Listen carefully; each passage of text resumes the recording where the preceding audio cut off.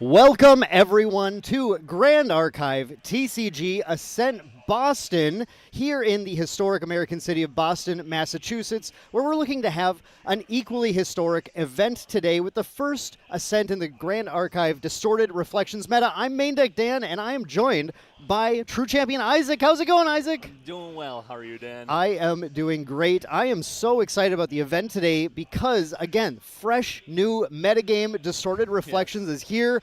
Isaac, how's it been looking for you? It's been looking good. I mean, I love this set. I think it's actually by far my favorite set that Grand Archive has ever put out. Both the art and actually the gameplay style. It's like, it leads so much creativity. I think it's like blown open the meta in a really good way. I think a lot of people think it might be a little stale already, and I disagree with that. I think there's a lot of really cool decks, and I think we'll see a lot of really cool decks today, and diverse decks as well. Yeah, from what I'm hearing, so we have 274 players registered for the event today, and I have heard so many different decks talked about. Now, are there a lot of fire decks?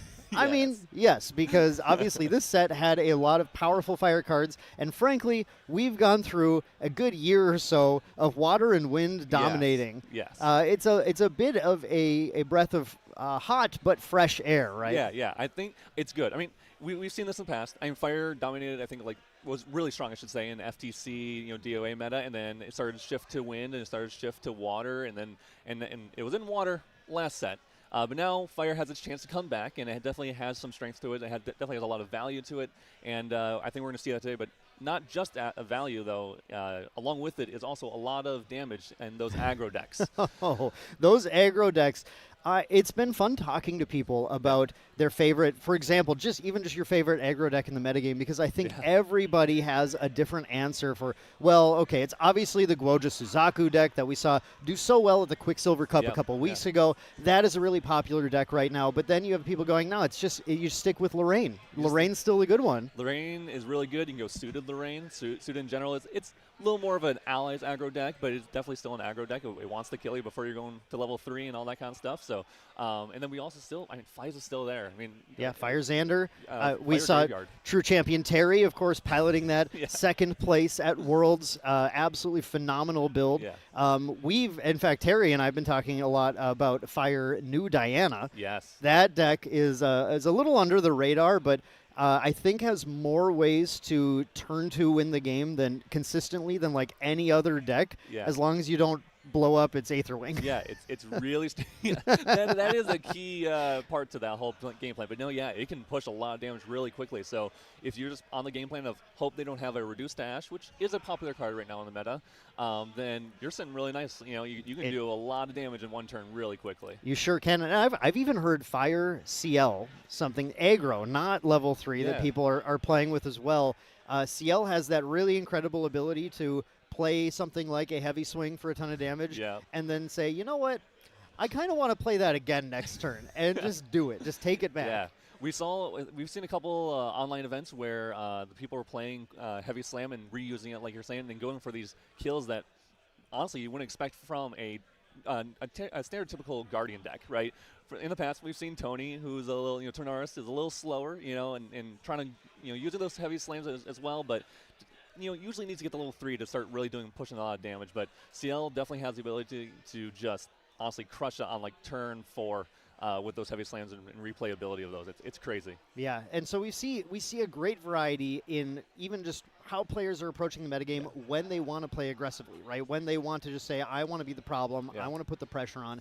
But not only that, we have to talk about, and I'm sorry, I've used this joke already on a podcast, but the Specter looming over the format as well. Yes. Which is these Rile the Abyss decks. Isaac, do you want to talk about just that package and what we're seeing people playing? Yeah, so Rile the Abyss, for those who don't know, is Rile the Abyss is a card that essentially, first, it's like a creative shock. It allows you to draw a card, and then you're able to discard up to 2 Specter cards, and if you do, you get to draw that many that many cards from your deck. So or draw that many Specter cards. Or sometimes, yeah. So it's a card that allows you to get 2 resources in your graveyard for later, usually Floating Memory or new card Liminal Guide, which is a really good card that essentially comes back, an ally that comes back on the board and draws you a card into hand when you level up. So it acts similar to a Floating Memory, where it's going to replace itself if you use it if it's in your graveyard when you level up. So Rile the Abyss has the ability to +2, as I think a lot of people say in Grand Archive, basically getting 2 resources off of 1 card. And that's really strong because it allows these decks that previously had a slightly harder time going to level 3 a much cleaner and easier route to go to level 3. So we see a lot of level 3 decks getting a lot of value, getting a lot of cards in hand. It wouldn't be surprising to see a level 3 deck have like 10 cards in hand when they get to level 3, which is insane. In the past, if you told that to someone, they'd be like, what deck are you playing? Because I have to play this. But it's not just the level 3 decks that are playing it now.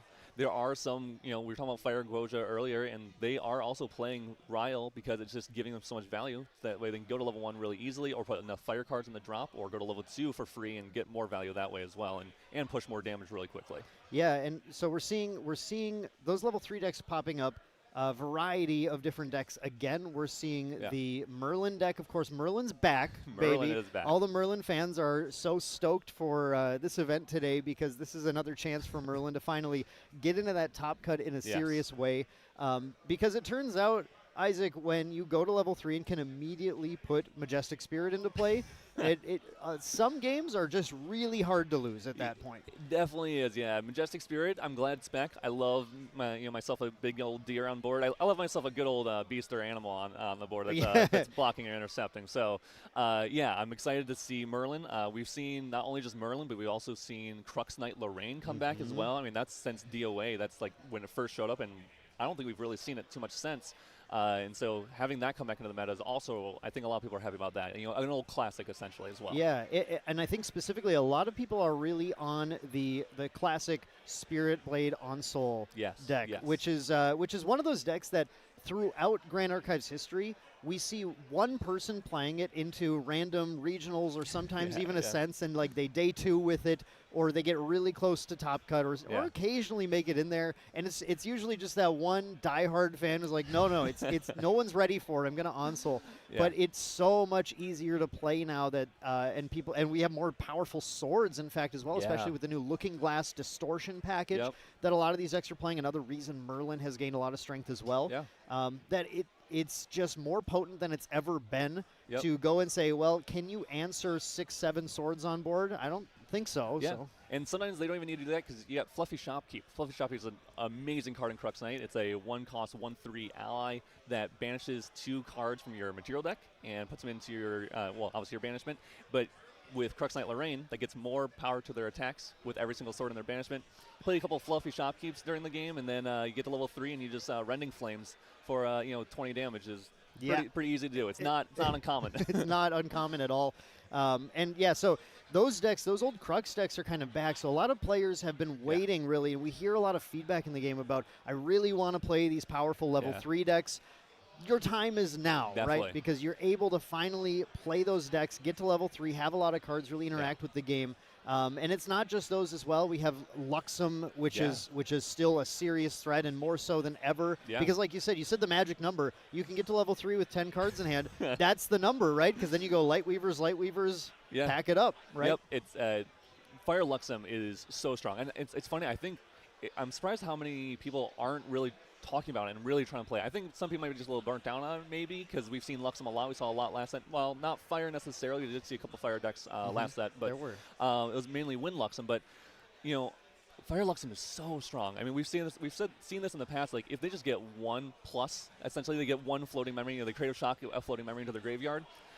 That's pretty much all they needed to really start getting going. But now with Ryle, they can get 2 in there, or more Ryles and more Creatives. I mean, when you have 8 targets like Creative Shock, when you're Serene glimpsing off, at the very beginning of the game, they have everything they need. They find the resources they need. They have that heal, that recover later on in the game with their Serene Spirit lineage release, and then they are just set up right there and then. So all they need to do is survive just a little bit against those aggro decks. Fire Goja goes really fast sometimes. Yes, it does. So if they can do that, then they're sitting pretty.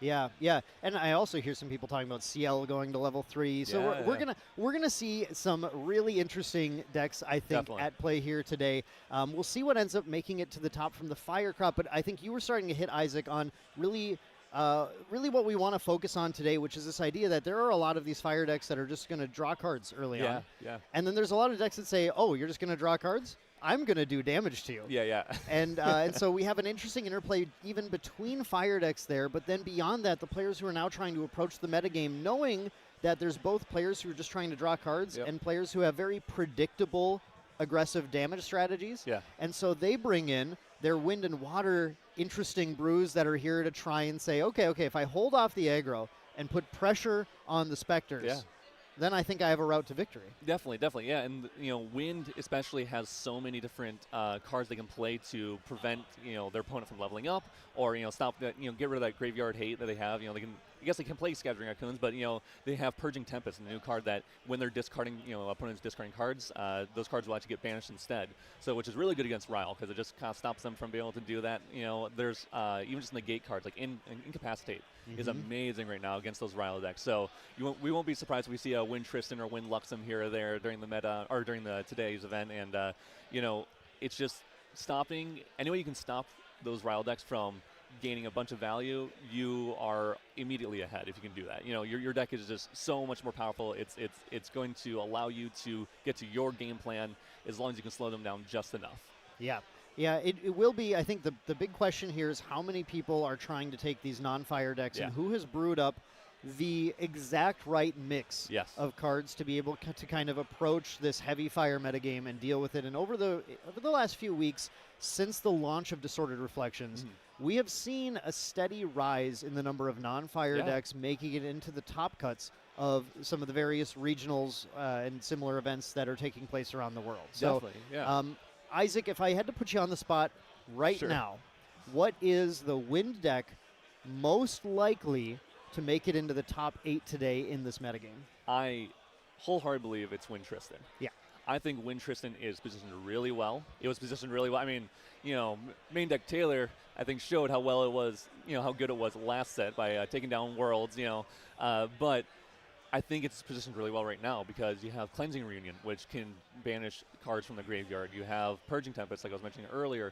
You can play Scattering Raccoons and pick them up with Asins or, Reclaims or whatever and reuse their effects. I mean, there's a lot of cards that Wind Tristan has to hate on graveyards, which is really strong right now, not only against the Ryle decks, but other Fire aggro decks that are doing that. And then, of course, Veiling Breeze. I think a lot of people are taking out their Nullifying Mirrors to deal with, bringing their sensors instead. And so they are teching less for Wind, and because of that, Wind just becomes so much stronger. They can kind of fly on the radar a little bit, and then Wind Tristan just has a solid game plan, is that once they get to level 3, they're just going to hit you for 25 to 30 damage. It costs 2. We saw it. We saw it happen at Grand Finals. That final game, it only takes 2 reserve to play that Shadowstrike and close it out for lethal. And especially against those aggro decks, there's just no room. You hardly need preparation counters to get a lethal line on them that way. And like you mentioned, Tristan is a deck that's happy to play Incapacitate right now. Really actively wants to run that full play set of Incapacitate. And it's the kind of deck where early on, if your opponent starts and you don't have anything, Tristan plays so much on their turn when they want to, or on her recollection phase when she wants to, that you can just go, okay, draw my hand, pass. If they go Rile the Abyss, and you go, sure, I'll pay 4 for Incapacitate right now. Like, that sounds perfect to me. Completely shut down their value, and then give yourself that momentum that you need to build into a victory. I agree with you. Tristan has right now a good position in the metagame, lots of good tech, especially with the rise of Merlin. The return of Tristan's Shadow Reaver, that alternate level 3, right? Completely turns that matchup on its head when you can sometimes take the top 4 cards of the deck, like, cool, Ghosts of Pendragon. Did you know I also have a weapon I can freely activate from my material deck? Is the best feeling when you find a Ghost of Pendragon off the top from a Merlin player or a Crux player in general, and you get to use it on your Shadow's Claw, and then you just bring that Shadow's Claw right back out, and you feel real good when that happens, and there's other stuff, just even like a Creative Shock, you see off the top is a +1 essentially, because regardless, you just get to draw 2 and then only discard 1, and that wasn't your card. It wasn't your card, right? Yeah. So just gaining that value, and Tristan loves having cards in hand. So to play more incaps, to play their mastermind schemes, or to play Shadowstrikes and build up whatever they need to. So Shadow Reaver is really good right now, I think, as well. Even Rile the Abyss. Like, if you don't have any Specters, it doesn't matter. No. If you have the influence, you just pay 3 draw cards. Yeah, and you can do it in Recollection too. So it's not going to affect your tempo at all, really. So Tristan is super well positioned. Not to mention has the world champion buff right now. Of course. I think a lot of eyes are on Tristan because we had the chance to really see the true power of that deck. We know it's a good matchup against those aggro decks in the format, even though the aggro decks have gained power, have gained a lot more push. So we're going to see certainly some Tristans showing up today to combat the Fire Menace. But also more, right? I mean, there's things like we've seen players playing these Win Ciel decks. Yeah, there's Win Ciel, there's Win Seiryuu. I mean, Win Guoja has been at several events and done decently well. So I want to be starting to see that today as well, because it has, with Win with Win being a little less, and unfortunately Tristan and Snaring Fumes is a little bit of a scary matchup for them, but they still can win those games. Just takes a lot of skill and maybe a little luck to get there. But other than that, I mean, they can play against those Rile decks, and because they're uninhibited with their game plan as well, and they can just, and they have one of the good things to play against Rile decks is Censor. Censor is really good. It makes it so those effects, the Floating Memory and Liminal Guides, basically are turned off in the graveyard. And Win Seiryuu they usually run 4 Beseeches, and they also run 4 Beseech Fate Stones. They have so many turn 1 levels. Yes. Or just put out a Censor. Or just put out a Censor on turn 1, which is really good against any Rile deck, even if you're going second, because you're instantly turning off their graveyard. They instantly have to respond or do something with it, and if they don't have any kind of hate to get rid of that Censor on that turn 1 or turn 2, they're not doing a lot on their first couple turns. Yeah, it's I think really, really interesting to take those Tamer decks into this metagame as well, because Wind Tamer has access to a card that we've seen since launch be an absolute powerhouse, Baby Green Slime. Yes. And a lot of what we'll see today when we watch the Wind decks fighting against the Fire, Rile the Abyss, Specter decks is a game plan that revolves, the gameplay entirely starts to revolve around that Censor of Restful Peace once it hits the board. Censor of Restful Peace makes it so cards in graveyards lose all abilities. Yes. And without those abilities, then you're not able to bring those Liminal Guides back. You're not able to use that Floating Memory that you discard. And so what the Wind decks like to do, and what we're seeing now, a resurgence in playing cards like Zephyr as just a way to say, okay, well, the Fire decks are running cards like Reduced Ash to destroy a Censor at fast speed. But then the Wind decks are playing cards like Zephyr to say, oh, you're going to reduce my Censor. Well, I'm just going to Zephyr it so that it still comes back and it's still going to affect things next turn. But Wind Guoja, as a Tamer, gets to run Baby Green Slime, who gets to act like a Zephyr, but also puts a body on board. Yeah. Baby Green Slime, I think it's also, again, really good for multiple reasons, not just because of Censor, but it can also, it can hit weapons. So, if someone's going for a big swing, like we're talking about Lorraine, and we've seen Lorraine, use Home by Fires to really bump up their damage of their swords, the power of their swords, and then you have a Baby Green in hand, and you go, cool, yeah, I'll let you swing, but then I'm just going to Baby Green your sword away, and now all your damage is gone. So Baby Green has a lot of versatility in that aspect, and then, like you said, puts a body on board that you can reclaim or use on, use Ascent on it later on as well, and just gain value from it all. It's more than just one time. Yeah, I actually I'm a big fan of the Seiryuu deck right now in the format in particular because it does feel like it has a lot of flexibility. Yeah. I think it's actually a tough deck to pilot. I think so too. Which isn't uncommon in Grand Archive, but Yeah. it's a tough deck to know when you go all in on just getting Seiryuu out and when you have to play to the board and play a little slower. Those decisions game to game can be really difficult to make and to make correctly. But we do see against some of these aggro decks, you have this ability to I'm just going to go to level 3. Yeah. I'm at 25 health. I have recovered 3, possibly, depending on how you banish or what you got there. But usually you have to get the counters because that allows you, when you get those quest counters level 3, to immediately put that Seiryuu out and have a 12 life Taunter in play that has Spell Shroud. Yep. And a lineage release to negate anything that targets it. I talked earlier about how much I like Fire New Diana. Yeah. Well, we found in testing that if Seiryuu comes out, you just scoop. It's so difficult to get through that Taunter and actually deal damage at that point. Yeah. That alone gives you this huge out to a lot of these fire aggro decks, as well as putting immense pressure on the decks that are trying to just kind of draw cards and get into the late game. Yeah, definitely. Yeah, I love Seiryuu. I'm glad it's seeing play because I think people tried to play it last set and it did well, but it just kept getting hit by those Tristans and Lux and Xander players as well. And so now that we have a little bit more fire meta, it has a little bit more freedom to come back and into the meta. And I think going along with that, then it just means Shinju's in general are better, and that's why we see Fire Guoja. And then I think that's why we'll also start seeing Genbu again. It's not like Genbu got a little bit worse with the banning of Lost in Thought, but we definitely have some new cards that can replace it. And I think one that everyone's looking at is Thronekeeper Bullfrog, which is a new 3-cost 0/4 Taunter with Floating Memory, and that's none of its class bonus. So you can just drop that guy on turn 1 if you need to, and it's just going to generate a lot of value by protecting your Tidestone Bovines. And so that's going to start generating, more stuff. And now that there's, like I said, less Wind Tristan and Lux and Xanders, or Wind Lux and Xanders, that it has a little bit more space to bring that Genbu on board and actually go for lethal plays into these Fire Ryle decks. Yeah, and here we did just take a peek as well at our players that we have for this first match. So our first round is going to be really excellent. I wasn't sure who we were going to get today. I thought there was a chance that the world champ was going to show up round 1, but hopefully at some point throughout the day we will get him because he is playing here at Boston today, main deck Taylor. But we do have kind of the people's champ right now, true champion Perfy, against another extremely well-known player, MFDoomblade. Yes. I'm excited. Perfy, my teammate, love him. I think a lot of people love him, and I'm glad he's here. Another Worlds competitor, by the way. He did top 8, Worlds, so congrats to him on that. And he's playing again here today, and I think we'll probably see very shortly here one of his favorite decks to play, which we mentioned earlier.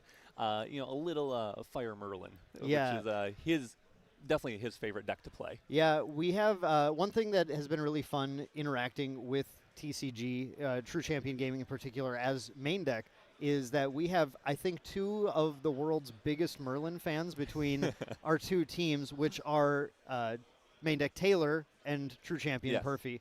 But what we're seeing, beautiful. This is an incredible, we are actually not going to be seeing Merlin. If you take a look at this, did he Perfy do the last-minute switch? A last-minute switch. You go into an old classic from last set, from Worlds. He is playing a little bit of that Water Fractals, which I am excited to see.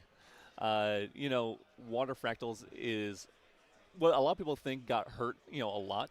I think a lot of people thought that Water Fractals would not be playable because of how much Lost in Thought is banned and not good in the meta.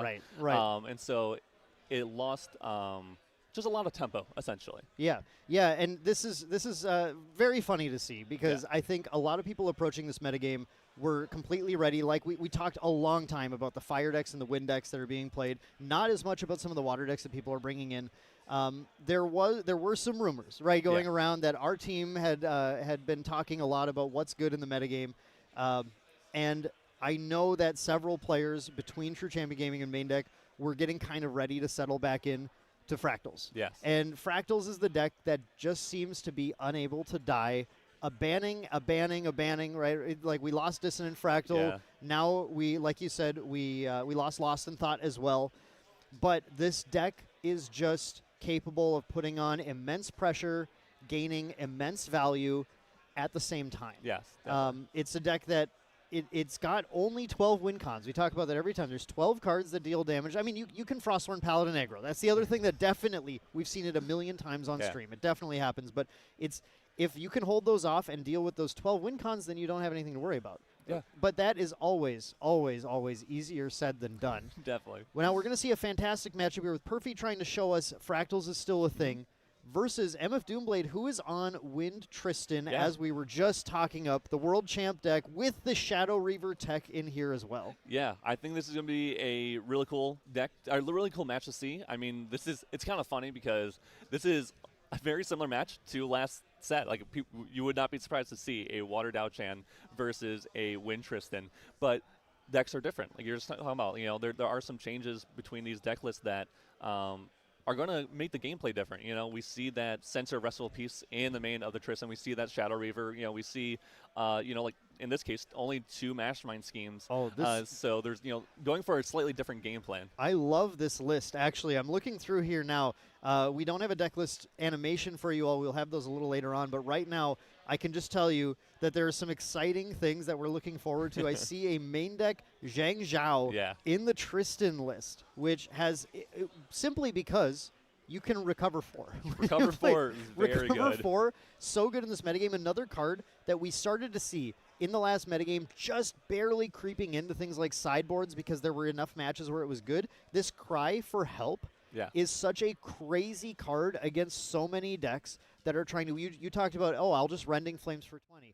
Cool. I will just direct that to my Zhang Zhao, to my dungeon guide or something. I will make it so that you are not going to be able to do that crazy damage to me even when I'm not yet Tristan level 3, which gives it a little bit of an opportunity to, play that Shadow Reaver before it goes into Shadow Dancer and hold up that protection. Now, we do see, with the game kicking off, MFDoomblade is started off with that first turn, going for that Spirit of Wind, going to draw 7 cards, and then it looks like MFDoomblade is passing the turn.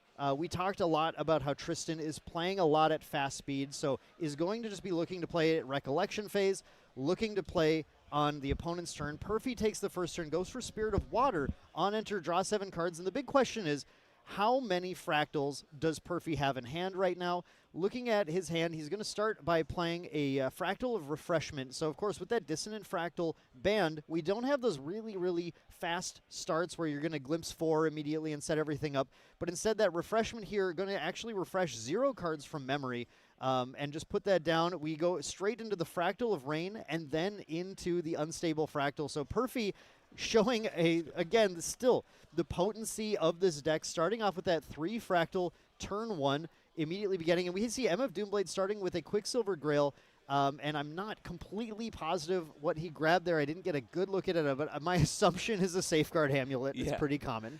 Safeguard Amulet, and it's actually surprising to see the Wind Tristan playing actually Safeguard Amulet, because a lot of people have been taking Safeguard Amulet out of their main deck and opting for something else. Terraforming has been really popular right now because there's so many decks that are going for attacks, and so seeing Safeguard Amulet is actually kind of surprising and kind of a detriment to Perfy here. It is, yeah. This is funny because, like, in the last metagame, this was the tech that Tristan ran specifically to fight Fractals, which is going in from GCR, going from Grand Crusader's Ring to that Quicksilver Grail, which allows you to materialize something at fast speed, but you have to choose what it is when you play the Quicksilver Grail. You would play that with Safeguard Amulet just to hold off that Fractal deck for long enough. It's wild, actually, going into this metagame where there's so many allies attacking and not having Terraforming in your main and instead going for Quicksilver Amulet. Quicksilver Grail, Safeguard Amulet right away. I don't know if MFDoomblade had the heads-up read on Fractal still being a deck or something, but that's what you would do. Yeah, it's interesting, and I'm wondering what Perfy's thinking here. Like, is he, is Perfy thinking, is he actually playing Safeguard Amulet because it'd be really strange for people to play that, or is he thinking, I'm still going to respect it no matter what?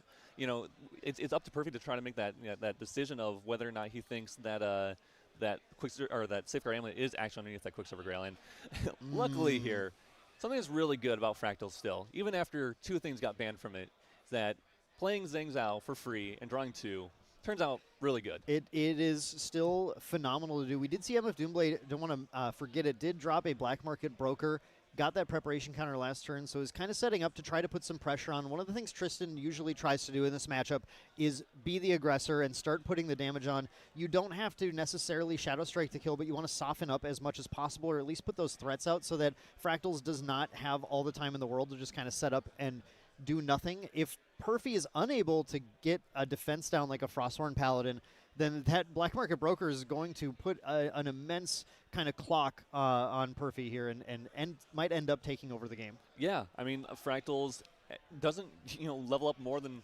just the past level 1. They are level 1. They're at 19 health, and they have a lot of ways to stop damage. Of course, they have a lot of ways to recover that damage with the Zangs and the fast cures.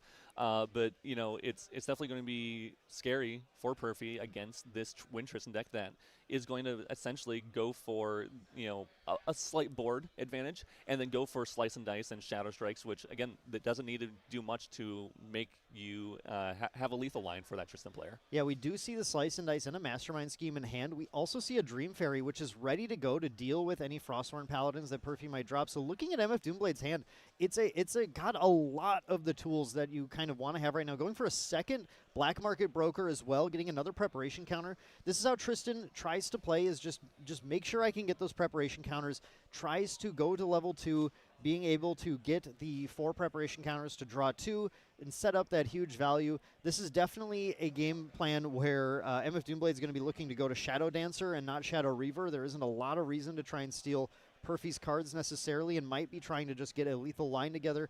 And the amount of damage already dealt, 6 damage onto Perfy, holding up answers to be able to deal with things. You mentioned Perfy does have the ability to recover with Zhang Zhao, right? Yes. But also, Doomblade does play the Stifling Trap. Now, it's a little bit of a trick when there's already a Zhang Zhao in play, because there's the hot tech where you can, because of the uniqueness rule, sacrifice the new Zhang Zhao so there's no target for the Stifling Trap. Yep.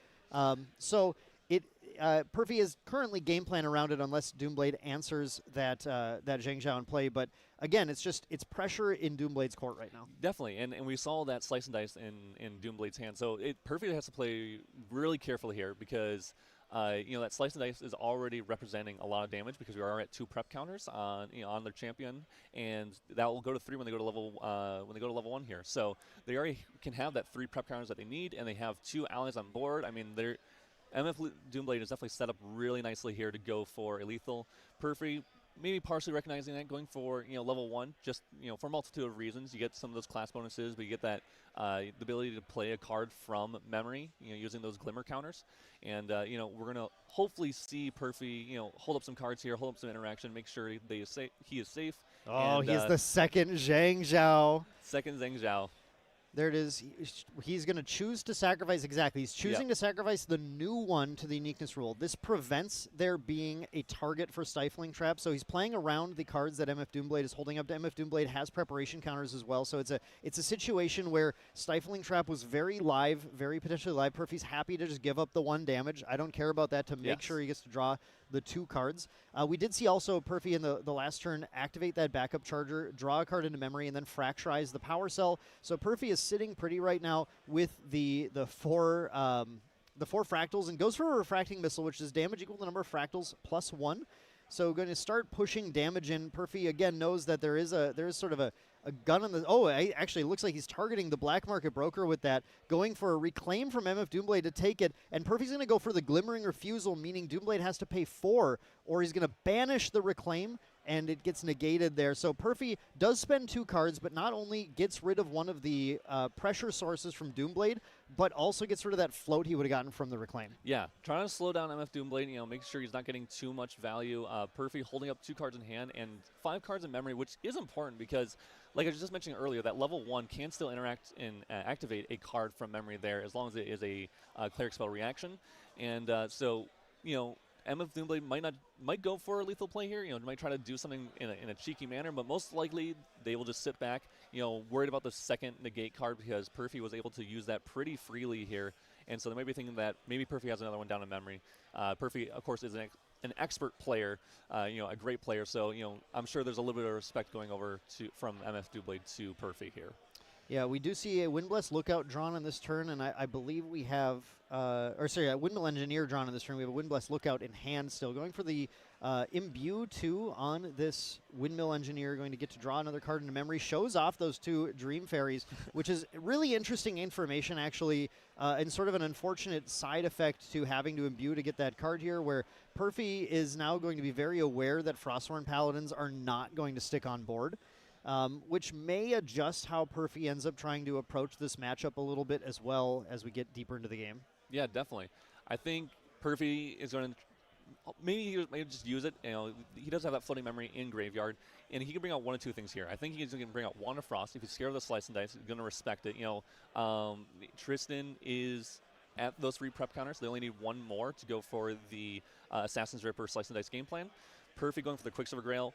Like I said, I think there's probably a Wand of Frost underneath there. There could be a Scepter of Fascination. Yeah, I'd say it's like a 70-30 maybe, or 60-40 or something towards Wand of Frost, because Perfy, Yes. as, like you said, a very experienced player, knows that that Wand of Frost is your lifeline against those Slice and Dice lines. Yes, it very much so is. It's the way to literally not die and not get blown out of the game within the first couple turns, which definitely could have happened here if that's not what he put underneath that Quicksilver Grail. But we do see, even though we saw the Dream Fairies, we do see that Paladin come down. Well, it draws a card, it puts a threat on board, and I assume this is going to combine with the Zhang Zhao to deal the damage, or with the counter, doesn't need to, but maybe potentially through some sort of interaction. I think Perfy just wants to get rid of this other black market broker as well. It has stealth right now, though, so he'd have to use up the preparation. Yeah, this is tough. This is a tricky line. Getting that 3rd preparation counter kind of changed everything for Doomblade's board. Definitely. I think it's maybe Perfy here is going to try to force that Dream Fairy to come out. And he did specifically put 2 cards down into his memory, and that's actually a big deal, because it means he chose to only do 1 Fractal and put 2 cards down in memory, meaning that I think one of those 2 cards is a card that he can activate with Dao Chan, or he's playing a mind game against his opponent to make very him think. true. So definitely a possibility that one of those cards is just a card he can interact with on his opponent's turn, and so just getting some down on board, forcing the opponent to play Dream Fairy. Perfy doesn't lose tempo. He actually was able to use that floating memory with that Frosthorn to draw a card. This is huge. The Captivating Opulence coming down from Perfy, which is going to draw a card in memory, and now that he is Dao Chan, which might have been one of the reasons he wanted to get to that Dao Chan early as well, is it's going to make activated abilities of Regalia cost 2 more to activate. That's going to affect not only the Quicksilver Grail, which costs 2 now to be able to materialize the card underneath it, but also, if that is that Safeguard Amulet, that costs an additional 2 as well to be able to activate. This Windwalker Boots, another card that will cost 2 in order to activate, in order to banish it, to get the card draw as well. I have been in this situation a lot. I played a good amount of Tristan in the last metagame. That Opulence comes down, and I just forget every time I try. I go, I'll pop my boots. I go, you have to pay 2. Like, oh, that's right, I do. And it becomes very, very awkward. Now, Doomblade going right into it, like you said, I think you're probably right. Just trying to get him to activate, because he did keep the Frosthorn Paladin up as defense. It's going to force action on MFDoomblade's side. MFDoomblade has to try and just get rid of that Dream Fairy to continue to push damage, or get rid of that Frosthorn to push damage. So Dream Fairy comes down, and Perfy has to decide. Now, it looks like there are enough Fractals in play where Perfy can absolutely Glimmering this, and there it is. Yeah, we're going to see the activation of the Glimmering Refusal with the Dao Chan, removing 2 Glimmer counters to play it from memory. And now that Opulence is doing so much potential work here, because if there were a card draw source active, perhaps like a really cheeky Quicksilver Grail of some kind. I don't know. Actually, I can't even think of anything. I'm trying to figure out exactly the line that Doomblade is going for here, because I think we're just going to surveil, because we're going to incap it. Yeah, we are holding up the... I didn't see the incap in hand. It was that promo that was tricking me. Yeah, so incap is interesting here, because this is a really scary point for MFDoomblade. I mean, they do have that Quicksilver Grail, but now they can't activate it because of that Opulence is on board. And so now it's up to Perfy just to find, I think, a kill card and a Burst Asunder. And I think, I couldn't see quite in hand if he did have one in there. So if Perfy finds, a Burst Asunder here and like Refracting Missiles, I think, MFDoomblade might be in a little bit of a trouble here. Yeah, it's really a game that we see with Fractals a lot, of draining the opponent's resources. I like Fractal players have so much foresight. Yes. Is the thing that absolutely astonishes me every time, and we've seen this from Perfy, as well as other True Champion members at World Championships. We saw these players making these incredible, like, 2-turn ahead lines. So that knowing there's Dream Fairies, going Frostthorn Paladin, what that creates is a war for cards on Doomblade's turn. On Doomblade's turn now, Doomblade is going to play the Dream Fairy, has to play into that Frostthorn Paladin. That puts Perfy in a situation where he can completely tax out Doomblade's turn. Yes. Just like you said, Isaac, now he goes, wakes everything up, draws, and if he has the setup, he's got basically a free shot right now because that Opulence is shutting down that Quicksilver Grail. There is no way to be able to activate that Quicksilver Grail with the amount of influence that Doomblade has. Yeah, I think I think we have another Zang in hand, and I'm sure that Perfy here is just digging for those lethal lines. I mean, there's a lot of stuff he could find here. He has a lot of cards in hand. I think we now see a Gildas in hand, and I'm not sure if he can balance that quite yet, but he's definitely doing the math here, seeing if he has enough. He has a Shimmering Refractions in hand, and it doesn't look like any other damage, unfortunately. So probably not a lethal this turn. I'm assuming now with what he's materialized, I'm sure that is a Wand of Frost underneath that Quicksilver Grail. So he's probably thinking I'm safe one more turn if I need to be, and probably just going to build up his board, build up those fractals. Probably start using them to glimpse. I wouldn't be surprised to hear if we see the Fractal of Insight, glimpse 2, and then allow him to try to dig a little further into his board. Perfy was absolutely just digging to find a Burst Asunder. If that Burst Asunder showed up off that Zhang Zhao, then we would have already had 2, 4, 6, 8, 10, 12. It would have been 12 damage before that Fractal was played, I believe, plus that Refracting Missile, which would have, or Shimmering Refraction, which would have done the job in this case. So this is unfortunate for Perfy, but like you said, Isaac, now Perfy just builds, right, and is just going to be ready. What this deck is able to do, what Fractal is able to do, we've seen it multiple times. We saw it from CHIAtos at Seattle as well. Just once you top deck the burst, you can win right there. Yeah. You just need to set up for it and live. And Perfy has a lot of fractals. I mean, we see 7 on board, so we're looking at 16 damage from just the 7 fractals plus the 2 from Burst Asunder initially. So looking at 16 damage, which would have been lethal here. Yeah, that alone would have been the lethal line if all he did was find the Burst Asunder. Again, Doomblade in a position where, because of this captivating opulence, this card right here is really turning the match on its head right now, because Doomblade, if ever Doomblade goes down in cards like this, puts down his whole hand, just like we saw in this match, in this turn, it is completely open season for Perfy to be able to take him out. Yeah, I think Perfy's still thinking about, should he dig more? Should he try to find something further in here into his deck, dig a little deeper to see if he can find that Burst Asunder? Because if he does, he just wins. And so it's the Wand of Frost draws a card. Exactly. The Wand of Frost will draw a card off that Quicksilver Grail if he chooses to banish Quicksilver Grail, but decides, it looks like, just to pass instead.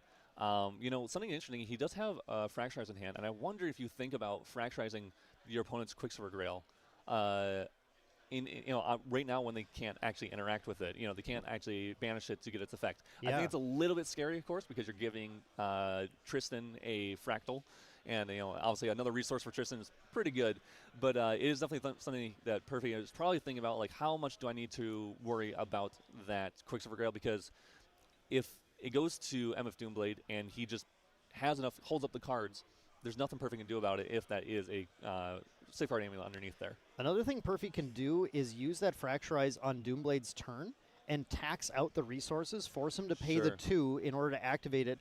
Exactly what's happening here, except no, it's what you said. There are not enough cards to be able to activate this, so Perfy decided to right now, with those cards down during Recollection phase, going to Fracturize that Quicksilver Grail, giving a Fractal to MFDoomblade, so that Quicksilver Grail is now reservable because it's a Fractal. It's kind of +1 on what Doomblade is able to do on the turn, but that banished card is now completely gone, completely banished. Yeah, and that's a hard line. It doesn't feel, I'm sure from Perfy's angle, it doesn't feel great, but he recognizes my only chance is to go for a kill here quickly in the next couple turns, probably literally on my next turn, because otherwise I'm going to lose. I'm not going to get enough power. I'm already at 12 damage taken, and so there's only 7 left that Perfy has. I think we did see a Fast Gear in hand, and so there's a chance that he can use that to recover enough to stay alive in conjunction with the Wand of Frost. These Fractal decks so often are just winning the game at like 17 damage taken. They just scrape by a lot of the time when good players are putting good pressure on them. Exactly what Doomblade is doing here, going in for the attack here. Perfy's only real action right now is what's in hand, depending on what that Quicksilver Grail is, because those Glimmer counters on the Dao-Chan were spent already. So Perfy would need a Scepter of Fascination in order to activate again from memory in this case, but it can only be either Scepter of Fascination or Wand of Frost under that Quicksilver. Yeah, and I think MFDoomblade is probably going to play. I wouldn't be surprised if we see. It almost looks like an ace in here. Yeah, I think Perfy's biggest fear right now is that Doomblade was going to have the Dungeon Guide go to 3 and actually just like get more health, kind of try and get a stabilization in place and maybe even potentially threaten a lethal line depending on what Perfy's interaction looks like on his hand. But in this case, Doomblade doesn't have it. Is actually just going to ace in that Dream Fairy. So returning the Dream Fairy back to hand, putting a 3/4 intercept on board. Of course, not going to be intercepting with it, going to be punching in and trying to threaten that damage. Doomblade would be able to play the Dream Fairy again to try and push lethal, but going to actually force Perfy to activate that Quicksilver Grail, put the Wand of Frost into play, draws a card, and then is going to be able to -3 the damage on that Ascent Protector and just kind of hold down the fort if he wants to. Yeah, this is scary because I wonder. I think we saw in MFDoomblade still has that slice. The slice and dice is in hand right now. Yeah, so this is definitely a bit of a threatening position to be in. But Perfy's actually activating the Wand of Frost preemptively, I think, and then going to go for the Fast Cure instead and just take the. No, he's going to activate the Scepter. He's really thinking about it. Yeah. Oh man, this is a hard. He takes play. the 3. He takes the 3. That was the safe route, though, yes, right? Yes, you definitely. have to put your opponent at 4 preparation counters on having that slice and dice. That Wand of Frost is absolutely key to dealing with the slice and dice attack. Yeah, so that's well done on Perfy. You want to, sometimes you feel anxious and you want to get rid of. It really feels like you want to get rid of and stop as much damage as humanly possible. But yeah, like you talked about earlier, Fractals has to ride that line. They have to make sure they're just not, just staying healthy enough to where they're using the resources properly to where they can get as much value as possible and stay alive as long as possible. So well done on Perfy to recognize that. Here we go. So Perfy did materialize the Scepter of Fascination here, which is a key card in giving you important action economy, especially, when you're defending yourself, but also when you're going for the kill like this. Perfy is going now for the Shimmering Fraction in Recollection phase, dealing damage, I assume, to MFDoomblade at this point.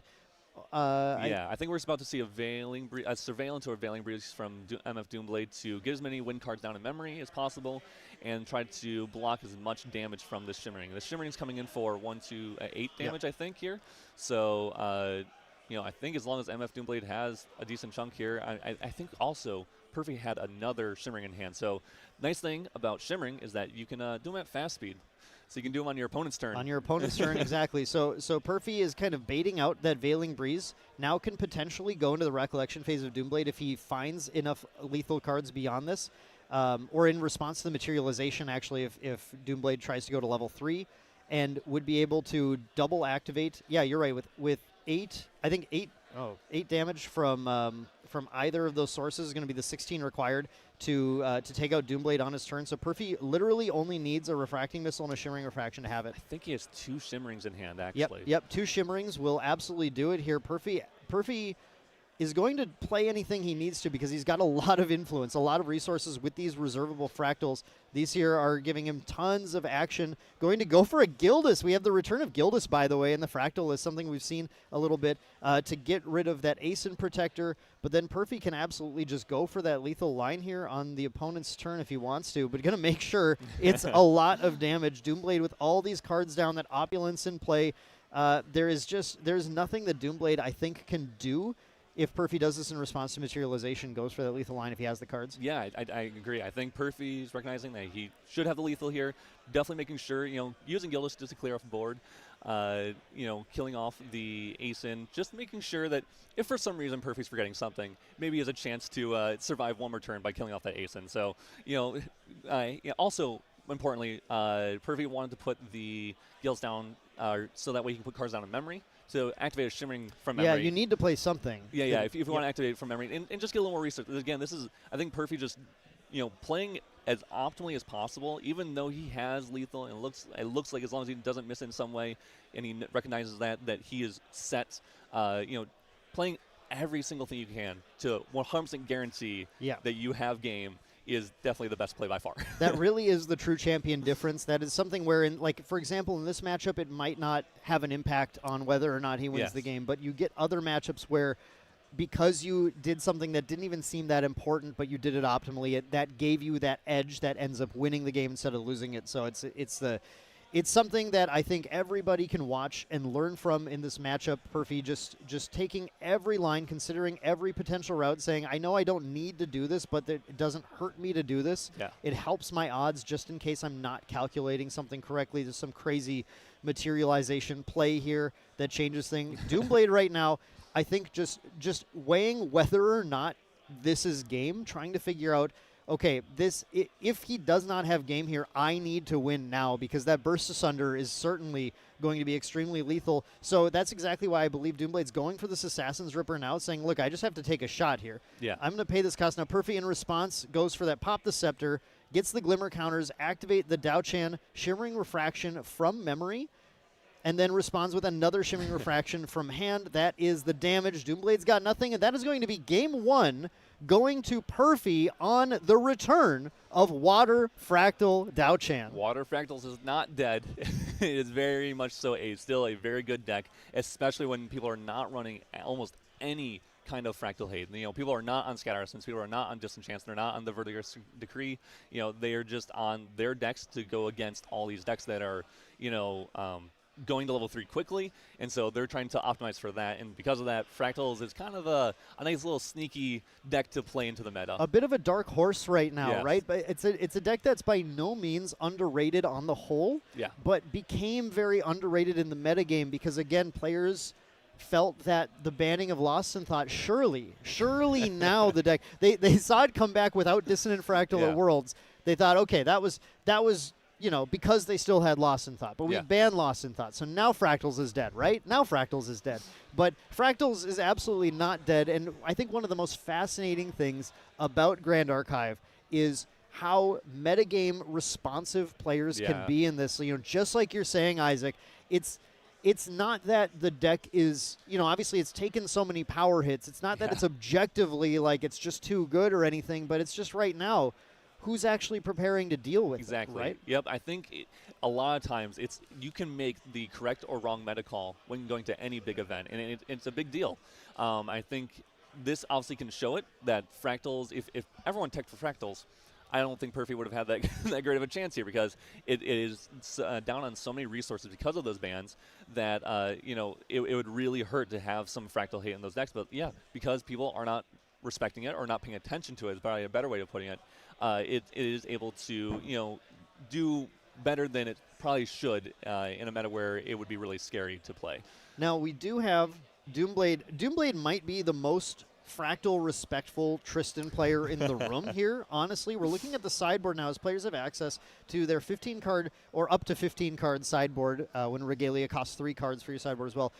Has access to this to try and shore up the matchup and still is running some of the key Fractal Hate cards. We have the 2 Scatter Essence and 2 Verdigris Decree in here, as well as another Stifling Trap that can come in to try and threaten those Zhang Zhaos, and even to Innervate Agilities as well. I was going to mention, the Innervate Agilities is actually really good, too. That the ability to gain Spell Shroud when they're going for Burst Asunder can be really big, because from, MFDoomblade side, they don't know that Perfy out of the sideboard has Nullifying Mirror or not.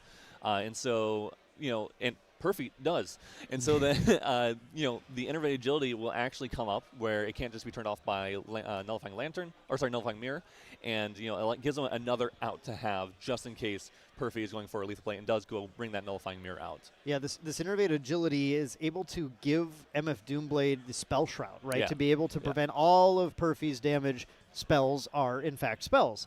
Another thing that Doomblade might even consider bringing in is these Regal Inquisitions. This is a new card from Disordered Reflections, Isaac. I don't know if you want to talk about this, but it's a card when your opponent has limited ways to win, it makes it pretty tough for them to win. Definitely, yeah. So Regal's an interesting card. It's a card that allows you to look only when you're level 3. It's a new one of those exalted cards. You have to have an advanced element active, and enabled for you as your champion. So it will take MFDoomblade getting to level 3 before they can use it, but it's a 2-cost spell that will allow them to look at Perfy's hand and memory and discard any cards they want from there. If they do so, Perfy will then add that many cards from the top of their deck to their hand, but they actually Perfy will have to reveal those cards as well. So MFDoomblade, if he uses that card and brings it in, will get a lot of information and will get a lot of, probably a lot of those kill cards that Perfy might want to keep in hand. And so it can really, allow MFDoomblade to just be really far ahead if that does occur. Now, Perfy does have, stuff like the glimmering refusal to stop that from happening, but obviously that's the negate card that Perfy will have to waste on that Regal Inquisition. Right, it's a card that can at the very least just bait out the refusals, and as we saw, perfect application of refusal is exactly how you win this game as the Fractal player as well. Now, Doomblade did get to start this game, of course, and had, I would say, a very, very solid Tristan start, going for that Fairy Whispers right away, finding a Reclaim and a Verdigris Decree. Puts the Reclaim on top, draws the Reclaim with the Fairy Whispers, now puts down the Windbless Lookout, and has the Reclaim in hand, able to return the Lookout to hand, gaining that value in that floating memory. It's kind of just like exact perfect Tristan value start, but just to fire right back, Perfy once again has a 3 Fractal start. Perfy absolutely has to be ecstatic to go into these matchups and just see 3 Fractal starts in both games. Like, it must feel nice. Yeah, the 3 Fractal start was not even guaranteed last set. It wasn't even guaranteed during Dissonant, although very much so easier when Dissonant was in the meta and not banned. But yeah, definitely having it now, getting those 3 Fractals on board instantly while MFDoomblade is bringing in those Fractal hate cards. Like you said, he does have a Verdigris in hand, Verdigris Decree in hand, and that can definitely mess up Perfy's game plan. If that is what MFDoomblade is going for here, it looks like he is. Yeah. He'll be able to suppress this Windbless and destroy one of those Fractals and get a prep counter and set Perfy back just a little bit. Yeah, I want to talk about this. This was a really heads-up play, really good play from Doomblade here. A lot of players, as soon as Perfy puts down his entire hand, basically, would have slammed that Reclaim to bring that Windbless up and go immediately to level 2-1. That is not what Doomblade did, because Doomblade knew that Verdigris Decree was on top, and Doomblade had only 3 win cards in hand. Yeah. So if Doomblade played that Reclaim, there was a low shot that they were actually going to draw the additional win card to be able to play Verdigris Decree on their turn as well. So instead goes for that backup charger, enabling them to draw enough cards to have the win cards to play the Decree right now. Like you said, that suppress, getting that suppress value is potentially good. But he actually went for the damage. You went for the damage. Yeah, I just realized, wait, no, that isn't suppressed. We went for the plus damage on the Windbless, the Windbless Lookout. Keep mixing these two up.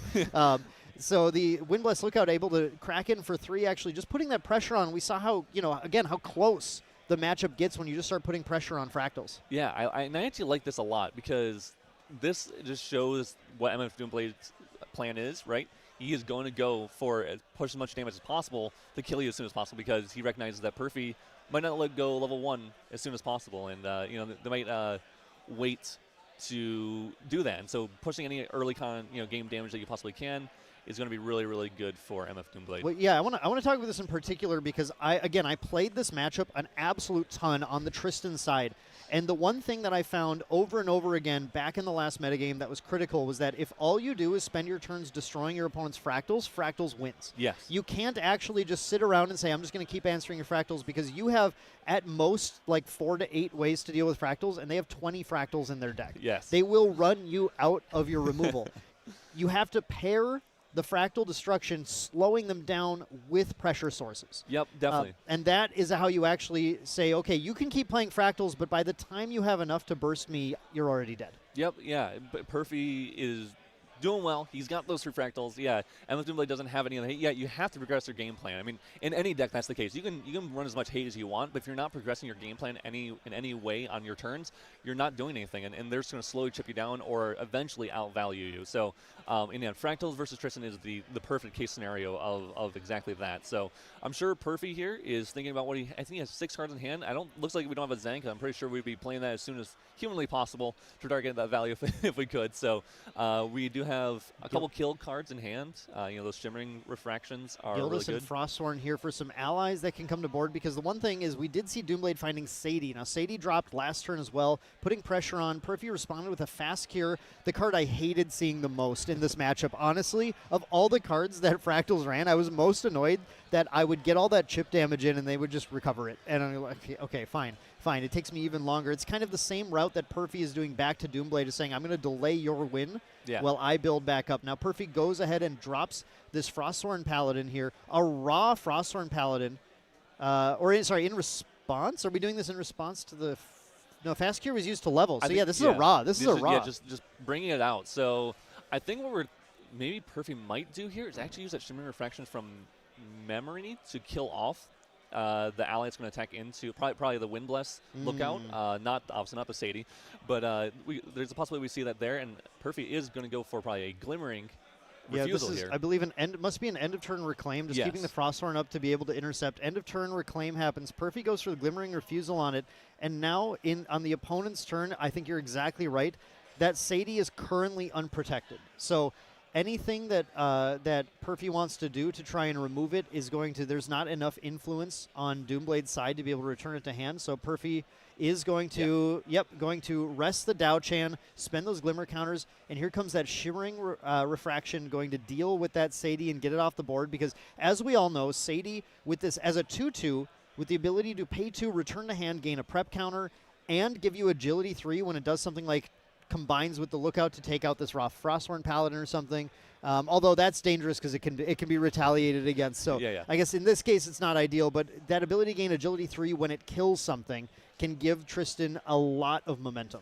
Definitely, yeah. And we see, I want to point out in MFDoomblade's hand, we do see another one of those decrees, and Perfy hasn't played another Fractal on board. So, I think from MFDoomblade side, you can kind of guess that Perfy's might be not having a Fractal, type hand. He might be having a hand of other cards, and like that Shimmering Refraction that he just used. And so this decree actually could be really, really good to slow down Perfy's game plan. But again, going back to what you said, if he does that, MFDoomblade doesn't really have many other cards in hand to do so. Like MFDoomblade doesn't have a hand. He has like 5 cards. Yeah, and only 2 win cards. So that Verdigris Decree can't even be imbued. Like if one more win card were in there, Verdigris Decree taking out a Fractal and then +2ing again this Wind Bless Lookout. That's the one this is. And then attacking in and taking this out would be a really, really clear line for Doomblade to be able to gain advantage in this matchup.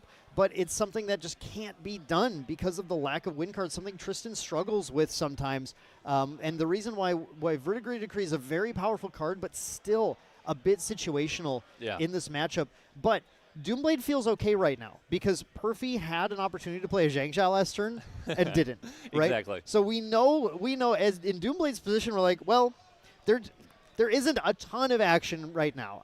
This isn't ideal for me, but I think I have a little time. Yeah. And we see Perfy going for, when you have a lot of time, or when you need to draw cards, that Portentous Tengu coming down there. No Goja class bonus here, of course. And it looks like a response from Doomblade going to use that Verdigris Decree unimbued just to take out the Fractal, which is, I think, exactly the right route right now. Again, seeing Perfy's trying to draw into the Zhangzhou and going, okay, well, I really don't want you to find it and get to draw cards. Yeah. Perfy has a slightly awkward hand here, so it's up to Perfy to try to find a way out of this and try to figure out how to start pressuring their opponent or dig for cards.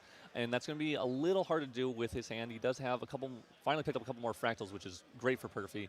And he actually has one of Team True's favorite card, which is Fractal of Intrusion.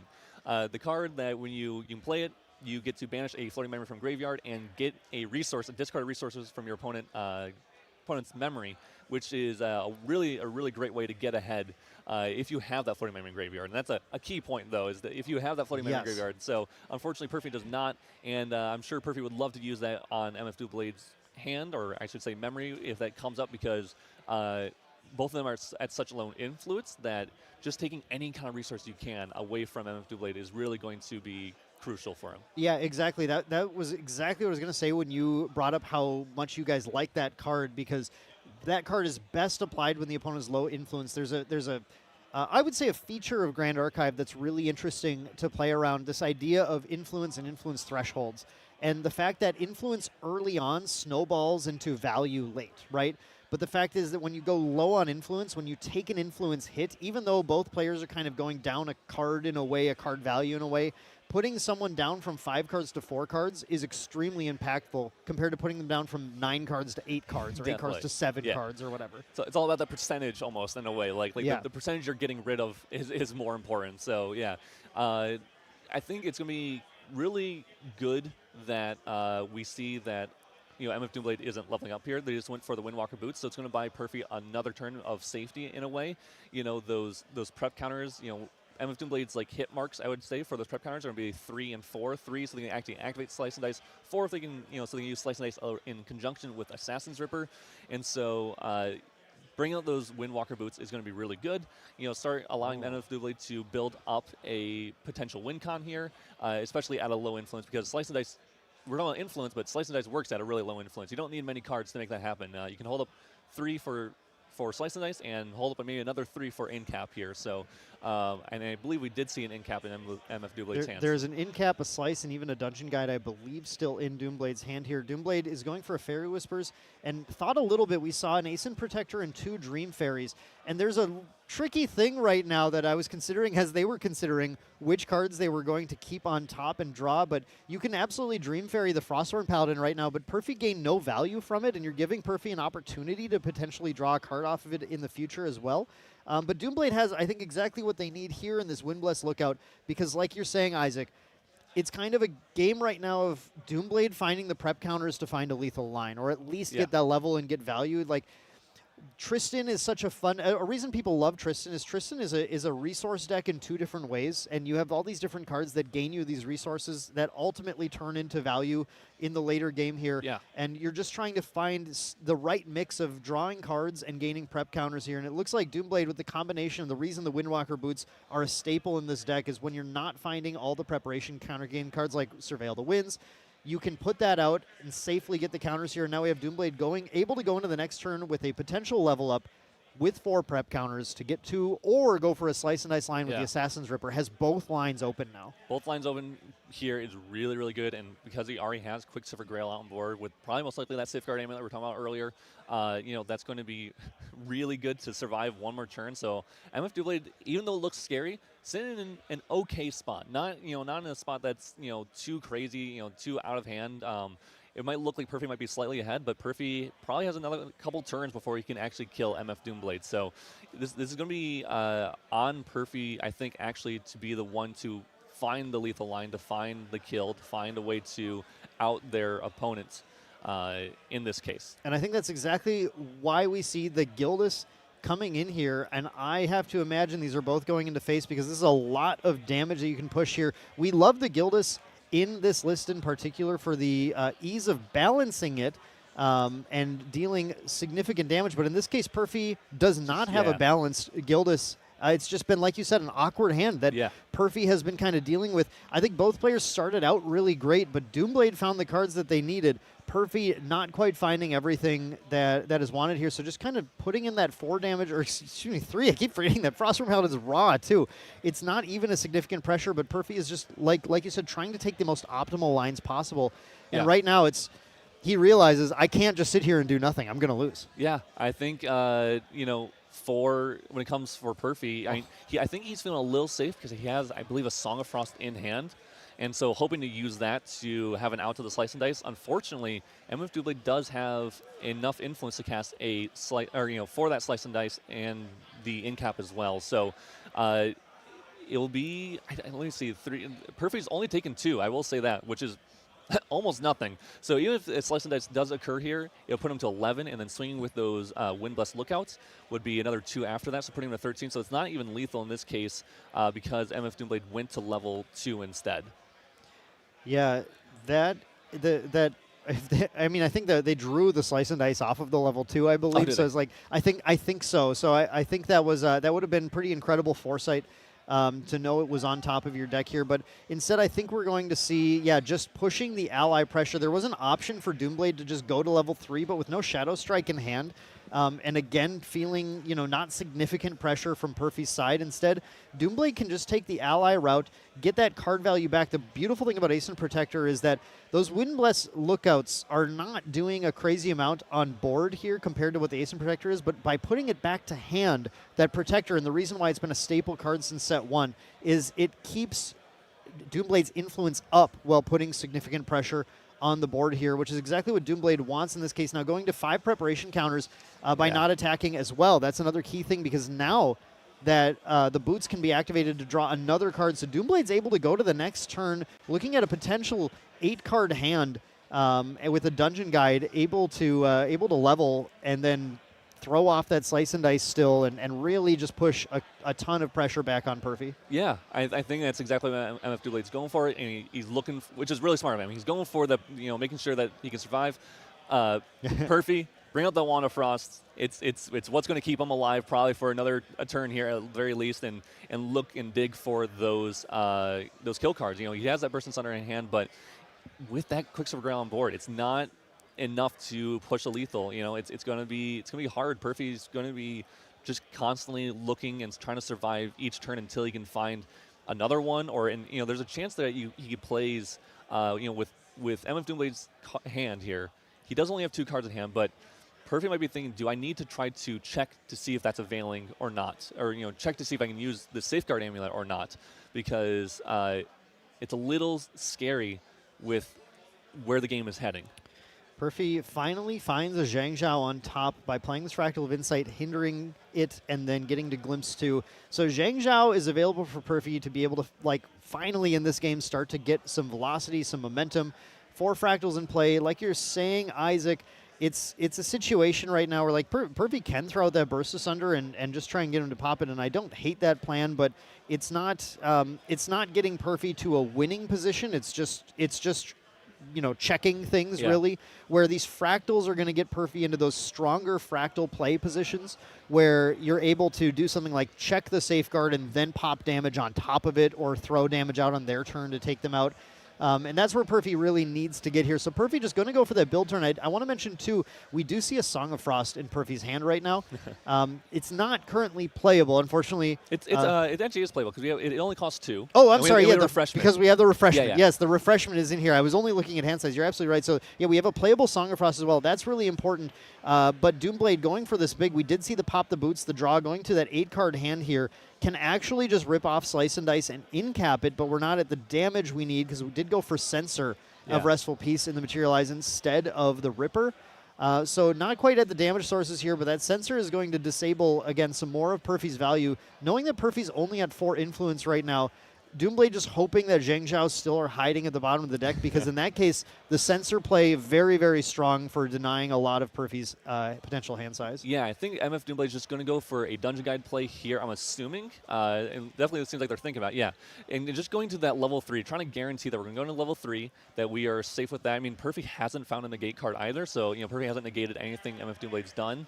And there was a couple turns where that would have been decent to do. So I'm sure MF is keeping the that game plan in mind with, Mail's bring out Censor, like you were talking about earlier, reducing any kind of resources I can give Perfy and or that Perfy can generate, and then just go to level 3. That way I have more of my game plan started on him. If you brought in those Regal Inquisitions, that maybe he'll draw those later and make sure he gets rid of those resources that Perfy can draw or use to win the game. And then also, of course, have the safety of those shadows as well to block a couple of those damages, that might be coming in from those allies that Perfy's playing. The Gildas that you played earlier, which isn't here now, but Perfy, most certainly has another one, and the Paladin as well. Here we see Doomblade actually going for a very conservative play, taking out the Frostthorn Paladin with the Ascent Protector, and forcing Perfy actually to pop the Wand of Frost to try and keep it alive. Which that's a pretty spicy position to be in when the Sadie comes down. Wow, this is an incredible value turn from Doomblade. Getting that Sadie on kill, potentially, unless he can force Perfy to try and play that Song of Frost on the Sadie attack. Yeah, that's a really hard... I think what Perfy was going for was hoping that MF Doomblade would go for just a lethal line with Shadowstrike or Slice and Dice, and then go full cards down, and then he could go for the Song of Frost. But, MF Doomblade playing around that, just going for the slow game plan of knowing that I'm going to probably chip you out here in the next couple turns. I have 4 allies on board, 6 if you want to count the shadows. I do. And the the Shadow's Claw here that he's able to materialize and activate from the material deck. This is going to allow him to pretty much set up lethal in the next couple turns here. And it's up to Perfy to try to figure out, what they need to, what he needs to find and go for in these next couple turns. I mean, he had that Zang. He did find that Zang off the top, so it is in his memory. So when we start, we see a nullifying mirror here. Yep, underneath that Quicksilver Girl. Be a little cheeky with it. We'll see if MFDoomblade responds. Yeah, this is the trick. We talked a lot with True Champion Terry about the Quicksilver Grail plays that you guys always operate with here, and this is a check, right? You put out the Quicksilver Grail. If the opponent has a Veiling Breeze, they have to respond then. Otherwise, Veiling Breeze is going to be dead to them that turn. The question is if Perfy even can push lethal at this point now. It is it's only 13 damage, so we do have a Burst Asunder is a lethal line right now. Doomblade did get to pick up with that Agility 3, though. We have the 3 cards in hand here representing an in-cap. So Perfy has to be able to stop the in-cap to get the Burst Asunder through or have 2 Burst Asunders to play. Only has the 1 Burst Asunder right now. It looks like he's going to just go for a Fractal Generation. Okay. Maybe still could go for the Burst, though. I still go for the Burst to threaten lethal, see what your opponent does. If they use the Grail or if they use the Veiling. Perfy's probably hoping they'll use the Veiling. I assume MFDoomblade would use the Quicksilver Grail because he's low on influence. He doesn't want to go lower on influence, so it makes sense to use that Quicksilver Grail, and so I can see Perfy using it. There's just too many defenses, though. Yeah, there's a lot of defenses, so just passing here instead. And MFDoomblade just probably going to look for anything they get. MFDoomblade is just going to go for just slow chip. Of course, the Sadie onto the Zang is always really good. You get the free value there, but just slowly just start chipping down his opponent and just hold up any kind of defenses he can. I mean, he has a clock on Perfy. It's like I said, Perfy is the one that needs to try to win. It's not up to MFDoomblade to win here. He will win in the next couple turns. Doomblade's definitely in the dominating position right now and can just simply put the damage on and be defensive. We do have the Veiling Breeze in hand. We have the in-cap in hand, and we have what we believe is the Safeguard Amulet in play here. So that's 3 lines of defense that Perfy has to play through. We have answer to 1 right here, but then the other 2 have to be answered from hand. We see Doomblade actually putting that Veiling Breeze down. We have that Agility 3, right? So we know that everything being played right now is coming back up, including this card that is drawn from the Windmill Engineer. And this is always, I love this line. It's just so, it feels so good to get to play the Windmill Engineer, draw a card, and then pick it back up with that Agility 3. Yeah. I mean, that the Veiling coming right back to hand is crazy. Now MFDoomblade has those 2, the in-cap and the Veiling both to use on Perfy's turn. It's actually kind of interesting. I wonder if, because Perfy, like I said, we mentioned that he can go for that Burst Asunder, but if MFDoomblade goes for the Quicksilver Grail in response to pop it, then Perfy could try to play 2 fast spells in response to that. Unfortunately, that in-cap is sitting there in Doomblade's hand to stop that all from occurring. So we have, in this case, Doomblade going in for the attack with that Shadow Dancer. The Song of Frost comes down. That's going to negate the attack, so no damage coming in, and that's going to prevent these shadows from attacking as well. So despite this insane board, Perfy's still finding ways to try and hold the damage off. Now goes for that Shimmering Refraction at end of turn here. But with that Agility trigger on the stack, so knows that Veiling Breeze is down there. Doomblade has to do something to try and stop this. Can't in-cap. Nice. That's huge for Perfy. Well done from Perfy to recognizing that is something that he needed to go for there, because now he's just probably in top deck mode, looking for another fast kill spell, maybe another Zang if he can. Yeah. And just Terrafring. Terrafring seems really good when your opponent has 7 allies on board. 7 allies and an influence of only 5. Maybe it'll go to 6 here on the next turn, which isn't bad, honestly. Attacking with 3 things is probably... That's a... Yep. Has the Zhang Zhao. Found the Gonna Zhang. draw cards. Found a second Burst Asunder. So Perfy getting in position to try and go for the kill here. The Quicksilver still protecting things. So this is where Perfy's going to force the pop of something, right? Are we going to do the Quicksilver? We're going to do the in-cap to start. So in-cap from hand here on Doomblade. That is a card that's weak to a Glimmering Refusal that Perfy does not have, unfortunately. But this is so important. Getting 1 card of MFDoomblade's hand with this Terrafring on board is 1 less attack from MFDoomblade on his turn. So I don't think even Perfy's that upset to see that, because now Perfy's like, I'm probably alive 1 more turn here, at least certainly a chance to survive 1 more turn here. It is a little scary. He only needs 6 more damage until he's dead. But if MFDoomblade finds, I don't know if there's anything he can find. Shadowstrike specifically, actually, would be a lethal line for MFDoomblade. But I think Perfy is actually okay here. Not through the Song of Frost. He has Yeah, a second Song he of does Frost. have a Song of Frost. I forgot about that. Yeah. Yep. That is another. I mean, both players just continually stymieing each other's game plan, preventing each other from winning over and over again. We have to mention the clock is ticking, though, right? Yeah. Perfy is a game up here, which means that Perfy is happy if the game goes long enough. And he can end up taking the win, having won that first game. So it's a game plan where Perfy kind of has time on his side. So as much as we say it's Perfy needs to push the win here, it's actually Doomblade that needs to get the kill, which is why this Terraforming is great. Delaying things, Doomblade kind of has to try and play fairly quickly here in order to find that time to at least score the draw. But it's unlikely, unless the Fractal start is absurd in Game 3, that either player will end up taking the game. Something that MFDoomblade just got in hand, though. Oh, wow. Innervated Agility we were just talking about earlier. That is a really good card right now. I mean, if he's worried about that Nullifying Mirror being underneath that Quicksilver Grail, then he knows that I should be holding up this Innervated Agility. That way I have a guaranteed out to something that Perfy does when it comes to at least spell cards. Getting that Spell Shroud, that way he can survive. And yeah, MFDoomblade just passes. Yeah. It's another burst answer, but again, Doomblade needs to attack. Like, game, if the game can't if a game goes to turns, goes to time, then each player has a total of 5 turns between the two of them to end the game.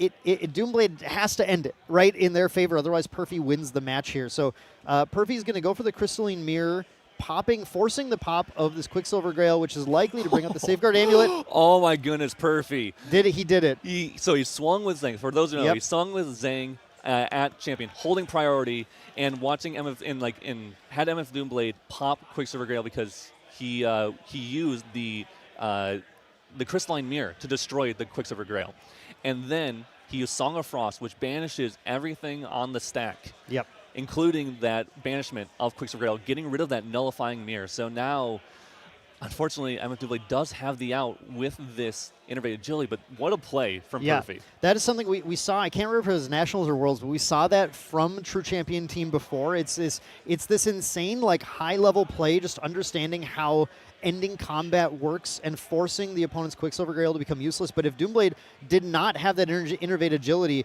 it was definitely Perfy's game.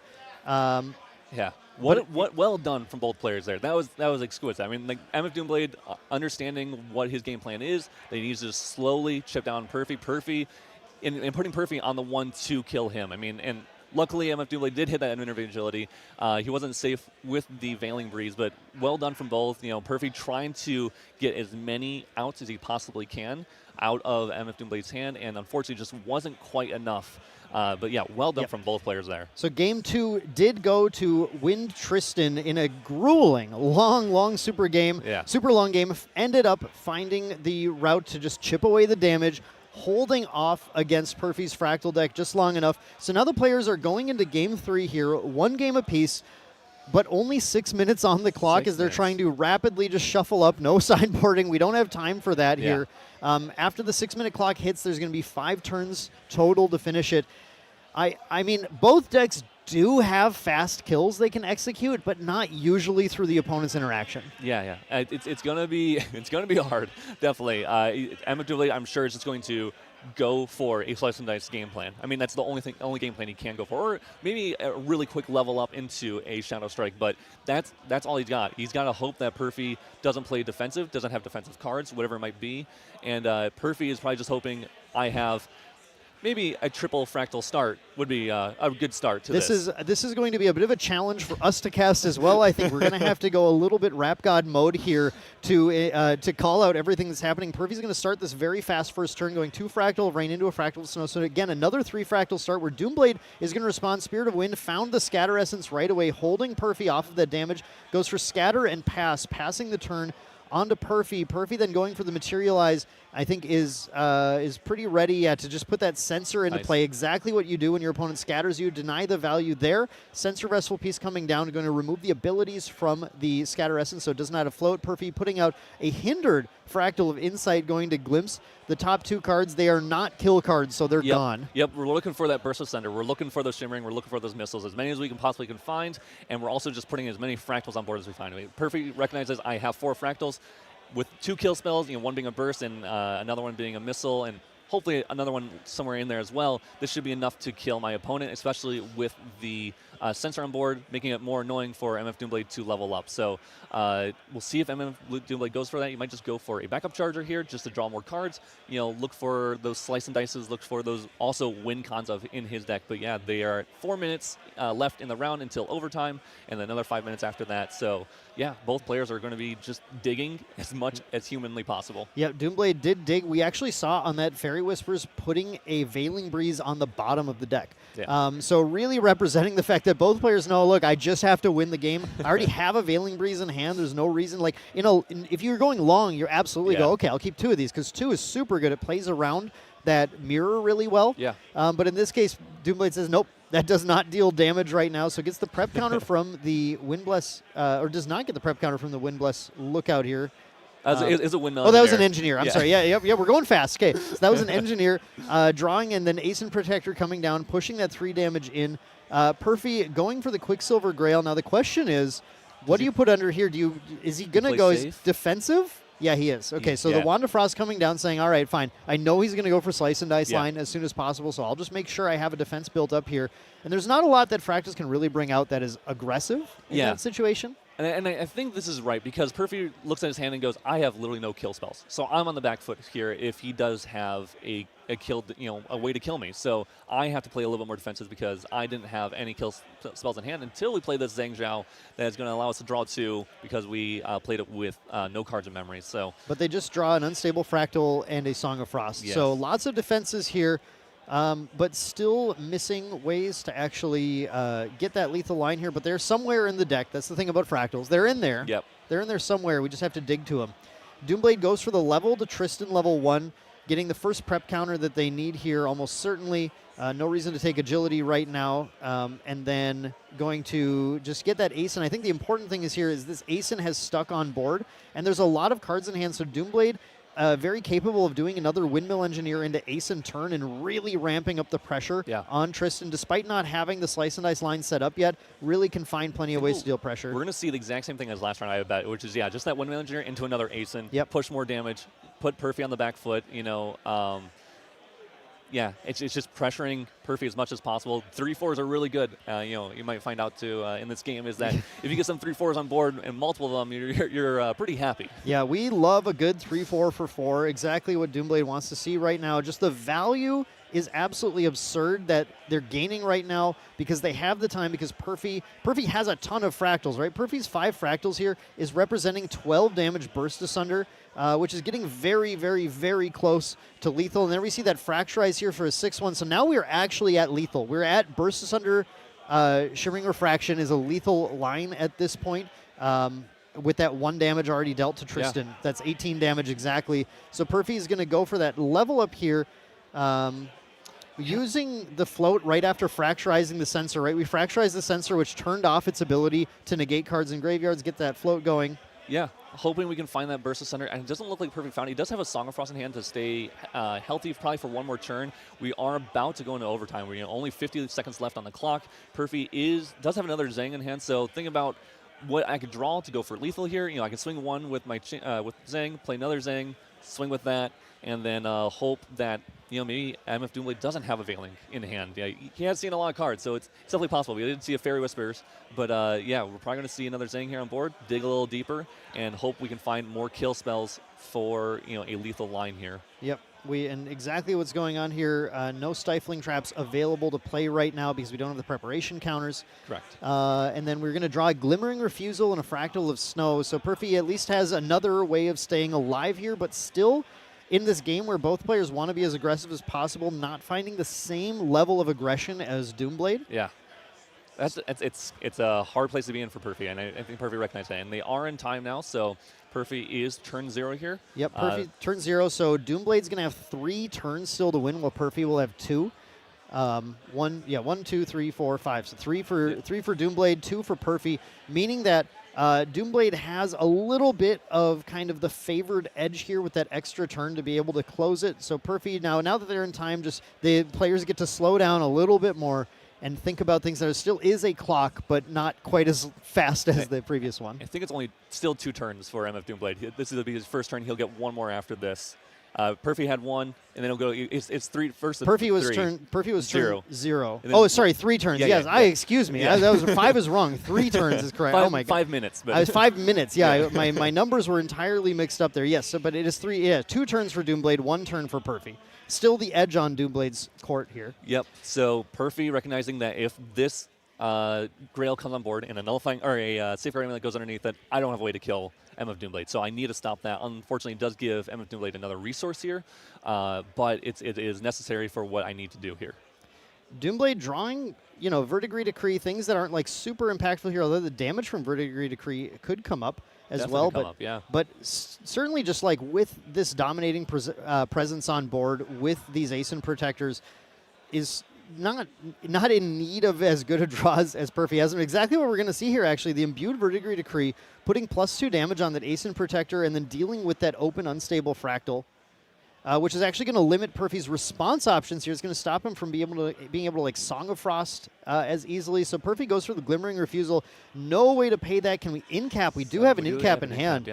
Yeah, this feels like a pretty good in-cap here because we're looking at a total of 5 damage here, 3 damage here. That's the lethal line. So Doomblade just has to in-cap this and have Perfy be unable to play a Song of Frost, which... And hope that Perfy doesn't have a Shimmering Refractions in memory. That'd be the other thing. And, of course, the Wand of Frost underneath the Quicksilver Grail. And I think...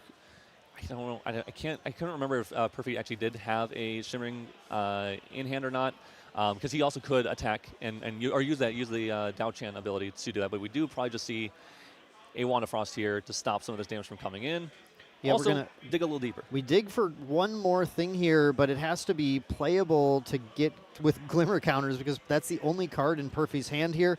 But Perfy does currently stay alive, having taxed out a lot of cards on that exchange. And that Wand of Frost, always a clutch card for staying in the game here, prevents the damage. But Perfy needs exactly the line of Shimmering Refraction Burst Asunder right now in order to secure the game. Yeah, and this is his last turn, so it's going to be really hard for him to find this here. And I think MFDoomblade kept a Veiling in hand. Yeah, so it's going to be... Yeah, the Veiling in response to the Scepter. I believe that locks the game out for Perfy at that point. There's no response to this Veiling Breeze. That can be done on Perfy's turn.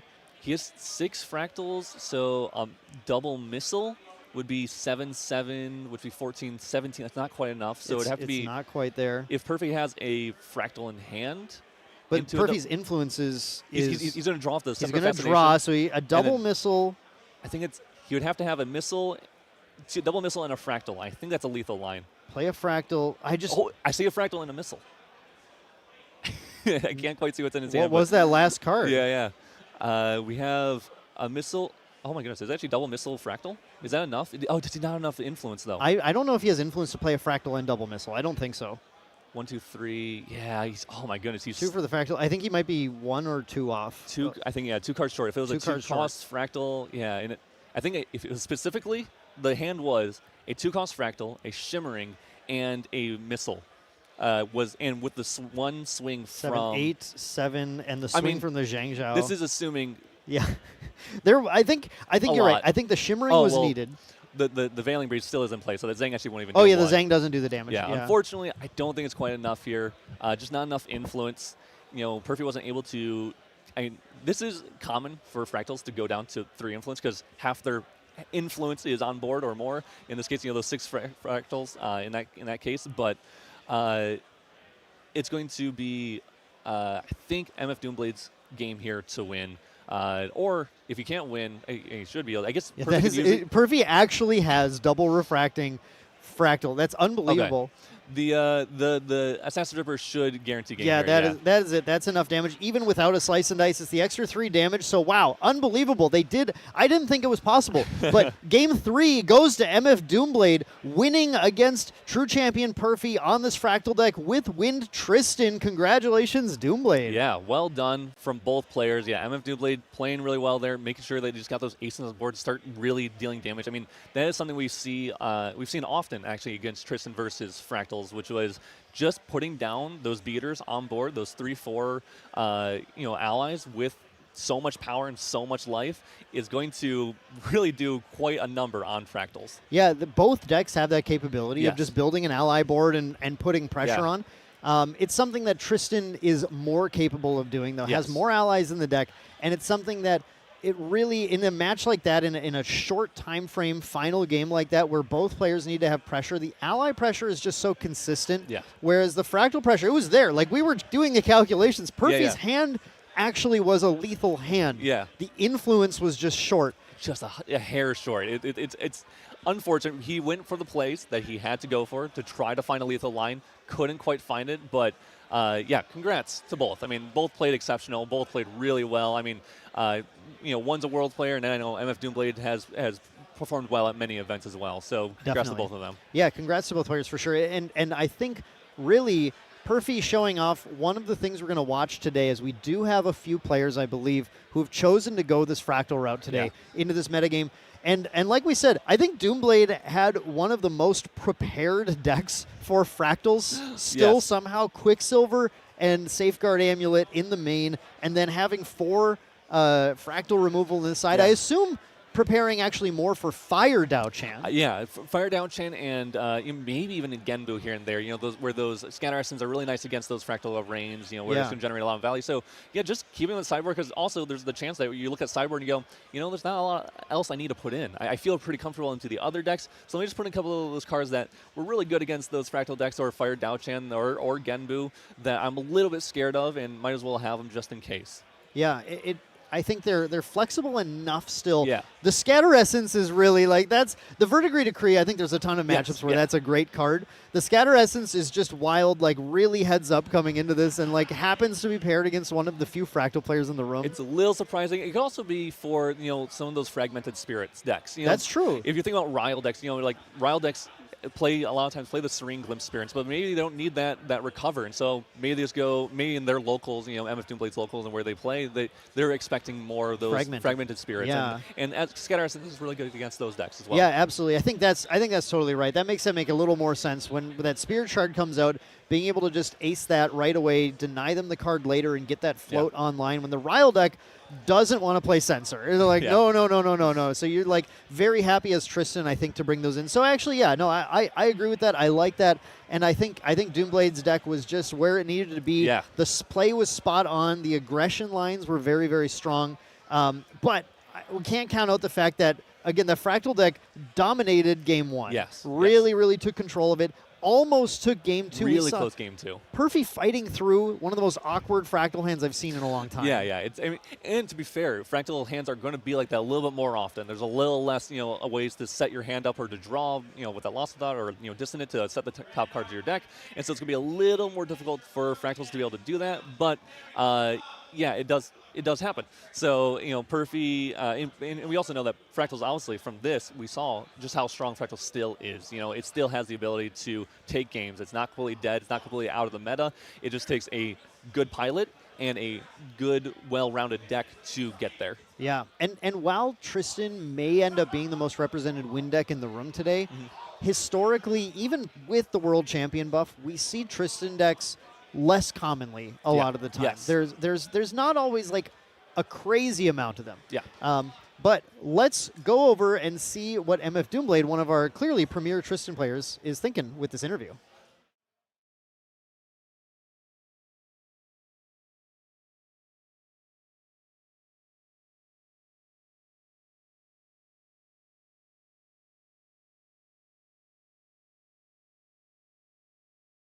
Big win. First round is always big nerves, right? I saw you on the win, Tristan. It looks like you've actually been playing that for a lot of events here. What made you pick Tristan for today, knowing all of the different things that have come out with the recent set Distorted Reflections? Honestly, my reason for picking Tristan is it's just such a flexible deck. It has a lot of tools and stuff like that, and I'm a big sideboard guy, so being able to bring in the pieces that I need against the matches, I think Tristan is doesn't have the most decisive matches, but it has a chance to win into pretty much anything in the field. So going into an event that's just a wide open field, I was this is definitely the deck I want to play. I've played it for tons. I've been playing it since A and B season, so I was this is definitely a no-brainer for me. Yeah, so you talk about how you're focused really on the sideboard, you're a big sideboard guy. I guess that makes sense. My next question was going to be about the Quicksilver Grail, right? You're maining Quicksilver Grail. You're not playing any other Divine Relics. You're not doing a Looking Glass build. You're not doing, the classic GCR for Tristan. I think that's really cool. I think it's a really good way to make it more flexible overall. Looking at your deck, it seems to be a little lower to the ground, right? I see the 2 Shadowstrikes, no other Umbra cards, both in the side and the main. So you're really focused on that ally game plan along with the Slice and Dice. Can you tell me about why you don't really go towards the Umbra side? Yeah, so the Umbra package is kind of just good in and of itself, right? You don't really need the tools. The Umbra cards just kind of slow you down in the early game. And really, Tristan stumbles when she takes too much damage, right? She has good protection tools, but they're limited. So if you burn through all your prep, you're just going to take all the damage and you're going to die. So I like playing an early game, be more aggressive. The deck builds influence on its own. That's part of why I'm on Quicksilver Grail. Because you don't really need the +1s, and the Quicksilver Grail just makes your materialization so much easier. If you want to go for an aggressive Slice and Dice line, you just tuck that Ripper right under Grail. You don't have to worry about banishing anything. If your Slice and Dice is in there, no worries. You play the Slice and Dice, flip the Grail, banish in response to the activation, and then you're coming in for 15. So it feels really good, especially against the aggro decks. Like, I really played this deck like religiously last season when it was all, fractals and fire aggro and stuff like that. So it's just like, it feels so good. Like, going into fractals, I was a little scared because it was fractals and it was Perfy, but I was like, all right, this is a good match and I think I can win it. Especially like once I sideboarded in my fractal hate, it felt really good. So it was still a tight match. Perfy did a great game, but it was fun. I love that match. It was really cool. Yeah, the sideboard, you have fantastic setup there. Something I wanted to ask you about that I thought was a little interesting. So you're actually mainboarding the Shadow Reaver and nullifying Mirror in the sideboard. I was kind of expecting it actually to be flipped because you're playing a little more low to the ground, a little more aggressive. I was kind of expecting I guess as Terry used to call it, the hat under the grail kind of trick. But let me just ask that last question real quick. I certainly do love that trick, but I was expecting a lot of fire coming into this, and that's part of why I'm actually on Shadow Reaver. I think if you're playing against the Fire Crux decks, Shadow Reaver is a crazy card, because a lot of times you're playing from behind, right? They're going to level up really quickly. So if you Shadow Reaver and you take like a Ghost or some Crux Sites or whatever, you have just like equalized the playing field. And then another card that I'm running in my main is Heavenly Guide. So if you can just like Heavenly Guide chain into it, they lose. And it's really good into the Crux level 3 Ryle decks. So that was kind of my plan. I was hedging that match, but still being good into the aggro. So. Yeah, well, thank you so much for this interview, Mr. Tex. Really appreciate it. Congratulations again on the first round here at Ascent Boston. We'll bring it back to you guys shortly with round 2. Thanks, everyone.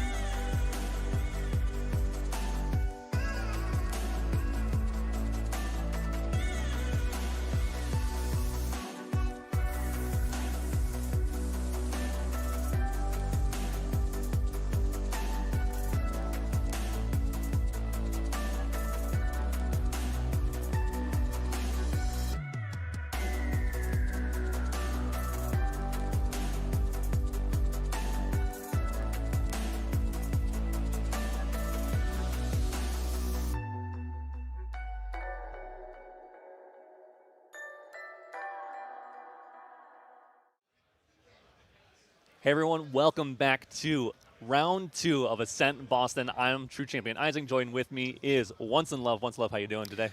Doing great. That was it was a fantastic match to watch. Yes. I was really not expecting Fractals this early, right? I mean, I was expecting someone to play it. Of course, Perfy is probably like the coined Fractals player at this point, one of the right? people that should be playing it. Yeah, no, definitely. I mean, it was a really good game by both players. Excited to see it, and I'm sure we're going to see a really good game here as well in round 2. We got some, good players here. We got exciting decks. We got Tristan again, but against a little bit of a newer deck, which I think a lot of people will be excited to see, which is Ciel. One of the new champions from the set. So I'm glad that we are able to see a deck that is running Ciel and hopefully perform well throughout the tournament. Yeah, and not just CL himself, right? We're Yeah. seeing a lot of new things in here. We're going to be seeing the Looking Glass. Yeah. So Looking Glass, as we've discussed before, is has a pregame action, right? Yes. It says you may start with this on the field. Yes. Now, because it is you can also miss it. Yes. Right. Big player announcement at the start here was, guys, do not forget your Looking Glass. Yes. Because if you forget it, we will not be letting you just flip it over Bring it for back, free. yeah. Yeah, so on top of that, we see a couple other things. This is a deck that was talked about with the kind of lead up to Quicksilver Cup. Mm-hmm. It's the Blackjack Yes. Baleful Ablation, focused version of this Ryle CL, right? Where you're using Orb of Sealing to put essentially flip over and face down a lot of your cards. Yeah, You're trying to get really high reserve costs. Yeah, instead. high reserve cost and using that Orb of Sealing to fix those reserve costs. Make exactly what you want. Certain numbers are really important in that. But yeah, we're jumping right into the match here, and we have the CL going first. And hey, they did not forget that Looking Glass. They have it on board there, right there underneath their Spirit. Yeah, so big one here. So Spirit of Serene Fire, going to be getting that Glimpse 6. Looking Glass does enter pregame action is on the field. So putting these back, what cards are you looking for in the Glimpse here, right? Deathatwar only kept 4 cards, surprisingly enough. That means it's a pretty good hand, and I'm sure a Ryle is it. I'm assuming this is the Ryle deck that as every deck does like to do in Ryle, which is search for those Ryles, search for those Creative Shocks, search for those Specters that it can discard. So I'm sure that is a hand that they are setting up. So if they kept 4 of those, I'm sure there's some of those in there as well. Yeah, if I recall correctly, I think I saw there was a Creative Shock and a Resolute Stand put back at the bottom. In the opening hand, we do see Ral the Abyss along with the, I think it was a Liminal Guide and a Dungeon Guide. So it's going to be a fantastic start for Deathatwar here. Yeah. I mean, the classic Tristan start, Windmill Engineer. I was going to say, it's a really good start for the Tristan as well. They have that Reclaim in hand as well, so they are also at least getting a +1. It might not be as good as a +2 here with that Ryle if they are able to do so, but it's still a very good start from Tristan. Tristan, the nice thing about Tristan is that they're not inhibited by these Ryle decks at all. Ryle isn't really playing anything to stop a Tristan game plan until they get to level 3. So Tristan can have a solid route to get to level 3 with as many prep counters as they need. Then they will be in a really commanding position as well. Yeah, so we are going to see the Ral the Abyss here, end step of Dami G's turn. So Deathatwar will be discarding a Liminal Guide. It's pretty big. I believe that is a Baleful Ablation here, banished for the level up. Going into Ciel Loyal Valet, we'll bring out the Servile Possessions Mastery. This will allow us to deal extra damage and banish cards and put Omen counters on them. So we're going to draw off the Liminal Guide. Liminal Guide enters the field Ephemeral here. And still another pregame action, or pre-recollection, we're going to see the Creative Shock. So the value so far from Deathatwar is quite good. Yeah, and one of the things we saw with the Creative Shock is a Cremation Ritual, and I wonder if we're going to keep that. We are going to discard it, but something that's interesting with a really nice combination with the Liminal Guide is a Cremation Ritual, because you get that Liminal Guide back from leveling up if it's in your graveyard, and then you can Cremation Ritual away to, again, +2 on, or +1 on that. So it's a lot of value really quickly once you start getting these Liminal Guides on board, and depending on what Deathatwar's hand is, can just get out of control really quickly. Yeah, so I was looking at the Tristan's deck list here. So I believe there is a Censor in the main board, right? Yes, there's a Censor in the main board, so it could be something we're going for very quickly here, because we recognize, hey, Deathatwar only put a single Liminal Guide into the graveyard, so we could actually bring this out next turn and start to really slow down the game plan and make sure that they don't get any more value, because they haven't been able to pitch any more floating memory. But we do see a Reclaim here. Now, this is essentially, even if, the Tristan player does bring out that sense of wrestle piece, it will be turned off. We are seeing level 1 instead. So saying, hey, they didn't have that floating memory. They didn't have that liminal guide in addition to what they've played. So I'm going to assume that they don't have any other ones in hand. So I'm going to try to take a turn to use my own float, go to level 1, and then maybe bring out the sensor later if need be. Yeah, it's a tough setup, right? So a couple things that happen here. Deathatwar, liminal guide attacks champion instead of attacking into the windmill engineer. It's kind of a face check, right? Do you want to face check the reclaim, or do you want to just send the damage? In this deck, you're playing a little bit more aggressively. You have the Rile of the Abyss to get to level 3 faster, so probably just pushing damage, right? And oh man, that is a fantastic setup. We're gonna see another liminal guide discarded from the Rile of the Abyss here. Yeah, so we were able to finally find, use the other Ryle that we had in hand. And it looks like there might be another Creative Shock in hand, too. So we could definitely see that at the beginning of Recollection for Deathatwar as well. Digging for, the best thing about Ryle is that it's not just the fact that you get to put free cards in your graveyard. It's that you're cycling a lot as well. And so you're able to dig for those dungeon guides way more efficiently, just like Creative Shock. That's a good part of Creative Shock, too, is that you get to draw 2 cards off the top of your deck. And if you're in a level 3 deck where you're looking for dungeon guides, it's one of the best cards to play. And now we get basically to play 8 of a card that's like that. And so we're digging deep in our deck, and we're hopefully eventually finding those dungeon guides more quickly. That way we can get to our level 3 game plan more quickly. I do have a question, though. Did we miss the banishment off of the Servile Possessions? It doesn't look like anything is banished. I don't see an Omen counter on anything or any cards underneath the Servile Possessions. That's kind of like the commonplace way that people set up. I've noticed a lot of people actually forget to do that. It's interesting because some of them forget, but some of them, depending on what Deathatwar's game plan is, with this one, this is a Ciel deck that actually plays Advent of the Stormcaller, which is a really cool card to play with that Baleful Oblation that you were talking about earlier, where you're able to specifically only make this card an Omen, and then it makes your Baleful Oblations actually deal 15 damage to the entire board, because Baleful Oblation says deal damage equal to the highest or the lowest reserve cost of your Omens. And so because if we only put that as our one and only Omen, we're going to deal 15 damage to the whole board. So it kind of becomes a kill spell in that aspect. Yeah, so it's a really neat thing. So it actually wasn't forgotten in the sense. Some people do like to get a little early setup with that. They like to still banish a card for the level 2 effect for Omen or Ciel Omen Bringer. But, in this case, what you're talking about here, it looks like Deathatwar has such an advantageous position. Kenny's got a 3rd Liminal Guide in his hand that he probably is just comfortable going straight to level 3 here and not worrying about needing any other Omens. Yeah. And that's exactly, it's like, Tristan's not going to kill me that quickly. I can level up every single turn, and I'll be safe for those couple turns. And once I get to level 3, I'm going to have 30 health plus 6 extra recover from my Spirit Lineage release. And that's going to hopefully keep me alive long enough to where I can put that Advent in the graveyard and then use those Balefuls to kill board, kill my opponent, and just go for that game plan instead.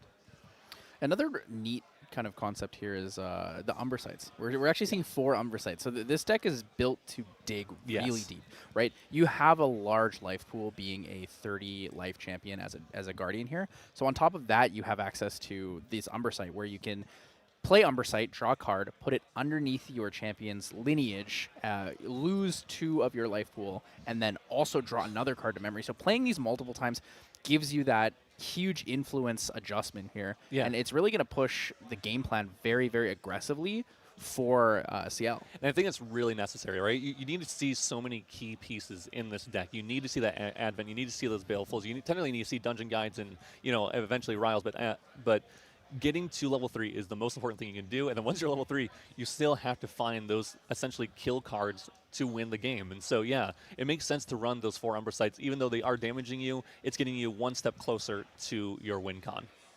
Yeah, you have a lot of aggressive ways to get in there too. Plus, looking at the sideboards, we do see the Exercise Curse there. I think that's a little cheeky. I like it quite a bit. I think it's an interesting setup for this kind of deck.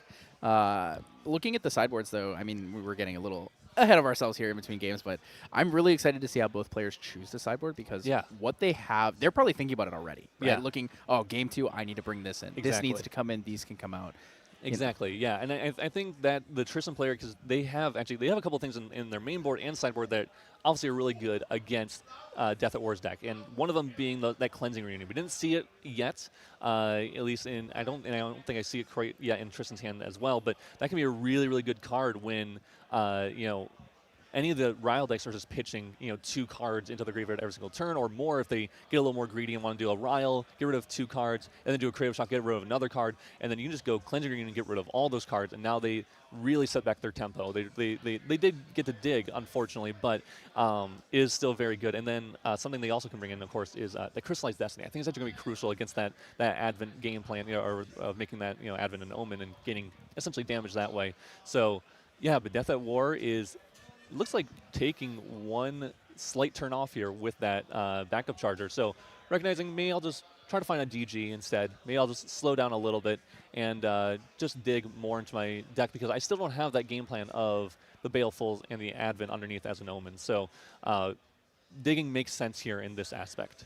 Yeah, he has no real pressure, right? He has taken 6 damage, but again, we talked about Serene release for Recover 6, and also being a Guardian. He did draw into the 1-up Turbocharge earlier in the game. To note, 61 cards, the special, the classic. We do love it. Both players actually doing the same thing, the 1-up Turbocharge as their 61st card, most likely. So Turbocharge is going to come in, it's going to sacrifice that Power Cell. We're going to draw 2 cards. We love to plus, love to draw, love to dig, and drew into the Ral the Abyss. When you're good, you're good. That's what this deck does, right? It is, and that's why it's playing that Turbocharge. It's why it's playing Creative Shocks, and it's why it's playing Riles, because we are digging. We have 9 cards that allow us to dig deeper, and we're, we have that backup charger to, on our turn, to, again, dig just slightly deeper. So there's a lot of cards that essentially make, even though it's a 61 card deck, make it smaller in a way. It's a lot less than 61 cards when you can find those cycle cards. And this is going to be a fantastic turn coming up for Deathatwar here. So we do know that he has 1 Evercurrent Raider, which is a floating memory in the graveyard. He also has the Ryle of the Abyss. He has an Evercurrent Raider and a Liminal Guide in his hand. So he's going to have 2 floating memory and the Liminal Guide. He's going to plus essentially 3 off the rotation of going into Ciel Mirage's Grave. This is about to be a crazy turn. If he finds the Advent, though, then it will allow him to set up for the Baleful Oblation turn 1 set earlier. Yes, which is obviously insane. Those Baleful, and if it's coming in for 15 damage, Tristan currently only at 19. We have 2 liminals on board. Even just 1 turn of that will actually kill this Tristan. Now, Tristan, luckily, has those in caps. They're on a 4 of. So, some Tristans were on a little bit less of that in the past, but in this meta, I think it makes sense to have 4 incapacitates in the main board, because it can stop those Riles. It can stop that, that Baleful. It can stop a lot of stuff in the current meta.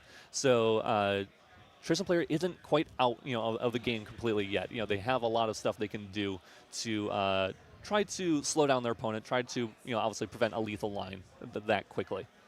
I also really like the Consumption Ring in this setup. I think Consumption Ring is a really good way to kind of defend yourself. Because Consumption Ring, if I recall correctly, says that everything costs more except for allies. Yes, right? Yeah, non-ally cards cost 4 more. You can only banish in your opponent's recollection, but that can stop a lot of stuff from happening. It stops attacks. It stops those big Shadowstrike. The Shadowstrike, yeah. From Tristan's side of the board here, it's those Shadowstrikes. It's those Mastermind Schemes. It's even those Incapacitates, because Baleful is fast speed, and so Baleful Oblation can actually, you can do it on your opponent's turn. If you pop Consumption Ring on their turn, that Incapacitate costs 6 reserve from hand to be able to activate it. That's a lot of cards to be holding up for the Tristan player. So definitely a really cool card to be playing in this deck. Yeah, it's a really strong potential punish to the board state. And I think that having all of these Distortion Regalias and Distortion just items in general is something that's going to make this game a lot more spicy. I think that's the best way to phrase it for me. It adds a new flavor to the whole style of the game. Yeah, yeah, definitely. I love what... and I hope we actually see a Ciel do really well, and maybe it's this list, because I think Ciel has so much that it can do that people haven't been able to explore yet with proper timing, because I think it's going to take a lot of work to find a really refined list that works perfectly and works well. But Ciel is so strong because it has so many options. It has that, once you get to that level 3, we're getting basically at the end of turn, if you want to use it, just banishing and creating an Omen is dealing 2 damage. And with stuff like Manxum Armoire, that can do it technically at fast speed, and you're able to do 2 damage unpreventable at fast speed as well. So Ciel can actually gain so much damage without you realizing, because it's all just can be a bunch of chip damage. It's a really unfortunate situation here for Dami. So he levels up to Tristan 2, Hired Blade. We do know that Tristan has an on-enter that uses, if you have 2 prep counters, you draw a card. If you have 4 prep counters, draw another card. In response to the on-enter, he plays the Fairy Whispers, looks for a Surveil to Wins. He doesn't actually have access to getting that 4th prep counter, so he did not get it. We saw I believe it was a Zephyr, a Dream Fairy, and something else. The Zephyr was revealed, put to hand, but wasn't able to gain the 4th prep counter for the extra card draw. So he's actually going to be a little bit behind in this game plan now. Yeah, definitely. It's going to be hard. He does have the Slice and Dice, and it looks like we might even have the Shadowstrike in there. So we have, I think it's a Penumbra Waltz. There's a 1-off Penumbra Waltz in this deck, which is really, really good. We've seen this often, actually, with a lot of Tristan decks, because it can represent a lot of defense, but also offense at the exact same time, because it basically, essentially what you do is you remove prep counters, and you prevent 3 plus that many prep counters from your champion, and then you create 2 you create 2 shadows, which can present a lot of damage really quickly. So as long as this Tristan player is getting to level 3, getting the Shadow Dancer, and putting, and getting that chip damage on board, it's funny, they're actually going to be in a similar scenario where they're just going to try to build up enough influence, get that game plan online to where they can just essentially do a lot of damage to their opponent in one turn. Not necessarily OTK from the Ciel player, but certainly from the Tristan, they're going for a 1-move kill, which is that Shadowstrike dealing essentially 30 damage in this case, because Ciel level 3 has 30 life.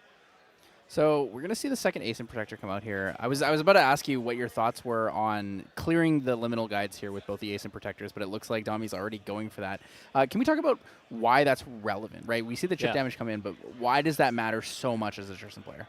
So the chip damage in general from any deck standpoint, especially level 3s, is that essentially every single chip damage you're getting to your opponent, even if it's just 1, and let's say Tristan's case, getting that 3 damage to your opponent's champion, is 3 less prep counters you need to get on your champion, because those prep counters can take a while to generate and to get.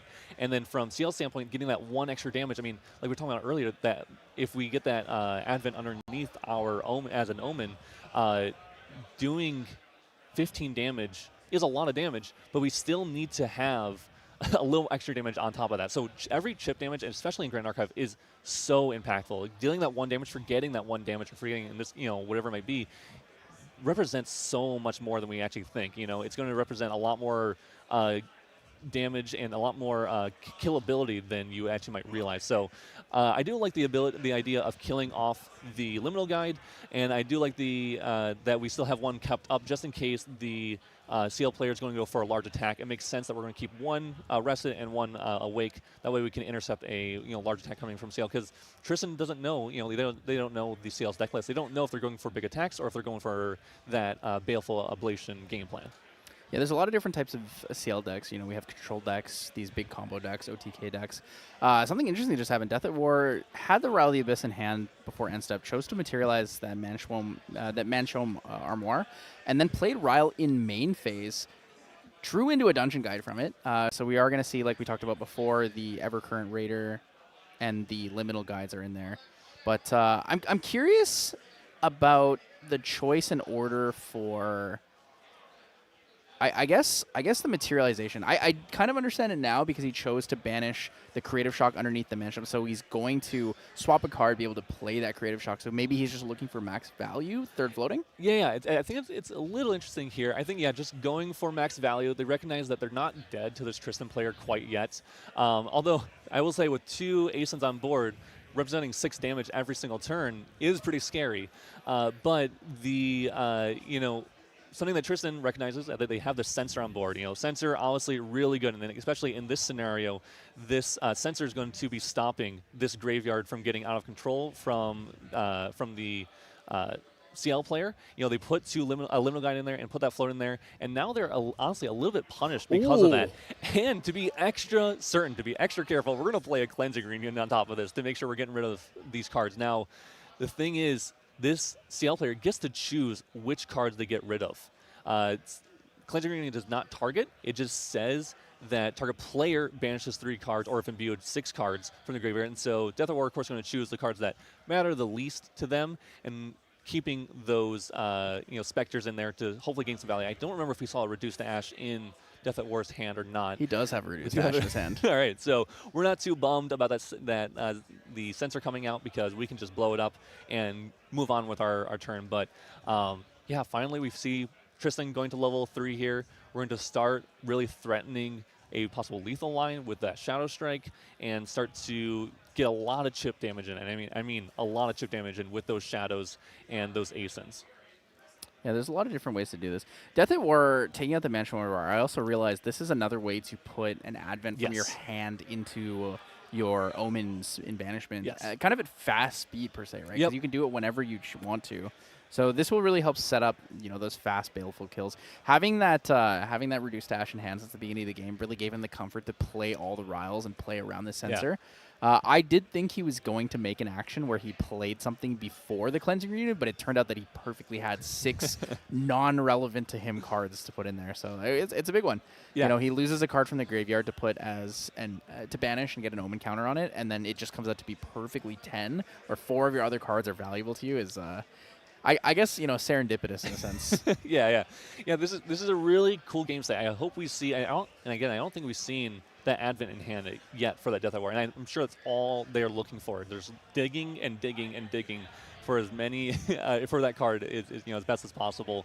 Tristan, being a little scary here. They have that Windwalker boots, so they're starting to build up those preparation counters. They're at 6 already. Shadowstrike is already coming in for 10. You count those 2 shadows, that's 12 there. And if you had Shadow's Claw on board, that's an extra 3 on top of that. So looking at 15 damage already from Tristan's Shadow Dancer with the Shadowstrike. And then, of course, not including the allies are on board, that's another 7 on top of that. So technically already threatening a semi-lethal line. Now we do have that Recover Lineage release from Ciel that can recover 6. So Tristan's going to need a little extra to get there. But something interesting we do see is that the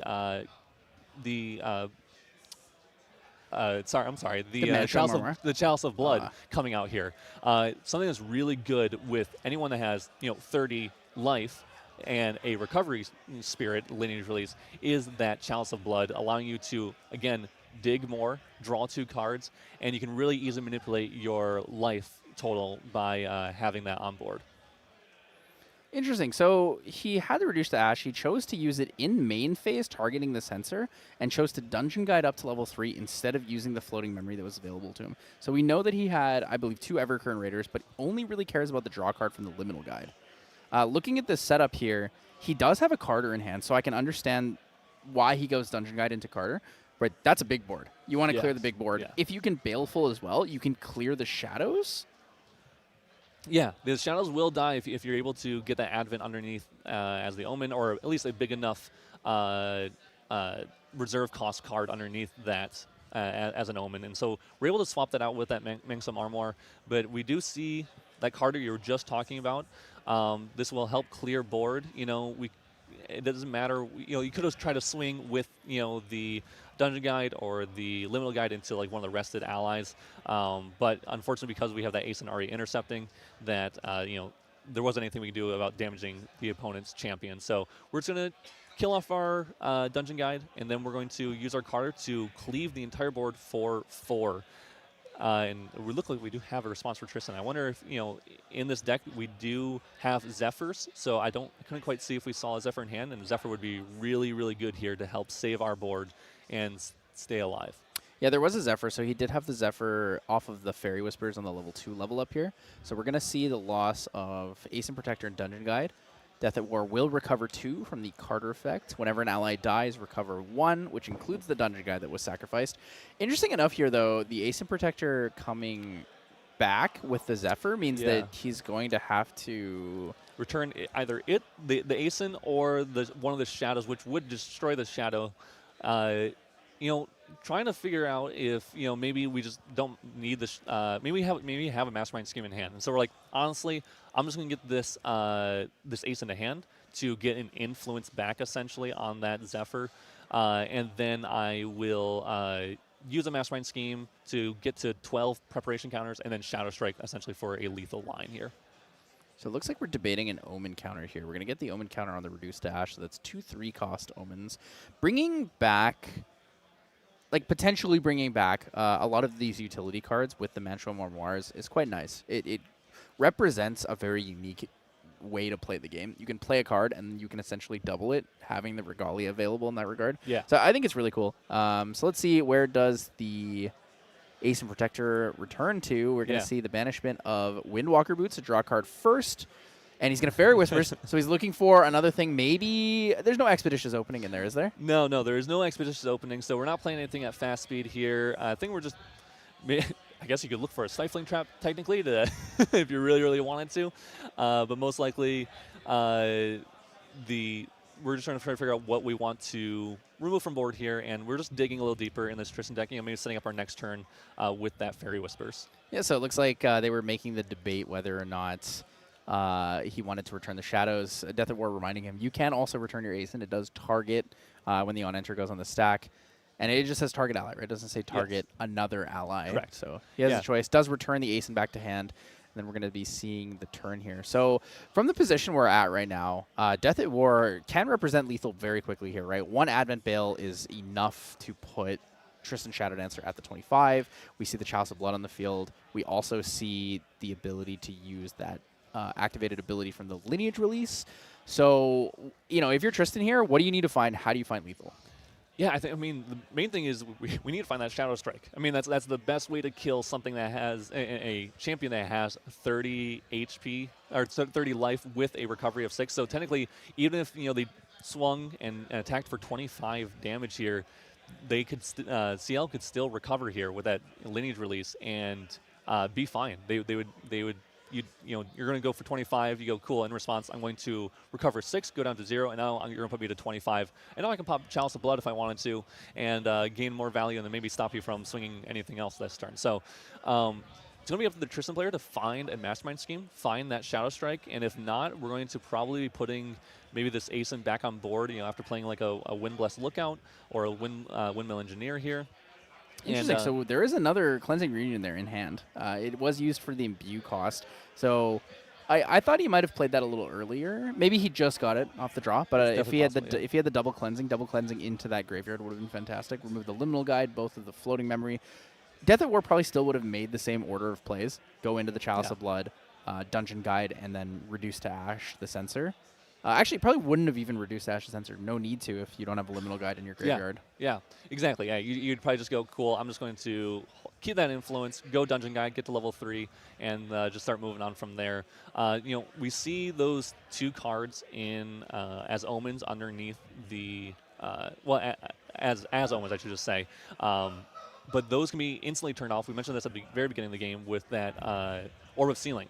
So even though there's 2 under there and we can't just instantly switch one out with a Advent and be good, all we have to do is bring out that Orb of Sealing, flip over one of those omens, and then swap out one of them for an Advent. But again, I don't think Deathatwar has that Advent. We haven't seen it yet, and we're still waiting to find it. We have dug a lot into our deck, and I think we have a Umbra site, which you brought up earlier, which is also going to allow us to dig 2 deeper and hopefully find that here on the next turn, because even just a single Baleful and an Advent will represent lethal onto this Tristan player. Now, Tristan does have incaps, does have veilings to stop some damage and all that kind of stuff, but, it's up to the Tristan player to have that in hand. There's also something else interesting in this deck list that I think is worth mentioning. When we look at these high reserve cost omens, right, we also look at the concept of extorting blackjack. Now, this is an attack that says if your reserve cost of your omens equals exactly 21, and we do have 6 in there right now, and we do have Advent coming up as 15 for the future here, so it'll be interesting to see. So Grand Sonnier will come out. This is the Umbra weapon from the starter deck here. It says Ciel bonus as long as the total reserve cost of your omens is 10 or greater. This gets +2. Sadly, we are not at that point. We only have omen counters totaling reserve cost of 6, but it does provide some clear on board, some more damage. Just chip in for 2 here and there. And we did see that Umbra site in Recollection, so it draws you a card, and then you can draw a card in memory and then take 2 damage for every single curse in your champion's lineage. And even though it draws on memory, since we're doing it in Recollection because it is fast speed, we actually can instantly get that influence for our main phase here. Advent has been drawn. I do see an Advent in the hand here of Deathatwar. So we know he's had the Baleful Oblation since the beginning of the game. This Carter Cleave for 2 will represent 2 recovery because it won't quite kill the Windbless as a 1-3. I always think it's a 1-2. Yes, yeah. It will at least count as one recovery here, and then make us a little safer. Again, we're feeling pretty good because we have it looks like 12 cards, 12, 15 cards in hand, and so we have a lot of options we can do, and keep ourselves safe. And we also again have that Chalice of Blood. So unless we're getting instantly killed from 7 or 0, I should say, to 30, we actually probably can activate that and use it to again gain more influence and probably go for a game here. And so we're probably just thinking about what we can play. We need to wait one more turn and go for that Orb of Sealing on our next turn because we can't use Baleful Oblation quite yet to deal 15 damage, even if we use that Manxum Armor to put it under as an Omen and swap it out. So going to take at least one more turn here for the CL player. So we're going to be swinging in with the Grande Saunière. This, along with the Servile Possessions Mastery, will mean that we are attacking for 3 here. Tristan is able to redirect, does have the Ominous Shadows and 7 prep counters. Something with Deathatwar worth mentioning, we look at the deck, it's basically one turn from finding that Baleful Oblation, right? We need to get out the Orb of Sealing, make the swap with the Manchom Memoir, but he also has double Resolute Stand in his hand. If he holds all of his cards, he has a way to live through almost anything that the Tristan player can throw at him. Yeah, it's gonna take the Tristan player to build up a lot of those preparation counters, and more than they probably think, and it's up to them to recognize that that's something they need to do. They need to find those mastermind schemes, probably doubling once here, get them to 14, doubling again would get them to 28, and even then, that wouldn't be enough. So they have to probably get all 3 mastermind schemes to make sure that they have a lethal line. Now, if they get some chip damage in here in these next couple turns with the Shadow's Claw and those just swing with Champion and those Shadows, then maybe we can actually get there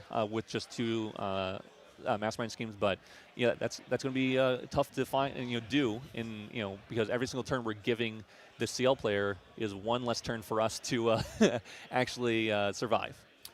So I believe we have double Umbra Sight in hand for Deathatwar, which means the potential for double Umbra Sight into the Chalice of Blood does exist. Draw a lot, and then go into the Advent swap with the Manchom Memoir. So you swap out the Creative Shock in most cases. You could do the Reduce to Ash, because you can do it in response to your Materialization so that the Terrafring can't come through. Yes, I think that's something really important. I think we have to recognize that as long as Deathatwar is, and that's a hard thing to see all the time, right? We talk about this a lot, and when we play test and all that kind of stuff, is that it's hard to see every single line you can do when you have those windows of opportunities. So we can play use Manxum Armor in response to our own Materialization, swap it out with the Advent, and then use that Reduce to blow up the Terrafring before our Recollection, still with that Orb of Sealing Materialization on the stack. And then we can use our Materialization, the Orb of Sealing, to flip over 2 of those Omens, and then now we have that Baleful Oblation online, dealing 15 damage to the entire board except for our own champion. Yeah, so for those of you who are unfamiliar with how Orb of Sealing works, it was a popular card during the Slimes meta as a way to remove slime cards from banishment. In this case, what it's going to do is it's going to banish these cards face down, put a seal counter on them, and that will remove their properties. Now, these are still considered omens because the counters are not removed. The counters remain there, but flipping over and banishing face down a Dungeon Guide means you don't know that it's a 3 reserve cost card, essentially. So the Baleful Oblation will check the cards in banishment with omen counters on them. We'll see that only the Advent of the Stormcaller is a card that has a reserve cost that is in the banishment, and it will deal damage based on that number. Yeah, very, very cool deck to be able to play a non-Umbra, non-Fire, Norm card in a deck. Is it actually, in fact, an Advent card? And we do see Manxum Armor using it and putting that Advent underneath already. And we did get back the Creative Shock. I think that's what it was underneath there. I think the Reduce is still under there at least. That's fine because we have Baleful that we're not going to worry about it too much. That we don't necessarily need to attack on our next turn. We're just going to use cards here to hopefully pull out cards from our opponent's hand. Like if we can get an Incapacitate out here for this Resolute, I kind of like this idea. It's like it's going to be pretty good just to pull that, and so that way our Balefuls are more likely to actually damage our opponent. So we banish the Grand Crusader's Ring, hoping to draw into the Incapacitate. It's going to see a Dungeon Guide instead. So this is Shadowstrike for what I believe is 4 prep counters with the Shadow's Claw? Correct. Yep, I think we prepped it for 4. and Shadow's Claw, so it's coming in for 9 total. Minus the Resolute stand. Minus the Resolute, so we're only dealing 6 damage here. These Shadows, unfortunately, will not be dealing any damage because they are fully being blocked by that Resolute. So a solid Resolute to stay alive and, just make sure we're nice and healthy and make sure we're not taking any unnecessary risks. And now we are taking some damage, though, and this is something you were mentioning earlier. Because if we use an Umbra Sight, if we have 2 Umbra Sights, we use one here, we will take 4 damage.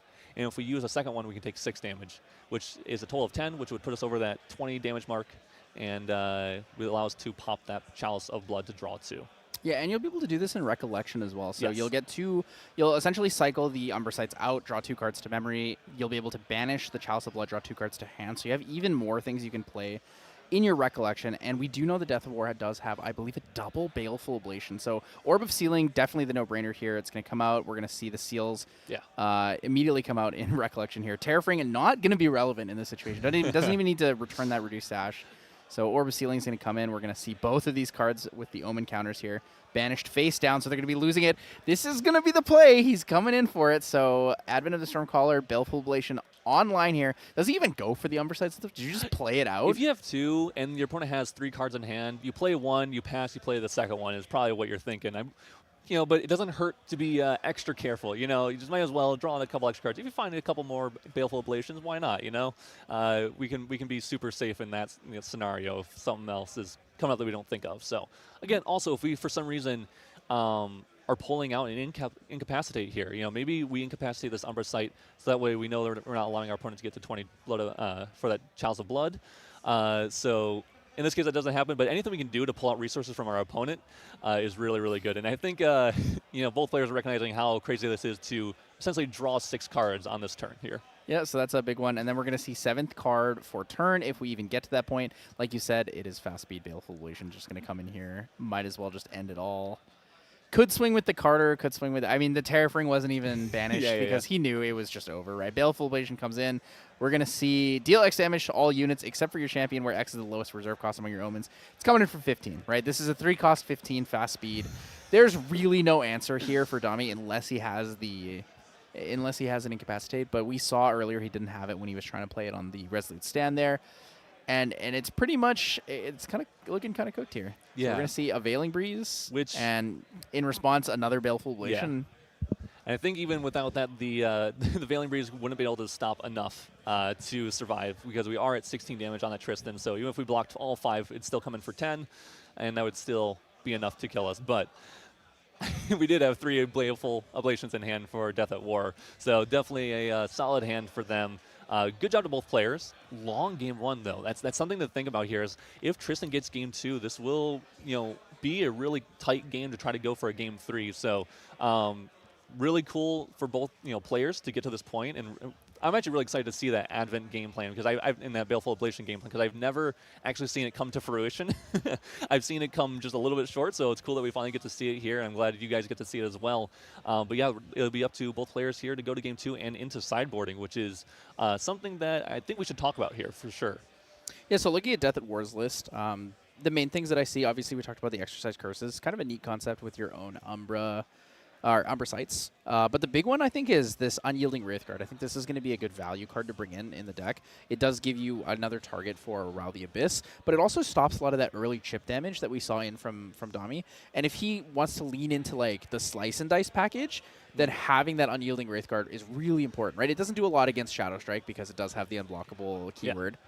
But, yeah, so looking at that, what do you think about...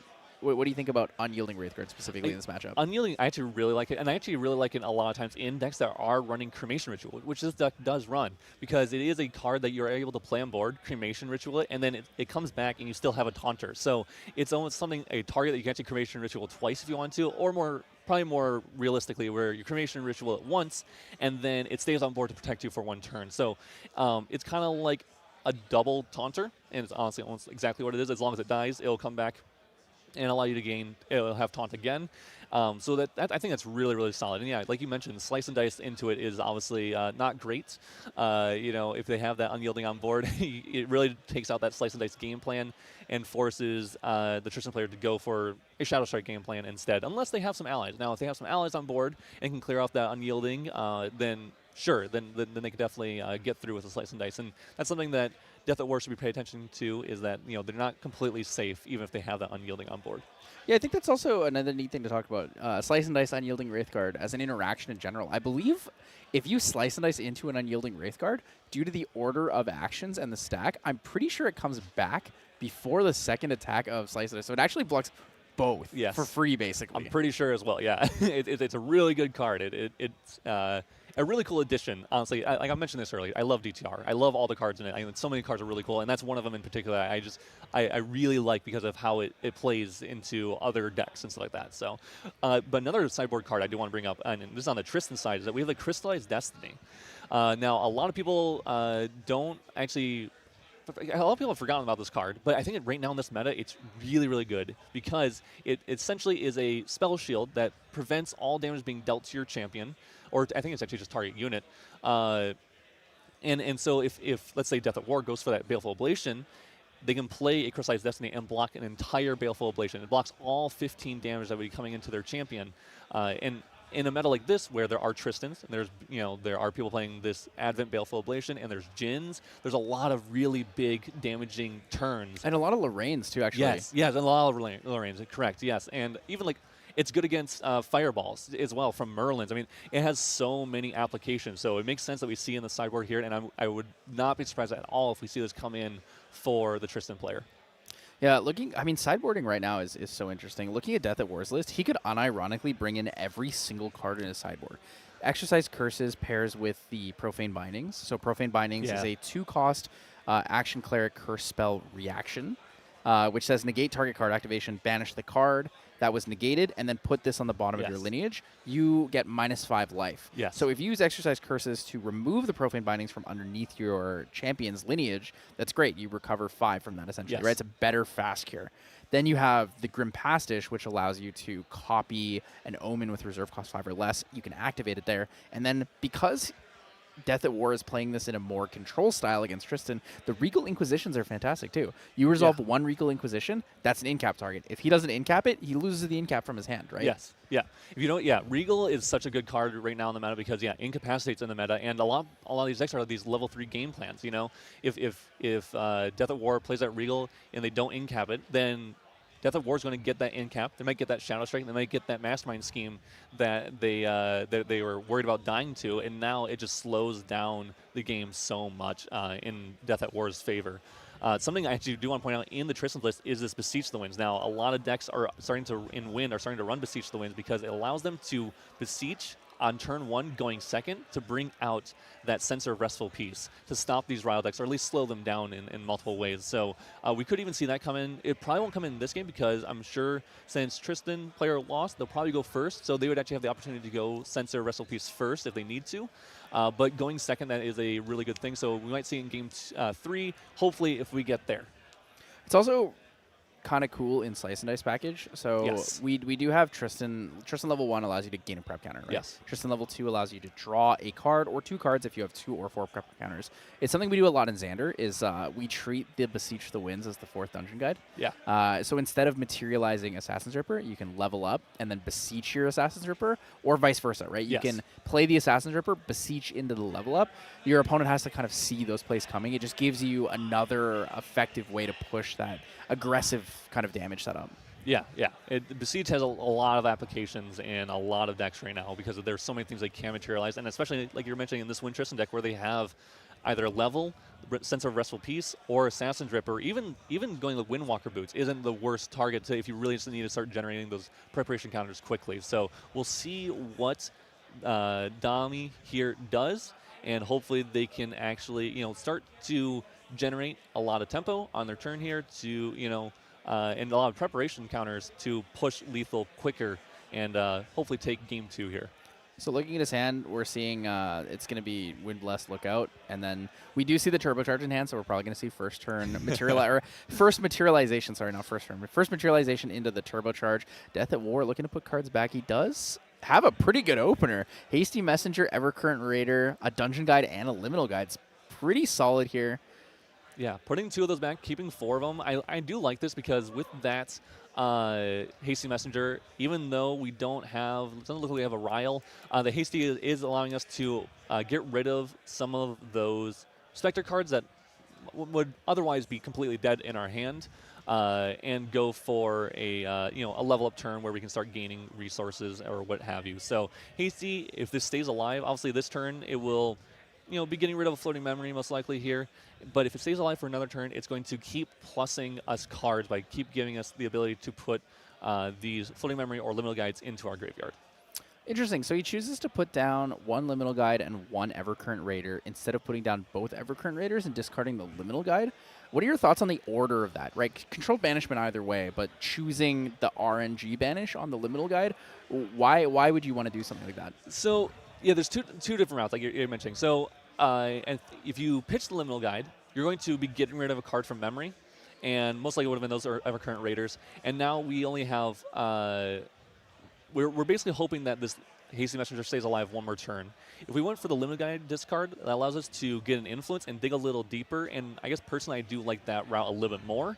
But, if we want to go for the most optimal digging routes, I guess that's the best I can put it, in the hope that we just are going to hit a Ryle here, then it makes sense to get rid of this Evercurrent Raider, because then we have 2 Specters for our Ryles later on. So this could just be respecting that, and realizing that I'm not going to die that quickly. At least I'm not afraid of dying that quickly. And so instead, I'm just going to take my time, keep as many of these Specters as I can, and hopefully use them with a Ryle later on to help myself dig and gain a lot of value that way. And something that happened in this case, which is that Hasty Messenger still stayed alive on board here. So we might actually find that Ryle sooner than later, because Hasty's going to allow us to dig 1 card every single turn as well. So it looks like we're going to see the backup charger, like you said, not too afraid of dying here. You're going to play a little slow, dig the deck, figure things out, find a way to either draw into a Reduce to Ash to deal with the Sensor of Wrestle Piece, or just, find some discards here with the Hasty Messenger. We're going to see the draw into Umbra Sight, not super relevant for this matchup early on, or even really later. I don't think Deathatwar needed it that badly, but we're going to... draws into another dungeon guide here, so... Yeah, this is a little bit of an awkward hand. There's a lot of Umbra and a lot of DGs and Specter cards, so it's going to be kind of hard, especially with that Sensor on board. That's a really good Sensor from the Win Tristan player, honestly, because this is just going to slow down Deathatwar a lot because of their current hand. They have a hand that they almost can't play that much at all. So most likely we're playing this Liminal Guide just to play something, so that way we can level up next turn. We need to play cards because our hand is getting to a point where we almost can't use it, and so we need to actually get cards down into memory to banish them to level up. Yeah, so Liminal Guide, raw play, like you said. It's not the greatest, but sometimes you got to do what you got to do. So Liminal Guide swinging into the champion here is going to deal 1. And then we're actually going to see an end-step Stifling Trap onto the Hasty Messenger. Interesting timing on that, I guess. Yeah, it could be that... to be honest, there could be a lot of things going on and a lot of plays that we're going to do, and maybe we didn't think we were going to kill it, but then recognize, maybe we should have killed it, later on. Like, we recognize, honestly, I don't have a better way to deal with that. I don't have any allies. Maybe we're just hoping that we were going to go for a different play, but we just realized, honestly, I need to kill it now because I have the, first of all, influence to do so, and then I'll go backup charger, and because they're not pressuring me at all, so I know I don't need to worry about anything. And maybe they were honestly, there's a possibility they're respecting a dungeon guide. They're like, maybe they'll honestly will dungeon guide quickly up, because maybe they thought they're going to level up on their next turn, their materialization, and then wanted to stop a level 2 to level 3 dungeon guide. So we're just going to play that way, but then recognize, hey, they didn't do that. I'm going to take my time. I'm just going to kill off that Hasty Messenger now, go backup charger. I feel very safe. I just want to go for influence here, and then eventually I will just level up and hopefully gain more value than my opponent. Yeah, sadly, that 1 damage might actually matter in a matchup like this. Not exactly sure, because we do know that Baleful Oblation is going to come in for that big 15, so it is... a lot of the time it's going to be overkill, right? There's no real other way to put it. We're going to see the banishment of Umbra Sight here going into Ciel, Loyal Valet. Servile Possessions will come out here. So we could start making Omen counters. I'd be interested to see if in this game, since Deathatwar does not have that early Rile of the Abyss, the aggressive setup into heavy dig, we do see a Creative Shock. If he's going to go create a bunch of Omens, go for some more damage with combat-focused damage instead of just fast-activated non-combat damage. It's definitely possible, yeah. Like we were talking about earlier, he has that that Grand Sunri in the deck, and so that can represent a lot of damage, but we do need to get Omens that have a total reserve cost of 10.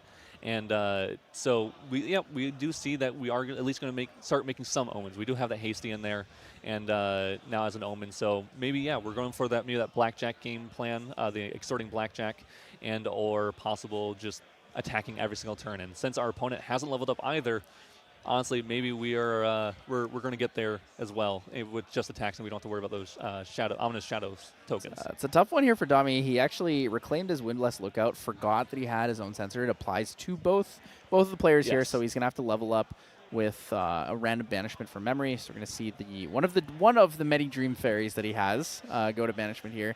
It's a little unfortunate setup. I do want to talk about this banishment choice for the Hasty Messenger here with Deathatwar. So he's going to be looking towards creating this Omens. I think it's worth mentioning one of the reasons why he's choosing to make Omens this game and not previously is because in previous games he had the Rile of the Abysses, right? He had the setup. All he needed to do was draw into that that Advent of the Stormcaller, so he could set up for the Baleful Oblations. In this game, he doesn't have any of those things. Yeah. Instead, Ciel level 2 is one of the strongest and best level 2s in the game, alongside Diana as well, the new Aether Diana, because it's a hand-fixing card. Yes. What it does is it allows you to fix and cycle out cards from your hand or your memory to find the answers you're looking for, and that's really what Deathatwar is doing right now. He's getting the Omen counter under there. When he goes to level 2, he's going to be able to cycle one card for each of the Omen counters. Yes, and they're one at a time for the Ciel level 2. So you can if you have 2-3 Omens, let's say 3 Omens, you discard and then you draw, and then you can discard, and so you can discard the card you just drew. So that level 2 allowing you to fix his hand will be really crucial, I think, because of how his hand is. I mean, we have a lot of Umbra cards, we have a couple dungeon guides.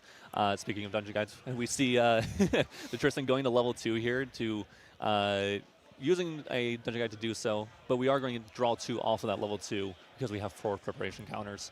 So honestly, using as a cycle, trying to get to our game plan of level 3, of course, but we have a decent way to do so. We're not losing that much influence. So we're going to respond to the on-enter of Tristan level 2. He's going to get the Creative Shock. He's going to be able to discard an Undying Dreams, but he's drawn into, I believe, his 3rd dungeon guide. It's kind of a funny situation here. So Ever Current Raider will go away. Sadly, the Sensor of Restful Peace still stopping all of those cards right there. So Dami recognizing that Deathatwar is playing a much slower game plan, right? We haven't seen the multiple Rile of the Abysses. We haven't seen that aggressive level up into the liminal guides. Recognizes maybe I should go to level 2. I should push level 3 faster, right? I have the resources. I have the dungeon guide. I can start pushing the damage. He doesn't have a way to deal with this. So, making that big jump to level 2, expending the dungeon guide, like you said, cycling cards. Cycling cards there, totally fine. Yeah. Yeah, and it seems it seems a little bad at first, but especially if Dami has another dungeon guide, or they have, and I think actually in hand they did draw one at least, or have one. So they also have an Incapacitate here, which will be really, really good if they're scared about what Deathatwar can do. So and that's why that Creative Shock was played before those draws from the Tristan level 2 on enter came into full effect, because it allowed them to guarantee Creative Shock to cycle some cards that they desperately needed to cycle, and then and in fact an Incapacitate is in hand now, so that would have been able to stop that and put Deathatwar at a very awkward point. So well done by Deathatwar, recognizing that opportunity and making sure that they're doing stuff correctly here is really crucial to try to find a way to win the game. Yeah, I think he's debating right now whether or not he wants to dungeon guide to 3, or if he wants to find a way to dig for reduced Ash, right? Yeah. It feels a little greedy to go for the reduced Ash, but you are up a game 10 minutes into with the round being left here. He has 3 dungeon guides in his hand. I feel like at this point you just have to dungeon guide. There's no real reason not to, right? It feels like it, and I believe we have still 2 Umbra cards left in hand. So it could be like, if those are our Balefuls, I think we maybe got rid of another Baleful as well. We got rid of 2 Umbra cards. I can't quite see what one of them was. But so that could feel really rough to do so, but also recognizing, hey, I just need to go to level 3 and survive might be an option here. Instead, we do see the Hasty Messenger, and we say, you know what, we're just going to cycle instead. Hope we find that reduce, because if we find that reduce and we level up, we're going to be gaining a lot of resources because of that. Instead, we hit an Evercurrent Raider, unfortunately. So he's digging into like a lot more of these, essentially bricked cards at this point, right? Yes. Going into level 3 here would allow you to have the Dungeon Guide, go to level 3, create an Omen, deal 2 unpreventable damage every single turn, right? You put your opponent on a clock. Like we've said before, a 20-turn clock is still a 20-turn clock, yes. right? It's better than an infinite clock, no real way to find the end game. But, you know, creating all those omens, you're going to get to the point where all these other cards become online, right? Yeah. One of the rare cards you almost never see happen, lineage release of CL2. Yeah. It's funny. Yeah, you very rarely see it because they very rarely are able to stay alive long enough to get enough omen counters. But honestly, yeah, in this game, that might be part of your game plan is to try to use level 2 to replay a card from that is an omen. But we do require 6 omens to do so. The Tristan player just going for the classic GCR because we have another dungeon guide and we're sitting in a really good spot right now. We're not scared of dying, and we're not scared of losing out to something crazy happening. It looks like Deathatwar has a really bricked hand in a way. There's not a lot of stuff they can play. So honestly, I'm just going to keep dealing chip damage, remove threats from your board, and hopefully stop any kind of play you can do with that incapacitate in hand. It's funny because I think Dami actually just unbricked Deathatwar's hand by Dream Ferrying the Hasty Messenger into memory. He's actually able to level up to 3 if he wanted to. He could banish all 3 cards, go level 3. We're not going to see it though. He is going to play the Manchome Armoire, so he's probably going to use that to return the Creative Shock to hand. Yeah, play sure. that, look for a little more dig. Advent in hand. You just top deck it, right? You top deck the perfect card. So here's the Creative Shock. It's going to swap it out with the Advent of the Stormcaller here. And then hopefully find a Reduce to Ash to be able to use the Floating Memory and the Liminal Guide available so that he can go to level 3 without, 0 influence. Yeah.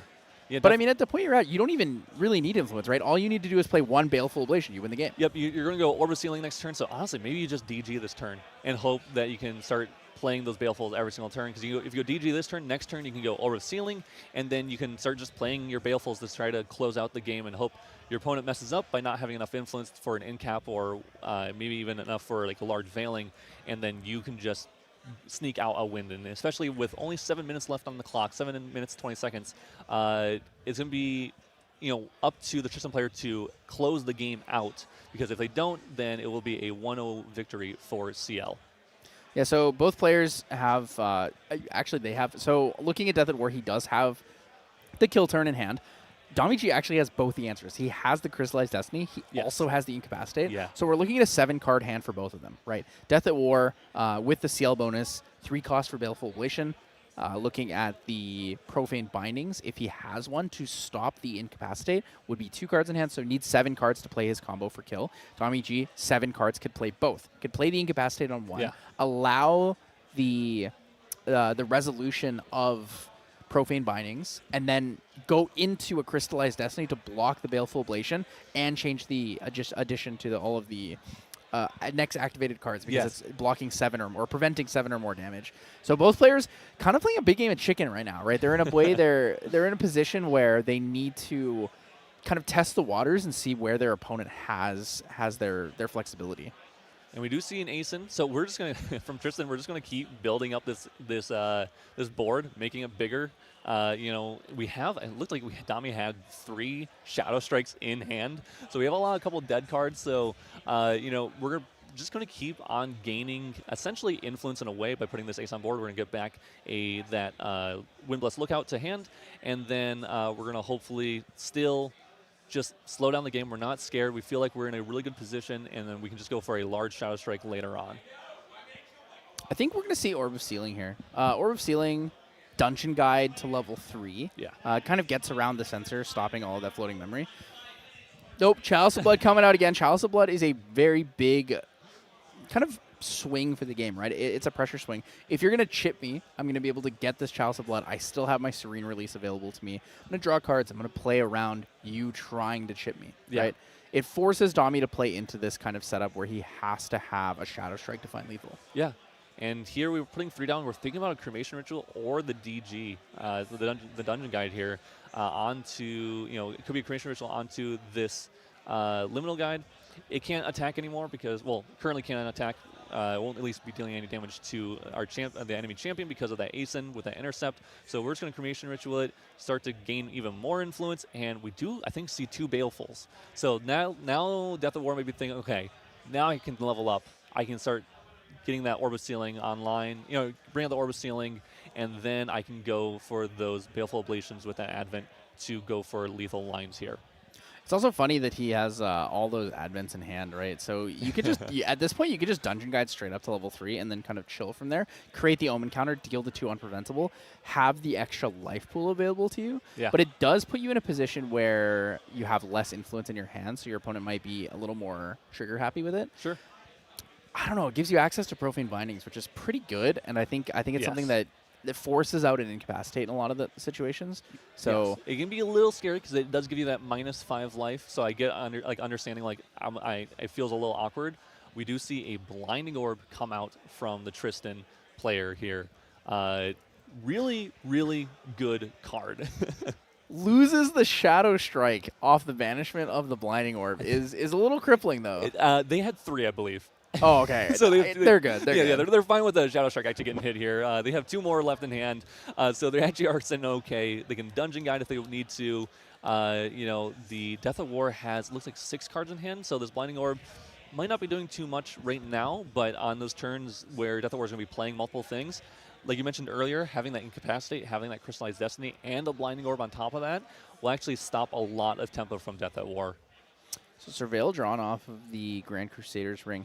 Basically looking for what is a Mastermind. Mastermind Scheme into Shadowstrike still isn't enough, right? Mastermind Scheme after the level up, 6 to 12, plus the 4 from the Shadowstrike is 16, plus 1 from Shadow's Claw. 17 is not enough in this situation, right? The Lineage release will put Ciel down to 4, which means you need 21. So you'd be 4 short still, right? So even with Blinding Orb or anything like that, you play a Surveil early, you'd still only get 2, so you'd still be missing 2. So you need double Surveil, Mastermind Scheme, Shadowstrike, and there's no way he's going to have enough cards to be able to play that and level up at the same time. Yeah. We are seeing Dungeon Guide here, though, recognizing, hey, we probably should be, let's get to level 3. Let's make sure we're not dying to something silly. We do have that Advent as an Omen now, and we do have the ability to essentially get to 21 reserve costs for our Omens pretty easily, and so that Extorting Blackjack will actually come online to deal a lot of damage really quickly. So having these Ominous Shadows on board and the ability to redirect those attacks will actually be really, really crucial, and so playing it safe here seems right. I really like the concept of having all of these things. When you look at Extorting Blackjack. Extorting Blackjack is such a neat card. On top of having the Shadows, he does have the Ascent Protector as an available taunter. But, I mean, at this point, you could basically just start swinging the Ascent in, right? Yeah. Because if you swing in the Ascent and you use a Redirect instead of the Intercept, you've traded 2 prep counters, which is essentially 2 damage from a Shadowstrike, for 3 damage from an Ascent Protector. Yeah. So it seems like an okay trade either way. I do like the dummies keeping the Blinding Orb up. It does allow him to have a little bit more protection on the turn that Deathatwar tries to go for lethal. So we are going to see the Orb of Sealing. This is the turn he's going to go for it. Things Dami has access to. So Blinding Orb, force Deathatwar to put 2 cards down in his main phase. We'll be able to draw a card off that as well because of class bonus. Has Windwalker Boots, so he's going to be able to get a prep counter off of, or sorry, not a prep counter, draw another card off of that because he does have 7 prep counters already. Yeah. So he's kind of in an okay position, right? We know he has I believe it's Incapacitate and a Crystallized Destiny. Yes. I think only has 4 cards in hand though, so even with both draws, we'll only be able to play one of those, not both. Yeah, because Crystallized Destiny costs 3, I believe. So, because you said 4, yeah. So go to 6, and we have something that costs 3 and something that costs 2. So it's gonna be a little hard to play those. Deathatwar just trying to figure out what they should get rid of here for this Dungeon Guide, and if they need to try to do anything else. We do see, I'm sure one of those Advents went down into memory, and I'm sure the other Advent will go down there as well. And now we're finally going to level 3. No Stifling Trap coming in at this Dungeon Guide. I'm sure Deathatwar is very happy that that is the case.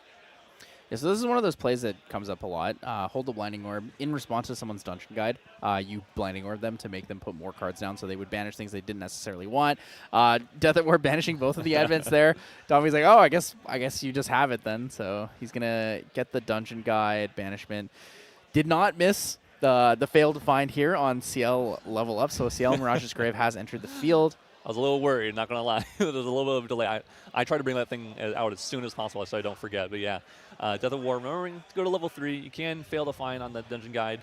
And yeah, Deathatwar does have some Omen cards, or not Omen cards, Umbra cards they can play. We are going to get rid of a card from Graveyard. That way we just deal a free 2 unpreventable damage to the champion, but it doesn't matter because we can just get rid of it along with the other, I think it's Hasty Messenger there with that Orbis Ceiling.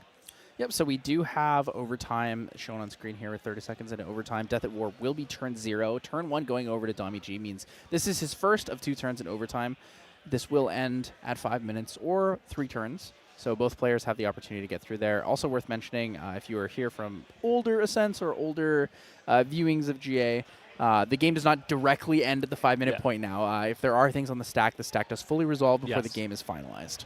Yeah, very important because it can affect a lot of things and allow for more, I guess, interaction to happen. Oh, he's doing it. In Dami's recollection, he chose to play the Surveil the Winds, and it looked like he didn't have the cards available to play the in-cap. Yes. So Deathatwar goes for the Baleful Oblation with the Orbis Ceiling setup, but forgot about the Windwalker Boots. Windwalker Boots allows him to draw a card, and then he played the Incapacitate. So he will live the turn. Deathatwar does have a lot of protection available to him still. He's going to be a 30 life pool champion with a Serene Spirit release. So he's essentially working with what would be 23 available life and has the Chalice of Blood. So what we're looking for Dami G, 23 damage. I think he has exactly 23, actually, by the way. I think we have 8 preparation counters, and we use a fully prepped Shadowstrike.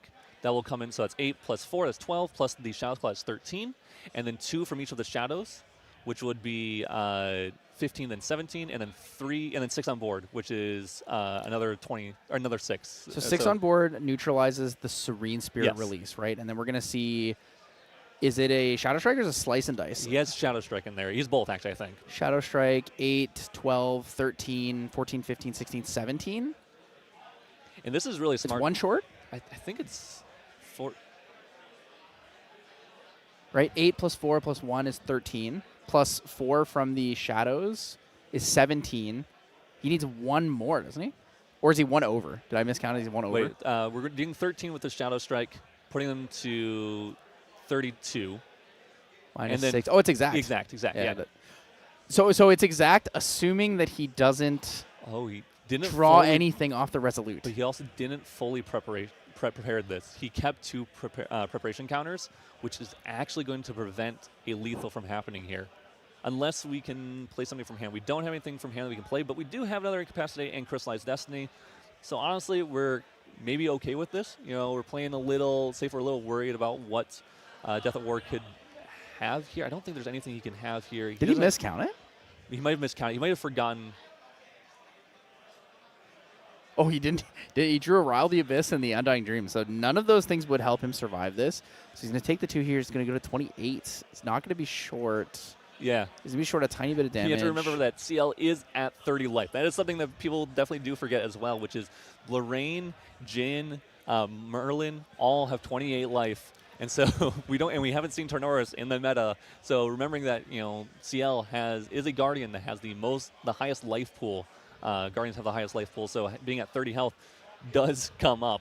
And in this case, it did really come up here. So Deathatwar has 1 more turn to try to find lethal here and hope that the Tristan player doesn't have an out to it. Yeah, so Crystallized Destiny and the Incapacitate, he basically needs to have a Baleful Oblation plus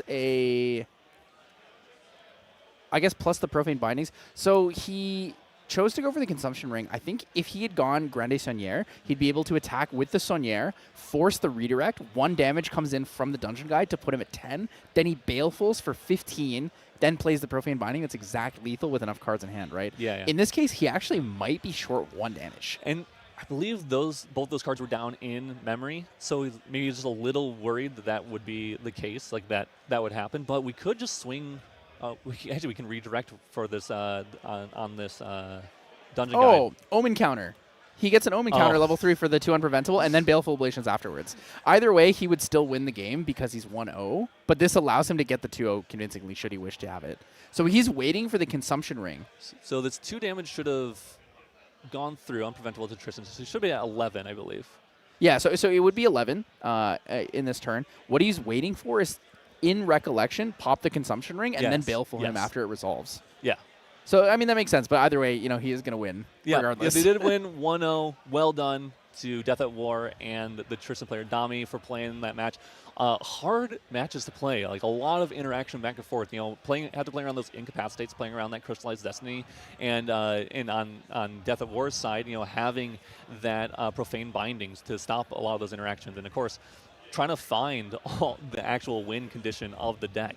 That's really important to try to find, is those Advents and those Baleful Oblations. It can be difficult, and good job at Deathatwar for finally getting out of that kind of really dead hand. He had so many cards that just did nothing for so many turns, and finally getting to a point where, hey, I'm actually going to start threatening a lethal line. Yeah, I mean, you open a hand with that many Umbra cards, the early setup looked good, right? We had the Liminal Guide, there was a Dungeon Guide, as well as, I believe it was a Creative Shock and a Hasty Messenger. It's a good-looking hand, right? Yeah. Your opponent going first means they have access to Censor, right? You don't draw a single Rile of the Abyss. Yeah. I almost feel like in a setup like that where you have the Glimpse Spirit, you're able to play the Serene Spirit, you got to just send back a couple more cards. You got to look for something a little more aggressive, right? When you have the Liminal Guide and the Dungeon Guide, do you feel like, would you keep both, or would you get rid of one? I would, if I didn't have a cycle card, I'm probably just keeping the Dungeon Guide and getting rid of everything else. But that's me, and it just depends on how people want to play and how they confidently feel in their deck. Because it also just depends on how their practice went, right? They're like, okay, I've done this before, or I've kept the DG, I've kept the Liminal Guide, and I've kept an Evercurrent Raider, and I had no problems finding any of my other cards. And they did have the Hasty Messenger. The thing that really, really threw a wrench in their plans was the Censor, and not finding a Reduce to Ash for that Censor of Restful Peace. And that just limited, because they had a lot of Liminal Guides and Evercurrent Raiders in their graveyard. They just couldn't use them. So I think it was really just not finding that Reduce to Ash and not finding those cycle cards to then find the Reduce to Ash is what really, really hurt them in the long run.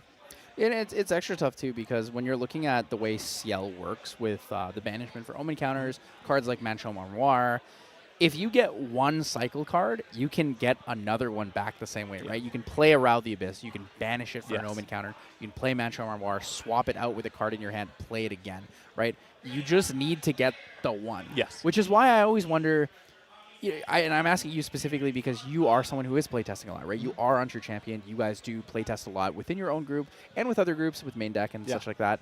Do you feel like you really want to dig for that Rile of the Abyss, for the Creative Shock, so you have access to things like that Manchom Armoire? I personally, yes, because when you have those dig cards, it's just going to open up your hand so much. And I think I mentioned this actually earlier in this match, which is, these decks are at 61 cards, but if you find those creatives and you find those Riles and you're able to dig, it reduces that deck size in a way and makes that consistency so much higher. And that's really important in any kind of competitive deck. Any way you can build a deck that's more consistent is all you really want to go for, right? If you can have a consistent game plan and have a smaller deck, which does that because you have less cards you're looking for and have to draw into your hand that are dead, it makes the deck incredible. So finding those Riles, finding those Creative Shocks, and even the Hasty Messenger to help cycle are really, really good. And I think Deathatwar just felt safe enough with that Hasty, recognize that maybe honestly I can get 1 or 2 turns out of this, and then hopefully that should be good enough for me to get to where I want to be. Unfortunately, it didn't quite happen in terms of using Hasty Messenger to find like a Reduce to Ash, but they were able to get to level 3 and start representing a lethal game line. Yeah, for sure. So something I want to talk about with this match specifically, and probably future matches to come here, is Regal Inquisition. Yeah. Right? Regal Inquisition is probably the best card in the game that is not talked about enough. Yeah. In my opinion. Right now, that card is crazy. That card reads, I look at whatever you have, and I remove all of your kill cons, I remove all of your defensive interaction, or I can just play a couple of them and just straight mill you out. Yeah. And there's also the other option of, I can Regal Inquisition you, realize you have nothing, and go, cool, you keep them all, because I don't really care about any of that stuff. I'm just going to go with my game plan and kill you anyway, because I realize, oh, you don't have the Incapacitates, oh, you didn't have the Crystallized Destiny, or you didn't have, or even a kill line on my next turn, so you can keep all those Dungeon Guides that you're already level 3 that are dead, or the Cremation Rituals that aren't going to do anything, and other stuff, and, I'm going to be fine with whatever's happening on my turn instead. Yeah, it's a big one. So, hopefully we see some really big Regal Inquisition lines coming up soon. Yeah. But, I think we're standing by pretty soon here for the winner's interview. I'm interested to hear what Deathatwar has to say about his deck. His deck was super interesting. Yes. We've seen it in other places. We saw people playing the Baleful Blackjack deck at the Quicksilver Cup. Yeah. Surprisingly, it didn't do very well there. It fell a little short, but it was really it was close. And I think it's just because people are not used to Ciel and playing it 100% correctly. So if we get more time, and I think it will happen after this event, as we get more time and see that deck list, it will be really good and finally stabilize on how it plays in its game plan. Yeah, awesome. So we're going to be sending it over to Main Deck Dan here with the winner's interview. So we'll see you guys soon. All right, everyone, we are here, the end of round 2 with our winner of round 2, Deathatwar. How's it going, man? It's going good. That last game was really fun. Level 2 not doing anything for most of the game, just that's a lot of Umbra cards anyways. Yeah, there was a sensor in there that was really doing a lot of work, and I just kept seeing you draw purple the whole time. That sensor was doing a lot of work. I was like, there's 4 reduce in this deck. Maybe I'll reduce and just level up into 3 for free, draw a card, and go crazy. I don't know. Yeah, but didn't happen. You don't always need to do that here. That you're playing an extremely fun deck, one that's really starting to creep into the metagame. A few other players can be kind of highlighting its power here, and I think you did a great job in that match of really showing the flexibility of this Umbra, Ciel, Advent of the Stormcaller, Baleful Oblation combo deck. Now, I noticed, I was looking into your history at previous events, and you have played Fire Aggro in a lot of tournaments, including at Nationals last year, 34th place, if I recall. Yeah. So what made you choose to go from this Fire Aggro deck that in a meta where Fire Aggro is very good to playing this combo deck here? So the reason that I swapped to the combo deck is I really like Philo and Fiza, but I'm not as interested in Guoja, Suzaku Fire Aggro. Okay. And currently with how fast and how valuable people can get to level 3 with the Ryle and whatnot, it feels like you need to be super fast. So Philo just doesn't feel as good to me, which is it's like a Fire Aggro deck with a little bit of a mid-range of I can Fiery Momentum you for 12 later and stuff like that. And so it's it still works, but I don't think it works as well right now as playing Guoja and Peppered Chef for 12 is crazy. Yes. So it's a lot faster. And also the Ciel deck's really fun. It is so fun. I love this list. I love all the crazy things you can do. We saw game 1 you winning with 45 damage on the stack with 3 Baleful Oblations. Absolutely crazy. You get to play so many fun cards in there. We saw a big old Carter swing, and those extorting blackjacks never quite came up there, but they were ready to go too. It's they're better into Xander than it is Tristan because they don't have the ominous shadows to redirect to. Yep. But it's a deck that just has so much incredible power, so many fun plays. I want to ask you now, bringing this into this metagame, I'm sure you've tested plenty. What is the matchup you are most afraid of with this deck? The matchup that I'm most concerned about is Luxem Xander. That was definitely one of the harder things because Incap's a really good card. Yes. But the deck is teched a lot against it. Ring of Consumption, really good against Incap. Oh, yeah. I didn't quite get to use it right at the end there. And then the sideboard is kind of based around Xander. So it's the game 1 is a little harder into Xander, and hopefully game 2 and 3 is better. Sure. But sometimes those matchups don't always go to finishing a game 2 and 3. Yeah, it's very true. They can be very slow. So yeah, Xander's probably the biggest one. I have tested nothing into Jin, but I get to do stuff at fast speed, so maybe that's fine. Yeah. I think against Fire Aggro, I just go, that's crazy. I have 36 health. yeah, true. The Serene Spirit helps you a ton, gives you a lot of room there. Now, you have a lot of health in that deck, but also you have a lot of cards. I noticed 61 in the list. What was impossible to cut there? Why did you decide on 61? This could be a simple answer. It's all good, right? But any thoughts on that? Yeah, it's mostly good. The one is just the turbocharge there, which I don't normally do. In fact, I'm just slightly disgusted. Yeah, sure. But my friend convinced me of it, and I looked at stuff and I was like, oh, maybe I cut an Umbra site for the turbocharge, and I was like, no, I don't want to do that. It's so good with the Chalice of Blood. Yeah. I'm gonna have a 6 card tempo swing in my recollection. So eventually I was just like Turbocharge is fine as like a 61st Yeah, card. yeah, I love a good You 64 turbocharge. Get those cards in there, but we'll have to keep an eye on how this deck and how you're performing throughout the rest of the day today. But congratulations on your win. Thank you so much for doing this. Thank We're you. going to throw it back to you guys. We got another round coming up real soon. Check this.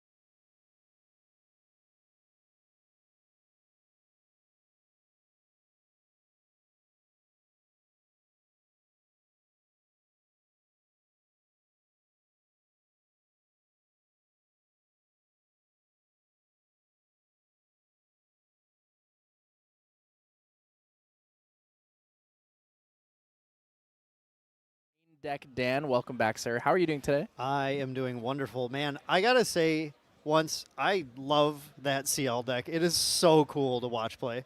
Yeah, so we actually, just a bit ago before we got on camera here, we're talking about the different variations of this deck, things that I like, things that you like. For me, it's the multiple high reserve costs, so I really like seeing Advent, Incarnate Majesty, and the, Obsequious Blow, the old throwback to Icebound Slam. Being able to play those other things and then also having the Lamentations Toll, I think is really cool. It gives you a more flexible level 2 instead of being so, I guess, forced into like a high-level control level 3. Dan, when you look at that deck, what is your favorite variation of the deck? I think the one thing that I wanted to see in that list, although obviously we saw that list was that Deathatwar was piloting was perfectly serviceable and doing everything it needed to do. I really like when you still put the heavy swings in. You have the 6 cost with the 15 cost Advent, so Blackjack is a little bit more live there, which is pretty fun. But it looks like we are ready. We're going to be heading into the next match here shortly. We are still waiting to see deck lists. We're not sure exactly who we're seeing or what decks we're seeing, but I'm certain just looking at the room, seeing the lay of the land, we've got a lot of interesting decks to look at here. It looks like we've got Modestmewtwo. Oh, this is going to be good. This is going to be a good one. We got Modestmewtwo versus Mistel here. Oh, this is the deck I was talking about. I forgot Modestmewtwo's on Chess Club. Modestmewtwo's on Chess Club's list. So I actually know this deck list. I looked at it earlier. This deck list has a fantastic name. It's called Death and Horses. Mm-hmm. It is essentially the beautiful Hanabi coming out here too with the big flex. So this is a deck list where they focus on playing Vanitas, Dominus, Rex to tax their opponent's materializations. But because they're level 3, they're also playing Fire and Wind Horses. So Dilu and Red Hair. Yes. Yeah, this is I've heard we'll see it. I'm certain we'll see it happen here. Modestmewtwo starts with that level up to 0 to Hanabi and then goes for that Creative Shock, pitching this fast gear. And the whole concept of this deck is Modestmewtwo wants to level to 3 next turn. Wants to go to Vanitas 1, Dungeon Guide to 2, and then activate to 3. Gets to then punch the opponent for 3. And the beautiful thing here, Mistel's playing the Spirit of Serene Fire with that Looking Glass. So this is possibly the Ciel list again. I think is a likely one. Also, I don't know, are we seeing Luxem decks with... Not usually with Looking Glass. I don't think so. No. So yeah, I'm trying to think. I think this is likely Ciel. Have to take a look at the hand here and see what's going on. But it's going to make it so... This deck's really... Vanitas deck is really against Lorraine. Oh, he's playing Mad Hatter. Mad Hatter, okay. So Mad Hatter, Cheshire Cat, Rile the Abyss. This could be a Serene Fire Diana list. Serene Fire Diana would go so hard. Would be crazy right now.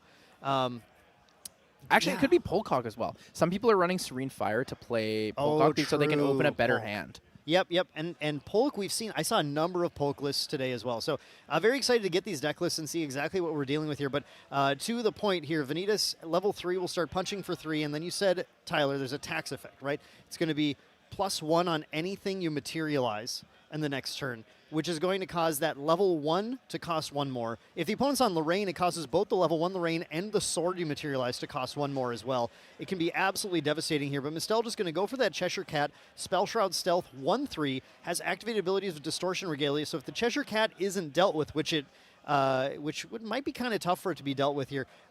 Likely an Inert Sword can come down next turn or something to pump this Cheshire Cat up and make it a real threat. We're going to see Modestmewtwo go for that Vanitas and then go for the Rile the Abyss, pitching that Undying and then and another Rile here. So in response to level up, he's going to play that Rile. We're going to get the Undying Dreams discarded, draws into a card. Something worth mentioning, Mistel's hand, so we saw the opening there. We do know he's on Ranger. He's also playing Blazing Throws. So this is either...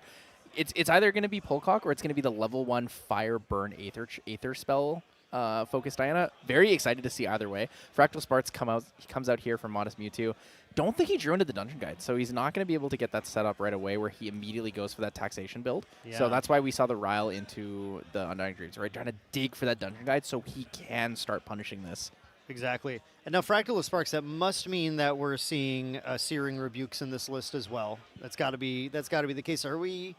We're not running Razor Gale too, are we? No. Okay. So this is mainly a fire focused list. It's not actually too heavy into the wind side. Searing Rebuke is in the list. It is also kind of cool. They're playing Volda, which means that you have to be very specific about your timings on Volta, because Volta says all fire element sources you control. So if you play a Searing Rebuke and you want to Fractal Sparks it, you have to time the Volta very specifically. Otherwise, you will not be able to prevent the damage. Sure. That is interesting. That is really interesting to see.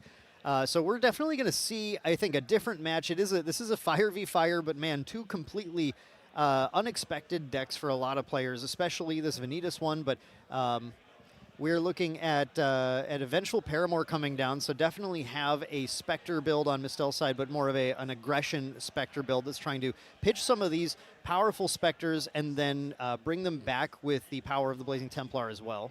Yeah, so end step, it's going to be Fractal Sparks, resting here to deal 1 damage to champion.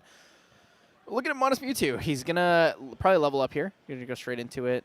Going to go into Vanitas level 2. He is not using that Undying Dreams, and the reason he's not using it is because when you level up into Vanitas level 3, you're able to use the floating memory from there and cards from your memory. So he's looking to kind of have controlled management in the sense. So the Rile of the Abyss, he's not going to be able to discard any cards off that, though.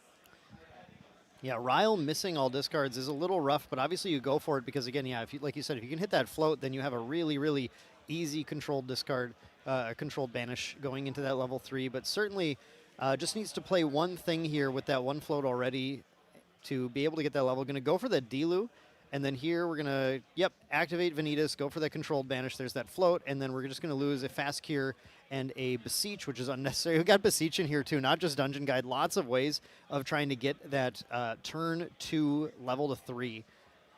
Yeah, so it's going to come in for 4 damage here. Vanitas level 2 does say that when you activate a spell, for every spell you activate, you get +1 power for the turn. So when he levels up to Vanitas level 3, he has the 3 power base, and he's going to swing in for 4 because he has the 1 counter from Obliviate Schemer, or not Convergent Ruin, sorry. Important to remember too, Dilu has Pride 3. A lot of people just kind of forget that and think it's just a unique human ally that will turn it on. But yeah, Vanitas is level 3 right now. So that is the Dilu ready to swing in as well, which is why these horses are so powerful in here. You just go to 3 so quickly, and these horses can just do a ton of damage to the opponent.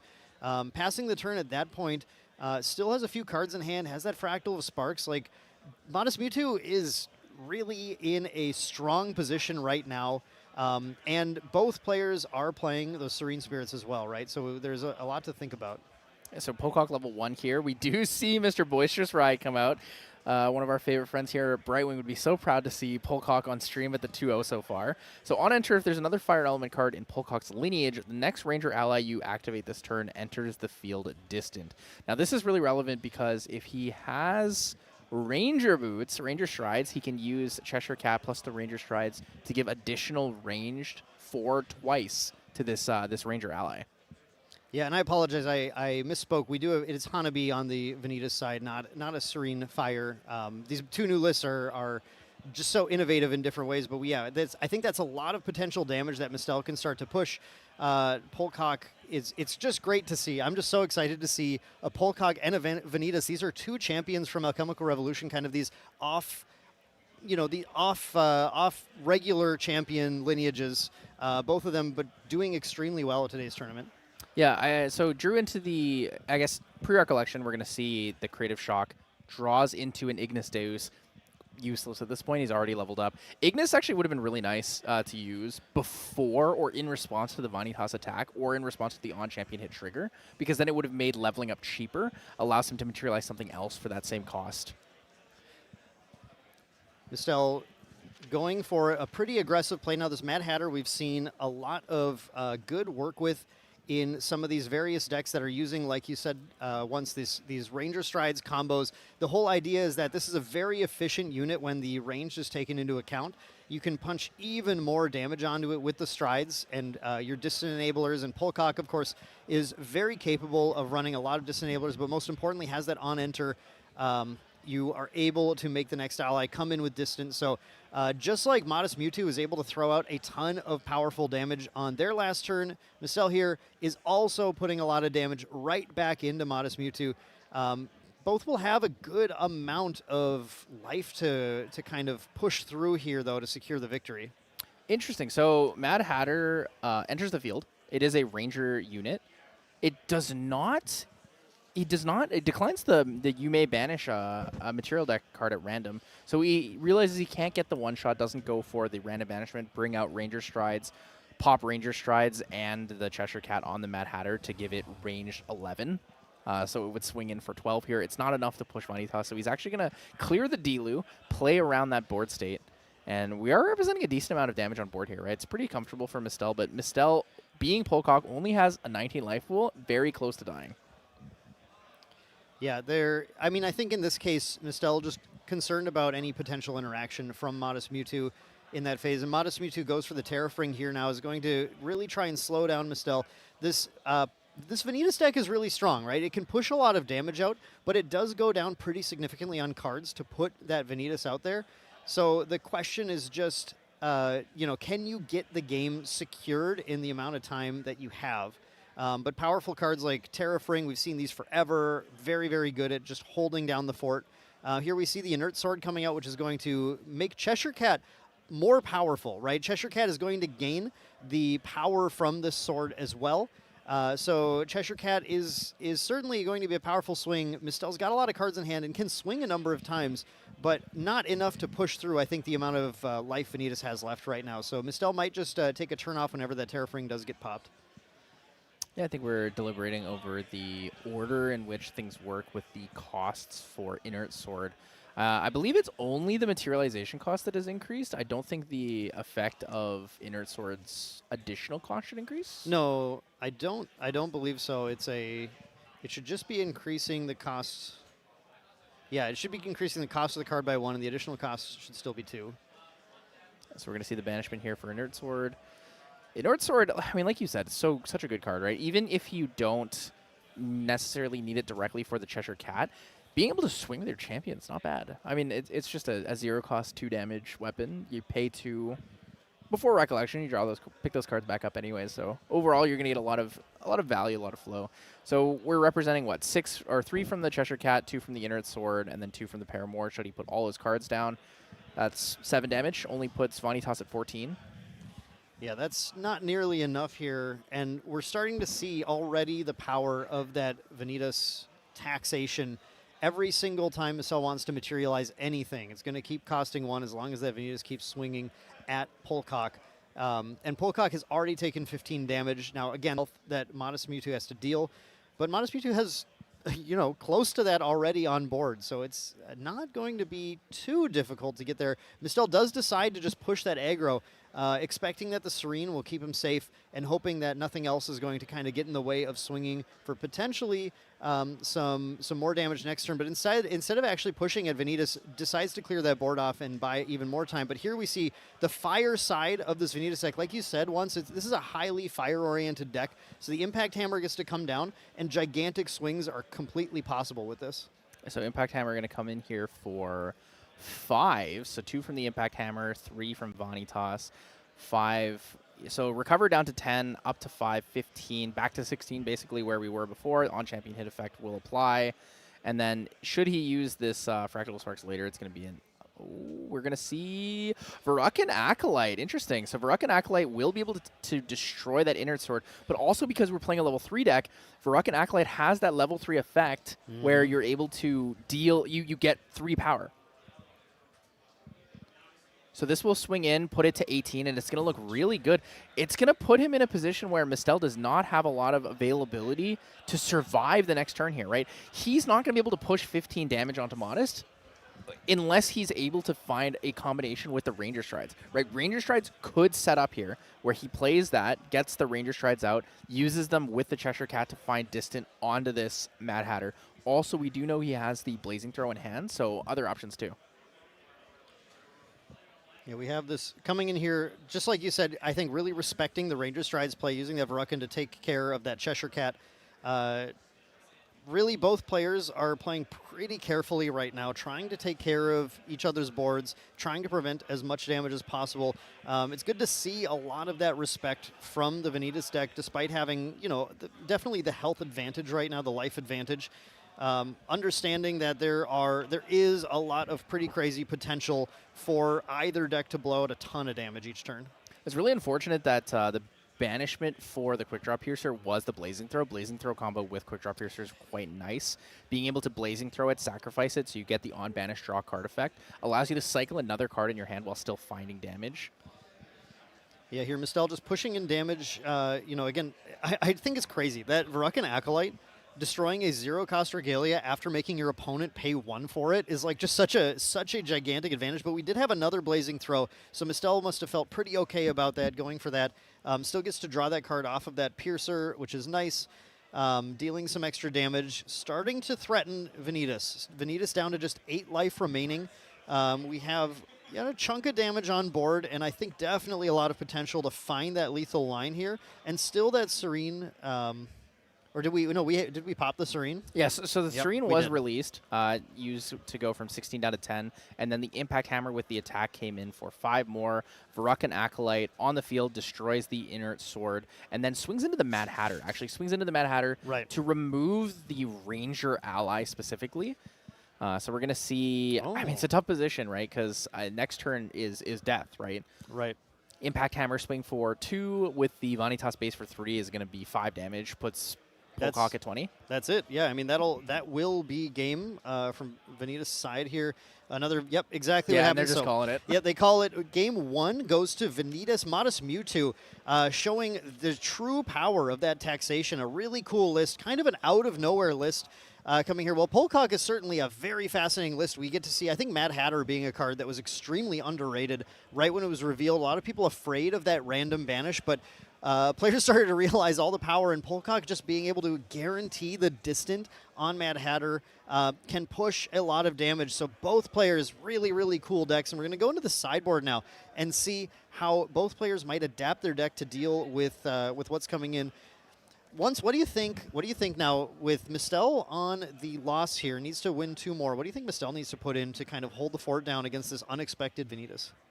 So the Fire Resonance Bauble is going to be a big one for me. I think it's really important to get that extra card, like guaranteed card draw option, right? He's playing Looking Glass, so we don't have a Grand Crusader's Ring. He does have the backup charger that we saw in the first game, but we need to find a way to have that like secured, guaranteed draw, because in this matchup, if he wants to play defensively, if he wants to use things like the Underfire, if he wants to use, faster interactions to deal with things, he needs to have the card draw and the availability. One of the big problems I have with the setup for Mistel into this match is that even if he goes first, I'm not confident that he has enough gas to really push that lethal, knowing how fast you can increase your life pool on Vanitas. Right, that's the big thing. It's not about being level 3 and like having the taxation effect. It's going from 15 life to 25 life in 1 turn. Right.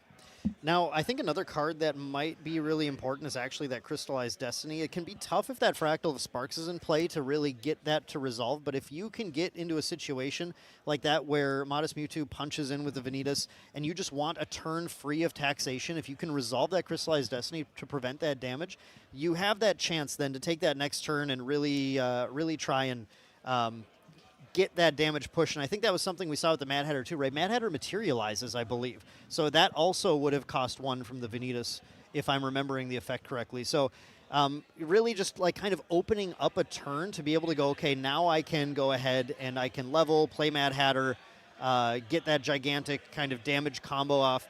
I think that might be Mistel's route to trying to secure the game, because he did get very close in damage to last turn, but was just missing, I think, that extra oomph. Yeah, I do like that he's playing the Spirit of Serene Fire here and not just like a straight Spirit of Fire. You do get 1 less card draw, but because you're playing cards, or I guess not cards, but you're playing like a deck focus where you have things like Ignis Deus, where you have Rile the Abyss, where you have those creative shocks, it kind of allows you to still find a way to go influence neutral or even better, like in the overall play, right? Yeah. The Ignis Deus is interesting too. That's a card that can potentially play around a little bit of Vanitas' taxation if you can activate it in response to the attack or something, but you do lose that distant that turn, because I believe it just gives distant to the next ranger you play that turn. So that won't quite work unless we had a cheeky way to play a ranger with some kind of fast activation timing. You could play it in your Recollection, I think, as well, right? If you wanted to. You could, but if Vanitas already hits you, then... Oh, yeah. Still definitely not around the Vanitas. But it would allow you to materialize multiple things in the same turn. It would. So if you wanted to go into a Quick Draw Piercer so that you could banish. So you could Blazing Throw it to find 4 extra damage. You could do that and then Polcock, like level up into Polcock with the Ignis Deus.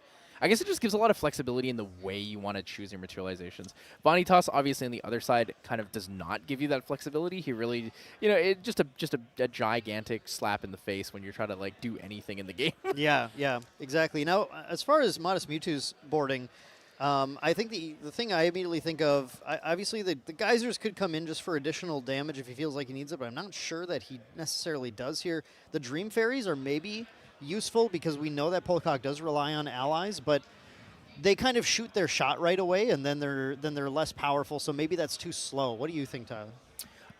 I think the Dream Fairy is worth the gamble. If you bring in the Dream Fairy, what it allows you to do is you can play it to stop the Cheshire Cat if they play it early. Yeah. Because if the Cheshire Cat can't enter the field, it can't be used as a second sacrifice for things like Ranger Strides. So like you said in the first game when it was played, Cheshire Cat allows you to... It gains the ability of all distortion items you own, right? So Ranger Strides say, banish Ranger Strides, target ally gains ranged 4. So you can actually banish the Cheshire Cat instead to give range 4 to an ally, and then you could do it again with the Ranger Boot Strides.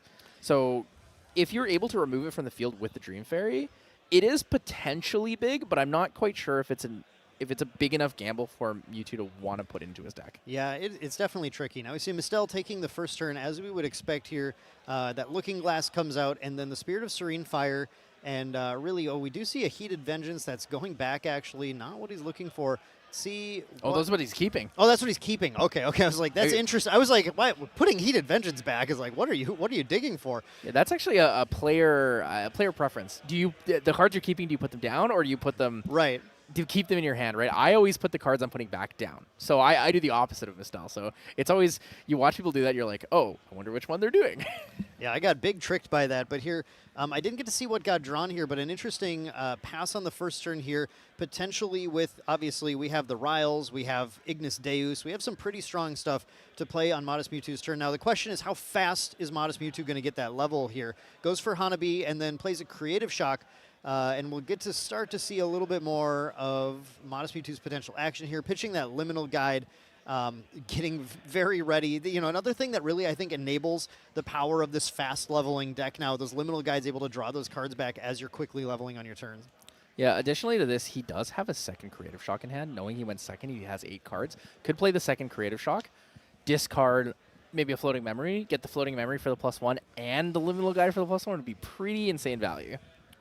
Yeah, really impressed with this deck. This is a deck that I believe Chess Club, the team, was keeping quite secret, under wraps. A lot of teams at the event today brought just various decks. Not a lot of just team decks, because it was feeling like a format where you are just trying to play decks you're comfortable with and outskill players on it.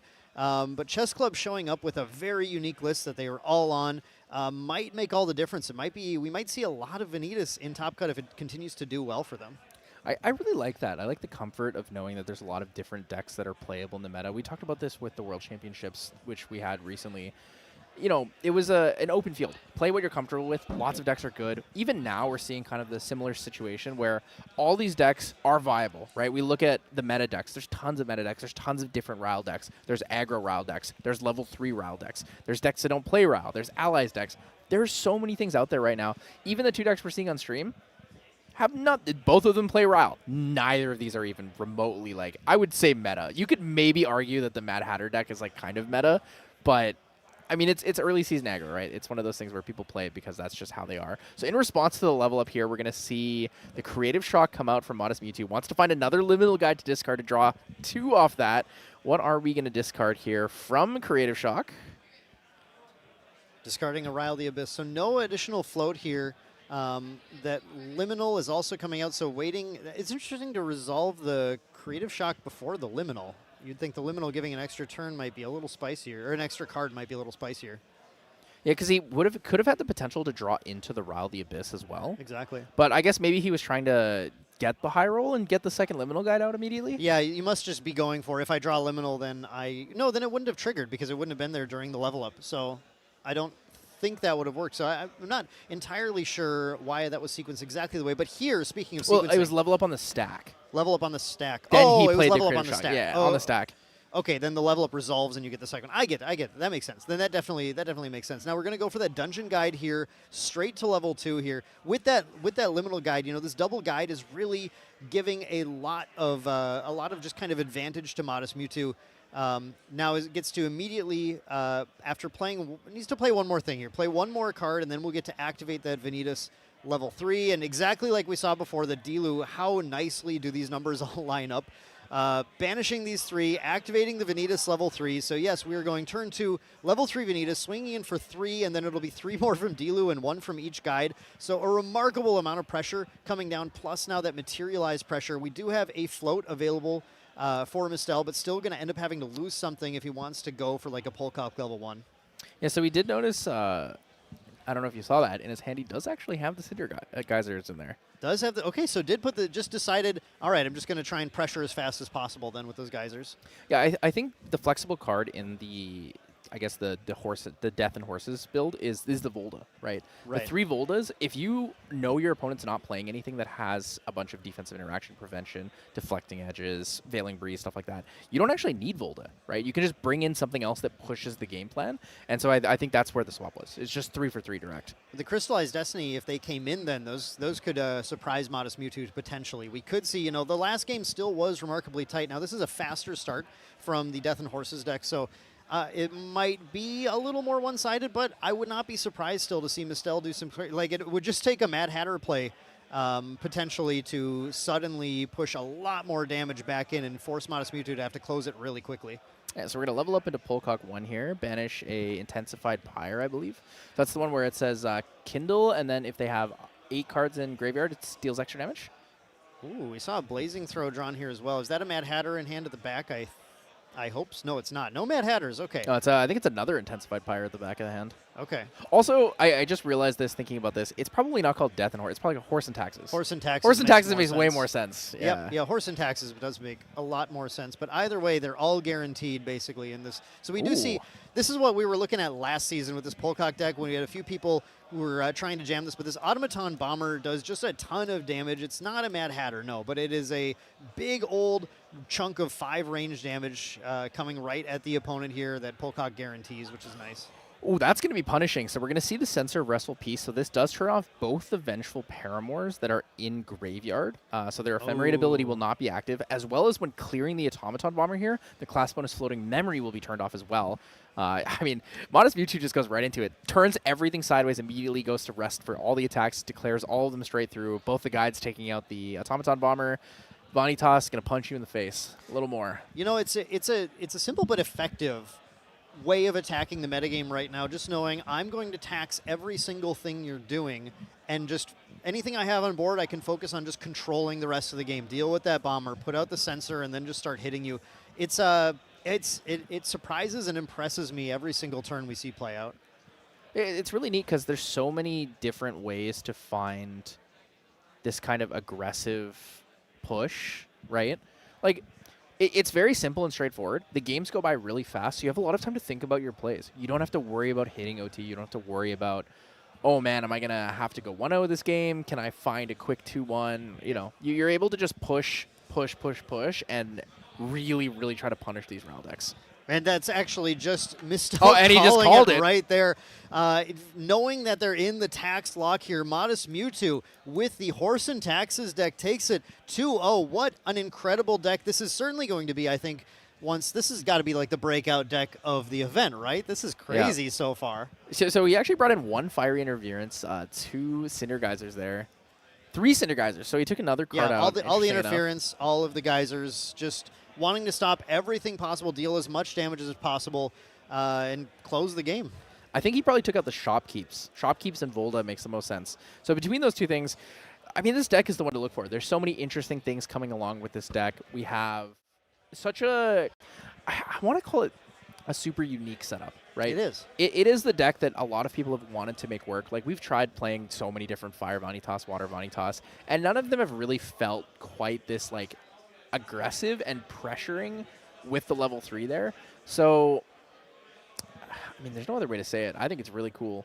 Level 1, and I'm level 3, and you're not leveling ever again. Yeah, and you go so low on influence, but also that's really padded out. Like, that's something in the previous metagame that wouldn't have worked quite as well because you didn't have that Rile the Abyss. You didn't have that liminal guide to sort of make it. It would mean that sometimes you couldn't even level to 3, or you'd level to 3 with 0 cards left or something, which that might have given the opponent too much breathing room, right? But now, with the setup of the Rile the Abyss, the Specter package, this is going to be a lot more effective at reaching those, being able to play the game out once you hit that 3. And we saw that super, super well here. So incredible deck from Modestmewtwo. Yeah, it's super incredible. Looking at these decks, I mean, we've seen a lot of different things today, right? We've seen decks we weren't expecting right away, right off the bat there with the Fractals deck. But speaking of all the different decks, we'll be bringing you guys to a meta breakdown here. Yeah, going to go over and look at a lot of different things. So, I mean, as expected, right? Fire. The numbers, man. Yeah, we have 63% fire here. That's 169.75 players. I know those little point fractional players might confuse people, but of course, there are always interesting things we can do here, like Vanitas, right? Like Vanitas is a fire and wind deck, so there's a number of those here that are sort of breaking down our percentages a little bit more, but still 25% wind, 12% water hanging on. We saw Fractals in play earlier today, so while it is a very fire-dominated metagame, we still see those wind and water coming in, and we see a huge variety of fire decks within what is being played. Yeah, so Dan, looking at the the numbers here, we see 63% for fire, 25% for wind, and 12% for water. What do you feel the percentages are going to be for the day 2 conversion? Yeah, that is interesting. I was talking actually with Silidar about that earlier. It's hard to break down the day 2 conversion necessarily. I think you're going to see fire decks converting. My guess is you're going to see fire decks converting a little bit lower than 63, but still probably very high, maybe a 50% or something. Now, looking at the champion breakdown, this is the really fun thing to look at here. We have a ton of Lorraine, a ton of Goja. Those were super expected. A lot of Ciel coming in, which we really like to see. There's people have found success in various different elements with Ciel, and a lot of that expected Tristan deck. At a 10% meta share, Tristan is probably, I would say, maybe about where we would expect. Again, has that world champion buff. People very excited to bring Tristan in. Is also pretty well positioned. Now, right behind Xander, those assassins, often very similar in percentages to each other here. A lot of those fire Xanders coming in, but I see some water Xanders and other stuff. Jhin is one of the big surprises, though. So Jhin is interesting, but before you go into that, you talk about Xander. I think one of the reasons why Xander's numbers are actually higher is because people really like playing Xander in suited. Yeah, that's true. Yeah, you get the incapacitates, and you get to really hold on to your ally board a lot better there with that. But the Jhin coming in, right, to fight those on-soul decks, to fight those decks that are just trying to push a lot of damage on their turn, Jhin goes, okay, that's fine. Deal me damage. I mean, that's the perfect thing. Jhin is like the meta call for all these Rile the Abyss decks. We've seen some fantastic, well-known players on it. I mean, I'm pretty sure Caban's on it. Caban is on it, yep. I believe the SoCal guys are on it as well. So there's a lot of really like bigger names. So EMP or EMP was on that. So Jhin works in so many different ways because you draw so many cards with Rile the Abyss, with your Berserker Plate. You just have ways to gain influence that holding cards like Incapacitate when you're not an assassin just work for you. Yeah. Right? Finding those big swing damage kill lines are fine because you have 20 cards in hand. You're like, oh, cool. Pre-Recollection, Triple Enrage, swing you for 40. They're like, oh, cool. Crystallized Destiny, you go in-cap, in-cap, in-cap, in-cap, and I play my third in-cap because I'm just holding so many. Like, it doesn't matter, right? It's really nice to see players pushing for new things and trying to find what works for the room. Because, the game's grown to the point where we're trying to find that specific thing. It's how do I get into the top 8 for this event? It's not about what do I think is the best deck in the room. Yeah, and looking at that breakdown, too, like look at the number of different advanced elements that we get to play now, supported by the Rile the Abyss Specter Liminal package, helping those level 3 decks get there with the ability to play the game, right? Now we've got Crux as expected, Luxem as expected. We got the Umbra coming in from not just Ciel, but there is at least one Umbra Diana running around that was doing decently last I checked. And then we have the Arcane technically from Goja, and now the Exia from Jhin too. Very exciting breakdown to see, but what I'm really excited for, Tyler, is the breakdown of this Vanitas deck. So let's head over to that interview and hear from Modestmewtwo on that. Hey everyone, welcome back to After Round 3. I'm here with Modestmewtwo. Congrats on your win. How are you feeling? Feeling pretty good. I think we actually had a pretty good metagame call with this deck, and so I'm hoping it carries us into day 2 and then hopefully top 8. Yeah. Now, Fire Vanitas, I don't think we've really seen it before in any topping events or really in general. So it's definitely a unique list. And when you kind of think about it, you think Fire, Vanitas. Maybe it's going to be more like an aggro Diao Chan list, but it's not quite like that. What spurred you guys to try to build a deck the way you guys did? So when we were testing, we were originally on like a mid-range Ciel list, and someone posted in our Discord talking about a Specter Vanitas list, and it was like, okay, that's kind of interesting. So Pickle Sword decided to test a list and discovered that any neutral line allows you to DG to 2 and then level to 3 on turn 2, and then you get to tax them. And so we figured it out that if you had 5 cards plus DG and another 2-drop, you could do that. So we put in all the best 2-drops. There's Dilu, there's Red Hair, there's Brisk Windtrotter, like Fractal Sparks is in there because you got Searing Rebuke. And it's basically a level 3 aggro deck. We go to 0 influence, but you're not going to play the game. Yeah, it's a really, really cool list. I am hats off to all of you for building that list and making it work. What is the list that you're really trying to counter in this? Like, what do you want to see really? Because it's definitely a unique list. Like you said, you're trying to tax decks, but like, what are the decks that really it's most impactful to? We're trying to like beat the other level 3 Ryle decks. So if they stumble and like they can hit a +1 or go neutral, that's fine. They're still getting like losing a card, right? So unless they go +2 off Ryle, then there's still down cards or at least at even. And so after you go to 3, your first materialization is Censor. Shut off all the Ryle, shut off all the float. They can't plus anymore. And then the rest of the material deck is either draw or damage. And you're just pushing face as fast as you can. It's a really cool idea. And one thing I want to point out in your sideboard, you guys have Cindergeyser actually in your sideboard. And that's a card that people usually just full out main because it is a fast deal 4 damage. What is the deck that you're bringing that in for? Because dealing 4 damage at fast speed seems pretty good, but it can cost 2 or 4 depending on how many cards they have in memory. So what is that really built in there for?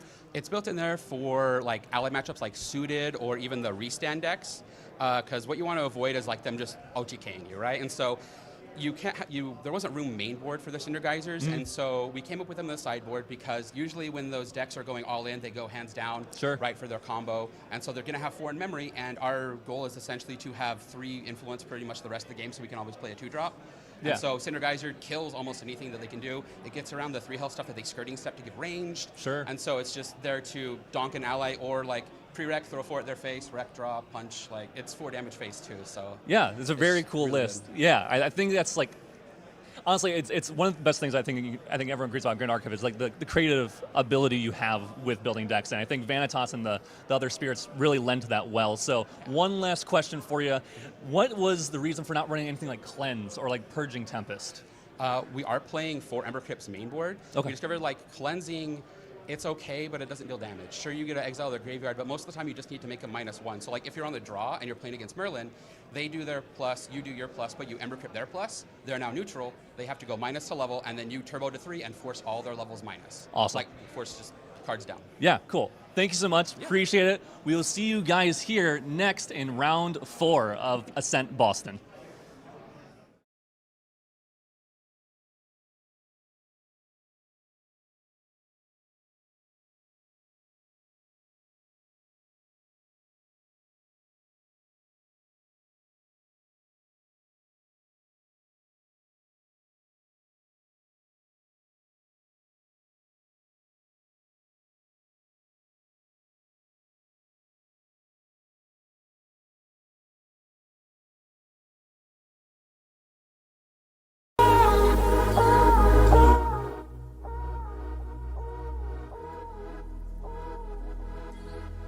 There's something in the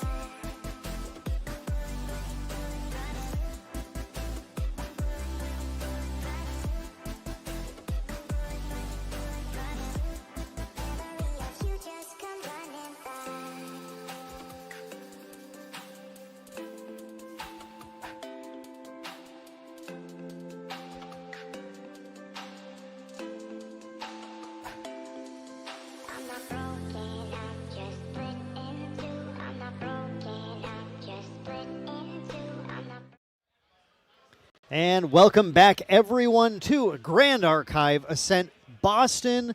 We are going into round 4 here soon. I'm Main Deck Dan, joined by... True Champion Isaac. I almost forgot my name there. I don't know why. True Champion This is Isaac. a big test for you. I know, jeez. Yeah, I'm excited for round 4 here of Boston, Ascent Boston. I mean, this is going to be cool. I mean, we saw a lot of cool decks already. I mean, last round, that was cool. I love Vanitas, so seeing a Fire Vanitas being played, pretty sick, in my opinion. It is extremely cool. I mean, I think we've seen some of the coolest decks that I've seen in Grand Archive so far at this event. It's been incredible to see. Obviously, that the Vanitas deck is just so clever. The way it attacks the meta game is like just.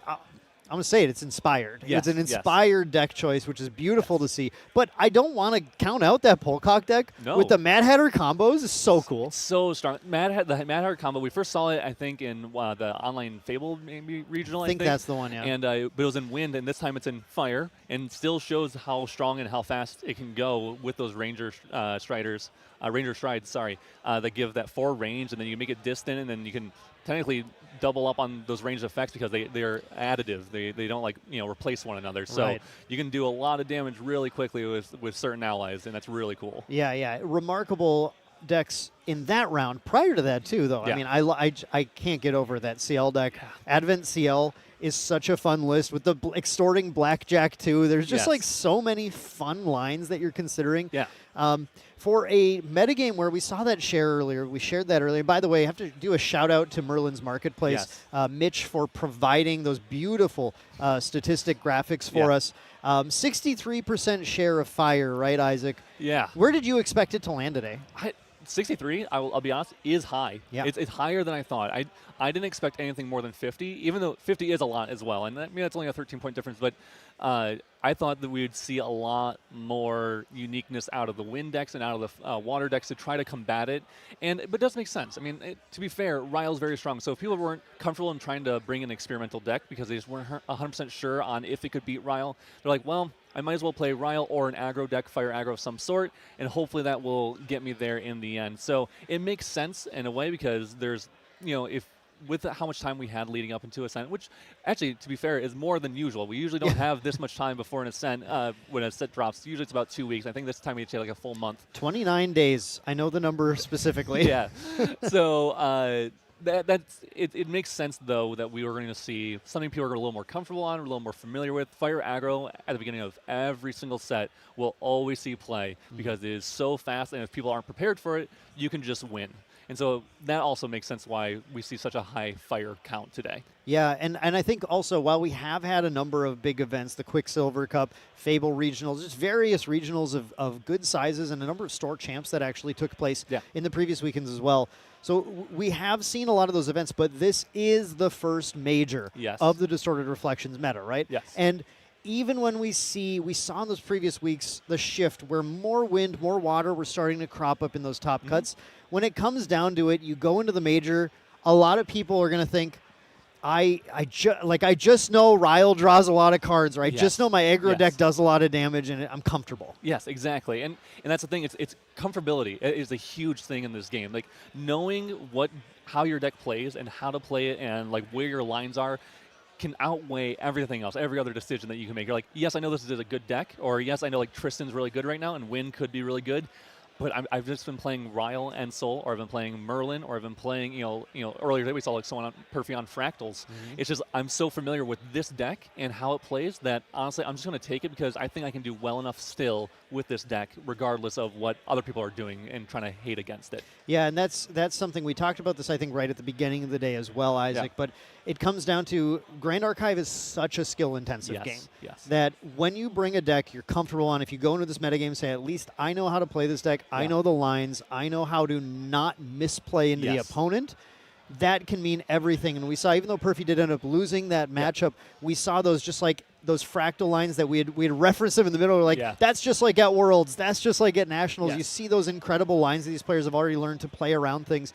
And I think players are just starting to scratch the surface of exploring the new metagame as well. So 100%, yes. Yeah, comfortable decks, great choice for this event. For sure, yeah. I mean, and that's you hit on it, the nail on the head where it's also, we're just at the beginning of where decks are being made and created and whatever. Like we just saw Fire, Wind, Vanitas. Like, right? Like, that's insane. And it wasn't bad in any, you know, it wasn't a meme. It wasn't like a joke in any way. It was a very serious deck that had a very serious game plan and, like, knew where its lines were. And congrats to, you know, the chess club whole as a group trying to create that and really making a deck that's amazing. And I think we'll only see more of those types of decks going through. You know, maybe we'll see a little bit of Fire Nico one of these days, or Wind Polcock, or whatever it might be. So I'm excited for those to eventually, hopefully, creep into the meta as well.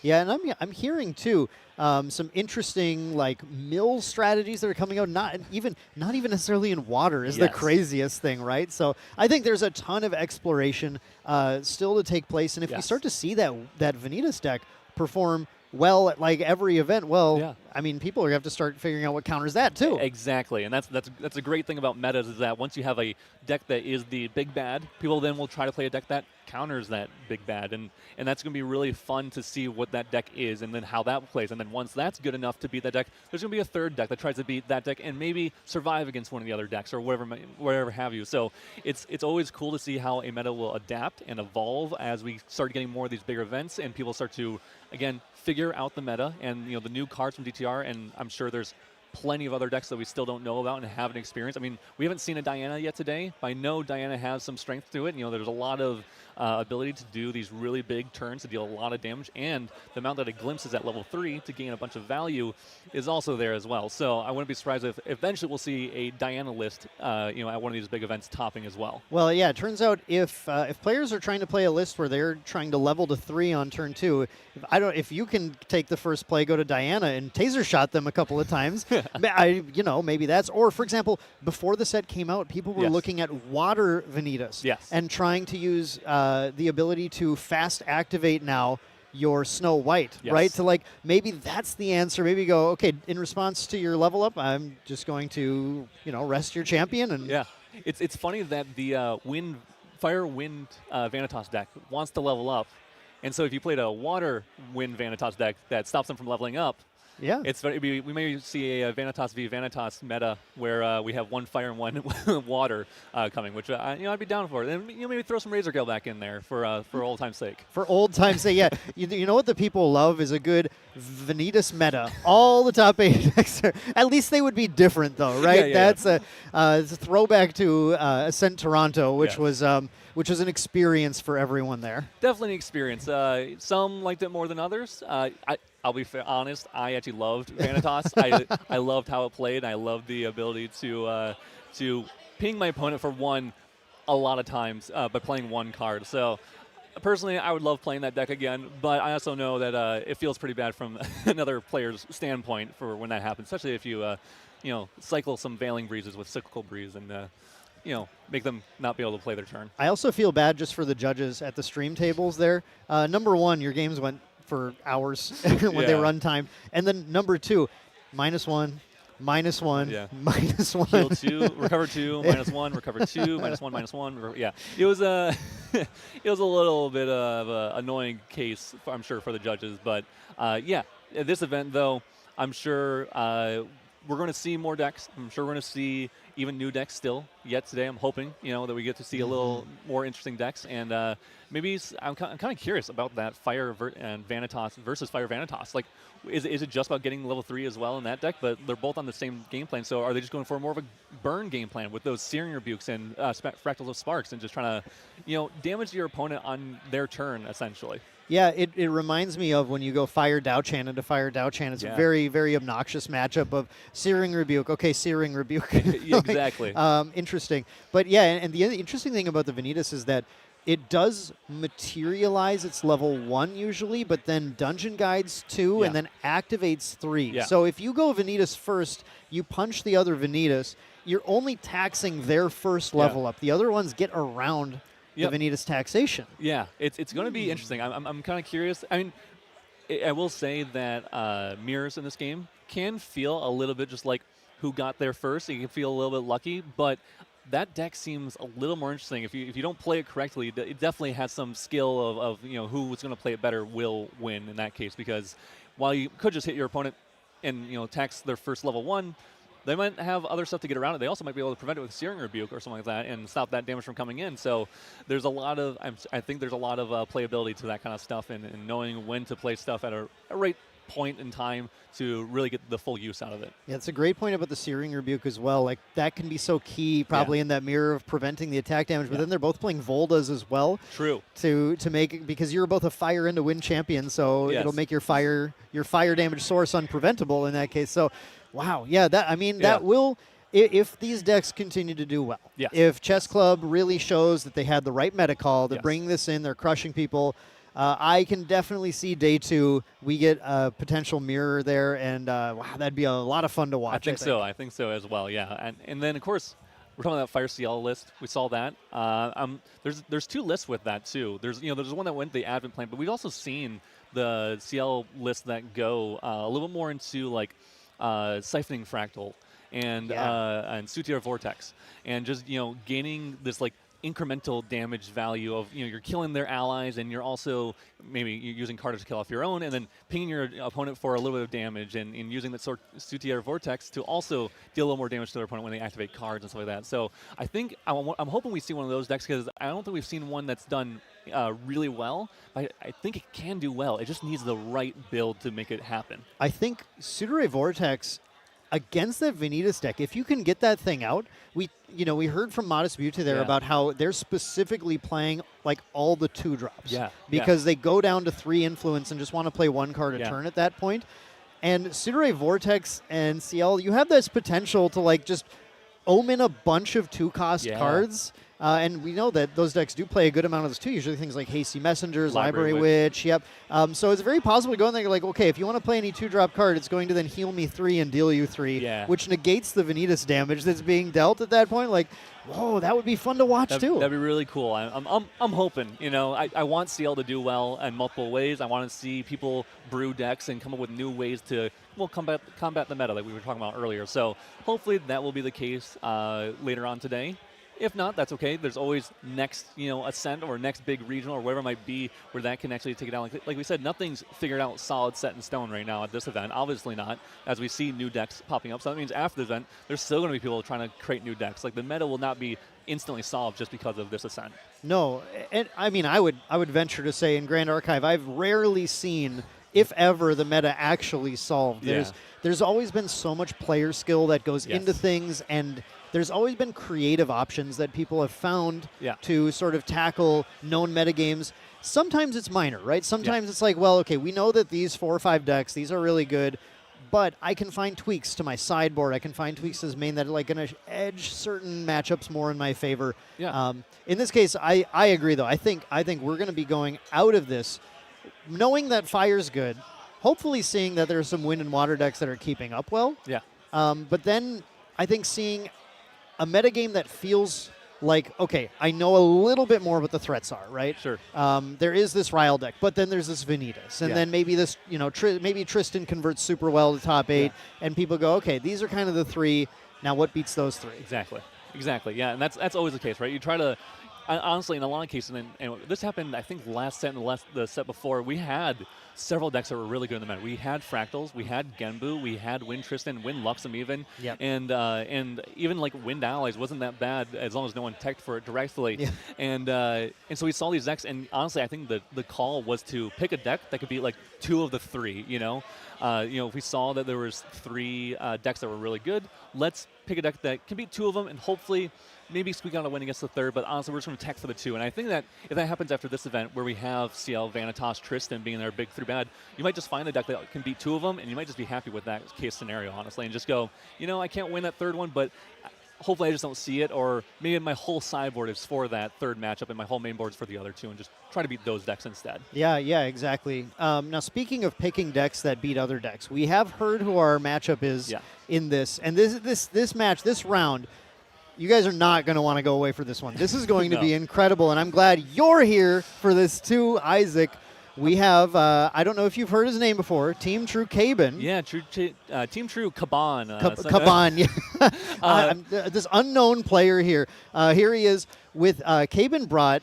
Well, you go ahead, Isaac. I'm not going to spoil it. Oh, that's all right. No, you can spoil it. He brought Jin. And if you don't know this, actually, and he's really excited, this is a full max rarity deck Jin he is playing today. Beautiful. He was able to get every single card for today to play. He's wanted to max rarity and play Jin for, I think, every single event. We almost brought it to SCA Nationals, but wasn't able to play it there. So I'm sure he's excited. He's 3-0, so I'm sure he's feeling pretty okay about that. And yeah, he gets to try his deck into this Fire Wind Vanitas, which is going to be, I think, an interesting game plan here. I mean, because Fire Wind Vanitas is fighting against the level 3 decks. Problem is, Jin doesn't mind going to level 3 and taking some damage along the way. Oh, he's happy to. Now, it's not just anyone playing this Firewind Vanitas, though. Yes. OkaygeBusiness, right? Burner, as he's known, is has long been one of the strongest players in the game. Seriously, just like a math god. You see him play. This OkaygeBusiness was on Erupting back in my day. I start to feel like an old folks player at this point. But when Erupting was a thing, OkaygeBusiness was one of the players that you just had to watch, had to look up to know how this math works. Now on a deck that it certainly is nothing like Erupting, but I like this line, this game plan, this dedicated plan of like, as long as I know how to do my math correctly, I think I'm going to win the game. Yeah, and I think there's going to be crucial points on this game that will matter, like on who's going to win. Because if Caban can get to that level 3 and he's taking some damage along the way, he might just win based off of that alone. Now, granted, the taxation of the level 2 and 3, mainly level 3 of Vanitas, is going to come up pretty crucially because, unfortunately, in Jin, you do have to get to level 3, but then you also have to bring out most likely Breastplate, and you also have to bring out the Spear from the Shuangji, I believe. Shuangji, yeah. And those are two materializations that are crucial for Jin's game plan. One, to help keep dealing more damage and surviving and drawing cards, and the other one to essentially close out the game. So those both cost 1. If he gets hit, it's going to cost 2. And we'll see if he's able to stop any damage from actually occurring towards his champion. Now, Caban is on 3 fluffy shopkeepers, somewhere there, which does have intercept, which could come up against those Vanitas swings, and hopefully give him a turn where he doesn't take a bunch of damage. Yeah, we saw the last match of Polcock, such an aggressive deck, not really putting anything in the way of Vanitas at any point. Caban's certainly going to approach this a little differently, right? Going to level 3, and is going to. I think what we're going to see is 2 Titans clashing, both extremely. Caban, I know, very extremely experienced at Jin. As OkaygeBusiness's deck is a little newer, but I'm certain they've been testing it to no end here. And we'll see if their Jin testing really is going to pan out here. Yeah, we'll see how much they tested in Jin, how much they were able to combat it and practice against it. Because, if you don't know and you do too much damage to Jin, he's just going to kill you on his turn. So he doesn't really care in that case. It's okay to lose 2 cards when you're already, first of all, holding 10, and then your attack does 16 damage on its own. Exactly. So, maybe 1 Enrage might just be enough to close out the game for Caban in this case. But yeah, something that, luckily for Caban, literally last night, he ended up putting in 2 Library Witches, which those Library Witches are going to be, I think, pretty good in this case. The last-minute switch to those Library Witches will probably end up saving Vanitas in this case. Yeah, very hurting the Vanitas. Sorry. Yeah, exactly. Jin is a deck that we haven't gotten to see, I would say, enough. I'm like Caban. I feel a kindred spirit because I've been a fan of Jin since release as well. I am drawn to those red cards. There's a card that says Men Flesh card in here that says recover 8. Yes. Well, that's such a big number. And sometimes for free. Yeah, it's crazy. And so that's the one thing I think about here that's interesting because while Jin will be taxed a lot, if Caban draws those Men Fleshes, and again, we're playing Specters, right? We're drawing a lot of cards. Yeah. That is 28 health on Jin, 7 on Breastplate, and then 24 more recoverable from that. We've got the Regenerates in here as well, 2 Regenerates for more copies of Recovery, 2 each from those. I mean, at 3 damage a turn plus a 2-drop, can Vanitas kill? It's going to be hard. It's going to be pretty hard, I think, here. And those Seiryuu Bukes, honestly, as long as Caban's paying attention to them, won't really do much in terms of protecting Vanitas because you'll probably need to play like 3 of them to stop any kind of big damage coming in from the Jin. So we'll see if those actually come up into play. If not, it's going to be on OkaygeBusiness to figure out how to stop this Jin deck from just running him over. Now, CHIAban did get to start this game. Started with Spirit of Fire. I want to point out, CHIAban's list is running Spirit of Fire and Spirit of Serene Fire. Has options. Can go that Serene for even more recovery if he so chooses to. But go Spirit of Fire. Game 1 here, place Creative Shock, pitching a Stalwart Shieldmate. Another card in here. There's 4 copies of that. Another card that can hold off the damage from Vanitas later on. But here, just obviously going for the float. OkaygeBusiness now is goes for the Ithne Spirit of Fire, and is looking at playing a Fractal of Sparks to start the turn out, get that reservable, get that class bonus going next turn. Does have, I believe I saw a Ryle in hand as well. Yeah. Definitely has a Ryle. I'm trying to think. I don't see any other Specter cards in hand. No, a little bit awkward in that sense. Yeah, and CHIAban just passes, which means CHIAban has a game plan here. Most likely a Ryle or a Creative Shock just to use and to gain influence from here and hopefully go to level 2. So, I don't know if CHIAban's heard about this deck yet or not. I'm not sure if he, scouted, heard the whispers or scouted earlier. And so he's not really sure when his opponent plays a Fire Spirit what exactly they're on if he hasn't heard about it at all. So we're seeing a Creative Shock in response to that Ryle. Doing this just in case OkaygeBusiness had, let's say, like an Incapacitate. CHIAban's deck is actually on Incapacitate. Yeah. So, against the Fire deck, he's worried that they might have that and stop that Creative Shock play or that Ryle play that he can play. And so just doing it as soon as that OkaygeBusiness' influence is lower so he can actually do something about it. It also would, his hand is at 5 if I'm counting this right. So if he drew into Incap, he could have Incapped the Ryle if he wanted to as well, right? Am I counting that right?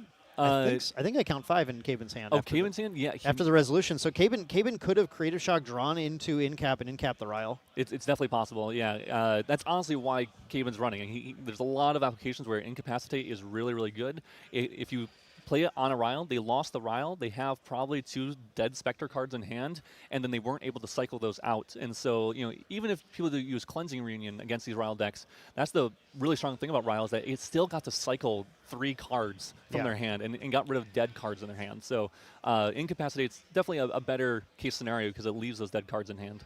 Yeah, exactly. Now, OkaygeBusiness, if CHIAban didn't know what this deck is before, he will probably know very soon. The Vanitas level to 1 then goes with a beautiful Beseech the Winds from Nationals last year. Going to level 2, we're going to play that 2-drop. It looks like another Fractal of Sparks coming down, which is going to just be some nice incremental damage for business, plus that reservable as well.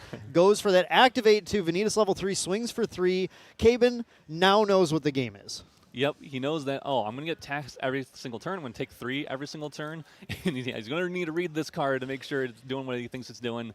And if CHIAban has a dungeon guide here, he got taxed 1 turn, but I don't know if he cares about that. If he just goes level 2 next turn and then goes level 3, and now he's sitting okay because he has his level 3 safety of not dying, on his opponent's turn and having that undying Jin there on board. So we'll see what he does in this case. If he decides to level up or if he decides to materialize something else, he does just decide to level up. Makes sense. It's going to cost 2 in that 1 floating from graveyard. So, it's a little unfortunate, but if CHIAban has a DG, he might not care at all. 2 cremations, I think not the worst thing in the world to see here. In the situation where you are just trying to get up here with enough cards in hand or start generating cards afterwards because of the power of that Berserker plate. Even though it costs 2, it still can draw enough cards over time, which is really good. I want to mention, too, when we did that interview earlier with Modestmewtwo, one of the things they're most worried about, or actually maybe this was outside of the interview, I was talking to another one, but I know they're worried about sweep effects. Yes. They're worried about flame sweeps, cleaves, stuff like that. And Jin runs a super good one in Hemorrhaging Rend, actually. Something that may come into play and may completely shut down the board that OkaygeBusiness is going to try to build over time. Yeah, definitely. And the key marker there is that it's only at 20 plus does it gain that cleave. And so if OkaygeBusiness is paying attention, they can try to play around that a little bit more and, maybe put him exactly to 20 before that comes through, or maybe a little bit over 20. And then they can, even if they Hemorrhaging Rend, they can try to kill them in Jin's end step if they are level 3. So, trying to play that balancing act will be really important for OkaygeBusiness here. Swinging in with the Vanitas now, it's up to CHIAban to decide if there's something to do here. I see some beautiful Store Champ and Rages there. I think a reduced dash maybe there. The Oh, yeah. top one. Yep, there is a reduced the dash. Omnidex reward. Omnidex reward, reduced dash is there, which is really good because CHIAban will want to deal with that sensor that was just materialized as well on OkaygeBusiness' side of the board to try and get a little bit of value, because right now leveling to 3, losing 4 cards is, I mean, that's a lot of cards, but I think it's mostly just tough because you have to put 4 cards down to do it right now. Exactly, yeah, and that's his whole hand probably will go down here if that's the case. I mean, he can try to, he's going to regenerate just to draw a card into memory. It will not get that recover because that damage, 10 damage plus, and CHIAban is only at 6. So, you know, just putting cards in memory and then maybe trying to figure out, what do I do from here? Am I searching? Do I hit a dungeon guide? You know, am I just full putting everything down into my memory? We have the reduce there as well. Yep, we do. And yeah, we're getting rid of 3 and hopefully not both enrages. It's a scary part to be in here. You know, this is the level. Yeah. He's choosing 2 cards to keep, it looks like, and then, 4 to level up all the way to Jin level 3. Wow, look at this taxation at work. This is your taxes at work, folks. You know, one good thing that did occur, though, is that did he have 3 enrages? I think he did. He must have drawn a 3rd into memory from the oh my god, yeah. the regenerate. But the good thing that CHIAban has in hand here is that Rending Flames. Yeah. That Rending Flames is really, really crucial. And if OkaygeBusiness doesn't have that Serene Rebuke to block, to prevent 3 of that damage from Rending Flames, that can come in for a lot of damage really quickly because of the if we're able to get Enrage off as well on that turn. The question is, what is CHIAban doing on this turn cycle? Enrage and Rending in an unplayable Ryle right now, and we'll take this 3 damage from Jin, and then we'll be unable to even, like, what he'd love to do is be able to play something to draw a card on his turn. I guess I'm looking at the list now, and there's no GCR, no free draw available to be able to, like, pop that Ryle off right away. So yeah, CHIAban just has to try and, you know, redevelop a hand here a little bit, and materialization is not really going to work for him right now. Yeah, I don't think he's going to be able to materialize anything, unfortunately, which I'm sure feels not great for CHIAban here. Trying to figure out what he can do, even what he could even think about trying to do. So it's probably just going to be a recollect and then draw here for turn and hope that he can find something. He did find an Exia site, which I think is going to be really important here. Exia site at damage 20 plus will, obviously you play it and it's going to draw you a card, but at 20 plus, your next card you activate this turn will cost 1 less. And so that's going to be really, really good for CHIAban to try to get a turn where he can Enrage and Rending on the same turn. Yeah, he has the ability to play the Ryle this turn, but just would draw a card and I guess hope to find a Specter to draw another at that point. Ryle is you know, the downside of Ryle compared to Creative Shock is it just does not do a lot when it's emptying your hand out. Yeah. It's a real gamble. And in this case, OkaygeBusiness got that red hair down last turn. Going for that Impact Hammer is just going to try and push him to the brink here. Yeah, I think CHIAban is just going to hope that OkaygeBusiness is going to put him to a damage total where he can eventually just sit here, pass until lethal is presented, and then he can go, okay, now I'll just kill you like on my turn, and hope that you don't have any interaction to stop that. And when you go so low on hand size, it's, you know, you don't necessarily have those interaction pieces. So that's maybe the Achilles heel that players can start to look for in this deck. We're going to see that aggressive play of that Dilu here. There are still 2 cards, 2 reservable Fractals held up, which is the thing that CHIAban has to think about here.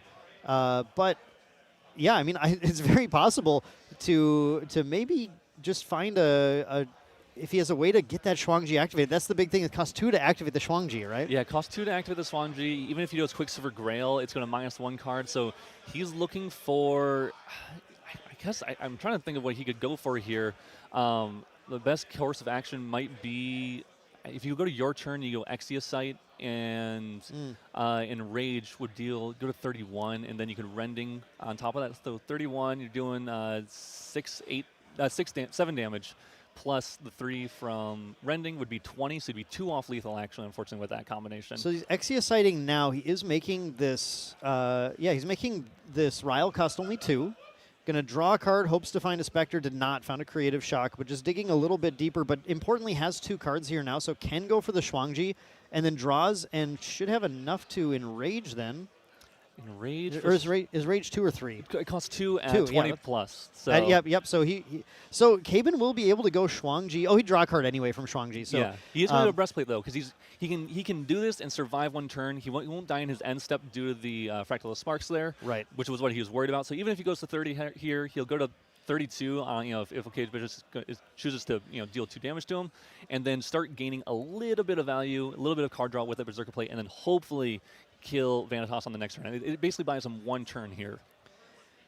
And that's the thing about Jin. That's why he's so powerful when he is powerful, which has been not always powerful in the metagame, but his ability to say, well, I always have 1 more turn. If you pass and don't lose on your end step, you always have 1 more turn. Yeah, that is, and honestly, why CHIAban wanted to play it, at this event, because there are so many decks that are winning based off of attack, and attack damage, and I was going to say this. The Terrafring is the thing he has to be aware of, but he drew a bunch of cards last turn, right? Like he can easily.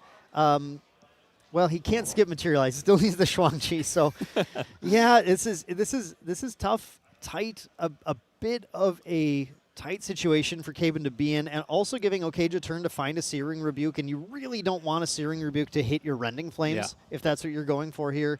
But CHIAban just simply needs more cards to activate all of these effects, right? Yep, Creative Shock, hoping we find a drew more card draw. Oh, hit another Creative Shock and hit another Ryle. Yeah, we were hoping to find some card draw there, but just didn't see it.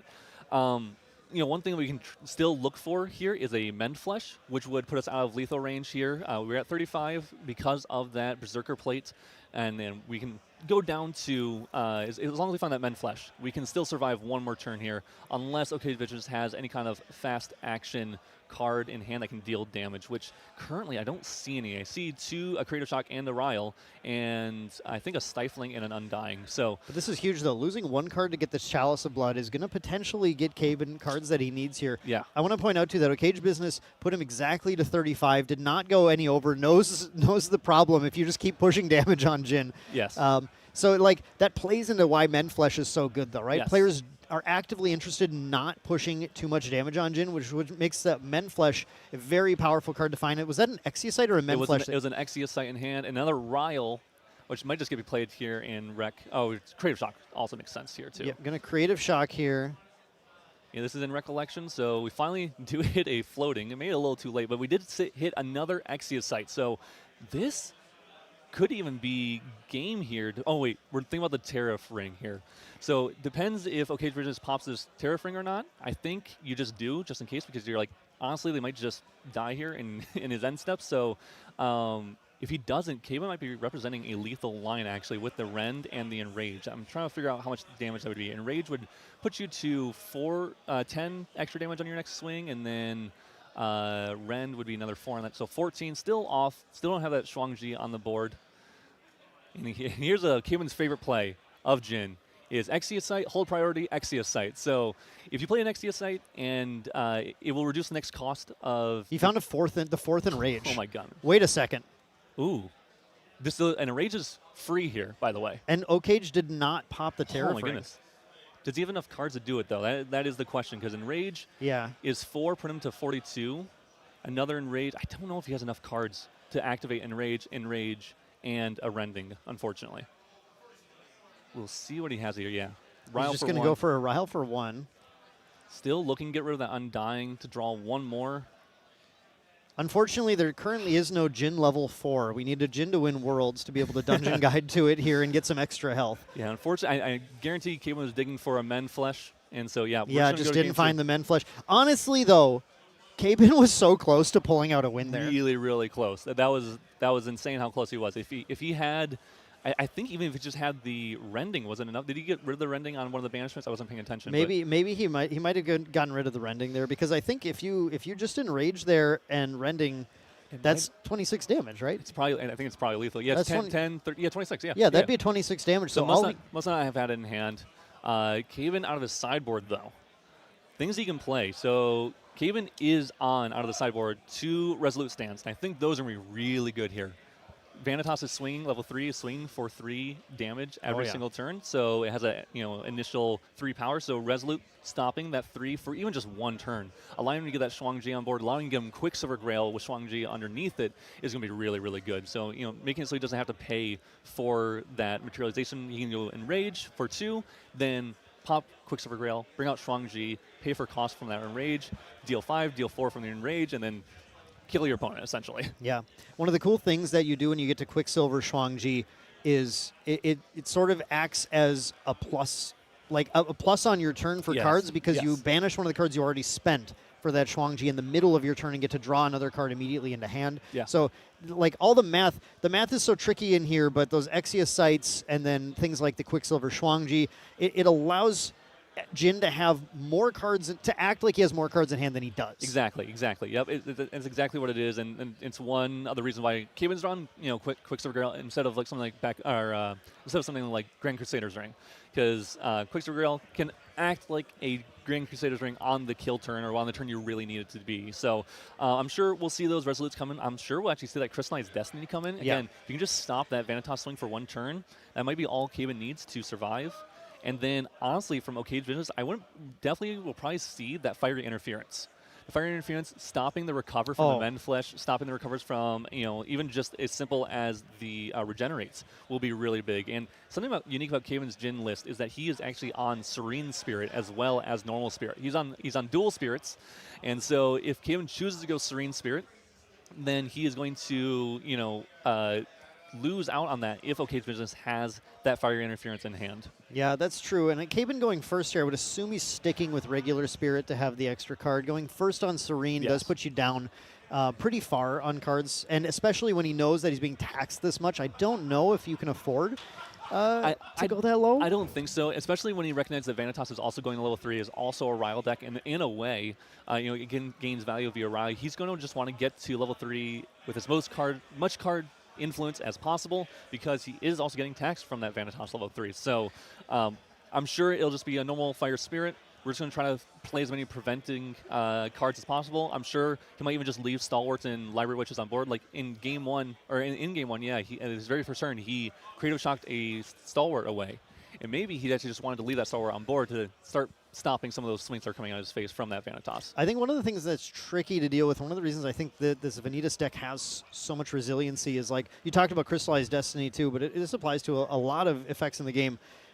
Those Fractal of Sparks are there to ruin anything that you try to do to stop damage. Sometimes just pumping that damage in response to, or after the Crystallized Destiny resolves, like, that sort of deletes that. But it depends on whether or not there's just 4 Fractal Sparks in the deck, right? It depends on if Okage finds those to start with. Yeah, if he finds them, that is a really big point. Because unlike other, like Wind Vanitas, you don't get any use out of that level 1 Vanitas where you get to Glimpse 4. So it'll be up to Caban just to hopefully get to level 3, and up to OkaygeBusiness to, again, just try to level as fast as possible to see if he has that Fractal Sparks for the Crystallized Destiny, or, if Caban doesn't have the Resolutes or the Crystallized Destiny, then it might not matter.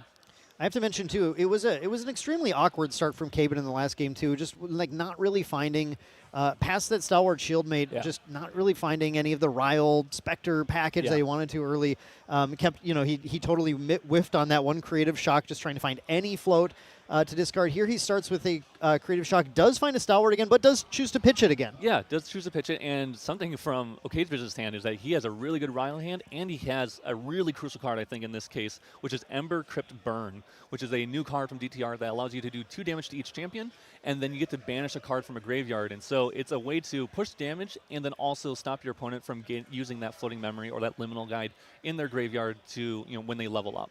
Yeah, Okage's hand, Burner's hand here is pretty stacked, actually. Going to go for this Creative Shock. Again, Caban in response, go for the Creative Shock. Exactly like you were saying last game, Isaac, just prevent any incaps from hitting him when he wants to play that here. Pitching that Liminal Guide and then having that Ember Crypt to be able to hit the float as well. Did Caban discard, did he discard a third shock? A second Stalwart. Oh, second Stalwart. Okay, so that's clutch because that Ember Crypt Burn can only banish a single card. Exactly, yep. Yeah, it's only going to banish 1 card, and so he has an extra one in there just in case. And so Caban sitting a little bit better than last time, hoping he can find probably a dungeon guide. So if He has one. He does have a dungeon guide? Okay, well, there you go. Yeah, that dungeon guide is going to mean when he goes to Jin level 4, or level 3. I wish there's a Jin level 4. If he goes to Jin level 3, he won't lose 4 cards. He'll only lose 2. Yeah. And that's going to be huge, because if CHIAtos had 2 extra cards there that game, that might have been everything. Yes, exactly. And something that OkaygeBusiness is going to be looking for then is that Stifling Trap. They actually do run 2 Stifling Trap in their main board, so they're going to be hoping to, he's going to be hoping to find that card, so that if a DG does come out, we can stop it, and then again, go back to taxing our opponent with our level 3. So we'll see if that happens. OkaygeBusiness did not find that dungeon guide or the Beseech that they are running, and so they're going to be level 1 here, and we'll have to manually level up to level 2. Which is definitely a better start for CHIAtos in this case then. There are 2 Searing Rebukes in OkaygeBusiness' hand right now, although those might end up being lost here. Oh, man, interesting decisions that have to be made here. But this Ember Crypt has to come out right now. Going to target that Stalwart Shieldmate and get rid of that. So hoping to deny as much value as possible. But OkaygeBusiness needs to get cards down right now just to potential. Oh, sorry, that was still in Recollection. Yeah. I'm way off here. But looks like a Ryle in hand still, but doesn't have a dungeon guide. Yeah, no way to level. That's the big thing right now. OkaygeBusiness really wishing there was a dungeon guide or a Beseech right now to push that level. This might be, even though everything was looking really good right away as far as like Liminal, Specter package, speed is currently lacking. Yes. There's not a lot of damage coming out from OkaygeBusiness. Not a lot of, and again, not going to that level 3 is. We saw how strong it was last game, but when you're not at it already on turn 2 or whatever it is, it definitely makes the deck a little bit slower, a little less crazy, a little less threatening as a deck as a whole. Ryle found the dungeon guide. I was going to say, all you have to do is find a dungeon guide on your draw effect, and then suddenly, yes, you can DG and then still activate here and go to 3. So the problem is just you're going to lose probably those Searing Rebukes, right? You can keep 1 card left in hand at this point. Yeah, getting rid of, and we're going to keep a Dialoo in hand. So we are recognizing we're going to level 2 here, and then we're going to be able to banish, and then go to level 3 using that floating memory, actually, and 2 cards from our memory. So we're going to get rid of a total of 4 as we go to level 3, and CHIAtos going to get taxed here unless he has a way to prevent damage here. Volda and Shopkeep lost, and then 2 cards left here, so definitely have the capability of keeping... it chooses one of the Searing Rebukes to keep. So holding on to 1 more Rebuke, which is going to be good, going to be effective potentially, although Jin's damage might go totally over the top too.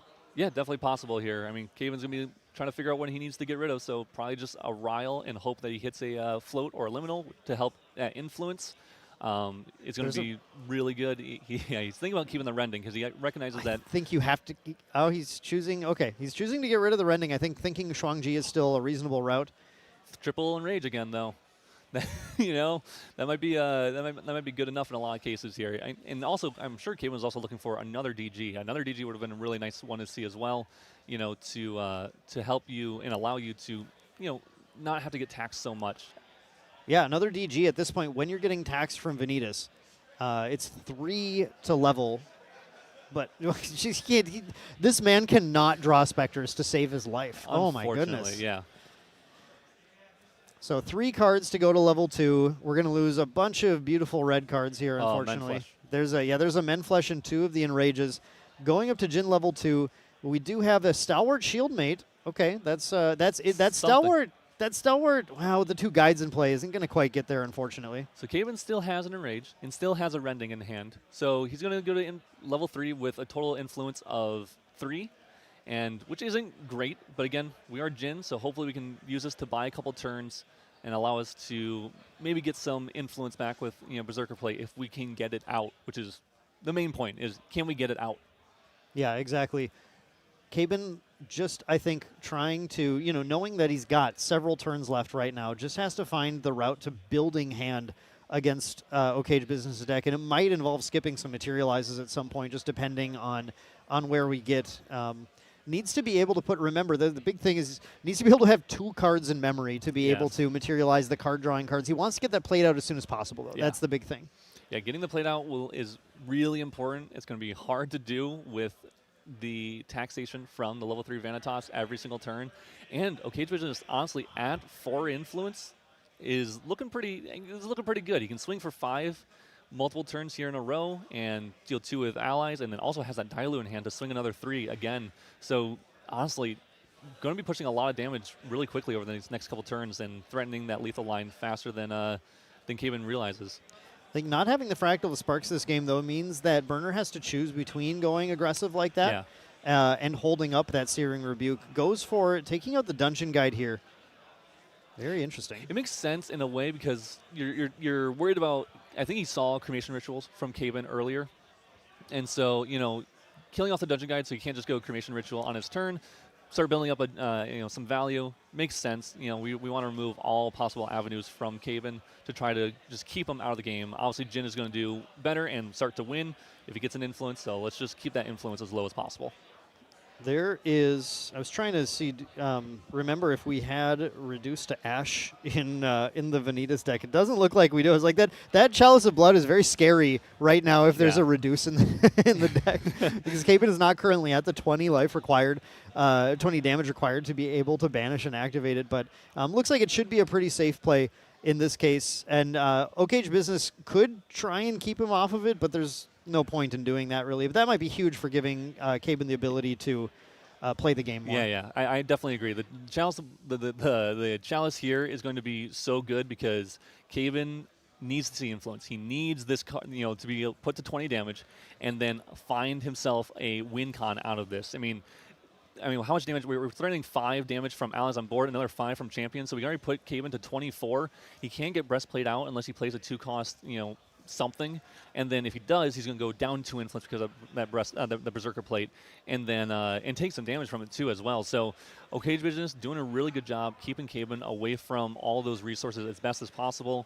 One thing that is scary though about this board is that Impact Hammer here is really, really good. This Impact Hammer is going to allow Vanitas to swing in general for 5, but this is also doing 3 damage to himself, and that 3 damage is going to really start to stack up.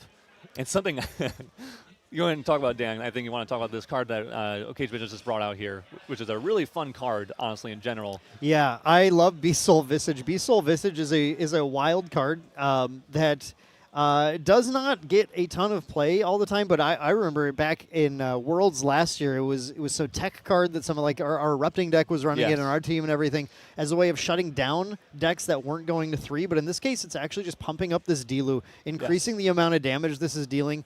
And the Pride requirement that's added doesn't matter at all because, of course, we're already dealing with that. But OkaygeBusiness, this is the clutch card here. This fluffy Shopkeep coming down. That Interceptor is really going to be the problem for CHIAtos right now. He's got to get through that as well. I think CHIAtos would be best seeing a Hemorrhaging Rend this turn. He needs to see a Hemorrhaging Rend, but even if he does, he's not going to be able to do much with it because he doesn't have enough damage to try to actually kill board. Like, he can kill board, but he wouldn't be able to go for a lethal line. Well, that's okay, though. If he can clear the board this turn, 1, 2, 3. I don't think. Okage won't have a way of killing him on the next turn, and that's the thing about Jin, right? You always have the 1 additional turn. So what CHIAtos needs is to find a way to clear that Shopkeep, have 1 more turn, and then have Okage not have another answer to a big enraged Rending Flames attack. Yeah, definitely. And I think CHIAtos just trying to figure out, should I play something in my end steps that allows me to materialize? But if I play something in my end step, in OkaygeBusiness end step here, what am I risking to get rid of? And there's a lot of things in hand that he's risking to get rid of. So, what do I keep? I keep the Rending to try to go for a lethal line with that?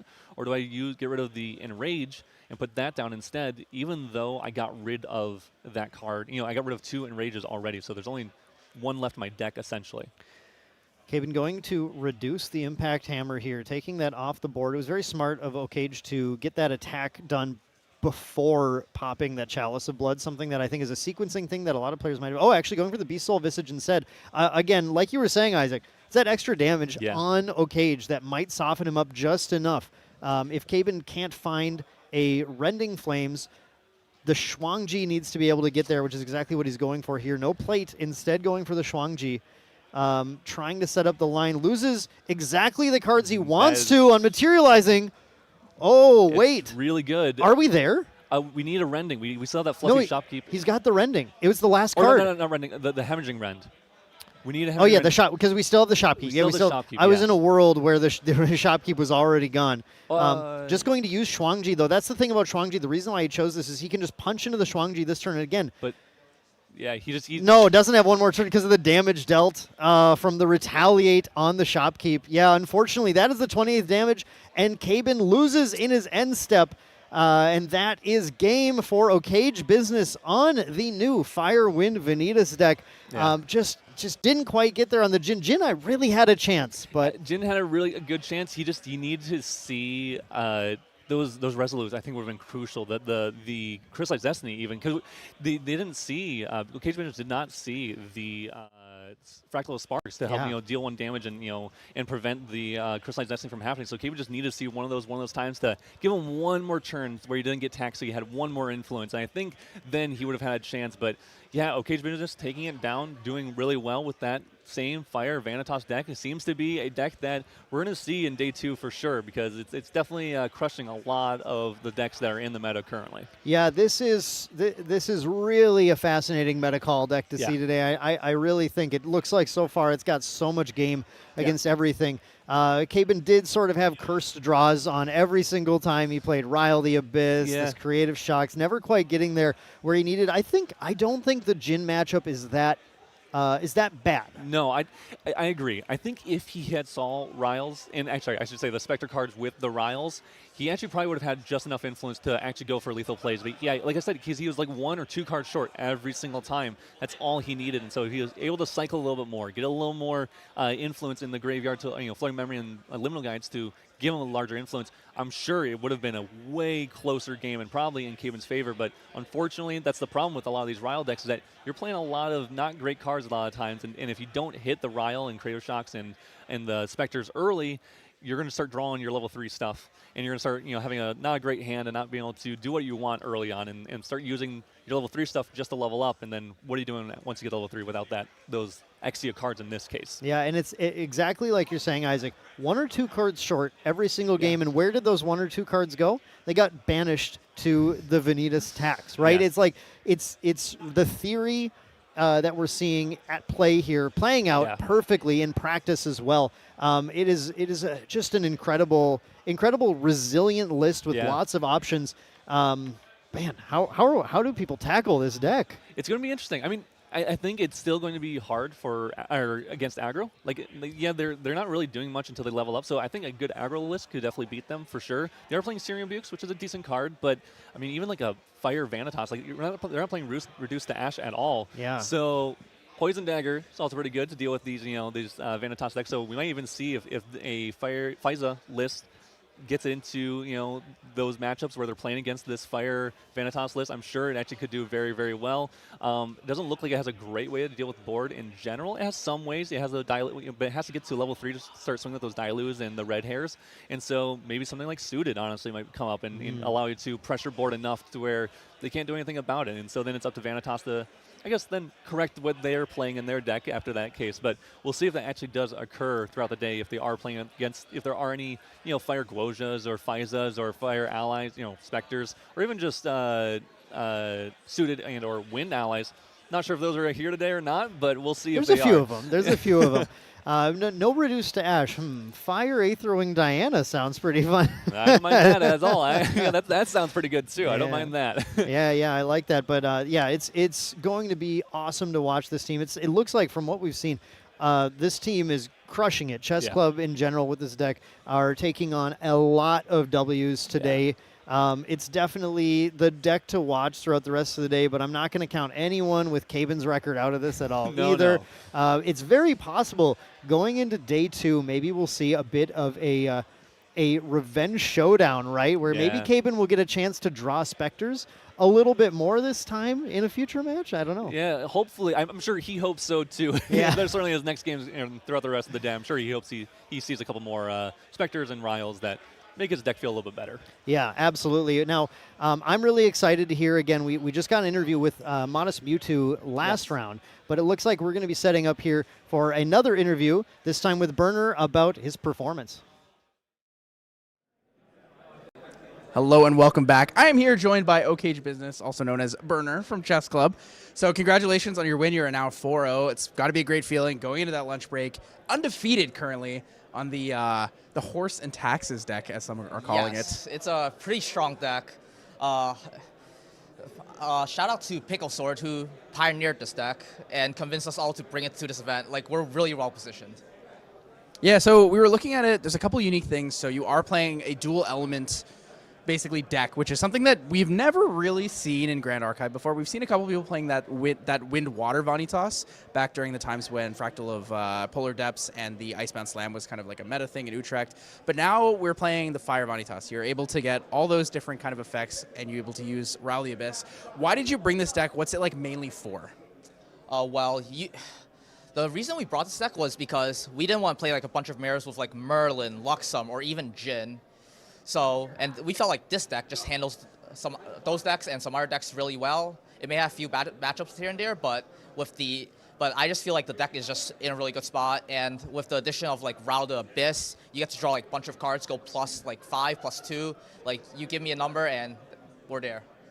Yeah, so we had a chance to talk to one of your teammates, Modestmewtwo, in a previous round about the kind of deck and the concept. So Ral the Abyss, turbo to level 3 because you can play the 2-drop, level up into 3 with the activation of Vanitas Dominus Rex, and then you can materialize Censor, right? You're able to like punish these other Ral the Abyss decks that, while they can plus a lot off of Ral the Abyss, they can gain card advantage. They don't get the materialization advantage that you guys get, so you actually tax them by using that effect. So when I look at your material deck, there's one thing I'm actually really interested in. So Beast Soul Visage is a card you're running in there. It says, on enter ally link, give that ally +2 power. It also becomes a beast, but it also has a pride requirement. Now, can you tell me about why this was one of the choices for the material deck slots? It's mainly just for damage. Like, the extra 2 damage just matters a bit. It helps in just getting you like extra reach. It helps clearing boards, stuff like that. And the pride requirement doesn't really matter since you are always level 3 and it's pride 3, so everything's always online. So you guys aren't running this at all for like aggro decks? Because I know with that card, you're actually able to ally link it to an opponent's ally. So there's a lot of situations where, let's say they have a red hair online. Because of the time stamping effects where red hair loses pride, you can actually give it pride again, and then it won't be able to attack. Was that a consideration, or was that just like a bonus? That's kind of like a bonus where they just got kind of like the collateral to slow down the game. But it's there. Yeah, it's a big one. So another thing, we saw it in your last game. It was actually what managed to keep you alive. We did talk about it right before jumping into the interview. You weren't ready for Hemorrhaging Rend if he was able to kind of find that reach with the cleave. But you did play the Fluffy Shopkeep for the intercept there. Fluffy Shopkeep, was that mainly for intercept, or is it because it also goes card neutral? Like, when you're looking at different cards like that, you know, Library Witch is a consideration. Why was it Fluffy Shopkeep specifically? Fluffy Shopkeep just has like a huge body. It's a 1/3, and it just goes neutral automatically as long as you can pay the cost by banishing 2. And then for Diao, it's main just for intercept. Even if it went like, even if it didn't get me a card back, I was fine with it because I just needed the intercept to guarantee I live another turn. Yeah, so you have the ability to live through that Interceptor. There's a couple other cards here that I thought were interesting. That's probably one of your main sideboard cards out, right? If you don't need the Intercept to live, you sideboard it out for the Cinder Geysers or for that Fiery Interference. There's lots of options there for damage, right? Yes. Yeah, and then a couple more. Okay, this one's really interesting to me. You're playing Volda in the list. Now, Volda is a very unique card. It has fast activation if you're level 2+, and you're a Cleric or Guardian. Now, Volda also says that all fire damage sources you control cannot be prevented. So it actually has a weird interaction with Searing Rebuke. Was that kind of an issue ever in your testing where you were using Searing Rebuke, Volda, in any of these games? No, I don't think that ever came up. I believe if you just sequence it properly, it shouldn't be an issue. Yeah, I guess you can play the Volda in response to the trigger going on the stack for the damage. Yes. But, I mean, you guys have such an absolutely fun deck. It's really unique. It's very innovative. And I'm just really excited to see how far you guys can make it. So thank you so much for joining us here for the end of round 4. Burner from Chess Club. Thank you, guys. Congratulations, and good luck on the rest of the tournament. Yes, thanks. We'll see you guys soon for round 5 after lunch.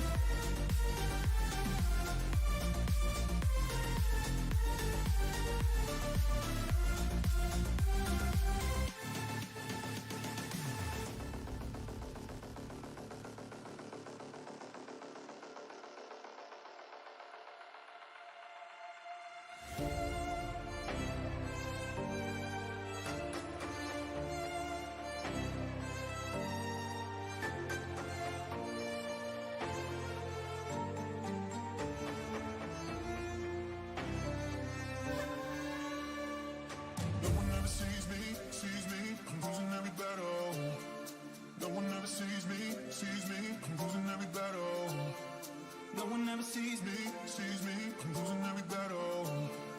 Can somebody save me, I'm losing every battle.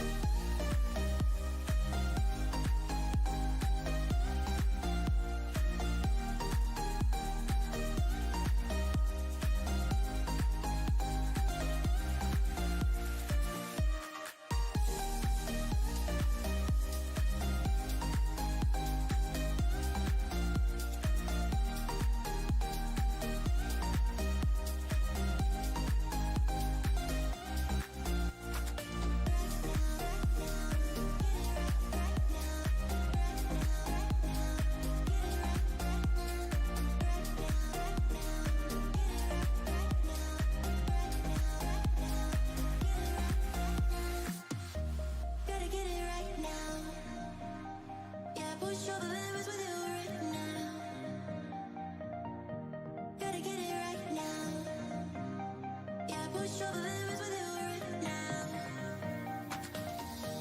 Gotta get it right now. Yeah, push all the limits with you right now. Gotta get it right now. Yeah, push all the limits with you right now. Get it right now.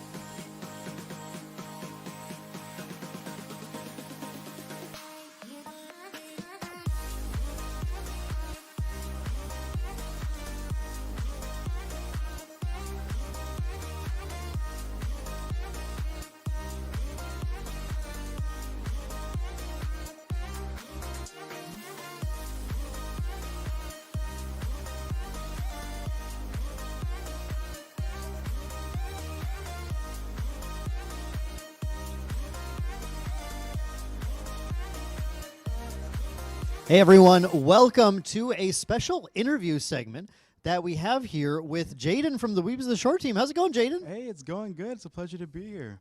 We're really happy to have you. You're one of the most chill guys that I think I've ever met in my life, but we're here to have you chill with me a little bit, and we want to talk about the new initiative that was launched by Weebs of the Shore recently called the Creators Guild, which is kind of your baby now, right? Yeah, I'd definitely say so. So as the social media community manager, I work with a lot of influencers, and the Creators Guild was one of my projects I really wanted to initiate, and being able to work on it, just amazing.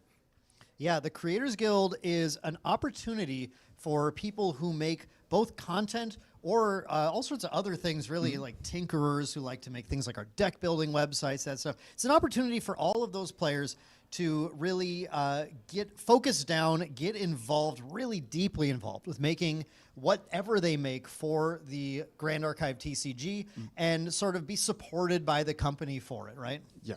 So what was, I mean, you said this was your baby and one of your big focuses. What was your inspiration for making the Creators Guild? Yeah, definitely. So in my work history, I came from the anime and manga industry. So we had like a lot of content creators in there. But I've always, with Grand Archive specifically, the content creators and just everyone puts out like a community. It's so well thought out and just put together so nicely. And I feel like I wish there was more ways to give recognition towards this rather than, you know, sending them product like boxes of like videos or anything like that. I feel like there should be a step above. And as the game continued to grow, for a sense, I'm thinking of the same way. How can that reflect with content creators?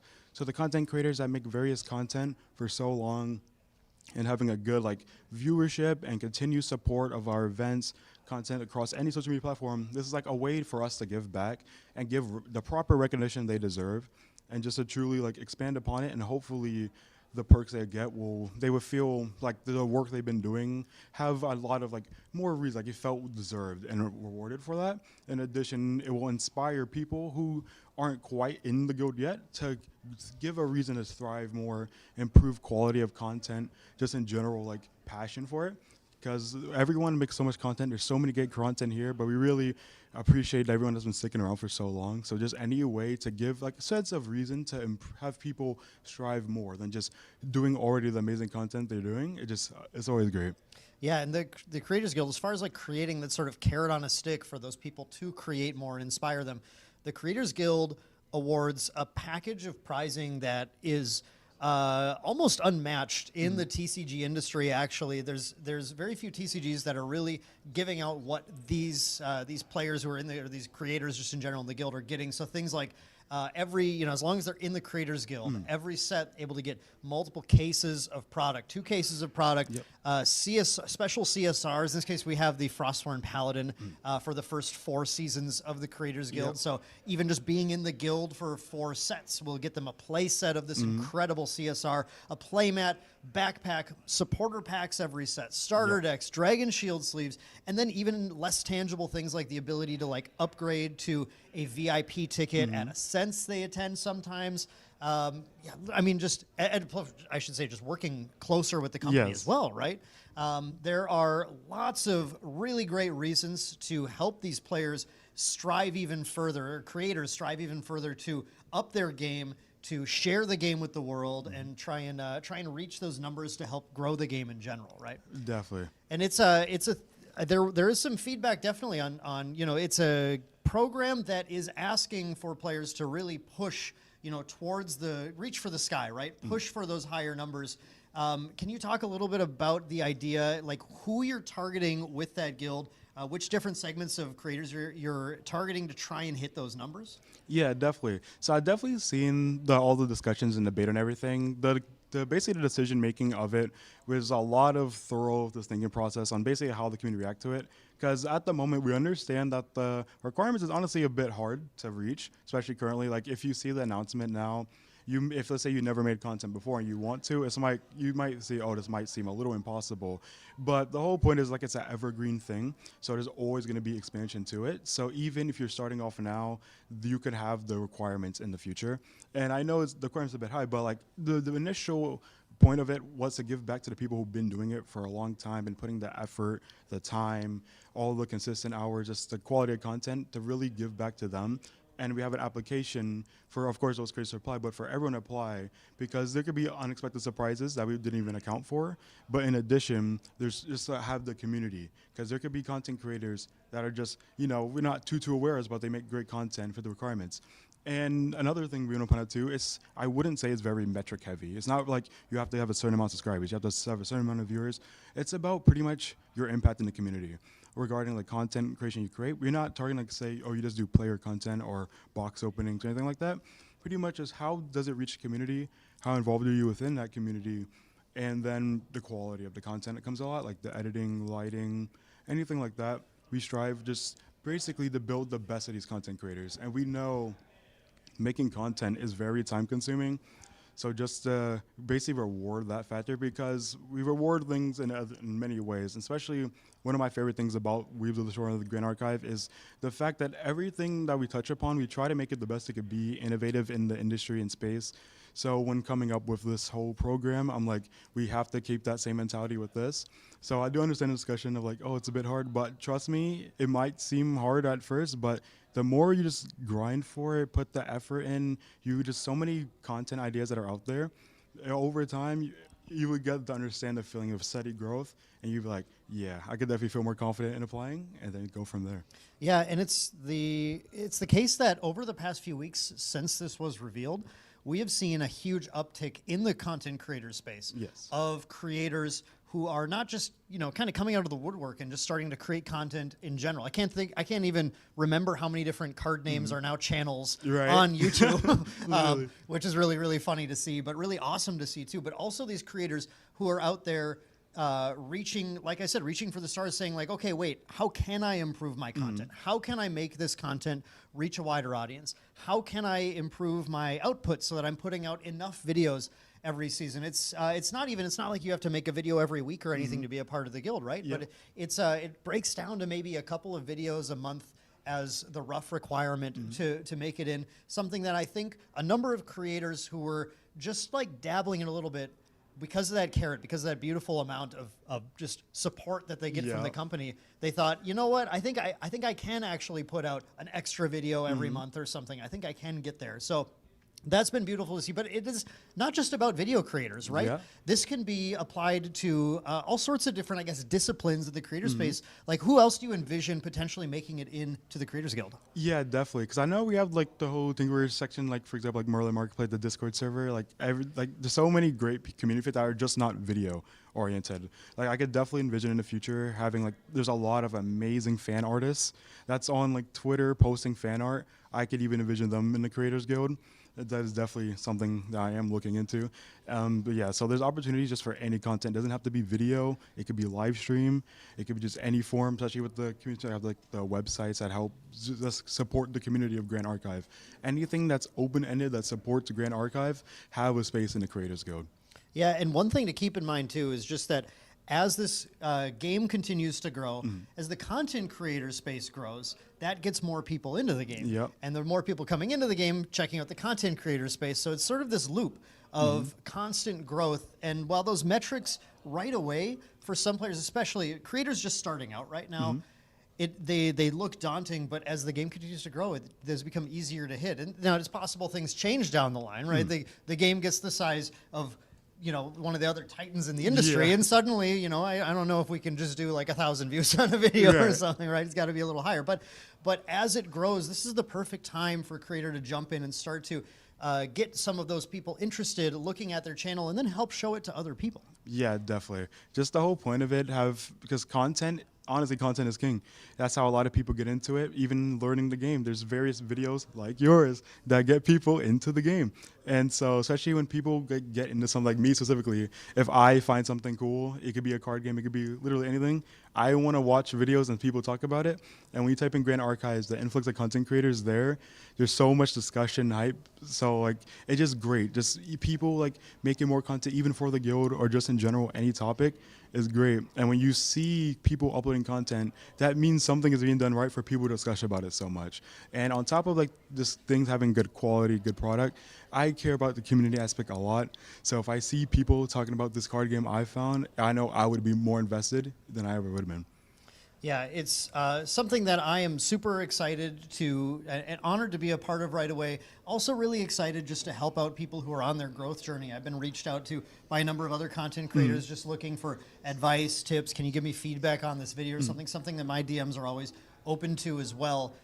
In the content creator Discord as well. I think it's really exciting just to have creators so interested now in, okay, I do want to put out more content. I do want to improve my content. Like, how can I get thumbnails that are more appealing to people? Or, for example, we also have not just like artists or video creators, but the websites that we all use every day building our decks. We have some of our content creators for the deck building websites who are getting into the guild as well. And so that's very exciting to see.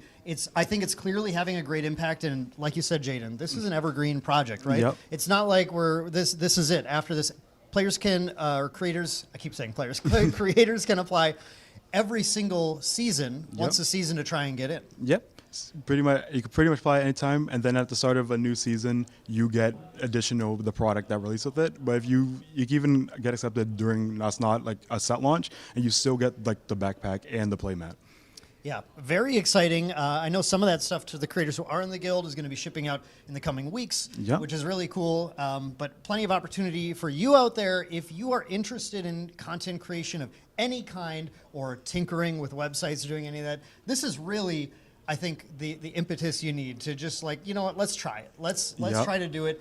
Definitely get out there, start creating, and try to get into what I think is just one of the best supporting programs I've seen for a TCG. Jaden, do you have any last kind of things you want to mention to people about the Creators Guild or just about the day in general? Yeah, definitely. So, of course, thank you everyone for coming out to Ascent Boston. It's great to see everyone. As I'm the only user to remember on the East Coast, it's great to see East Coast Ascents. But yeah, no, the Creators Guild, I'm very excited for it. I'm really happy with all the feedback and everyone's getting. I'm definitely taking everyone's opinions and just taking it pretty much all in. I'm really excited for the program, how it's going to expand, and just the prominent they have to basically give these content creators, give the Twinkers a more reason and feel rewarded. It's a great thing to me. And as the game been around for over 2 years now, I felt now was a good time to do it.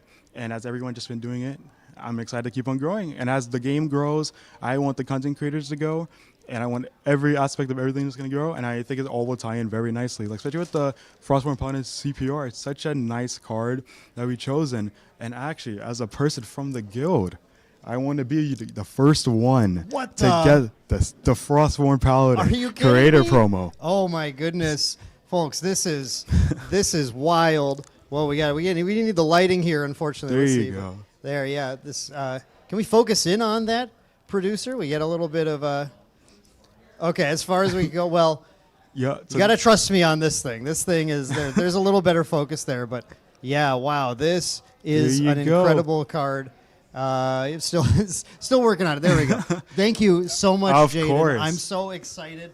And I'm definitely, this inspires me to make sure I'm giving my all to Grand Archive. I'm focusing down because I cannot be left out of a single season. I need to get as many of these as I can. So thank you so much. And I want to mention, too, just speaking of content creators, there's something else running on today that you wanted to tell the audience about, too, right? Yeah, so we've been working with a lot of content creators recently, and we have actually a VTuber relay for Distorted Reflections. So we have various VTubers starting today at noon PST, 3 o'clock EST, gonna do various openings of Distorted Reflection. Started with Lemina, and we have various other VTubers that you may be familiar with, like Tomo, Nova, especially if you went to Anime Expo, and then Poseidon. You got everyone there, Coconut, so many various VTubers. All of them are super fun personalities, and they love Grand Archive. So I just know they would all have an amazing time, and I think there's a great opportunity there. Oh, okay. So if you actually went to Anime Expo, we had the Nova promo card. Whoa, the VTubers are actually giving away 2 jumbo Nova promo cards. So yeah, pretty much you got to watch the stream. Jumbo cards are some of the most exciting collectibles. I've been always hoping to win one just to put it in my background for videos. So definitely exciting. If you want a chance to win those, tune in to these VTubers streams. It's going to be, of course, a super fun thing to watch. I was never into VTubers until recently with Grand Archive and Grand Archive pushing them. I thought, maybe I should start to check some of these out a little bit, and I've had a lot of fun getting into that as well. The VTuber space is so fun, and I love the CrossFit card games because like there's physical cards, but they're like a virtual avatar, and I just love how the VTubers are so fun to work with too. Like everyone there is such an amazing personality and content creator. Just to be able to combine it is great, and they all just love it. I love the little VTubers. Yeah, that's been really great. So thank you all so much for tuning in for this interview. I hope you learned a lot. If you have any questions, of course, there are plenty of resources to be able to reach out to the company and ask questions, especially about the Creators Guild, but also check out the website, gatcg.com, for the full Creators Guild breakdown and the articles there. But until then, we're going to head back to our lunch break, and we'll be back with round 5 of Ascent Boston real soon. Awesome. Thank you, guys.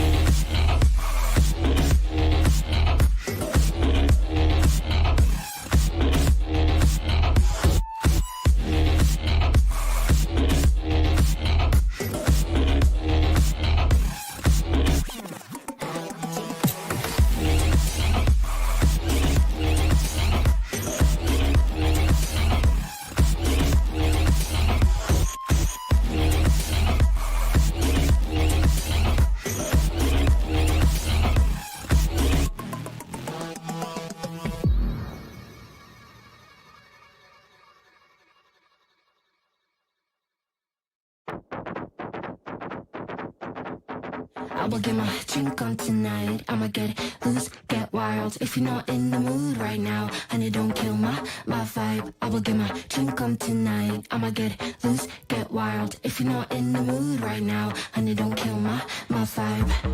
I'm gonna party until I drop. When I begin, I don't know how to stop. I can party on till the morning comes, till the sun goes up. We don't stop, no. I see you looking at me, but you don't stand a chance, you see. You don't know how to act. I'm looking for class. Can you please take a step back? I will get my drink on tonight. I'ma get loose, get wild. If you're not in the mood right now, honey, don't kill my vibe. I will get my drink on tonight. I'ma get loose, get wild. If you're not in the mood right now, honey, don't kill my vibe. I'm gonna party until I drop. I'm not looking for love, I'm looking for fun. Just because I have on skin tight jeans doesn't mean I need a man to save me. I do it all for fun. Looking hot in my 501s. Don't you know I tease? I'm not here to please, but you're way too dumb to see. Hey stupid, you think I want you just because I am a woman. Hey stupid, I don't want you, I don't want you. Hey stupid, I do it all for fun. Looking hot in my 501s. Don't you know I tease? I'm not here to please, but you're way too dumb to see. I will get my drink on tonight. I'ma get loose, get wild. If you're not in the mood right now, honey, don't kill my vibe. I will get my drink on tonight. I'ma get loose, get wild. If you're not in the mood right now, honey, don't kill my vibe. I will get my drink on tonight. I'ma get loose, get wild. If you're not in the mood right now, honey, don't kill my vibe. I will get my drink on tonight. I'ma get loose, get wild. If you're not in the mood right now, honey, don't kill my vibe. My vibe. My vibe. My vibe. My vibe. My vibe. My vibe. Hey stupid, you think I want you just because I am a woman. Hey stupid, I don't want you, but you're way too dumb to see.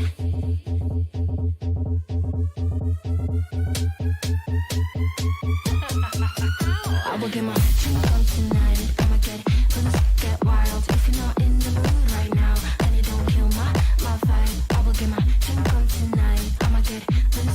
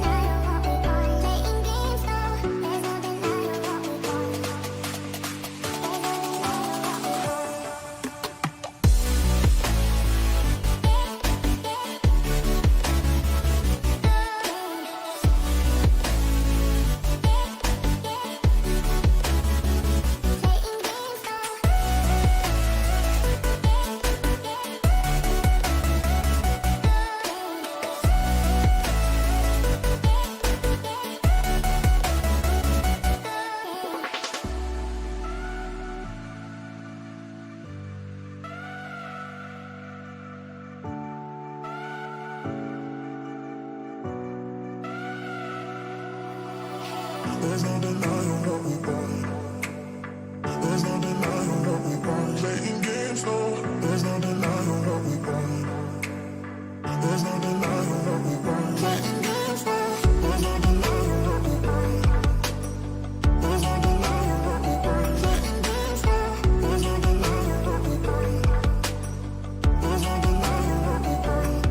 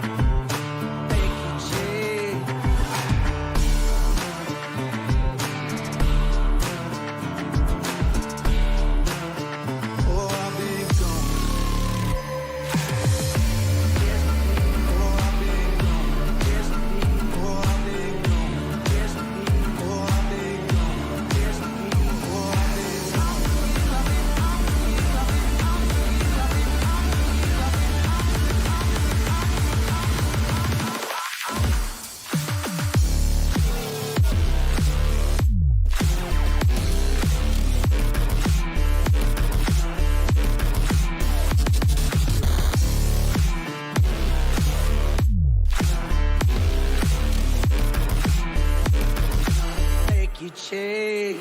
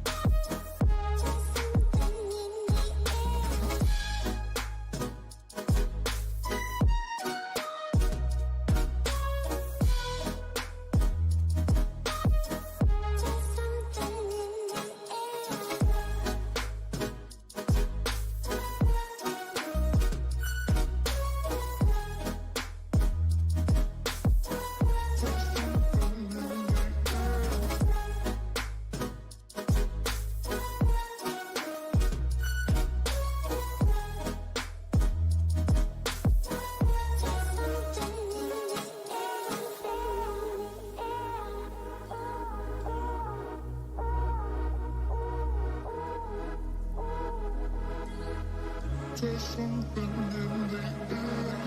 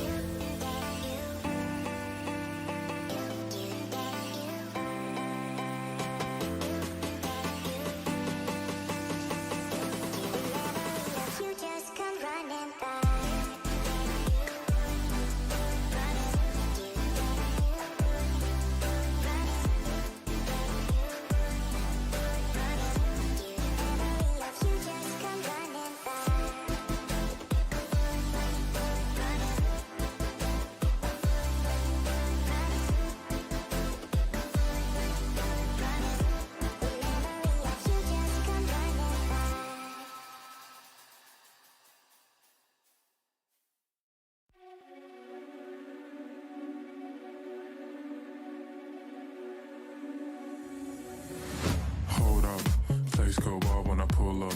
They all on me like they want some. Think I got what you need, well I have none. Hop off, you're a freak and I'm handsome. Slide up in the club like 2 chains. This snake is on top of the food chain. Stand out like a star, no new name. All these flights in my DMs, no message back, I just see them. I get them hooked and I reel and then throw them back when complete. I'm a snake on this lane, I'm speeding my poison is raining. I'm a V-I-P-E.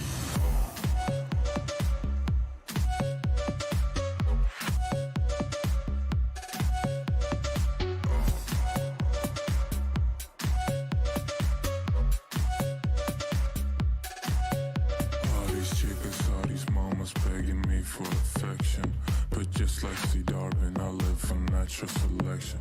Never hugs or connections, I just constrict and reject them. I make my snake hole transactions, eject my papers and stack them. All these words in my DMs, no message back, I can see them. I get them hooked and I reel and then throw them back when completed. I'm a snake on this lane, I'm speeding my poison is rain. I can't do the holy, the pain, the drinking, and I'm so bad. I'm a V-I-P-E.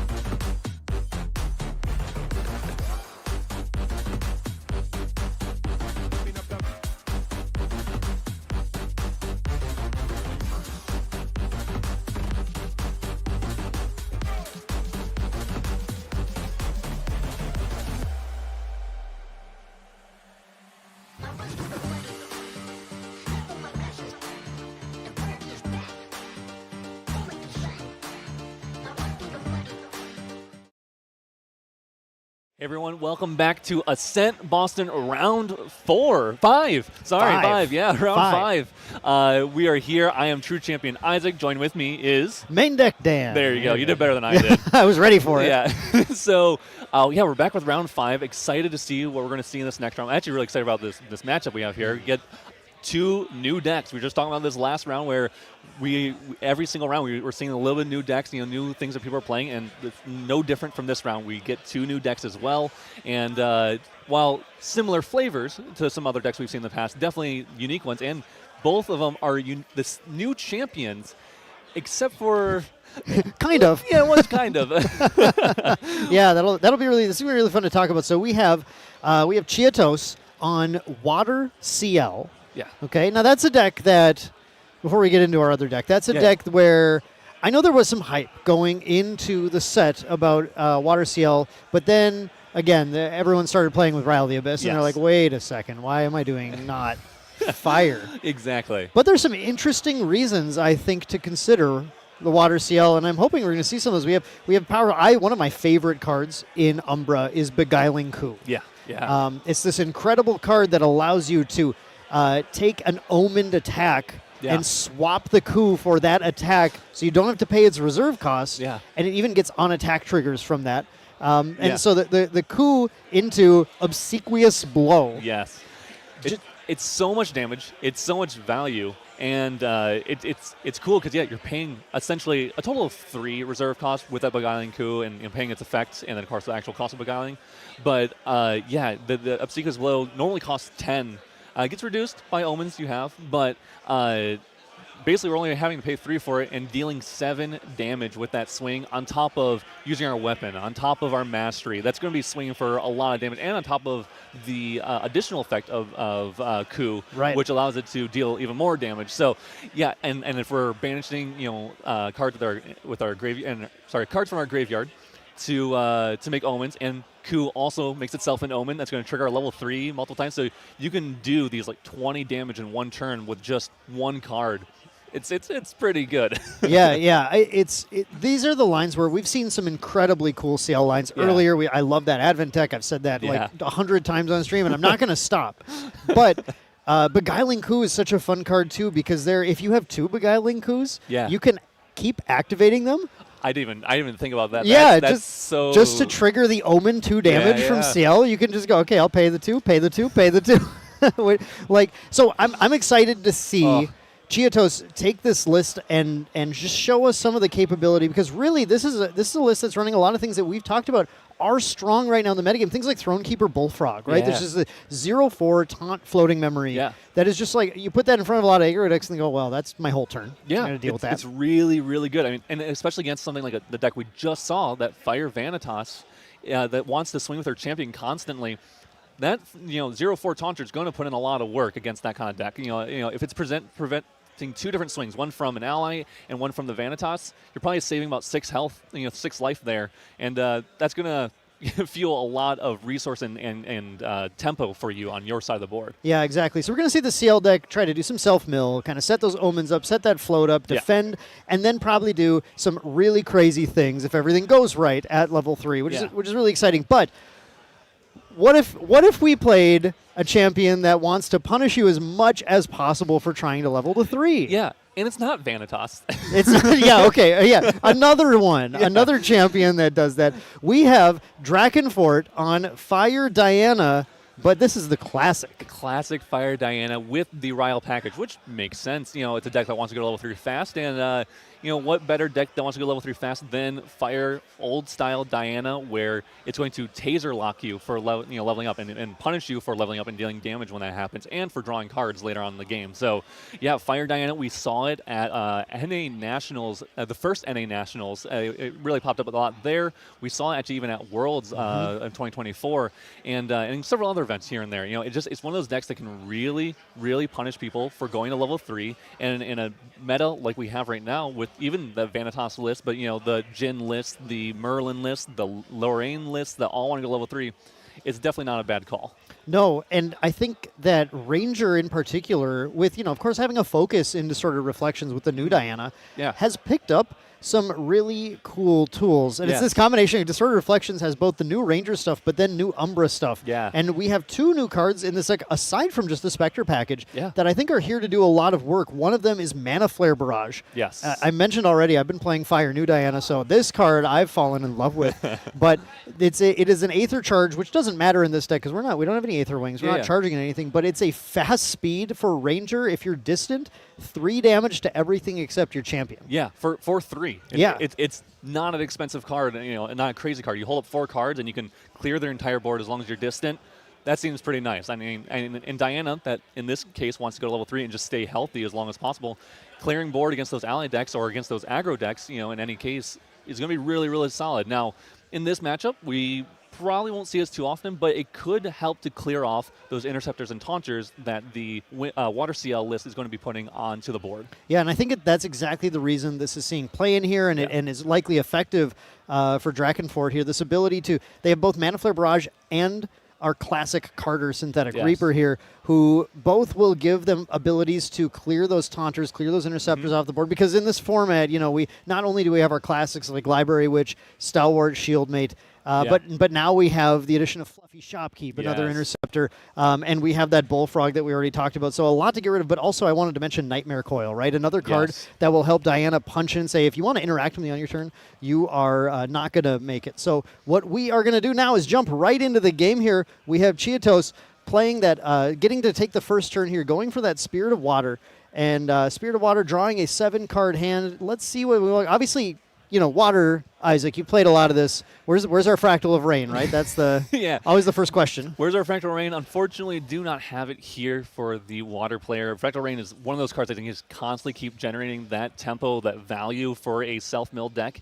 And, especially with how little Fractal hate there is in the meta, it's a card that honestly sticks on board and is going to be there pretty much the entire game. But unfortunately, we just have the Tidestone Bovine, which is a good card. As long as it doesn't die here, we're going to be able to use that to start generating some of those self-mills that we need into this Water Ciel list. Yeah, it's interesting to roll the Tidestone Bovine out like this when you're not a tamer, so you're not going to get that float. But there's a lot of, I don't know what you're playing, but I'm just going to hope your first turn is just going to be like Creative Shock Ryle or something, or one of those items, and you can't kill this thing. And actually, this gambit might pay off a little bit if Drakenfort doesn't have. We're certainly not going to roll that dungeon guide out just to kill the Bovine, but yeah, I mean, there's a lot of interest in trying to deal with that thing, and I think Drakenfort said, I'm not going to worry about it. Just went for the attack to face with that Hasty Messenger, pitching that Stalwart Shieldmate, and then passing it into CHIAtos. So really, really excellent that CHIAtos is going into this turn now, gets to activate this backup charger, has the Bovine available, and I think is positioned well to start to build the advantage that they're looking for to be able to really compete in this match. Definitely. It felt like a little scary of a turn 1, just with that Tidestone, not knowing, can I get any value off of this? Am I just going to -1 if I play this? But it survived 1 turn, which honestly, if it survives 1 turn, you're probably happy just at that itself. We do see a floating memory with that Thronekeeper Bullfrog into the Obsequious Blow, which this is a really, really good mill. That was perfect. Yeah. That was literally the god mill for this, because the float is here to go to Ciel next turn, and the Obsequious Blow is here to Omen as soon as you go to Ciel. So that's an amazing first self-mill. Almost exactly what you want to see from this Water Ciel list. Absolutely ridiculous to see that in play here. So that's really good. I just noticed, too, there is a Storm of Thorns in CHIAtos' hand. So if Drakenfort had tried to gamble and go for attacking the Bovine, it looks like CHIAtos would have just been able to protect it. Wow, this is a heads-up card in this deck, too. We didn't mention this, but Sea Sprite Diver in this format, I think, is here to really remind you. We haven't really played this much since, last year Nationals, I feel like, was really it's the height of this card. Yes. But yeah, I mean, this is a great card to just put a threat on board and then banish that float, banish those liminal guides. Yes. It punishes people who are playing, well, honestly, Hasty Messengers in general, because Hasty can only do it at slow speed. And so if someone only has the start of, I'm going to play a Hasty Messenger, put something in the graveyard, stuff like this Sea Sprite Diver that can banish it, and stuff like, Scavenger Raccoons as well, like we've talked about before. All these cards that can start hitting that graveyard, usually they're only at slow speed, but they're great against, cards that are only getting rid of that floating memory at slow speed. So yeah, this Sea Sprite Diver, and if CHIAtos sees more of them, is going to be really, really good at slowing this Fire Diana down, the Fire Diana that wants to go to level 3 as soon as possible and start to taser lock the water player. Now, at the very beginning of the game, they probably weren't sure if this is like a Fractals list, if this is just like, a Gojira list, maybe it's Genbu, because that Tidestone Bovine would signify that now with that Obsequious Blow in the in the graveyard. The jig is up. Yeah, we might know what's in there. So we're probably thinking, okay, this deck list might actually go to level 3. So in the next couple of turns here, we might see the Diana player start to really try to level up quickly and start to just pitch its influence regardless of what it actually has in hand.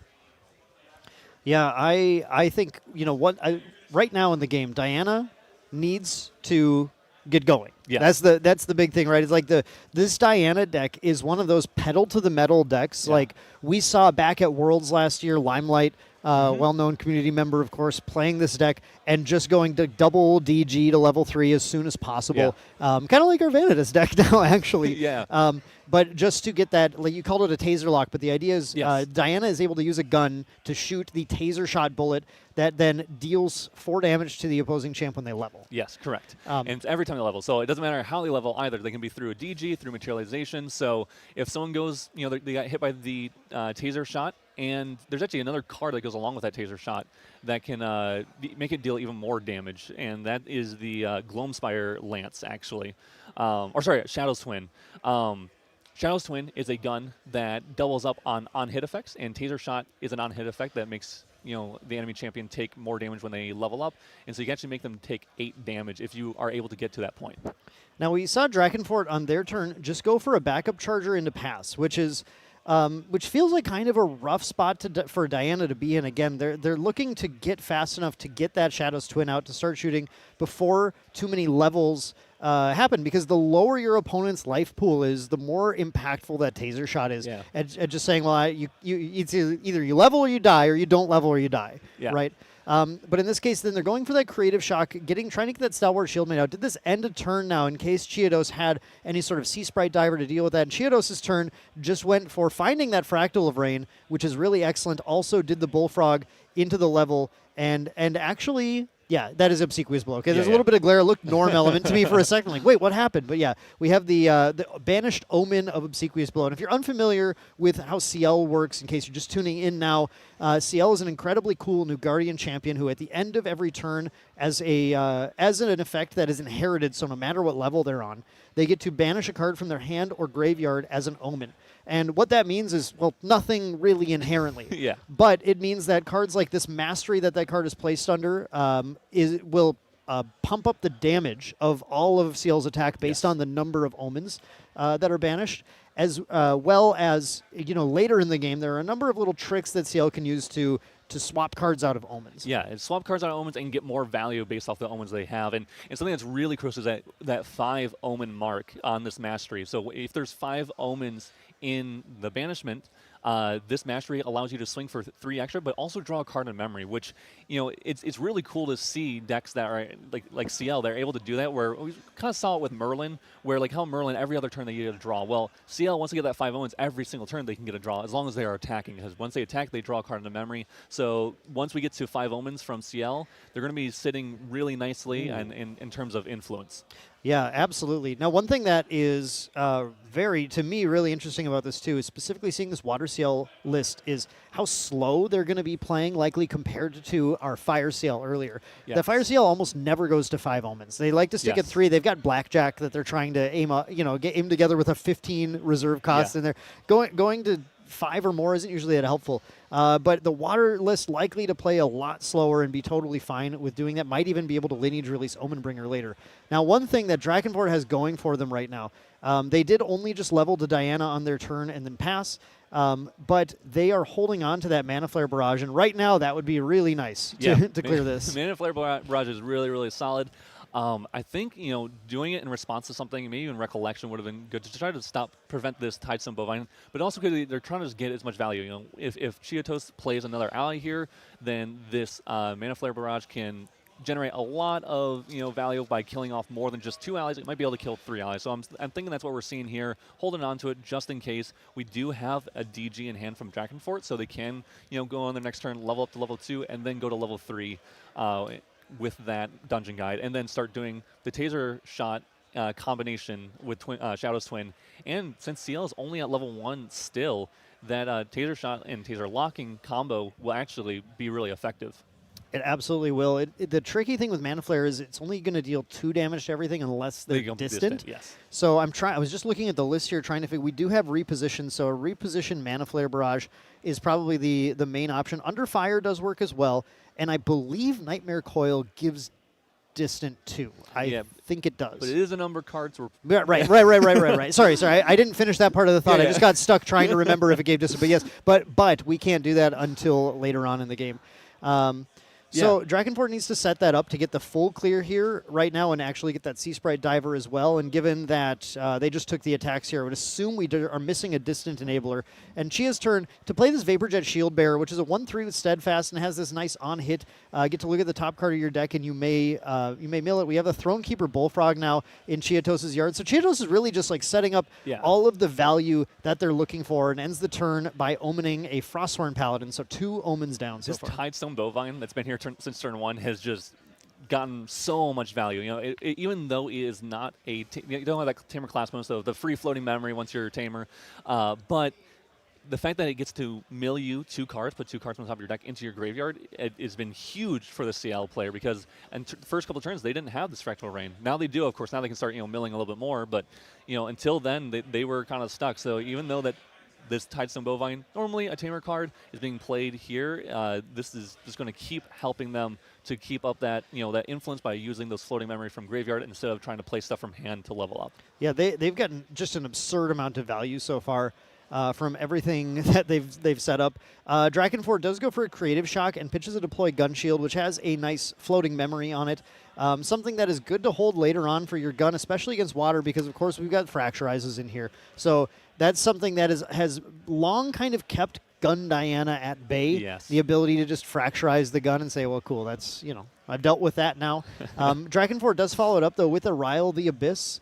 But I don't think we discarded anything off of it. I don't think we had a pitch, Unfortunately. We're just using the cycle, and we're probably just, we're going to level 2 and just using 1 floating memory from graveyard. When we get to level 3, our level 3 will make us distant, and we have that range 2 from level 2, and this level 2 is also going to give us a bullet. So we're just definitely stepping up our game here. We have that Dungeon Guide also. As long as we don't hit the Dungeon Guide here, and then I think Drakenfort may even had 2 in hand at that point. So even if we hit 1, we're okay with hitting another. I think we're safe. We hit the Hasty, which is perfectly fine at this point. We're kind of past the point of caring about this Hasty doing anything. But here's the thing that I really like, and I was going to mention this earlier. Maybe I did, maybe I didn't. But Diana level 3, Diana Duststalker, does make herself distant as well. Yeah. So if you can get there with the right amount of cards in hand, you are able to get that Mana Flare Barrage off right away, too, and clear the board potentially. Definitely. Yeah. It's just an influence count, essentially. We're going to pay 4 for that Dungeon Guide, and it looks like we have enough probably to I think we're good. Use that Mana Flare if we need to, Or, honestly, we might not need to. I think it's probably safe to, obviously just clear off board, stop taking this chip damage that we're getting from Ciel, and then it will allow us to then feel free to taser shot our opponent, get our gun out, our Shadow's Twin, and start really putting on that damage to Ciel. And I think we even have a Carter in hand, so we could even use that if we wanted to recover a little bit of damage here. Yeah. Oh, if we're going DG and we have Carter in hand, then I don't care about Mana Flare Barrage anymore. Carter has the ability on enter, you're able to sacrifice an ally in order to buff his cleave attack by +2 that turn, which will also cause you to gain another life. And with nothing standing in the way, no intercept, no taunt, we have a pretty easy play here of going Dungeon Guide, go to 3, get that attack off for 1, then sacrifice that Dungeon Guide, +2 the Carter, cleave everything for 4, recover 1, 2, 3, 4, because we recover those. I mean, it's a strong play. It's a really good turn. It's a really, really solid turn from Drakenfort if we're able to get there. We'll see if there is a response from Ciel, because Ciel definitely looks like they're thinking about something. But yeah, this will be really, really solid for Drakenfort if they are able to get that Carter on board here. We do have a judge call in progress here, so we're trying to get some information shortly here about what is going on with the judge call. But we'll have info on that soon. But right now, this is a very interesting position, I think, for both of them to be in here, where CHIAtos has been able to just accumulate a ton of nice advantage that way. Drakenfort looking like not really doing a lot for the first few turns, but is kind of positioning now to make a big push back into the game here. So once we get the resolution of this, we'll see kind of where this is going. We're still actually waiting on info about what the call actually is. Yeah, and I think it's just a matter of like what's it could be, something in hand that maybe shouldn't be in hand or something like that. We'll see what happens here in a little bit. Yeah, and we're just getting information that it is in fact a sideboard card that would normally, since this is a game 1, is in their main hand here. So I think unfortunately it's going to be a game loss for CHIAtos. I believe that had one of, I think it was either Dredging Streams or Bruce Kniege in hand, unfortunately. So it's important for players to, obviously after each game to make sure we have those cards sideboarded out. Or maybe it was actually, it's a CL player. I'm pretty sure here. So it can happen. It's happened to me. And I've played a lot of Grand Archive, but I've also messed up multiple times. It can happen literally to anyone.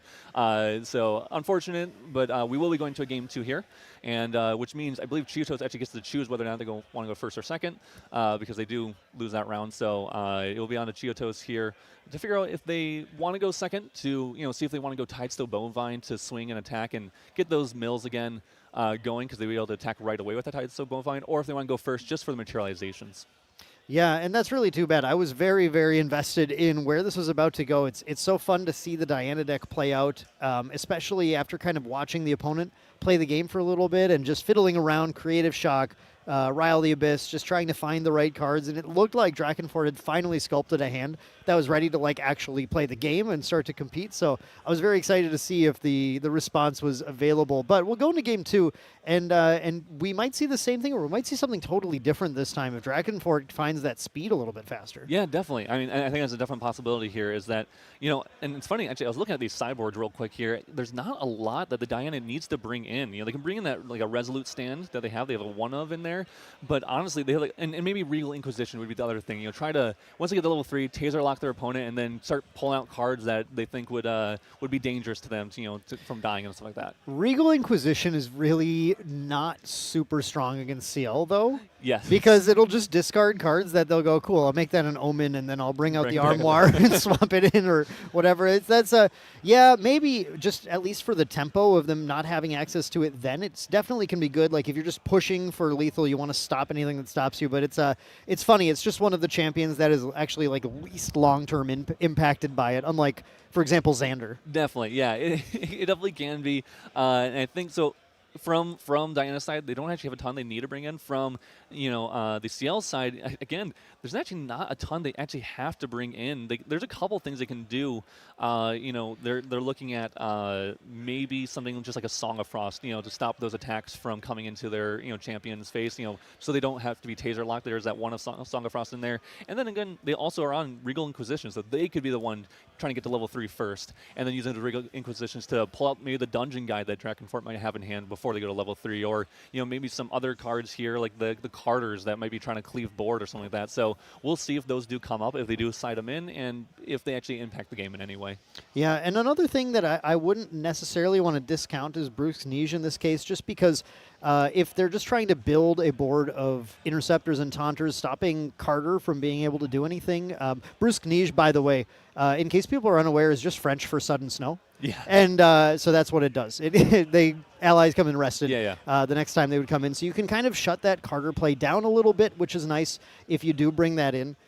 It's also one of those cards that can, and the nice thing about Water Seal in particular, it actually has a couple cards that can make them an Omen after you use them. Yep. So Bruce Kniege is one of those at level 2. It makes it an Omen, so you can actually build up your Omens a little bit faster than any other of the elements in wind and fire. So we'll see if it comes up. Again, getting to that 5 mark on the mastery, 5 Omens, can really start impacting the game for the better for Ciel. Absolutely. So CHIAtos does choose to take the first turn of the game, goes a Spirit of Water, and then this time we did in fact see the Fractal of Rain. Yeah, Fractal Rain.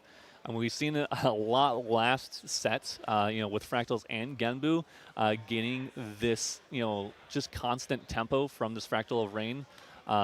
Of just getting floating memory into your graveyard, allowing you to level up for free, materialize for free, use Frostborn Paladins for their additional effects to get the draw. I mean, there's just so many things that this card can generate in a self-mill deck. We do see also Drakenfort just passing the turn again, possibly holding on to more creative shock. Just draw, discard action, Rile the Abyss. CHIAtos going with the Refracting Missile end of turn just to deal 2 damage and get that float, go to that level, trying to get this time no backup chargers for them, just trying to get those omens going as quick as possible. Yeah, and we unfortunately did see the Song of Frost, the one of Song of Frost in the entire, I think it's the second one actually. So there's only one left in the deck with that Song of Frost.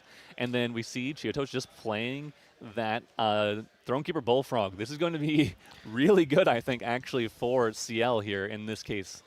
I think you said unfortunately seeing the Song of Frost, and I would actually push back and say that is a really reasonable card to see right now because specifically in Ciel, your materialization can be Manxam Armoire.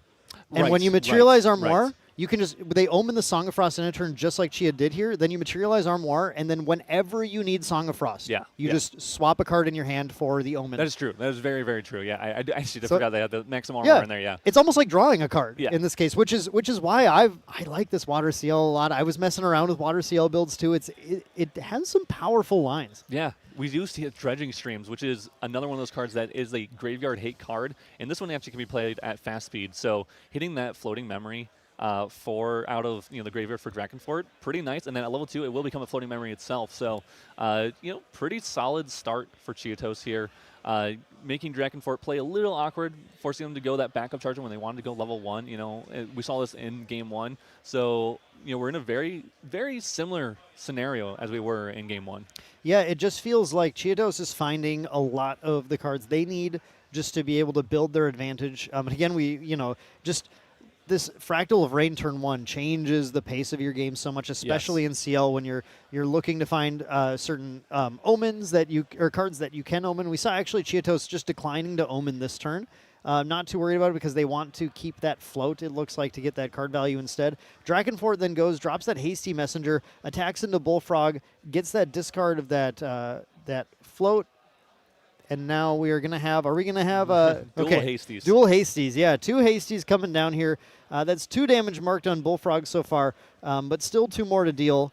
I doubt there's a way necessarily, but who knows? Get rid of all these stalwarts. We don't need any of those in this deck. Well, yeah, it's true. The other thing to remember with the CL deck in particular is that the Beguiling Coup allows you to change the target of the attack. Yes. And Taunt, which is what Sour Shieldmate has, is an ability that forces attack declarations specifically from to target the taunter. But when it's after you're past the attack declaration step, you use an effect like Beguiling Coup that allows you to change the target. You can choose anything you want. Yeah, Beguiling is such a good card, and I think it takes a lot of unique scenarios, and actually I should say a lot of practice with it to really get the fullest value out of it and understanding those lines, because those lines can be very hard to see if you're not used to playing cards like that, and we are at the beginning of a set, so it can be very hard to remember everything that you can do with a card like that, where you can not only replace it, you can cycle them if you have multiple of them, one as an omen and one in hand, and you can gain value that way once you're level 3, or you can just use it for a big swing, or you can use it to change the target of attack. I mean, there's a lot of things it can do, which is what makes it such a crucial card in CL. Now, I think the pace of the game is actually shifting just a little bit. We can see the ship turning a little bit here as CHIAtos just goes for a Grand Crusader's Ring pass, opening the Fractal of Rain that their Fractal of Rain milled, not seeing the float that they seem to be really relying on to go for those levels, and passing the turn back to Drakenfort, with Drakenfort having 2 Hasties in play and getting to use a float to level to this Diana 1. So suddenly Drakenfort is in kind of the position to gain a lot more of the value, and CHIAtos, the longer CHIAtos waits to level, the more devastating those taser shots will end up being. Yeah, and I think it's just up to Drakenfort to try to clear off that Thronekeeper Bullfrog. I mean, they have 2 Hasties, so they can do 2 to it every single turn. They just need to find that 3rd and 4th, or maybe that Carter. I think they do have a Carter even in hand right now. So, that'll actually be really nice with these Hasties. Once he, on their next turn, goes to level 2, and they can DG into level 3, they can, again, what we were talking about in game 1, they can use that Carter to cleave board and then go for the taser shot into the opponent's champion and start to try to stifle them out of the game. Another thing to keep in mind is that Drakenfort gets the 3rd Hasty. What the? Oh my goodness! This is reminding me of Worlds last year. Now look at all these Hasties coming down. Now pitching the Underfire, drawing another Umbra card, another Carter, I think maybe. Yeah, I mean, it may even be that Nightmare Coil that we see here Oh, in ooh. the Diano's deck. So I can't Yeah. quite see, but it'd be interesting if it is. And yeah, but Hasties, I mean, goodness, this is going to be allow Drakenfort to cycle and get, really start fixing and craft the perfect hands It here. is the Nightmare Coil. Yeah, so we are down 1 Nightmare Coil. I think there's only 2 in the deck, so no, there's 3. So we have a couple more that we don't have to worry about too much, if we need them. But in this case, we're just using Hasties to cycle, hopefully get as much floating memory as we can, and then get to level 2 for cheaply or free, hopefully. Another thing worth mentioning, I was gonna say the third hasty dropped and derailed me entirely, but Punishing Cartridge. This is this new card from MRC Alter Edition, and that is a card where even if Drakenfort couldn't find a card or couldn't find a way to clear off any Taunters or Interceptors, it isn't going to do the Taser Shot effect, but it's a new bullet that will allow them to discard cards to redirect the attack and then on hit force ally sacrifices. So it can clear the way for like a next turn Taser Shot or something if things are going slow enough for the opponent, or just force that damage through to get lethal. So Drakenfort's options have built a little bit here. Chia following this this turn up here with a Vapor Jet Shield Bearer. Yeah, just hoping to find some extra mills, extra floats. We do see the Obsequious below, so now we have that as an option to make an Omen at our end step here, which will allow us to use that later on, and hopefully use it with Beguiling Coup to start, swinging for a lot of damage once we get to level 3. Yeah, second Vapor Jet, getting that on-hit effect again. Going to get another mill. Yeah, there's another floating... Oh, that's another Obsequious. There's 2 Obsequious. What there's 2. Yeah, okay. We have 2 Obsequious now. We're going to Omen one of them, which makes a ton of sense. But Chia not finding float, right? Yes. We're not finding the float that we need to level up. I think they're taking a couple turns off here. They do have that one in there that turns on at level 2+, but right now I don't believe it's doing anything. So now we are just hoping we can maybe just survive. Again, just take our time. We don't feel like we're threatened too much with this Bullfrog on board, and we're just hoping that that is enough to allow us to stay alive and not worry about getting taser locked. Yeah, but Drakenfort might be ready to actually pull the trigger, and pun is absolutely intended here, because we're going to have this level up to Diana 2. We're going to get this Taser Shot. Looking at this hand, healthy hand with a Dungeon Guide, and I think there's a Carter in there. So if so, this is definitely a turning point for the game, as Drakenfort might be able to seal the deal pretty quickly. Yeah. You take a close look at the hand here. We do see there's 2 different Dungeon Guides there. There's a purple card. With that is a card. That's a coil and a Carter. Yeah, oh my goodness! We got both. Yeah, we are ready to go. Oh my God, the Nightmare Coil has to be played during your recollection phase, I believe. So, yes. So unfortunately, we can't go like DG Nightmare Coil. So you would punish for interacting with me, and here's the Carter, which would be the coolest thing. Yeah. But yeah. I'm hoping we see a little Nightmare Coil action in this, because I do want to see people play that card. I think it's a really unique card to play. And we do see on CHIAtos' side, they actually have a Resolute stand, which, as long as they're thinking about it, they could cast it for free onto the Thronekeeper Bullfrog to keep it alive so it doesn't die to the Carter Cleave. And then we have a way to still not take damage from that Taser Shot. Yeah, I'm wondering. That's always scary Yes. when you are resoluting your taunter and just hoping that your opponent can't play around this. But it would definitely be, I think, the heads-up play right now, especially given that Drakenfort already went ahead and went with Taser Shot as the bullet that they materialized here, so we know we're not going to see that Nightmare Coil coming in. I think the correct play here even would be to swing with the Hasties and the DG into the Thronekeeper Bullfrog, see if they do anything, and then use the Carter Cleave to guarantee they're going to cleave board and kill off the Bullfrog even through a Resolute. I don't know if Drakenfort saw a Resolute last game, if it was in the graveyard or not, or saw it banished, off of level 1. So if they're thinking about that, well done to them, because I don't even know if I would be thinking about that quite necessarily in this scenario. I probably would have missequenced this myself for sure. Too excited to drop a Carter. I would have just been like, yes, Carter, let's go. I mean, you might as well swing one with one of them, because it's going to die anyway when you use the Carter. So swing with something. Makes sense, and then see if we can what do we have for options after that. Going for the Shadows Twin right now, with a lot of cards in hand, just forcing potential interaction. If there were a Fracturize right now, it would be what Chia would definitely like to use. Yeah, and you can actually do that Fracturize on the load trigger from Shadows Twin to really make sure that Taser Shot is gone forever.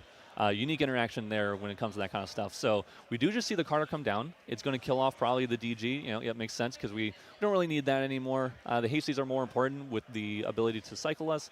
And then mostly we're just going to cleave board and hope that this is enough to kill Thronekeeper Bullfrog. So Drakenfort saw the cleave line, but thankfully Chia didn't think about Resolute, or chose not to, chose not to Resolute stand on the Bullfrog, because how much damage are we actually dealing with? The taser shotted. Well, I think it's still enough to get through the Resolute, right? It'd be enough to get through the Resolute on Champion, yes. On Champion, yeah. So yeah, we're just going to think about, taser, because taser shots coming in for 1 plus the Shadow's Twin, which has a load trigger of +2, so it's 4, and then range 2, so we're at 6 damage, I believe, with the total damage possible coming in with this taser shot. Yeah, that's definitely going to connect at this point. It doesn't look like there's a way for Ciel. It would have been pretty interesting to see that Magnum Armoire come out instead of one of the other materializes in the previous turns to have that Song of Frost available. Yeah, I was running that too. I mean, again, CHIAtos may have thought, I'm safe. I have this big taunter on board. It's going to give me a float if it dies, so I kind of want it to die. And we actually don't see... No attack. Drakenfort afraid of the Fracturize, perhaps, not wanting to lose the taser shot? It's possible. I think they had maybe a deploy gun shield, so I don't know if they had to put that down for some reason or not. At one point they did, so I'm not sure if we'll just wait till next turn to do that, bring out another bullet if we need to. It could be a multitude of things here, so we're going to not go for it. We're going to play a little safe, a little conservative, and then hope that we can actually go for it on our next turn. So CHIAtos starts the resolution of Ciel Omenbringers on enter, which is 1 at a time. For each omen you have, you can discard a card from your hand to memory and draw into memory.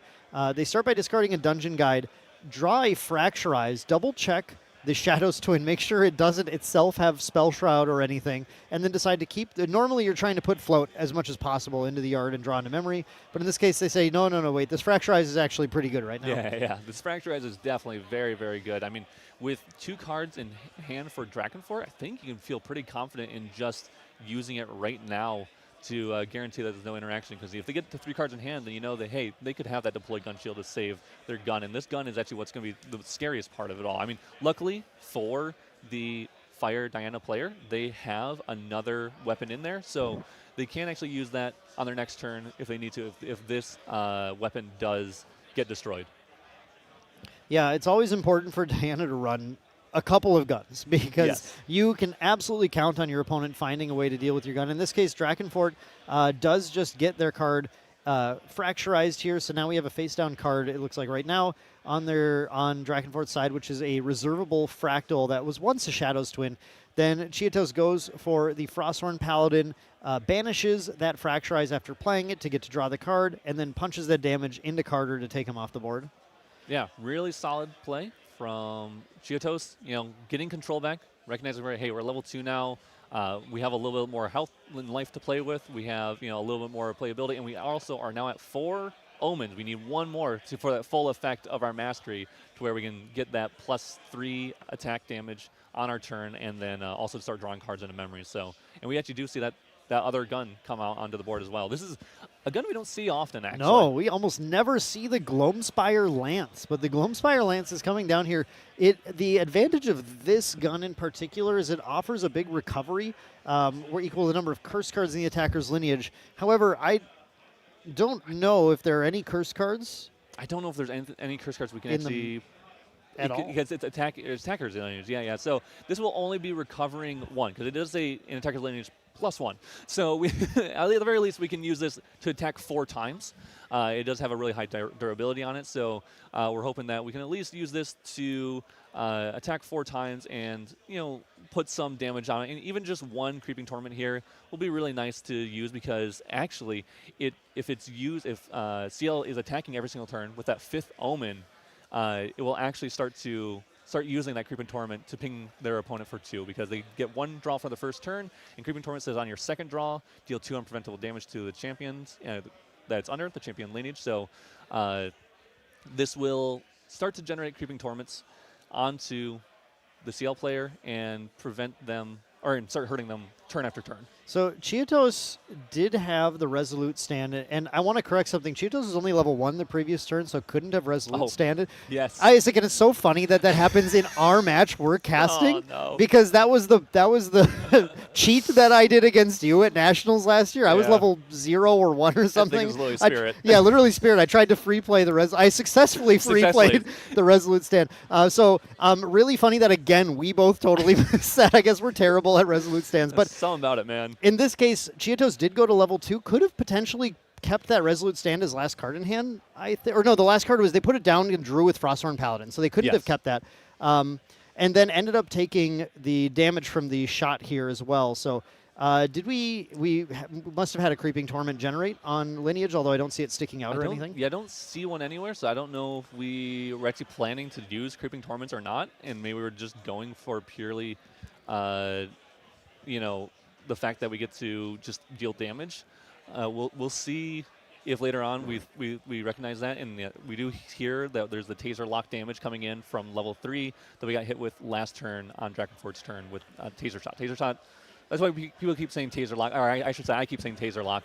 It means you're trying to lock your opponent out by dealing damage to them when they level up, so it makes it hard for them to level up, and decks that want to level up, especially in this meta, that's really, really solid.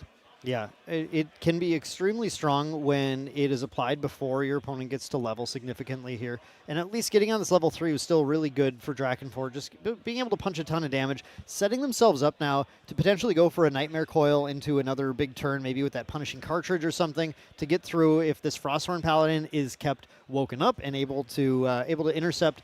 If that's all CHIAtos has in play, Punishing Cartridge will be truly punishing on Drakenfort's turn as well. Yeah. And it actually does sound like we are fixing that Creeping Torment situation here. So we actually are able to generate, it's good. We actually do have them, luckily. And this will actually start to, could start chipping damage off of this Ciel player. So we'll see what occurs here, especially with these Omens. It will be up to CHIAtos, because it is a May banish to make an Omen at the end of the step. So we'll see. CHIAtos chooses to not banish an Omen, stay at those 4 Omens, so that way when they attack with their champion, they're not drawing that card into memory and dealing that Creeping Torment damage to themselves. One thing that's happening right now, we're taking a little break here because the Creeping Torment actually was in the wrong sleeve color. It was in the sleeves of Drakenfort's, actually might even been their material deck. It was just in different sleeves. But actually, an interesting little quirk is that your generated cards need to be in the same sleeve as your main deck. And the reason for that is that there are weird scenarios where they can go into your hand or deck. Yes. They're very strange sometimes for Creeping Torments in particular. Obviously, the Asuna players are used to it, right? Yeah. But there are still weird scenarios where they can end up in hand through trying to manipulate the rules in really weird ways. So... yeah, Creeping Torments, they're not like a token. They are an actual card in the game. You can play 4 of these in your main deck. But yeah, this champion does make more of them. You generate them from outside the game. So yeah, like you're saying, they have to be in the same sleeve. They have to be, the same basically card that you would find in your actual deck. So that's why the sleeves need to be the same color or same typing. And then we do see that Omen, though, being banished. We are at 5 Omens. We are going to be, when we attack with our champion, swinging for 3, but also taking 2 damage. Because the 1 draw from turn and the 1 draw off of the mastery. We have Ciel Mirage's Grave in play as well. Obviously, they took that damage. And at end of turn, we did Omen a 5th card. So as you were talking about, Isaac, we're now at the kind of the max damage buff from the Servile Possessions Mastery, as well as getting to draw cards when we attack. But additionally, we're dealing 2 unpreventable damage every time we put an Omen counter onto those Omens. So CHIAtos is in the position now to try and just hold down the fort and take over the game. Drakenfort going for a creative shock right now, just pitching this Mana Flare Barrage, which isn't looking great, and then going for the materialization of the Punishing Cartridge. Now, we've talked about this a little bit so far. This is a crazy cool card from MRC Alter Edition that has obviously it's a bullet with renewable, the ability to load. Importantly, it's a 2 power bullet, which is a lot of bullets are 1. So it's just nice to have that, but it has this on attack. Discard up to 2 cards and choose any of these 2 for the number of cards you discarded. Change the target of this attack to another unit. So that's how Drakenfort will be able to get around this Bullfrog's taunt and the intercept of the Frosthorn Paladin if it's left woken up. And the second ability, if you choose to discard a second card, or if you choose to use this one instead, Punishing Cartridge gains on champion, hit that opponent, sacrifices an ally. Yeah, so a lot of stuff can start going Drakenfort's way. They can keep using this to if they start to bring it out every single turn because of that renewable ability, it'll go back into the material deck and they can materialize every single turn. If they're able and have enough cards in hand, they could get through this Taunter, get through this Interceptor, and just keep pushing damage and keep generating, more importantly, those Creeping Torment tokens, Creeping Torment cards on the Ciel's lineage. Drakenfort is going to discard this Rile of the Abyss. We're definitely past the stage of the game where we were worried about that. And going to choose one of these modes. Obviously, it seems likely that they're choosing to change the target so that the Bullfrog does not just taunt this and nothing happens. And just trying to push that damage in and get that Creeping Torment in onto CHIAtos. I think only one card was discarded, so we're not going to get an ally sacrifice as well. Yeah, and I think this punishing cartridge is going to go through. The CHIAtos does actually have a Resolute Stand, so if they really, really want to block this for 3, I think it is coming in for 3, they could. They really don't want to get this Creeping Torment token on their, sorry, I keep saying token, Creeping Torment card on their champion. They could choose to try to block it, but they would not get the draw for turn, so we're not going to do that, the alternate cost of Resolute Stand, and we are just going to make sure we're going to try to kill our opponent on the next turn, or maybe even keep some other cards left up in hand, like that Cerulean Decree, which actually can make the enemy champion, Drakenfort, swing for 3 less attack power on their attack, which would completely prevent all the damage from this little combo that he has going here. Yeah, absolutely. Decree is going to be really strong against that. It is +1 damage when it hits as well from that Gloamspire Lance ability, so we did take 4 this turn, but if that Cerulean Decree stops the 3 damage, then that last on-hit trigger also will not happen. So definitely Chia's got a capability to prevent a good amount of damage here. And also, and this is huge, at the end of CHIAtos' next turn, they can get their 6th Omen banished.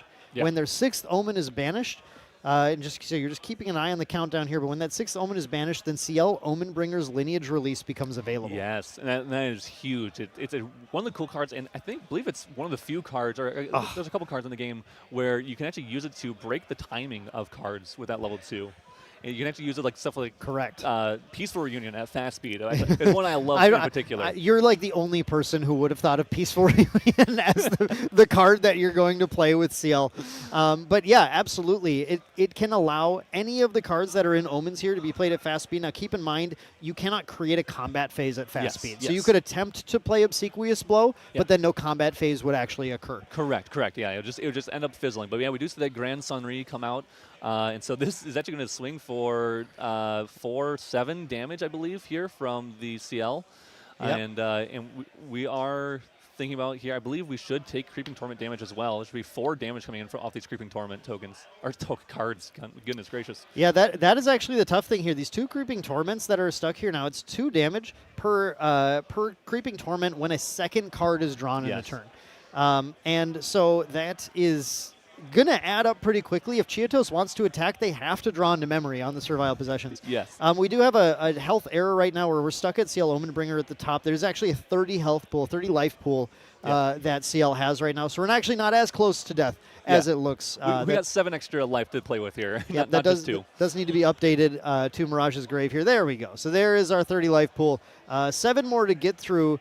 Now, some of these Water Ciel decks do run some various ways of recovering, but I don't think I see any way of doing that here.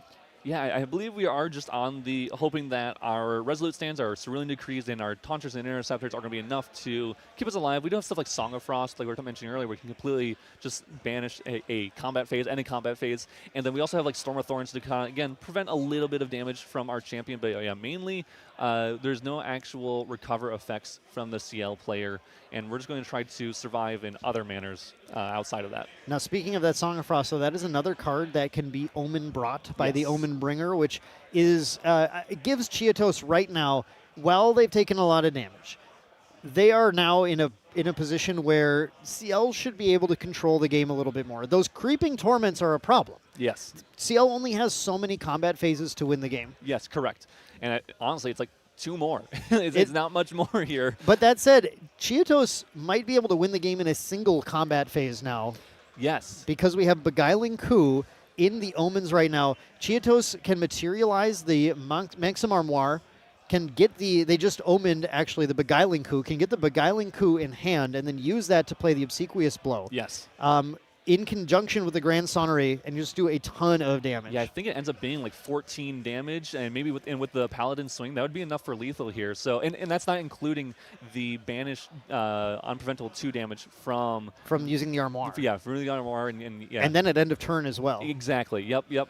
And so there's a lot of stuff they can actually do here, a lot of damage they can do here on their turn. So they just need to get to it and survive this turn and make sure that they are good to go. So they go for the Decree, which actually opens them up to just needing to use Omenbringer to play the Beguiling Coup. Don't even need to necessarily bring out the Armoire. They're going to go with that Cerulean Decree imbued, -3 that shot, exactly like you were saying, Isaac. It's the perfect way to just slow down the damage here, draw into memory, keep their influence up, have that Omenbringer still active. Now, only 1 card in hand, so not a lot that you can Omen bring, because you do have to pay the cost. Yes. I know we love when cards are absolutely broken, but you do still have to pay the cost for Ciel Omenbringer. Correct. Yeah, you do, and that's obviously very important. But I think we have a decent influence here. We're looking at 6, I think, going to 7 cards here on our turn. So, and we have that weapon out, which even with that weapon and our champion, we actually are swinging for 7 every single turn. So, with our Paladin, that's 10. We're honestly only needing 6 more damage, which is not much at all. That's honestly just 3 omens in some way, shape, or form. So, interestingly, Drakenfort does have a Nightmare Coil in hand.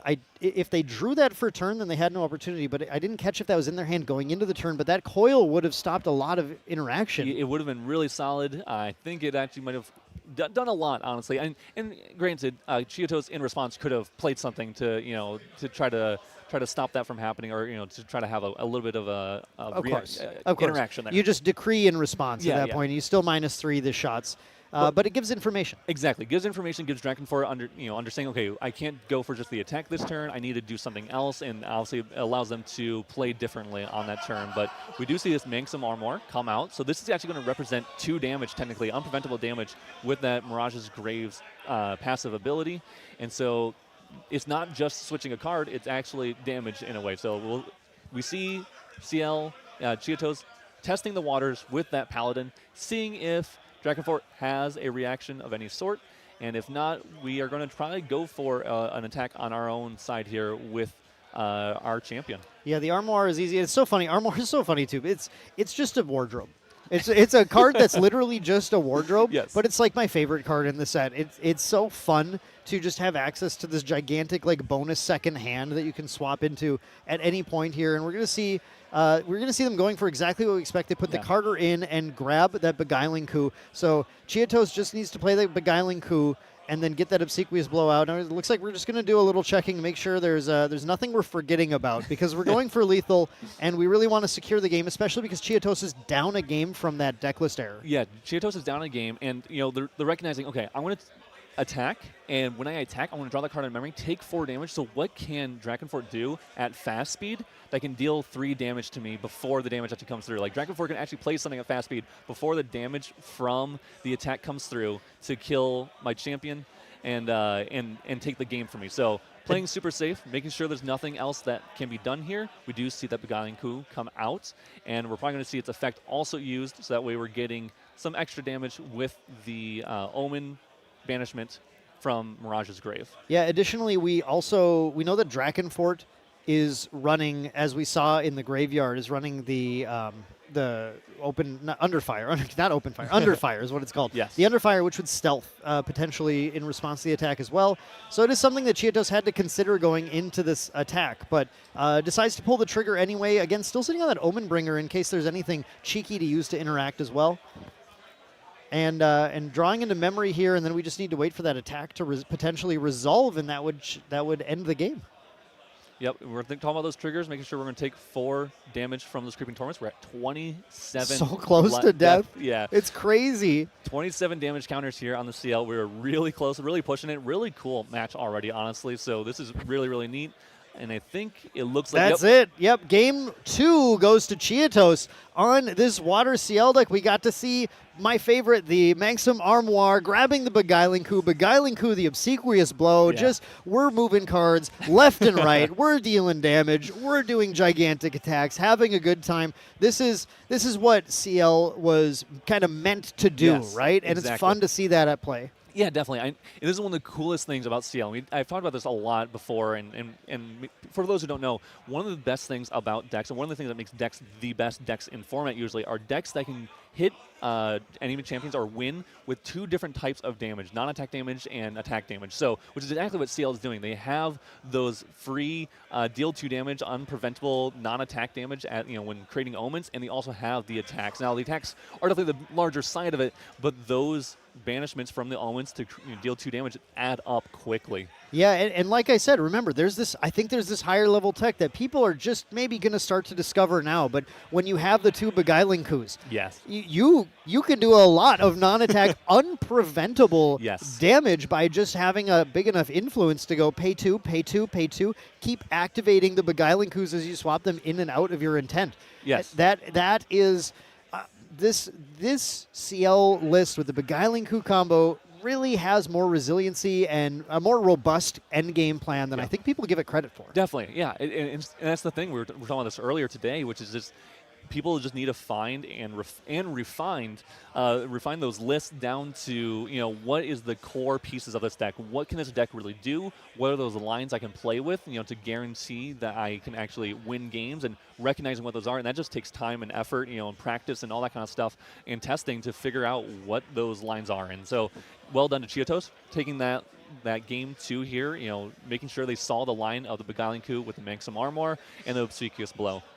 And by the way, Beguiling Coup, great podcast name. Someone should definitely pick that up. I like that name a lot.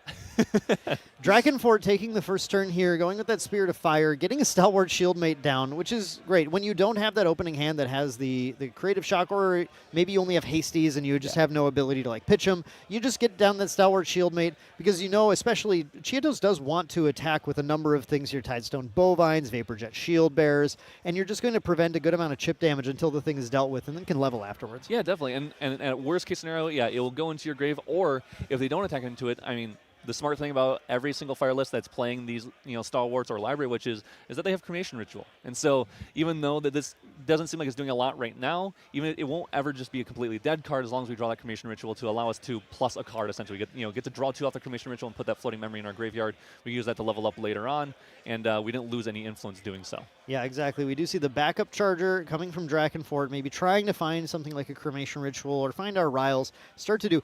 We haven't seen a single liminal guide come out this game, actually, this match. Drakenfort just not finding kind of like those hot Ryle lines, the reason why people are so excited about playing Specter decks. Instead, it's just a classic. We'll just put a second Stalwart Shieldmate down. Yeah, why not? We got some good defenses here.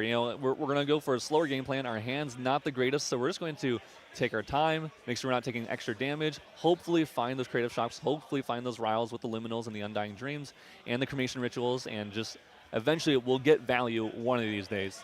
I think Chia is doing something that I think definitely where my head would be with this. Right now I see my Fire Diana opponent going slow and playing Taunters. I don't care about floating memory. I just want to level first. Yes. I don't want to take all of that damage. Yeah, we recognize that, hey, they actually are going for a Taser Lock game plan. We can get to a point where leveling up gets scary. So let's just get to level 3, or level 1 at the very least, and eventually level 3. But get this Vaporjet Shield Bearer also online, starting to generate those omens or floating memory for ourselves. That way we can start again getting more value.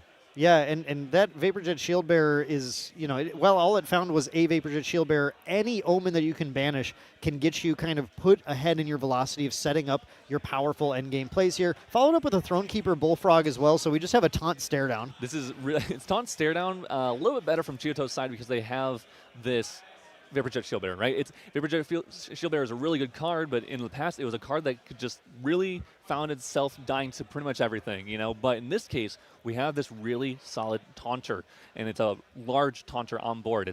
And so even if they kill it, they have to put 4 damage into it, and then we still have to put 3 damage into that Vaporjet Shield Bearer. So if we're taking, if those allies are taking that damage, then our champion is not. And we're a level 3 deck, so we just want to get there. We want to get to level 3. There's another thing about Shield Bearer that makes me like it a lot more now than I did back in the days when Tony was our only real Tony or Nico, or only Guardians. But that's that Ciel is able to use every part of the deck. Yes. Usually you would hit with Vapor Jet, and if you saw not afloat, you'd go, cool, I'll put that on. in top. I don't. Yeah. You know what? I don't know. I got nothing out of this. Now you can just mill any water that you see. That's really cool. Definitely a Vapor Jet Shield Bearer has definitely gone up in its value, especially in CL, and actually I would say almost only in CL. I mean, Vapor Jet Shield Bearer in general is pretty good. It's similar to that Tidestone Bovine, and it has a little more health. It has that actually on hit ability, which CL does get to take. Not to hit, on hit, but it's actually the Steadfast in conjunction with that on hit. That Steadfast, this ally can retaliate while rested and doesn't rest to do so. So even if it's attacked into, it can retaliate, deal 1, and it gets the on hit damage and trigger again. So Vapor Jet can actually mill more than one card. It just takes a little bit of someone wanting to get rid of them to do so. And actually, if you have 3 Vapor Jets out and they cleave into it with Carter, you can kill the Carter back on the triple retaliate and mill 3. It's that ability to banish for omens is huge. We did see Chia actually intentionally attacking those Vapor Jets, one into each shield mate to try and deny that value to Drakenfort. Seeing that Drakenfort is playing very value heavy, is saying, like, I know it doesn't seem like you want to sack cards to level, so I don't want to give you any float right now. But Drakenfort did find the Cremation Ritual now. Like you mentioned right away, Isaac, you can still Cremation this Sour shield mate to kind of get your game plan back online. Yeah, very solid draw for Drakenfort with that Cremation Ritual, allowing them to start making use of the Stalwart shield mates that weren't really doing much before, and I think now we're going to see the second Stalwart die off here because we want to keep using these Vapor Jet shield bearers to keep finding us value, and we actually see all 4 Vapor Jet shield bearers, I believe. That's 2 on board, 1 as an omen, and 1 in graveyard. This Carter's going to be so bad. I can't wait. Well, I mean, it's still going to be good. It's like you kind of got to do it, but it's like, it's going to be so much value back in return for Chia if that other Vapor Jet comes down. But instead we see that Bovine coming down now, starting to mill even more. You know what? I love this, though. I like Water CL so much. I like finding the dungeon guide on the mill and going, cool, I can actually armoire that dungeon guide into hand, so I can still just pay 2 to level or something. Or maybe you're playing against this new Vanitas deck and you don't want to get taxed. I guess you'd pay 1 in the armoire. So it would maybe if you put out the armoire early enough. Yeah. Right? I don't know. I love armoire though. It's so cool, turning your discard pile into a resource as well. Yeah, it's definitely a crucial card. I feel like in CL. I think almost every CL, especially ones that go to level 3, will be playing that card because I mean even ones that don't. I mean we've seen it before with stuff like Heavy Swing, where you're swinging for 6 damage, and then you can just go maximum armor and do it again on your next turn, even though you only drew 1 from your deck. You might be playing 4, but you only found 1. That's okay. We can make it an omen and get it back with that maximum armor. Exactly. We have the Drakenfort going to level 2, getting that Diana out, using the Stalwart Shield Mate, then the Taser Shot coming down. Here's the DG. So we're going to push the DG to 3. Now, we did go Taser Shot, so I think we're definitely showing Carter, right? Yes. We're kind of revealing that, all right, our plan is to Carter because we have to get rid of the Bullfrog before the Taser Shot can hit anything. Yeah, we do actually have CHIAtos. I think it does have 4 cards in hand, so they have enough for the Resolute Stand, and they have enough for the Vermilion Decree as well. So that's going to actually be stopping. Sorry, I said Vermilion. The Cerulean Decree as well, and so they can actually stop this Carter swing from killing off the board, which will stop the Diana attack from coming into our champion. That would require you to not imbue the Decree, which is sometimes a play that players are a little not interested in making. Oh, actually, what if we just Storm of Thorns? Whoa, that's really good. That's really, really good here. So Storm of Thorns is going to prevent 1 damage to all of Chia's units, and then those units are going to deal 1 damage back to Carter. Yeah, they should all deal 1 damage back to Carter, and they steadfast from. Well, I guess if they chose not to retaliate. But it still is 5 things dealing damage back. So that's dealing enough damage back to actually take the Carter out as well. Which, I mean, you could have steadfast retaliated as well. I'm not sure if we caught that on that interaction, but still, that play got a float in the yard and took out the Carter. A second Carter follows it up and comes down though to take care of that Bullfrog. Will take 2 damage. Does take 2 damage back. Yes, indeed it does. Still, from that Storm of Thorns is such a powerful card. It's still lingering on there. But 2 Carters is plenty to bring out, to get rid of the Bullfrog. Now we bring out the Shadows Twin. We're going to lose this. That Shadows Twin is going to come down. We're going to get the distant from Diana. We're going to get the damage from the trigger when you load the Shadows Twin. Again, I think you counted this up as 6 damage before being dealt to our level 1 CL, putting 2 Creeping Torments on and double Taser Shot trigger. Yeah, and it will still be prevented by the Storm of Thorns. The Diana will still take 1 because Storm of Thorns Storm of Thorns is still active. Yeah, Storm of Thorns is still active, so Diana should be taking 1 damage here, and I believe CL should be taking 1 less. Storm of Thorns applies to the entire board here. He has the Storm of Thorns damage. I think we'll need to mark that onto the Diana as well, briefly once maybe the message can get across. But absolutely, that Storm of Thorns was preventing a lot of damage and dealing a little bit of damage back throughout that entire turn. And we do see the double creeping torment now, though. Those double creeping torments are really, really good. You know, we were talking in the last game, literally this came up that those once it gets to 5 omens, they're going to be drawing for turn and drawing into memory. And so that's going to be pretty darn good with those creeping torments on board. That's going to be generating a lot of damage for the Diana Duststalker. Now we do have the Ciel still. Chia going to level 2 with that taser shot, taking 8 damage with 2 creeping torments down. Any card that would draw a second card on the turn would actually be lethal well, no, sorry, because we're at 25 health now. We need to update the top as well. Ciel Loyal Valet should be gone. We should have Ciel Omenbringer with that 25 life pool. So a little bit more to work with, but not a lot. Yeah. And also those, something important is that these draw. They draw into memory. These draw, so that the creeping torments should be triggering here. Yeah, exactly. It should be taking 4 damage on our. It is on our Omenbringer though, so we do have 25 life available. 25 life. Yep. Once we can fix that and get the Omenbringer, there it is. So but again, we're 1 draw trigger away at this point, or just a shot from Drakenfort. So Drakenfort really put that pressure back on. Something really cool in Drakenfort's list, and I love this, is that we do have the Bauble of Abundance in there, which forces both players to draw a card. And when you go to your opponent's turn and they are able to, you force them to draw a card and they get to draw a card for turn, they're going to be taking that 4 damage no matter what. So if Drakenfort is able to attack and make this attack land on their next turn with the Shadows Twin and any kind of bullets and get at least 1 creeping torment onto the opponent, that's going to put the CL player in a really tricky spot. Yeah, that might seal the deal if you don't mind me. That Shadows Twin, though, is the key right now because of that +2 damage on load. That's going to make this attack. Actually, Taser Shot would have been interesting here just because that would force the damage through on the level up as well. But still, this is going to be a really hard attack to stop for CHIAtos because we're going to actually be a 5 damage attack with Punishing. That means Resolute is not going to be quite enough on its own. That damage will still be dealt. Put that 3rd Creeping Torment on. A double Resolute, though. A double Resolute does get there. It's actually really interesting because it does a Resolute and we're free casting it. So we were purposely not taking the draws for a turn. And so our next 2 draws for draw for turn will be skipped. So it's not even just this one. It'll be the next time as well. So for 2 turns here, there's no Creeping Torment, shenanigans probably happening as we're, going for turn. We will, if we get to 5 omens, start drawing 1 for turn, but kind of an interesting interaction that's occurring here. Unless I don't think they paid for any of them. I'm pretty sure they just. None were paid for because they're holding up the Cerulean Decree as well, so that they can potentially, I think, stop the Carter damage. But really, it's a matter of we have to stem the bleeding right. Umbral Tithe. Umbral Tithe. Oh boy. Might seal the deal. That one might do it. It's going to cause each player to draw 2 into the memory and then deal 4 damage to each champion, controlled by players with 6 or more cards in memory. So that is unlikely to happen, I think, that extra 4 damage, but that draw 2 is going to cause those Creeping Torments to trigger for a lethal amount of damage. Yeah, it depends on how many negate cards CHIAtos can actually activate here. They can activate 1 to make them pay 2, but I think Draken has enough to pay the 1.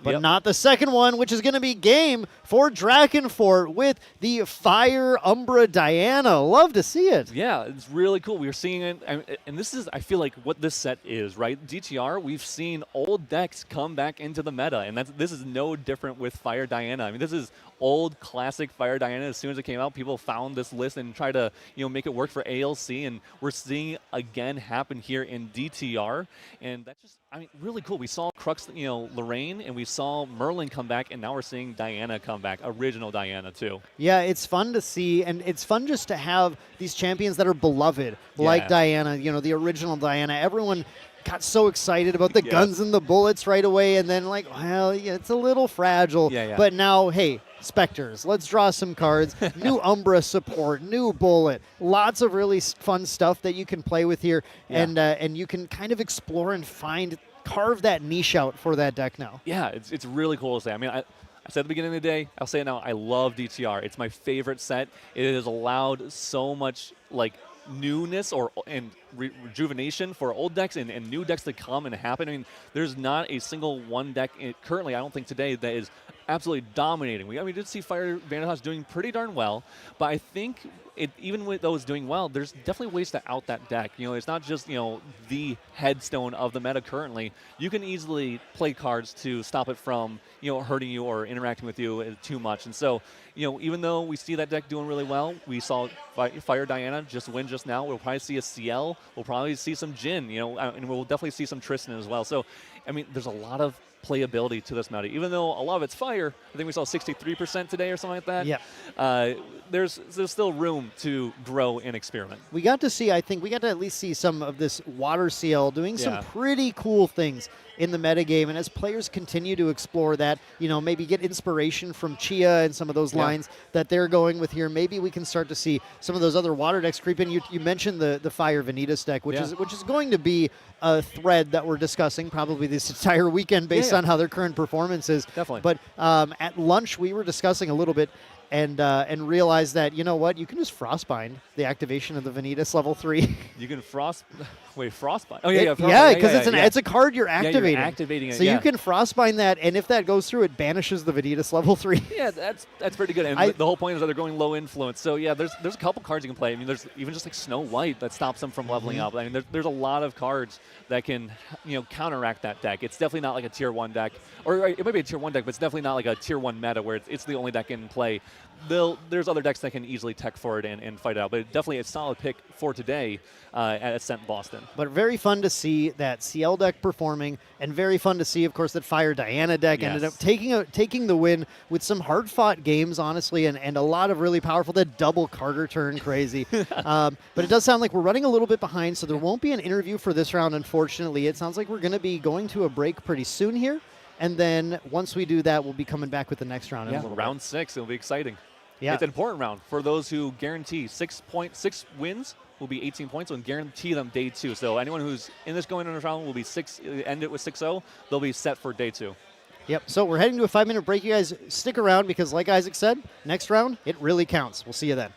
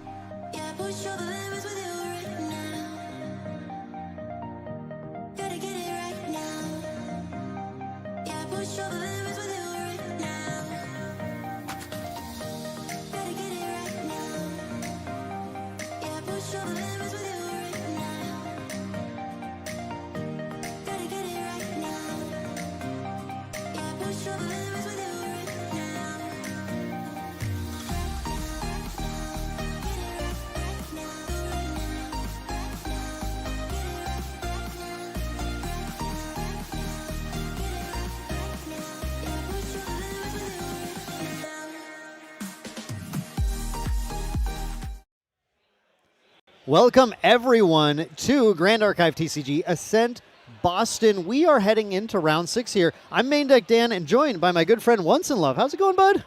It's good. It's good. It's been a day.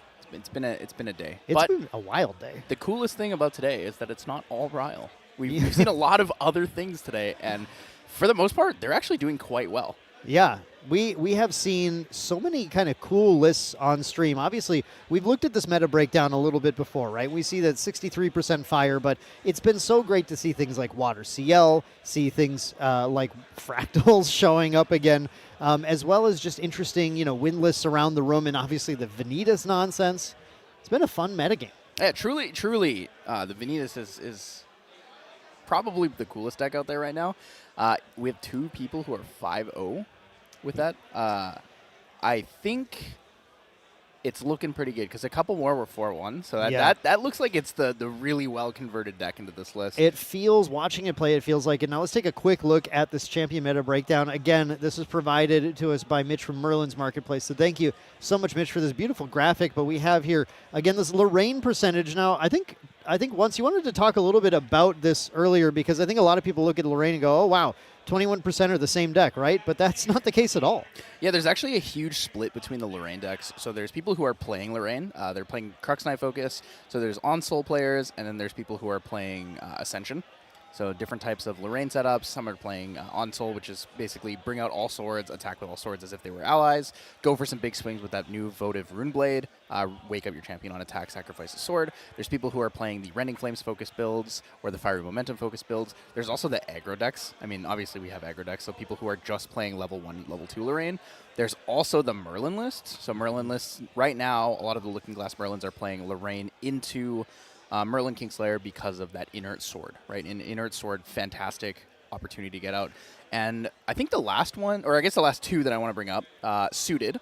So Suited Lorraine is fairly popular. We talked about it with Xander. There's suited decks for that. But also, there are people who are playing the, I guess, most recently debuted deck of the Wind Ranger Restand deck.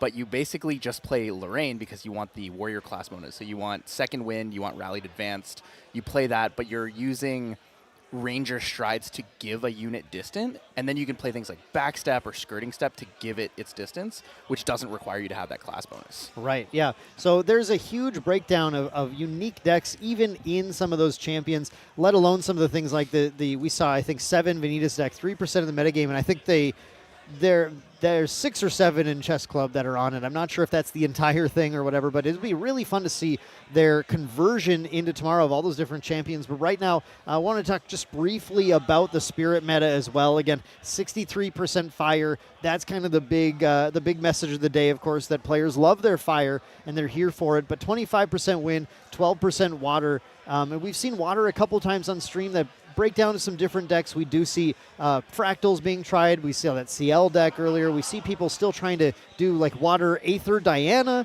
things like that. So people just still attacking water in different ways and trying to figure out, what's important, what actually in the water package can control this massive growing fire that's broken out in the metagame. Yeah, there's a lot to it. Something else that we don't exactly have a graphic for, but talking about the advanced element breakdown, Umbra is showing a very large percent. There's 55 people playing Umbra. But to look at that means that there's like a really healthy pool of level 3 decks, right? In previous metas, we didn't see level 3 as much. It was regularly more efficient to be playing level 1, level 2, finding those earlier kills back when we had things like Icebound Slam, back when we had the Fractals deck. Well, I guess we still have the Fractals deck, but the full power Fractals deck before the Dissonant Ban and before the ban of Lost in Thought. Nowadays, we're seeing a lot of these level 3 decks come back. There's a lot of Crux players, a lot of Umbra players. It's really reassuring to see that the game has been built out in a way that we have access to all of the things, and it doesn't feel as oppressive that you have to play a fast deck only, really. Right, and it's, like you mentioned, there's a ton of Umbra decks split between things like Diana, Tristan, Ciel, right? But not just that, Luxem, Crux, Exia. I mean, there's some Arcane if we want to count Guoja. There's at least one Rye deck floating out there. I think a couple of Rye decks. Yeah. But there are a lot of advanced elements. I think there's a Neos Tony in there too somewhere. So a lot of those elements are really at play here. while a lot of them are fire, it's the fact that Rile the Abyss and the Specter package has empowered a lot of more unique strategies to come to the table. And it'll just be about this interplay between Rile decks and non-Rile decks and how people continue to attack the metagame going forward, kind of knowing that all of these are out here. Yeah, and speaking of Luxem, I believe there's actually a Luxem player that's 5-0 right now. Ooh. He was going to be on stream in previous round, but didn't quite timing or something. But yeah, I mean, it's really cool to see how all these decks are doing well. There's like different ways to play them. We talk about Rile the Abyss a lot, and we talk about how Rile the Abyss is like what has created these kind of setups. And I want to talk about it from the other side. I think it's actually more Liminal Guide, right? Liminal Guide is the card that can be discarded regardless of Rile the Abyss. So you have access to Creative Shocks. You can Hasty Messenger it. And that's, I think, the card that stabilizes it a little bit more. Rile the Abyss is definitely a benefit, and it adds to how good Liminal Guide is. But I think without Liminal Guide, I don't think Rile the Abyss has the same effect that it does in the current meta. No, that's absolutely true. I usually refer to Rile just to refer to the entire Specter package, but it is true. If ever this is sort of out of order a little bit, right? We're thinking, okay, maybe this got a little too strong here. There are different ways that it could be approached as far as anything like a restriction or ban, if it were required, could be done, and different cards that would be attacked that would either change consistency or change something like just if you went for Liminal Guide, well, it probably just shuts down a lot of those level 3 strategies. So I don't think, given what we've seen in the metagame here, though, that we're really looking at a situation right now where that seems to be something that needs to happen. Yeah, and because there's a lot of flexibility and ways to interact with the graveyard, especially with Wind. Wind having Cleansing Reunion. Purging Tempest is a new card that came out in Distorted Reflections that works for that as well. I believe Purging Tempest says anytime a card would be sent to the graveyard this turn, banish it instead. Even in water, you have cards like Dredging Streams. In fire, the Ember Crypt Burn. Mm-hmm. Yeah, that's another banish card from target card. So like we have a lot of options, right? We have Censor as well. Censor of Wrestle Piece is a fantastic option. It's probably the most popular option here. If I recall correctly, Vegan, the vendor for Core, was like, I sold out of Censors in like 2 minutes as opening the store. It's like, that's a good card at this point, right? That's a card that really interacts with the graveyard, and it's one of those things where we realized graveyard interaction is probably one of the more important things nowadays, right? We have so many effects that happen in the graveyard, whether it's floating memory as a static effect, if it's ephemerate as an activated effect, etc. But one of the things that we saw from the previous round that I hope people start to attack more is that the fact that Censor is a card that will shut down all those cards in the graveyard. And if you don't want to play around Censor, try omening the cards in your graveyard so they're no longer in there anymore and get some advantage from that. It's fun to see maybe more people trying to approach games that way. But right now what we see a lot of is these Wind decks that are putting out Censor and then using cards like Zephyr or Baby Green Slime to protect it and really try and hold the fort against those Rile decks as well. And something we are hopefully will see a little more of in some of our future rounds as well.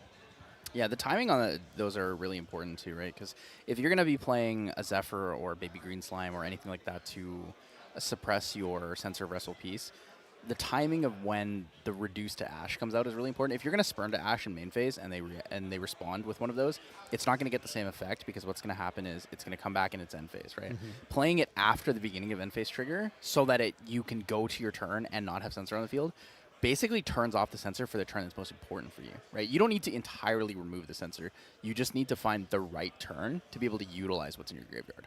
Yeah, and that's one of the really fun things to me, and even one of the reasons I love GA so much is just how intricate some of those interactions are at times. But I do want to mention that, it's important to bring that up for this matchup in particular, because looking at the game that we're going into, we've got SecondToAll, who is actually, that's main deck Braden. So on the main deck team here with Wind Seiryuu, so a deck that loves to mess around with that Censor of Restful Piece, using that Baby Green Slime, using that Zephyr, and going up against SocialsFinest, who is on a Spirit of Fire Crux Knight Lorraine deck that's definitely going to be trying to utilize that Specter package as well. So this is kind of the deck that you're bringing, Wind Guoja to the format in order to play against. So it'll be interesting to see the power level of both decks and see if it can pan out that way for Braden.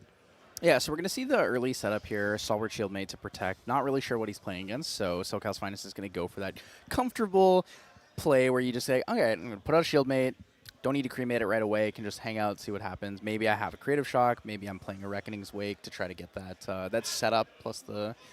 I guess at this point it's just idle thoughts at fast speed. Right, right. It is, and we're going to see Braden starting the turn going for the Forest Cake. Now, there are different ways to play Win Seiryuu. There's different builds to this list, and the one that Braden is by the way just a hardcore Seiryuu fan. He only plays Seiryuu decks at this point.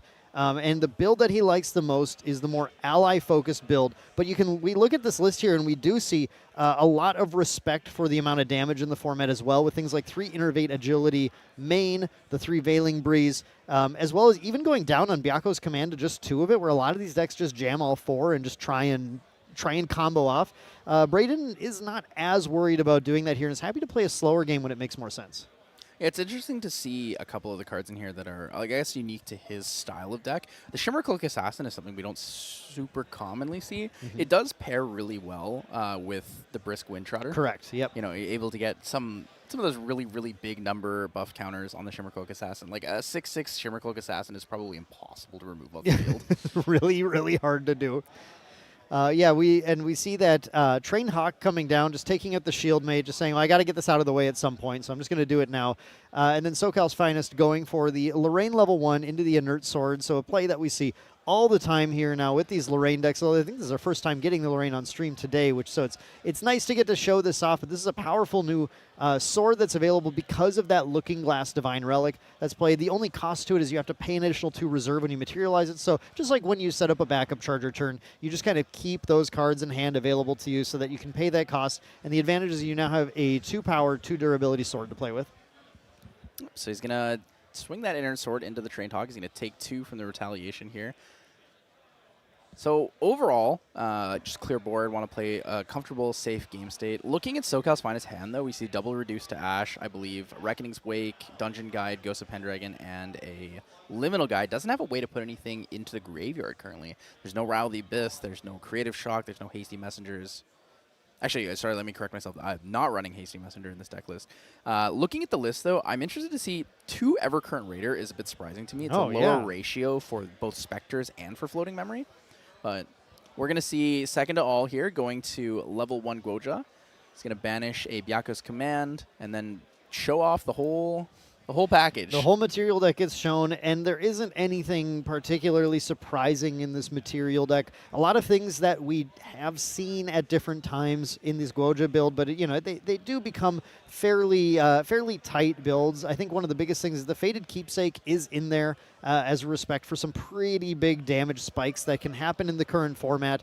But otherwise, that Tariff Ring is maybe the thing that SoCal just needs to keep in mind that's going to come out at some point. Bespawn Boots as well, although that's not something that is necessarily relevant at all in this matchup. Yeah, in this matchup, the Fated Keepsake, also not the greatest. Will draw a card, Yep. but only really applies to stop things of 7 or more damage, so probably only really Rending Flames. Rending Flames is the thing that you're worried about with it, yep.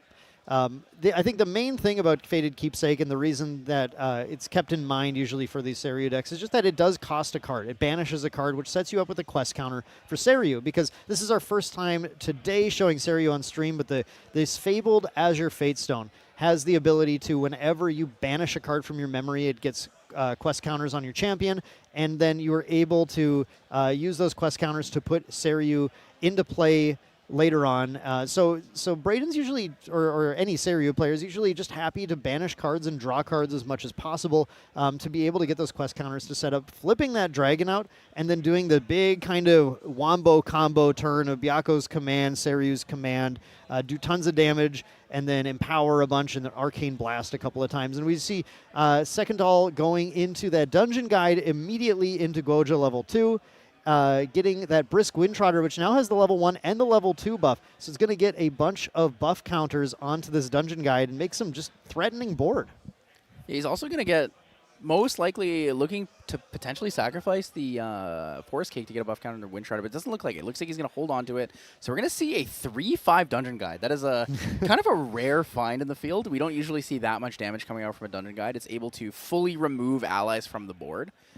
Going to move to end step here. The Fabled Azurite Fatestone trigger allows you to banish a card from your memory, draw a card to hand, and get a quest counter for that banishment. And the magic number for quest counters is 10 here. That's where SecondToAll needs to get in order to flip that Fabled Azurite Fatestone. But again, gets one at the end phase of every turn because of the Fabled Azure Fatestone.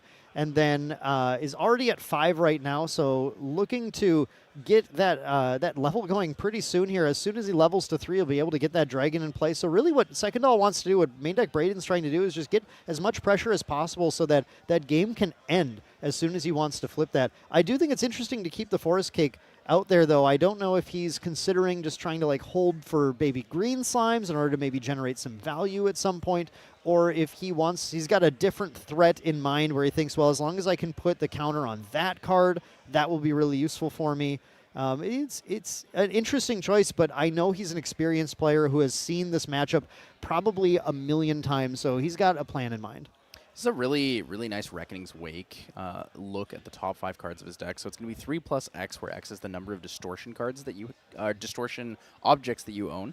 So that'll be 1 for the Looking Glass and 1 for the Inert Sword. We do see Creative Shock, Liminal Guide, Dungeon Guide, Fluffy Shopkeep, and the Ghost of Pendragon. Now, the consideration to keep here on top, since you can't, it's not a glimpse, you can't put them on the bottom. You can reorder them, however, is the Creative Shock, Liminal Guide, and the Fluffy Shopkeep. The Fluffy Shopkeep, very, very synergetic when it comes to Lorraine Crux Knight. You're able to use it to banish out some swords early on, draw the card, have an Interceptor on the field. But when you look at, like, when you're looking here at all these other objects, you really see things like, you know, the Creative Shock. Creative Shock into the Liminal Guide might be just as valuable. Try to get the level up from that situation. SoCal's going for that level to Lorraine Blademaster now. I haven't gotten to look yet here, but are we playing any Flame Sweeps? We are 3 Flame Sweeps in the main, but none in hand right now. Looked at, obviously that Reckoner's Wake could have been insane if it found like the exact Flame Sweep that he needs going into the level in order to sweep this board, draw a couple of cards. Definitely could have been powerful here, but unfortunately just not finding it in this case. Yeah, so right now, Lorraine Blademaster does have the on-enter until end of turn. Lorraine's attacks get +2 and on-kill draw card. That paired with the Inert Sword will come in for 4 damage on just about anything here. Not quite enough to clear the Dungeon Guide. Can use it to clear the Brisk Windtrotter, but we'll have to use the durability in the Inert Sword, which is a little bit unfortunate in this situation. Yeah, it is. I'd say right now, SecondToAll feeling a little okay. You know, obviously went down cards quite a bit going to this level, but very accustomed to being down on cards. It's sometimes just how you play this deck. And is just going to let SoCal's, I think, just praying that no Flame Sweep shows up, and his prayer might be answered here, as only one of these threats can be taken care of, and it's got to be the Windtrotter. There's just not a real efficient way to deal the extra damage to take out that Dungeon Guide. Like you were saying, Tyler, 3/5 Dungeon Guide. You don't see it a lot, but, man, what do you do once it drops? Yeah, it's a tough to remove ally here. If you had the Flame Sweep, it would have been enough. It would have been 2 for the Flame Sweep, 2 from the Inert Sword, and then 2 from Lorraine. We're going to see a Creative Shock here from SocialsFinest. Something interesting to mention, we do see 3 Ghosts of Pendragon here, so one of them is going to be able to target that Looking Glass. I think a lot of the situation here, knowing you have the Creative Shock and the Liminal Guides available to you, this might be a discard Liminal Guide off Creative Shock, and then go into a Spellward Scepter. Right, set up for that big Spirit Blade Onslaught turn, and then use the Dungeon Guide to level up to 3 on the next rotation. But it looks like he's going to go straight to 3 now. Yeah, wants the I think wants the life buffer right now. Just trying to sit in as much life as possible. Now Braden only has 2 cards in memory, so I don't think there's any float or anything. So we're not looking necessarily at a level into the next turn. But really just a lot of respect for, I think, both the amount of damage you can do, and then as long as both those Crux Knights, or excuse me, the Ghosts of Pendragon aren't lost, a lot of ability to... Holy! As long as the Pendragons aren't lost. Well, okay, so maybe on the plus not, side, he has a 3rd one. That's true, but that did get rid of a lot of the draw power to get that hand back to the size that SoCal's would really like to have going into this match. And then, yeah, I guess we're going to have a couple more damage descending into SecondToAll at that point. Yeah, so looking at the setup here, SecondToAll probably going to look towards the GCR, Grand Crusader's Ring. Needs a way to rebuild the influence. He is 2 quest counters technically away from getting to that sweet spot of 10. If you do level up to level 3, you would get... The Dungeon Guide does it. Oh, I guess the Dungeon Guide does it right here, right? That's just what I didn't realize the D Guide was in his hand, his second one, so that was his plan all along. Go GCR, draw enough to go for that Dungeon Guide, banish 2 on the Dungeon Guide, that's 2 quest counters, and then the on-enter from Guoja level 3, Guoja Heaven's Favorite, allows you to get 3 more quest counters. So that dragon is coming out as soon as SecondToAll wants it to. Yep, so he's going to get 3 quest counters here from Goja, Heaven's Favorite, on enter. And sometimes people will use the cycle effect from the Azurite Fatestone, but I think at this point you would just want to activate that ability. You want to remove the 10 prep counter, or 10 prep. I am way too assassin-pilled. Wow. The 10 quest counters, and then start just pumping out all the damage from Seiryuu, right? You want to start generating those Arcane Blasts. You want to get value. Exactly what we see happening here. I just want to point out that he's got 2 CSR Seiryuu's, one set aside and the one that's actually in his material deck. Getting that Seiryuu out now, just going to start pumping damage in, and then this on attack. So for people who haven't seen this dragon before, man, Spell Shroud Taunt 412. It is a serious problem for the opponent to deal with, but then also as this on attack, you can either generate an Arcane Blast card in Banishment, and as long as it's banished, even if Seiryuu leaves play, you can activate it, ignoring its elements in order to deal 11 damage, like we see here, to target champion with efficiency. And the other thing that you get to do with the Seiryuu on attack, you can also choose to empower X, where X is the number of banished arcane cards. So you obviously increase that amount you can empower for each Arcane Blast banished, but the deck plays cards like the Harness Lightning and the Seiryuu's Command that are banishable in order to just inherently increase that empower ability. Yeah, so the Empower X+2 is fantastic. Oh, sorry, right? X+2. Yeah, so thank you. the combo kill line for a lot of people that are wondering is when you play Seiryuu's Command allows you to gain 2 additional on-attack triggers. So you resolve you get the on-attack trigger you already have, and then you get 2 more of them. So when you're looking to do the rotation here when it comes to the Seiryuu's Command attack, on the first attack trigger, you banish. On the second attack trigger, you banish, and then you double empower. So if you banish one and then double empower, and you already have one in your banishment, what you're going to do is you're going to banish an Arcane Blast. You're going to empower for 2+2, so 4 twice. So empower 8, and then you're already level 3, so you can just play the Arcane Blast for free. Exactly. Now, if you have a Byaku's Command, you can actually do it twice, and you get a buff counter.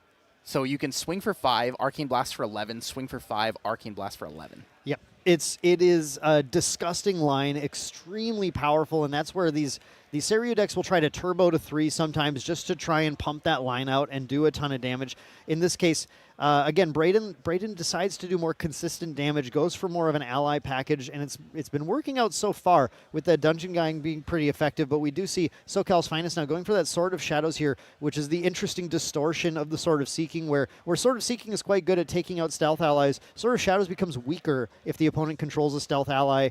No stealth allies in sight, of course, right now, so it's just another 2/2 sword for Lorraine here, and then gets to start the turn in a pretty nice spot, has this Ghost of Pendragon, can return the Looking Glass, draw 2, and just kind of start doing Cruxy type things. Yeah, so the interesting thing with the Ghost of Pendragon play here is that if you play the Ghost of Pendragon to return the Looking Glass, you no longer have access to the Reckoning's Wake, so you actually brick 1 card in your hand. He could, in response to the on-enter trigger or in response to activation, play Reckoning's Wake to see what those top 5 cards are, and then from there, then he can draw the 2 to draw into specific cards, but it looks like he's just going to double draw right into a double Creative Shock. Okay, so not exactly the kind of action that you're looking for in this hand. Now, this hand has gone from looking pretty okay. Again, like the banish of the 2 Ghosts of Pendragon was just an absurd unlucky spot that just made it so SoCals just can't quite draw as much as I think they would have preferred this turn.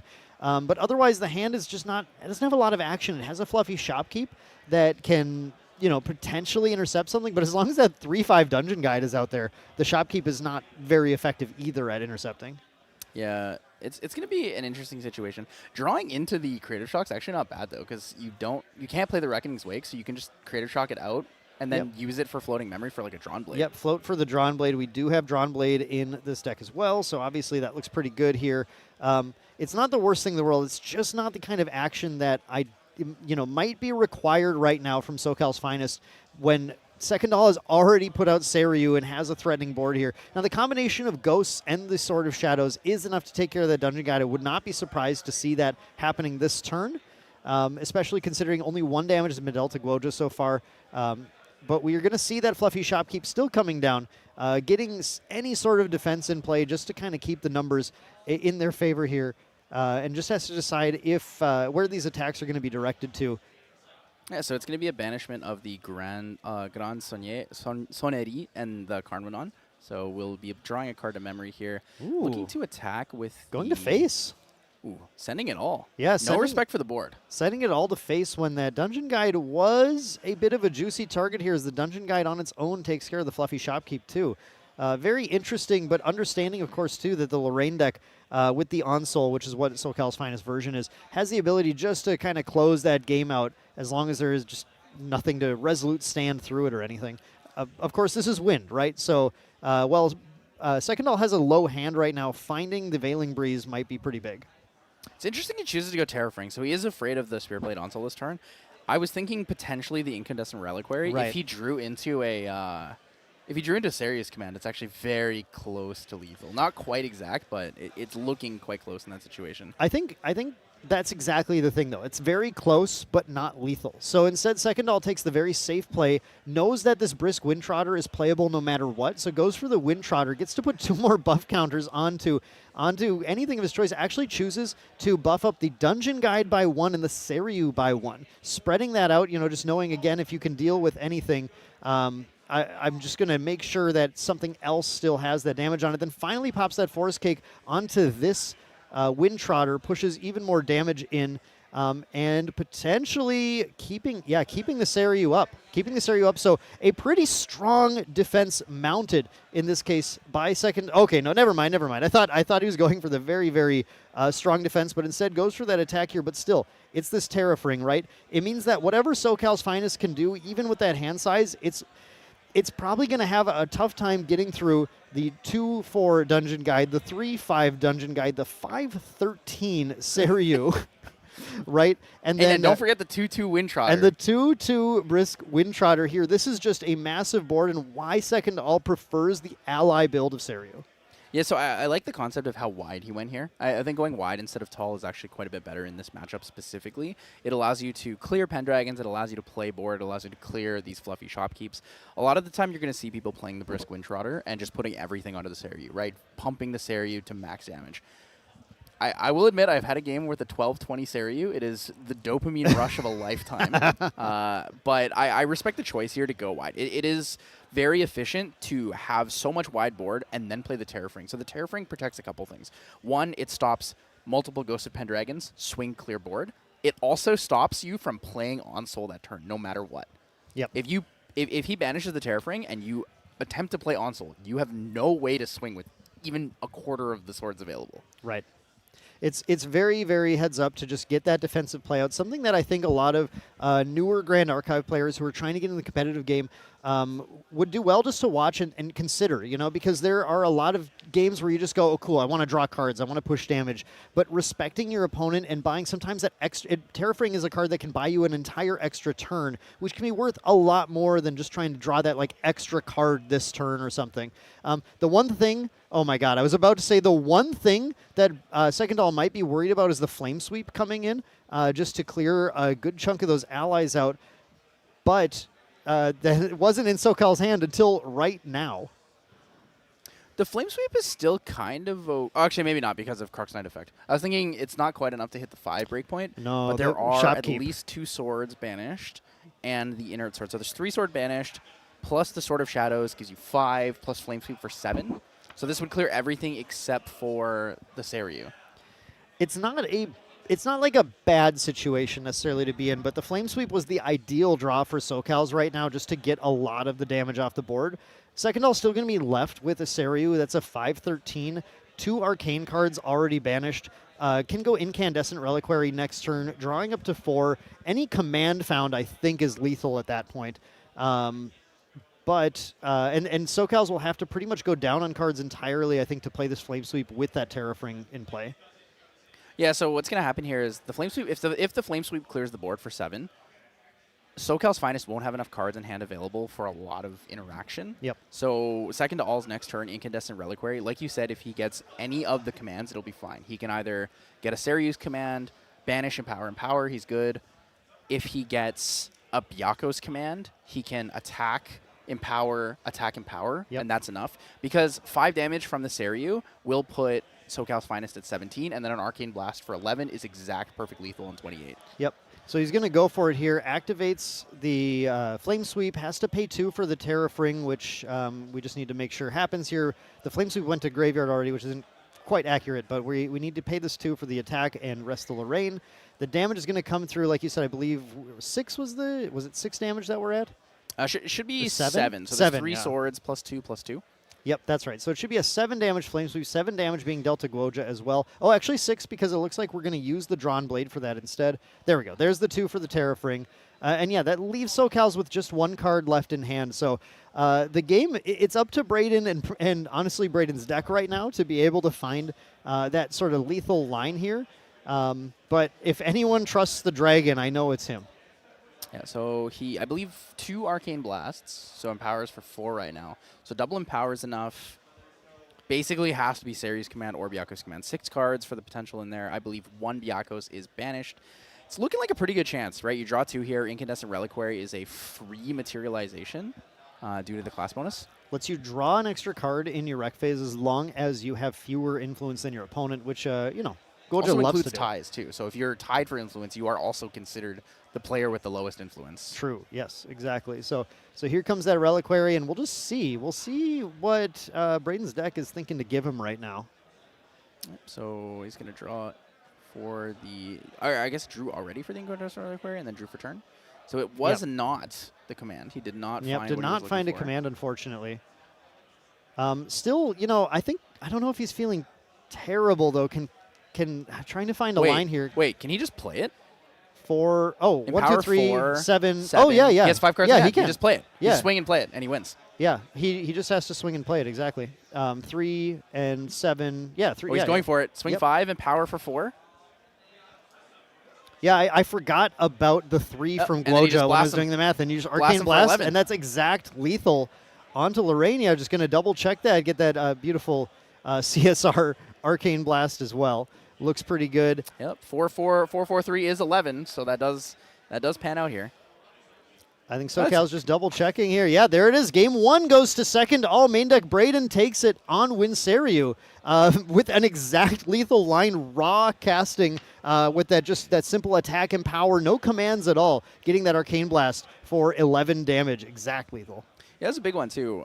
You know, main deck Braden here, SecondToAll, actually getting that spotlight that he so well deserves. You guys talked about it a lot during Worlds. He was a big tester, helping out the group, trying to figure out things, but he wasn't quite there with main deck Taylor, with main deck Mitch, and all those things. But here he's getting a spotlight. He played that with precision. It was so cleanly executed. He knew exactly what he needed. He found the damage either way, even without top decking a command. He knew. Oh, he's like, oh, I have just enough for this. Swing, lethal, find it.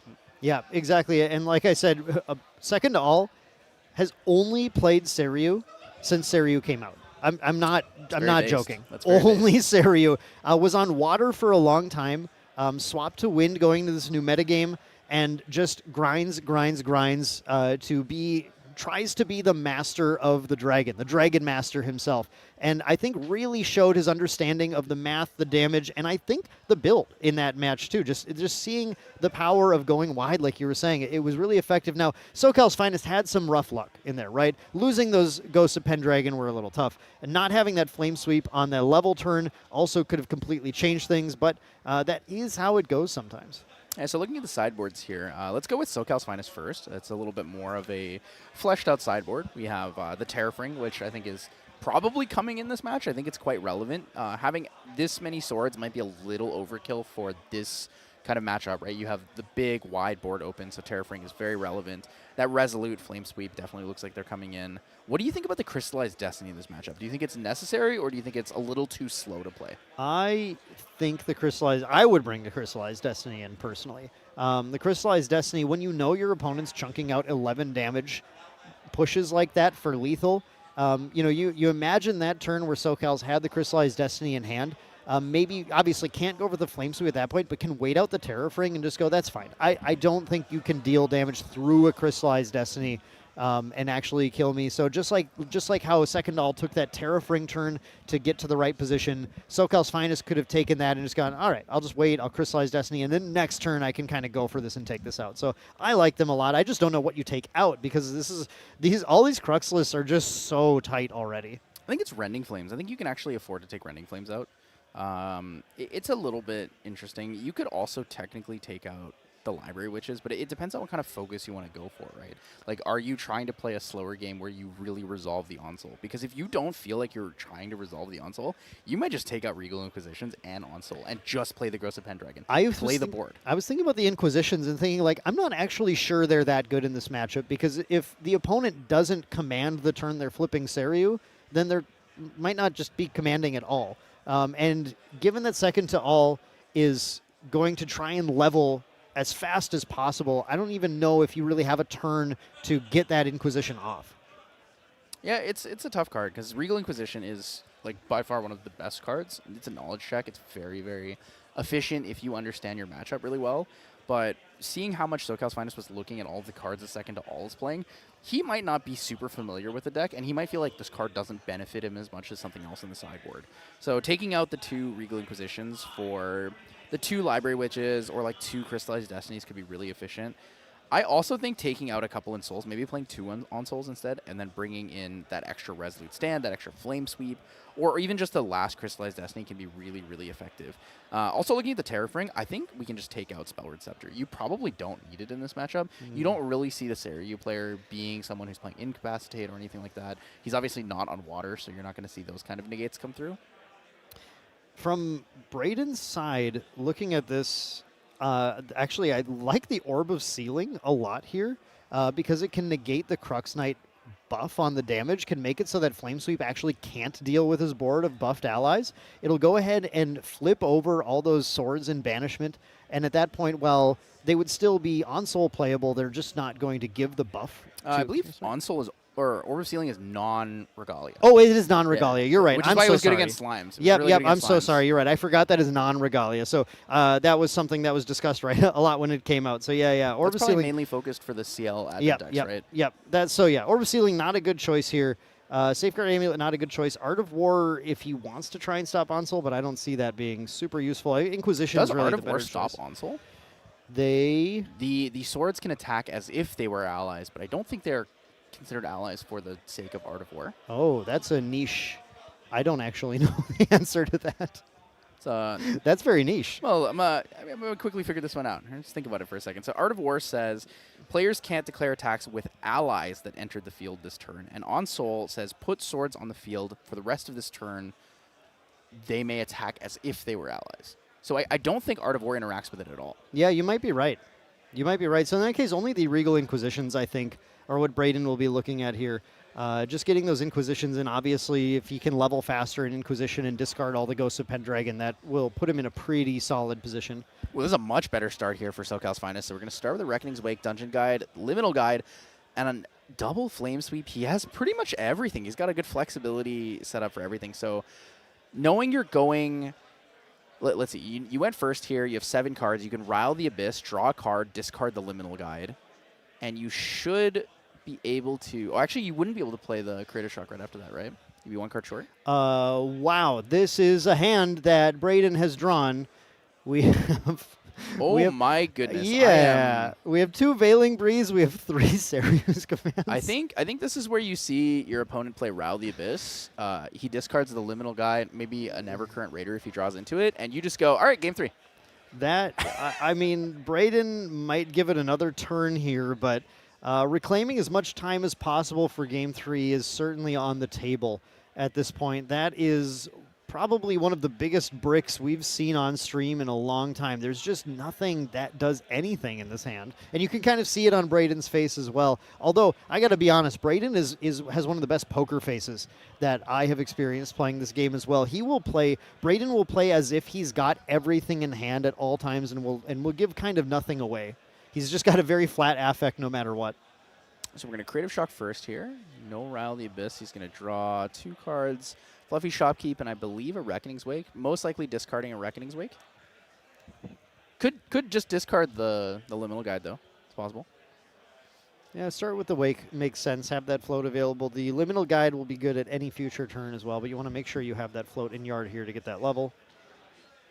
So going to be banishing the Floating Memory from Reckoning's Wake, go into Lorraine level 1. Inert Sword, put those cards down for the Inert Sword. Pretty useful.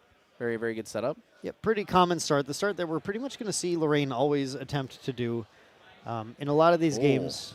I think he's thinking about going Sword of Shadows, so he can play his Rile. Because if he goes Yeah, Sword of okay. Shadows, he can Rile in Recollection here. Riling as the last card in hand, always a little bit dicey. It's just kind of a cycle unless you see a Specter. Oh, he's going to Reckoning's Wake. Gonna Reckonings. Okay. I like that a lot more. That I was like, I don't know if I like the Rile here, but Reckoning's just gonna find. There's that the Crystallized good. Destiny did come in. So that's definitely there. That Flame Sweep is exactly what he wants to see. The Ghost of Pendrake, yeah, I mean, wow. What a top 5 here.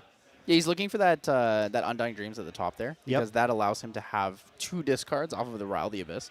So drawing into the Flame Sweep and then discarding the Undying Dreams and the Liminal Guide, he's able to draw the Ghost of Pendragon for the next turn when he levels up to 2.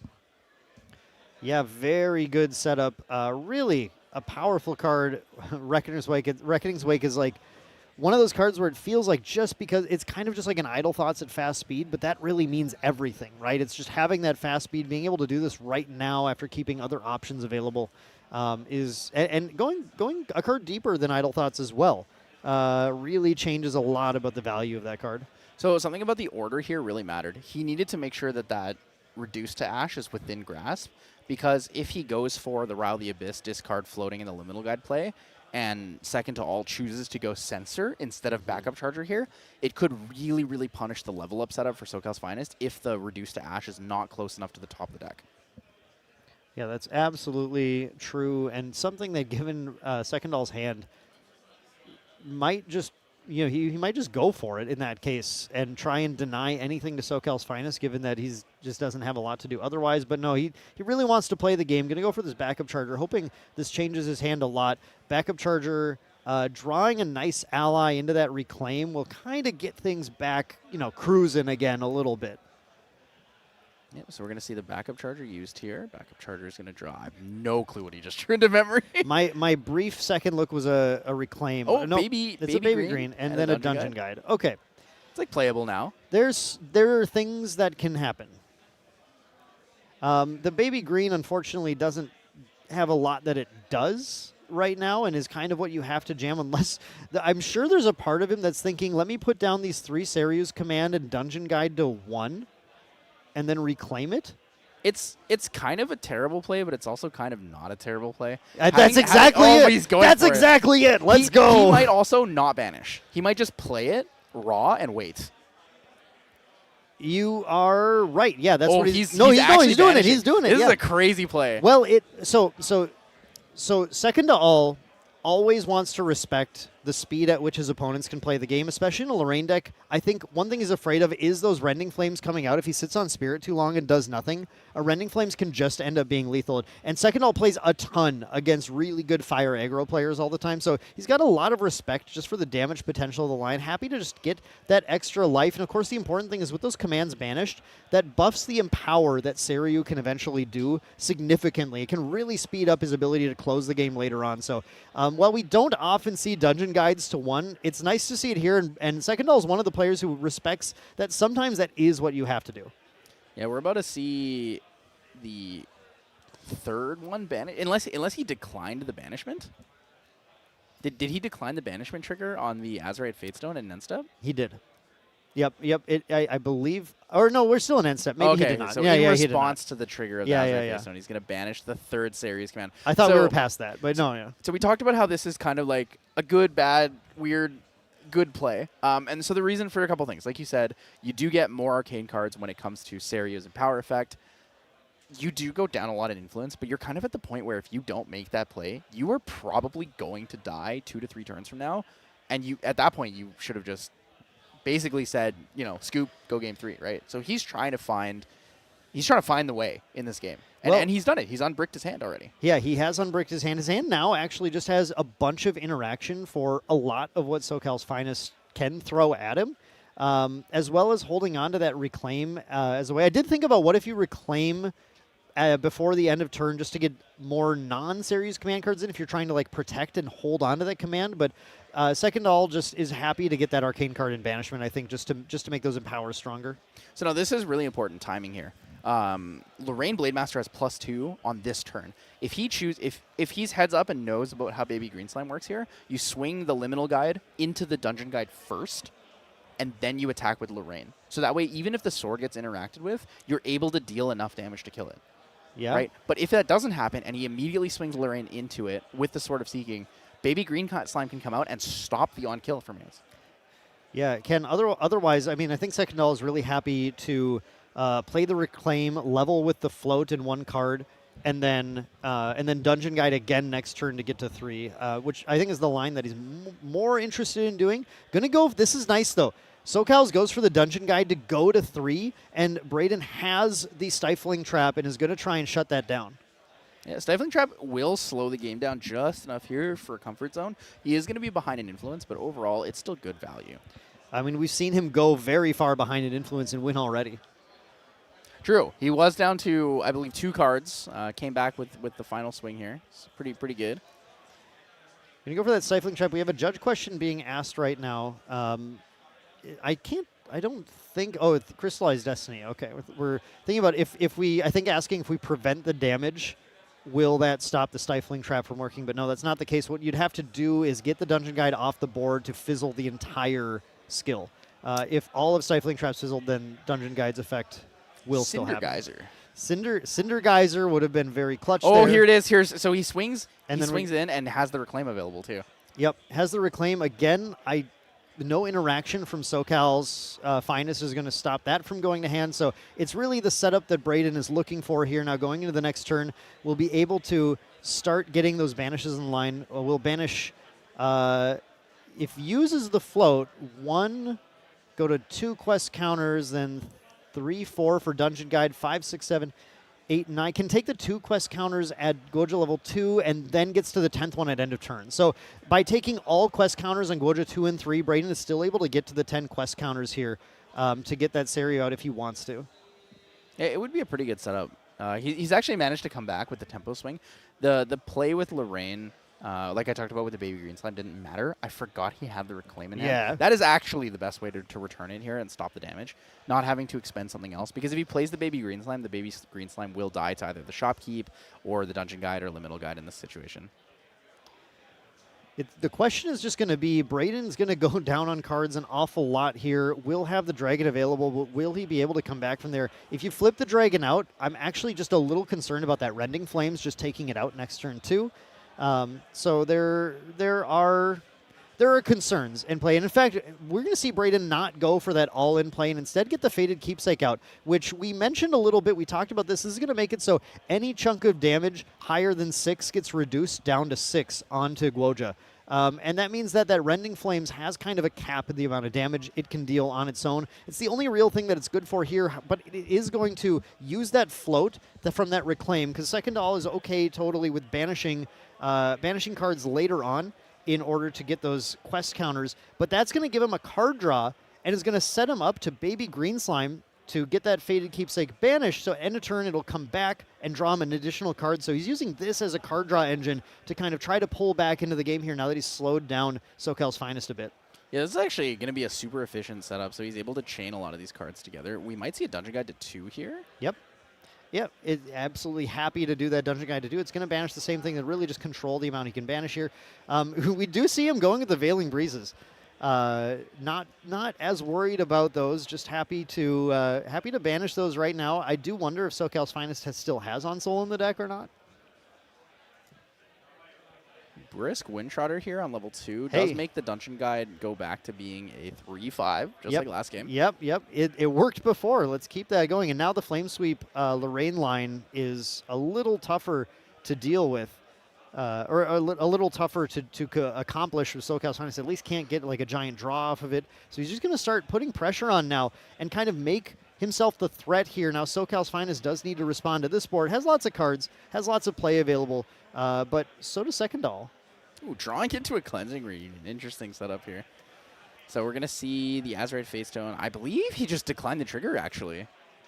He wants to keep the cards. Yeah. He wants those 3 cards so he can level. So that was very, very intentional from SecondToAll in this case. Needs 3 cards in to be able to level to Goja next turn. Will still get enough quest counters from that, so doesn't need to do anything with it right now. Yep. So we're going to see the hard level here to Lorraine Crux Knight, banishing 2 Flame Sweeps and a Reduce to Ash.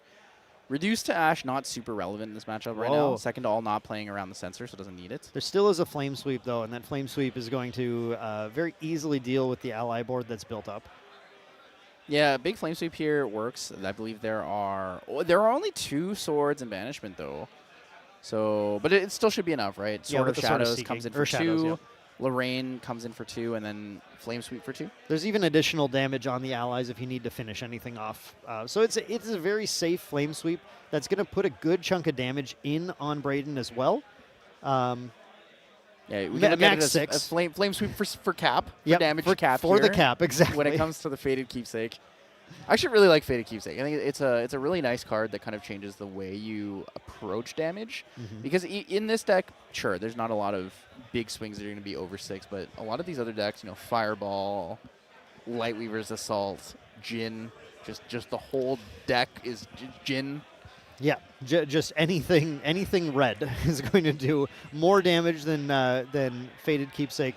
It caused Fated Keepsake to prevent damage, but here in this case, SoCal's really just debating.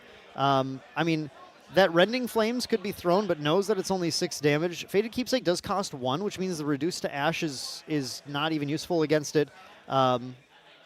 It's, just going to go, it looks like, for the Ghost of Pendragon instead. String a line together with damage potentially instead. It actually keeps the Looking Glass out, like you were talking about last game, Tyler. Really planning to, I think, replay those Distortion Swords. Is this just damage to face? Interesting. Yep. So damage to face. It's going to be 5 to face here. Flame Sweep is not going to be enough to clear everything. This Flame Sweep only comes in for 4, so Dungeon Guide will live. If I recall correctly. Yep, that's exactly what's happening here. Yeah, and even Delta 1 damage to face with both guides is interesting. I think something that SocialsFinest might be thinking is if he can bait SecondToAll into flipping the Seiryuu on the next turn, he can Rending Flames to kill it. Yep. Yes. I was thinking with this Terrafring here too. Terrafring, obviously, what we've seen Braden do before, finds another Dungeon Guide. Interesting. Another Dungeon Guide allows him to also go for the level this turn. Going to take out that Liminal Guide. Braden always has a lot of respect for what's on board. But I think that indicates that he's not looking to play the Dungeon Guide this turn either, because otherwise you would probably DG into the Ghosts and then play the Dungeon Guide, second Dungeon Guide to finish it off. But instead goes for that Baby Green Slime. 1 damage to face. I don't know, you could have done that with the Baby Green Slime as well. Interesting that he chooses to get rid of the Liminal Guide and keep the Ghosts. Yeah, this is basically an interesting rotation of turns here. So we're going to see the Banishment, Cleansing Mutant is gone. Draws into a Trained Hawk. He does have the Innervate Agility to protect himself. Yeah, the Innervate, I think, is actually where his brain is at right now. Because if you Innervate, level down, you can level back up to 2, flip Dragon, and then you can actually level to 3 next turn for free and get a recover off of it as well. Potentially use that to kind of stabilize a little bit. I also really like the concept of Innervate Agility giving your champion and all allies on your board stealth, which removes 1 damage from the Sword of Shadows. It does remove that, that's true. It's kind of like a neat little interaction where you're like, oh, that's kind of cool. Because it's before damage, right? So it's going to be in a situation where that might be the difference maker. But Braden does go for popping the Terrafring this turn, so really, I mean, with this board right now, stifling SoCal's ability to push super hard is honestly the Fated Keepsake, stopping the Rending Flames alone from getting anywhere. Not putting the Dragon out, not getting it in Danger's way right now. SecondToAll just kind of biding his time a little bit. Remember, there are 3 Arcane cards in Banishment, so that Empower is looking very big on its own. SecondToAll is probably hoping just not to have to spend too many turns with that Dragon out, and can just kind of wait out some of the damage sources that SoCal's is pushing. So it looks like he's attacking here with Champion and the Sword of Shadows. Are we going to see the Innervate Agility? Okay, we are going to see Innervates, so this will be a D level as cost and recover 5. Innervate Agility, most likely choosing Stealth for all allies. Spell Shroud wouldn't really make too much sense here against Lorraine. Yeah, we're definitely stealthing, but now we're set up next turn to level. Did he keep the DG in hand? He put the DG down, I think. Okay. Because you could level, draw a card, DG, draw a card with the on-enter for level 2, and then DG to 3, and then flip Dragon as well. That's another potential line here. I think because he put the DG down, he's probably going to go Grand Crusaders, right? Yeah, I have to say, SecondToAll is really playing this matchup, I think, differently than a lot of players would. It's been really fascinating to see the lines that he's prioritizing. Double Trained Hawk. We have the Dungeon Guide, Stifling Trap, Reclaim. Reclaim, always good value here. Going to see the Dungeon Guide back up to level 2. Yep. So I think this has got to be the Dungeon Guide to 2 and take 2 quest counters on the on-enter, which otherwise he's kind of out of ways to stop damage, right? But you have to take the quest counters here, I think. Yeah, exactly. So now you can flip the Taunt Dragon out if you want to. Yep, and he has the damage to efficiently clear the Ghosted Pendragon. I don't know if SocialsFinest brought back those Crux sites from the sideboard, so being able to clear the Pendragon big here. And he'll have the card from the trigger at end of turn with the Fabled Azure Fatestone. He'll have the 3 cards in hand to Baby Green the Sword onto the Rending Flames. So that is, I think, how he will prevent the dragon from being killed if he wants to flip that taunt out. Oh, true, because Rending Flames would only come in for... Rending Flames is 3 base, though, isn't it? It is 3 base. It depends on how many swords are banished. Oh, are there? I believe only 2 swords are banished right now. If there's 3 swords banished, yeah. If there's 3 swords banished, then that rending is still lethal on the dragon. But if there's only 2, then Braden is kind of safe to take that line. But Inert Sword does exist, and it is being brought on the field as I say it. Inert Sword, paying the cost for materialization. This sword would give you enough damage. Actually, it wouldn't either way, because you can still Baby Green it. You're totally... Yep, it's still 2. I'm overthinking it, Dan.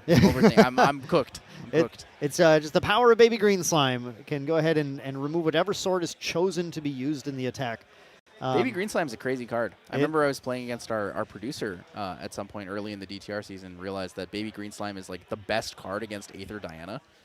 Every time they go, oh yeah, my thing has Spell Shroud, I say Baby Green Slime says no Spell Shroud. Yeah, Baby Green Slime has been a menace ever since that Sylvie Recollection deck was released. And we've seen in this matchup it doing a ton of stuff. Really just kind of keeping Braden's pressure up, keeping allies on board, and drawing through a lot more cards with that Fated Keepsake. So SocialsFinest asking about the interaction with the transform. He said, can you transform before I attack? And I think he just said yes. To clarify that a little bit, in response to an attack card being played. I see. So he's asking about when he can transform, looking for that when the opportunity kind of comes up. But so he's attacking with a weapon. So in this case, it will actually target before he's able to transform and get the taunt here. Yeah, if you choose to activate an attack card, you can flip a taunter out before the activation of the attack card resolves, and then it will have to choose the taunter. In this case, if you just simply declare an attack like this, there is no timing window to be able to get that taunt out in time. But Braden, based on math here, I think just wasn't as worried about it. If SocialsFinest puts any allies out, then the taunt can come out and deal with it. I think did SoCal's just pass turn, though? I think he did just pass the turn. So I think Braden's going end of main phase. Yeah, so specifically end of main phase, because you have to declare that you pass opportunity before moving to end step. So maybe it just was an end step. No, it was an end step. I mean, because it's a little tricky. It might have been a little tricky here to do. I mean, SecondToAll knows about end of main phase, but he chose to just hold the 3 up, because if you add something to the stack in the main phase and it resolves, SocialsFinest with that full hand still could have done something else that turn, even at slow speed. So Braden just said, you know what, it's fine. I don't need the extra card next turn anyway. I just want to get a card out of it. Goes for all the attacks with the allies on their turn. And did do the free materialize of Guoja, Heaven's Favorite, having the dragon out there, and got that recover again. So we talked about this line a little bit, but just being able to kind of get that dragon out, get that recover, stabilize a little bit, and now goes to the end of turn. Fated Keepsake comes out, draws another card, and SecondToAll kind of sitting on this hand. I didn't get to see how much interaction is kind of there, but using the dragon right now just to hold off as much damage as possible. You know, remember, it's not the end of the world if the dragon dies either, because he's playing this ally-focused build, right? And can go wider and can push more damage. Yeah, he can also generate 1 Arcane Blast, and generally that's enough. If you're able to have that 1 Arcane Blast in there, you can actually play around a lot of other things. SocialsFinest looks like he's discarding the Reckoning's Wake off of the Creative Shock? No, I guess he already discarded. Now he's playing the Reckoning's Wake. So we're going to see an Idle Thoughts here. Look at the top 5 cards. I see a Ghost of Pen. I see an Onsol as well. A lot of things that can come out here. Onsol is still here. Well, I mean, no matter what, that Dragon's, I think, going to keep SecondToAll alive this turn. Let's see. Onsol would be for... How many swords do we have? We have Drawn Blade for 1, Inert Sword for 2, Sword of Shadows for 2, Votive Runeblade for multiple. Okay, we'll come back to that one. Karnmanon for 3, and the Grande Sonnerie for 2. So it's going to be 1, 3, 5, 8, Sonnerie for 10. Then it's going to be swing with Votive Runeblade, sacrifice the Sword of Shadows for 4. That just finally gets rid of the dragon at that point. Yeah. And then, then well, the Lorraine damage, so you can get all your attacks with Votive in, I think, if the Lorraine attacks with one of the swords as well. I do think, though, that he has enough cards if he goes Drawn Blade here that he can actually play the Rending Flames after the Onsol for the final attack with the Runeblade. But it looks like he's going to go Runeblade. A Runeblade naturally materialized here, paying with that Undying Dreams. If he does have that many, if he has that much influence, then that should be SoCal's game. I see think 8 cards in hand. I think.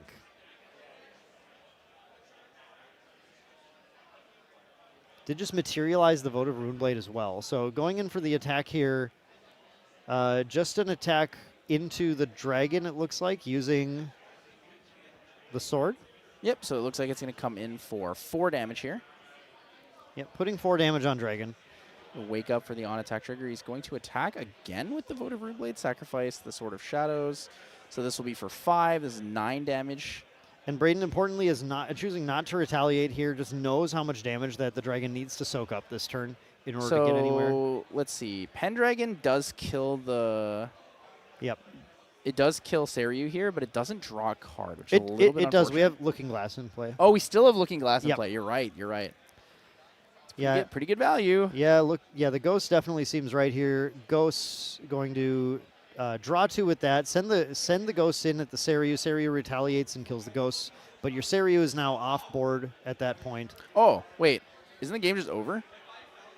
Pendragon kills Seiryuu, Onsol. Yeah, exactly. And you just win. Exactly, yeah.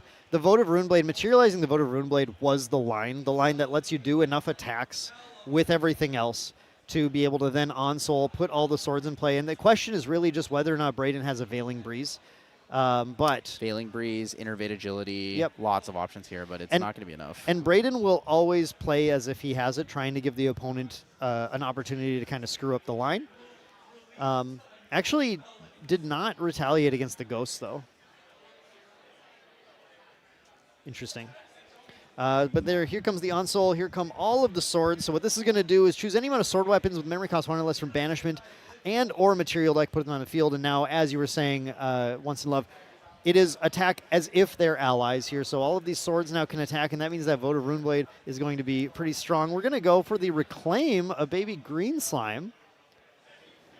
This is the line. He's actually playing as if he has a Veiling Breeze and trying to get him to respond to the Reclaim here. Yep, so the damage is going to come in. It's going to be 3 and then 1. Sword of Shadows for 2. Puts him at 16. Inert Sword for 18. Okay. Yeah, and I mean, this is pretty much it Yep, here. that's Runeblade's kind of the the wake up lethal mechanic. The lethal line here. And I think SecondToAll is not confident probably that he can win in a 5-minute game, so is making the play out happen here to potentially just take a second draw instead. Yep, so I mean, that's Or a going to be first draw. swing for the last game. Yep. I don't think either of these players are going to look to sideboard anything different. It's probably just going to be a shuffle up, go right into game 3, see who can find the win there. I do think in this matchup, it's actually probably favored towards SecondToAll. I do think that Seiryuu has a bit of an advantage here, being able to push damage faster. SocialsFinest is mainly playing, the like defensive, play Rile, play Creative Shock, get to level 3 setup. Whereas, in SecondToAll's deck, there's a lot more like aggressive setups here. We have those Shimmer Cloaks like we talked about. We have the Trained Hawks. But the big thing being those Brisk Windtrotters. Mm-hmm. If he gets to level 2 quick enough with a reasonable amount of influence, it could be Brisk Windtrotter with basically Reclaim and just playing it over and over to get your ally strong enough to swing every single turn. Yeah, and interestingly about Braden's version of the Seiryuu list is that it does not play things like Beseeching Fatestone. So not even able to really do those crazy turbo lines where you Beseeching Fatestone, Baby Green the Beseeching, do it again, and level. Really just going to rely on, do I draw a good ally hand? Honestly, that match, that game was pretty impressive given how much of a brick SecondToAll's hand was at the start. It was crazy to watch him kind of come back in and still be in a pretty threatening position where it took a lot of Lorraine's tricks to be able to kind of push through what happened. And honestly, some of those draws, if they had gone a little differently, if SecondToAll had, for example, found the 4th series command or something, maybe there was a line to just get the kill there on that turn. Yeah, finding a 4th series can be interesting. That would it'd be pretty lucky, but it definitely was big enough. That or Byakos. I think the Byakos would have been actually more damage. The Byakos would have then pushed for 10 and then Byakos would have been lethal, I think. Yeah. He goes Byakos, swing for 5, create an Arcane Blast, and then he goes Byakos Empower for what would be 6, and then plays out the rest of it. 1 card, 6, 9. It's only 2 to play. She's 1 card short of playing the Arcane Blast for lethal. If you Byakos, it only costs 1 to play an Arcane, or it costs 2 to play an Arcane Blast at that point. 3 plus 6 on the Empower, right? You had 3, 4 banish, so 6 on the Empower, so you're 9, so your Arcane Blast only costs 2. Yeah, but he would only have 1 card left in hand after he plays the Byakos command. Because it's 3 cards down, and then he has the 4th card available. Didn't he draw going into Wreck, though? Couldn't he have Byakos? Oh, then you can't attack twice, though. Then you can't. Yeah, okay. Maybe not quite there. But Braden's certainly playing to outs, going for... well, that's a crazy opener.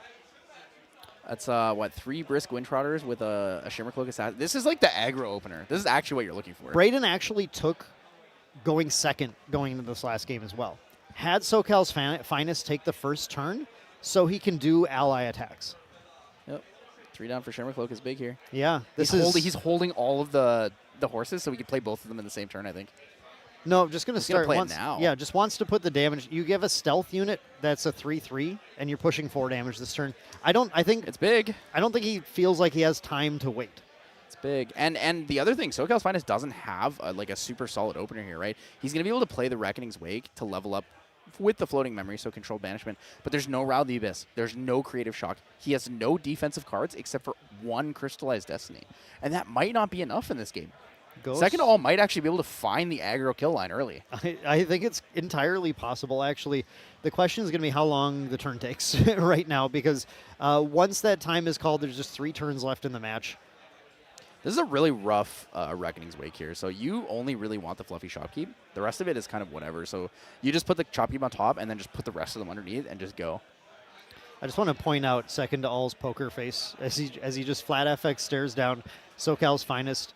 It's a little bit intimidating, I feel like. I'm intimidated. Every time I see him, I'm like, hey, it's good to see you. And it's like the poker face, and then he starts smiling, and I'm like, oh, thank God, But, yeah, big one. So Inert Sword's coming out. Inert Sword will be able to hit that Brisk Windtrotter. Has an option to take that off the field. If SecondToAll wants 2 more turns, he has to play this turn in 40 seconds. Yeah, and he needs to play the Shopkeep. Shopkeep is the most important card this turn. You need to get the Interceptor to protect yourself from the damage. Otherwise, you're putting yourself in a very, very dangerous position for lethal. SoCal's... Oh, I thought we'd already passed turn, actually. Excuse me. Yeah, SoCal's is still taking the turn here. So 20 seconds left in this turn. If it ends on SoCal's turn, then... It will be turn 0. It will be turn 0. 1, 2, 3. So Braden's going to have 2 more turns no matter what, but exactly only 2 turns here. So Shopkeep comes out. The Raider going down, probably holding on to that Crystallized Destiny. Needs to be decisive and quick here, but it's not going to be fast enough, I think. No, so that is going to be turn 0 going to SoCal's Finest here. Yep, 2 turns left for SecondToAll, 1 turn left for SoCal's Finest. So I can't think necessarily of a line here. Well, a Rending Flames line, actually. A Dungeon Guide Rending Flames line is what SoCal would be able to use to be able to close the game here. So it's going to be, what, double Brisk Windtrotter here for Windtrotter? Yeah, just staying on 0. Or 4. Trying to push. Really, for SecondToAll, a loss and a draw are the same thing. Oh, 4 down for Asen's not bad here. A loss and a draw are exactly the same to SecondToAll right now, so I think you just push as much damage as possible. Shopkeep. Yep. as far as making it into day 2 at least, because of course the players making it to day 2 are ones who have at least 6 wins or a total of 18 points. So 5x3 record, 5-0 or 5-1-3 will also make it there. Yep. So the question is SecondToAll afraid of dying here? So it just seems like he's not afraid of dying. He's not going to keep up the ace, and he's going to go for all the damage. Shopkeep off the field. We're going to see 4 damage come in from the Shimmer Cloak again. We're now representing 7 damage on board. We do know the Brisk Windtrotter is in hand. Should he choose to play it again, it's going to represent another 2 damage. He has 2 in hand, so he's representing 11 damage, essentially. Would be 1 short if SocialsFinest has no interaction available to him.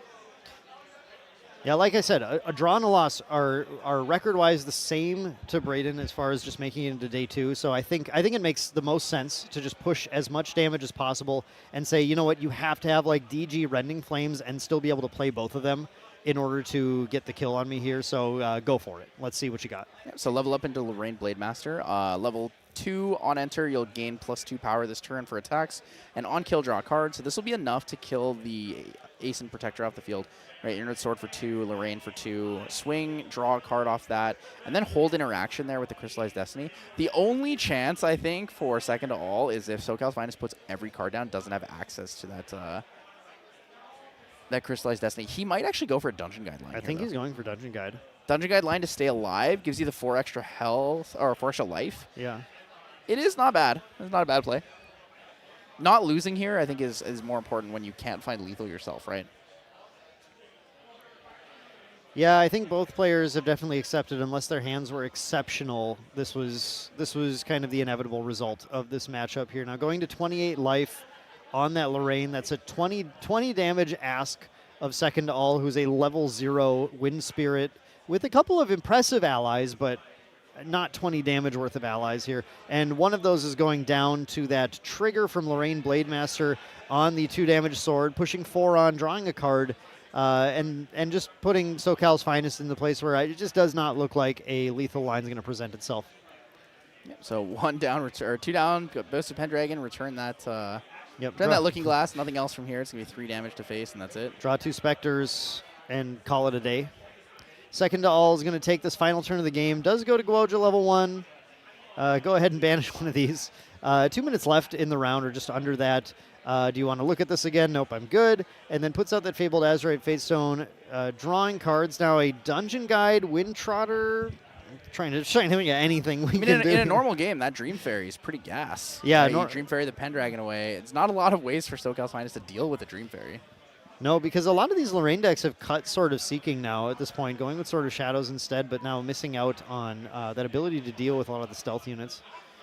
Windtrotter comes in, this big old 5/5. You see the reason why Braden plays Shimmercloak Assassin in here too, right? Just because a 5/5 stealth is, I don't know. I don't know what to do about that other than let the timer run out.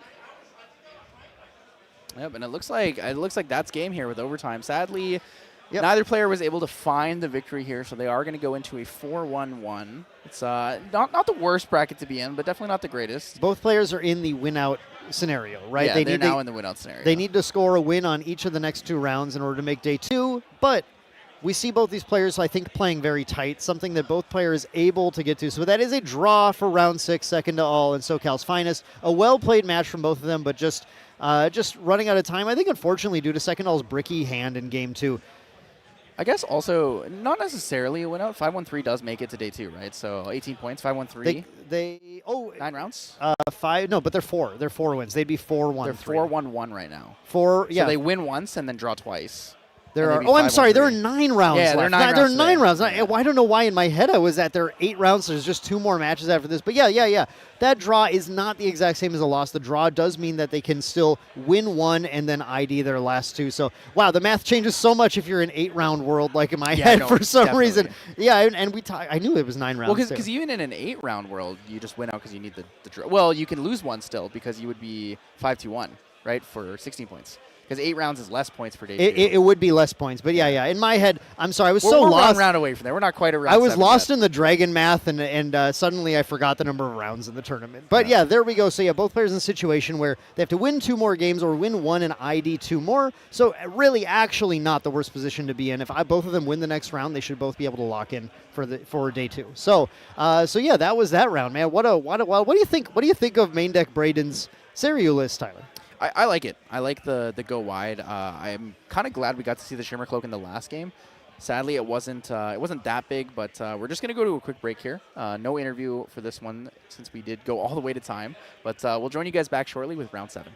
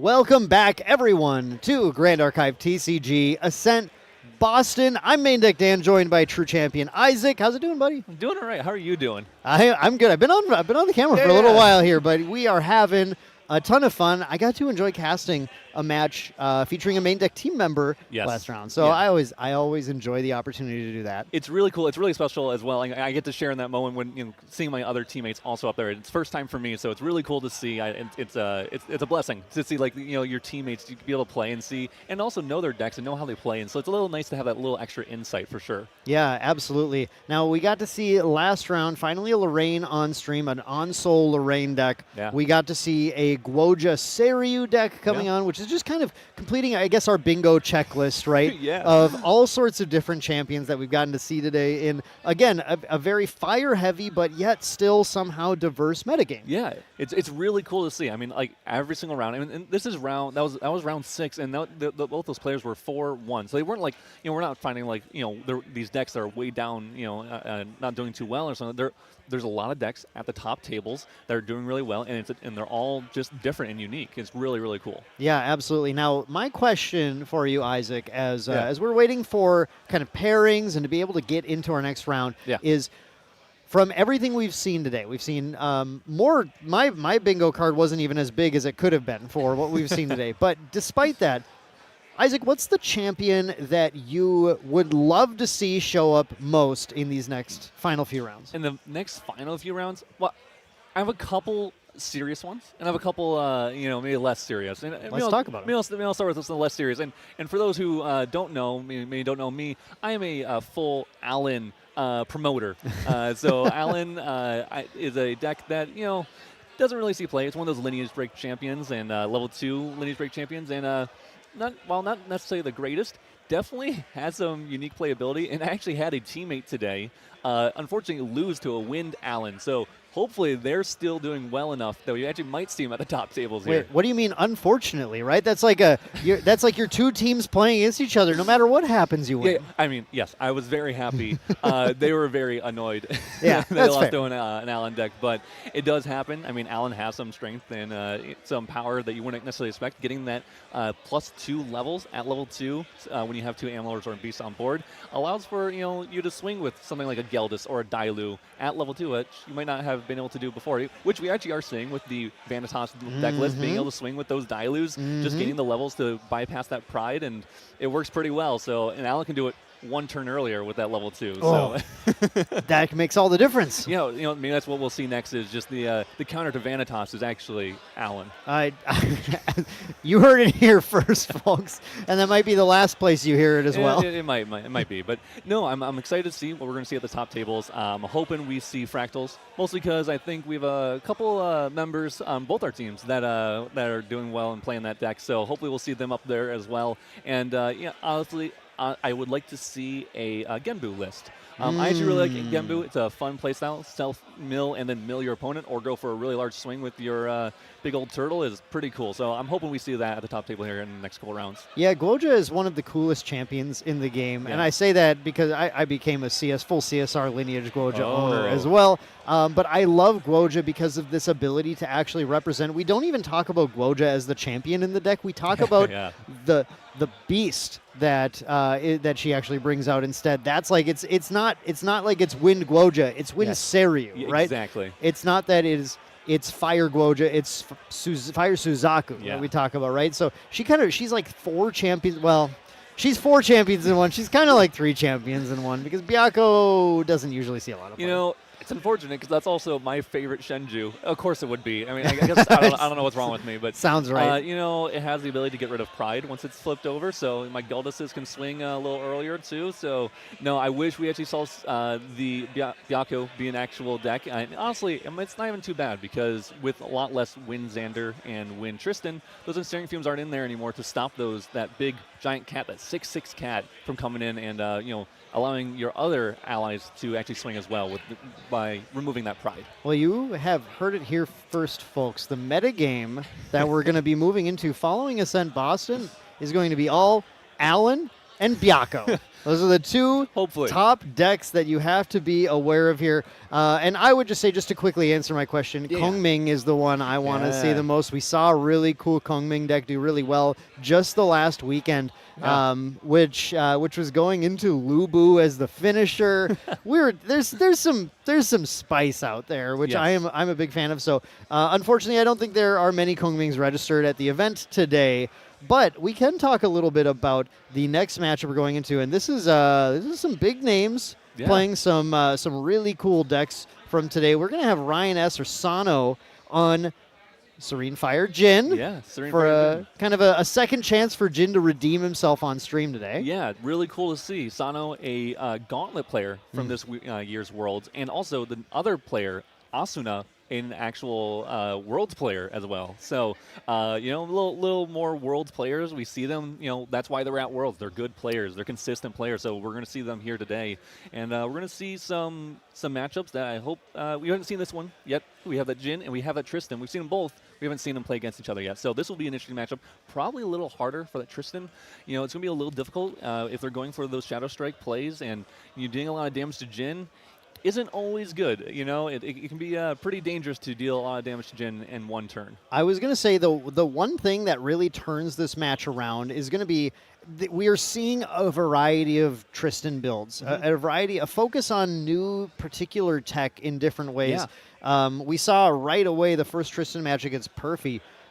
We had I was just blanking on the name suddenly. Doomblade, yeah. Doomblade playing Tristan in that build that really respected fractals, right? In a way, and like that's one route to take some of your tech. The other route that we see some players doing is saying, you know what? Remember that card Zephyr? That's still a good card, or it's a really good card right now. And when you go against a Jin deck, if you have Zephyr, I think your game is very different. Right, you have that ability to interact. Okay, attack with Shuangji, cool Zephyr it. Okay, deal damage to put you all the way to 28. Zephyr your Berserker plate, right? And then those are ways to get around some of that immortality shenanigans or the huge damage that Jin can deal. Yeah. But looking at this list, I don't see the Zephyrs. I don't see the Zephyrs. It's a little scary. We do see Crystallized Destiny, which could come in very importantly for Asuna. I want to put you to 30+ damage on my turn as the Tristan player, and then it's going to go your turn. And if you swing and you don't have enough cards to stop me, I'm just going to play Crystallized Destiny. And I'm just going to block all that damage, and I'm safe. And then you're going to die at your end step. So yeah, it's going to be a crucial card for Asuna to see. And then after game one, though, those sideboards do get interesting. I think there's a lot of playability for Asuna to actually have a better games 2 and 3 for sure. I think one of the other interesting things about Asuna's build is that it has forgone Shadow Reaver. Yeah. And Shadow Reaver has come back in a pretty big way with a lot of players thinking, okay, well, a lot of players are playing these big Ryle packages, gaining value. Cool, I'm going to take their cards. There's so many Crux Knights, so many Merlins, so many Ghosts of Pendragon. We already talked about how crazy that is earlier today. But Asuna said, I'm not worried about it. I'm not worried about the matchup. I don't need the Shadow Reaver. And this is a case where actually I like Shadow Reaver against Jin a decent amount too.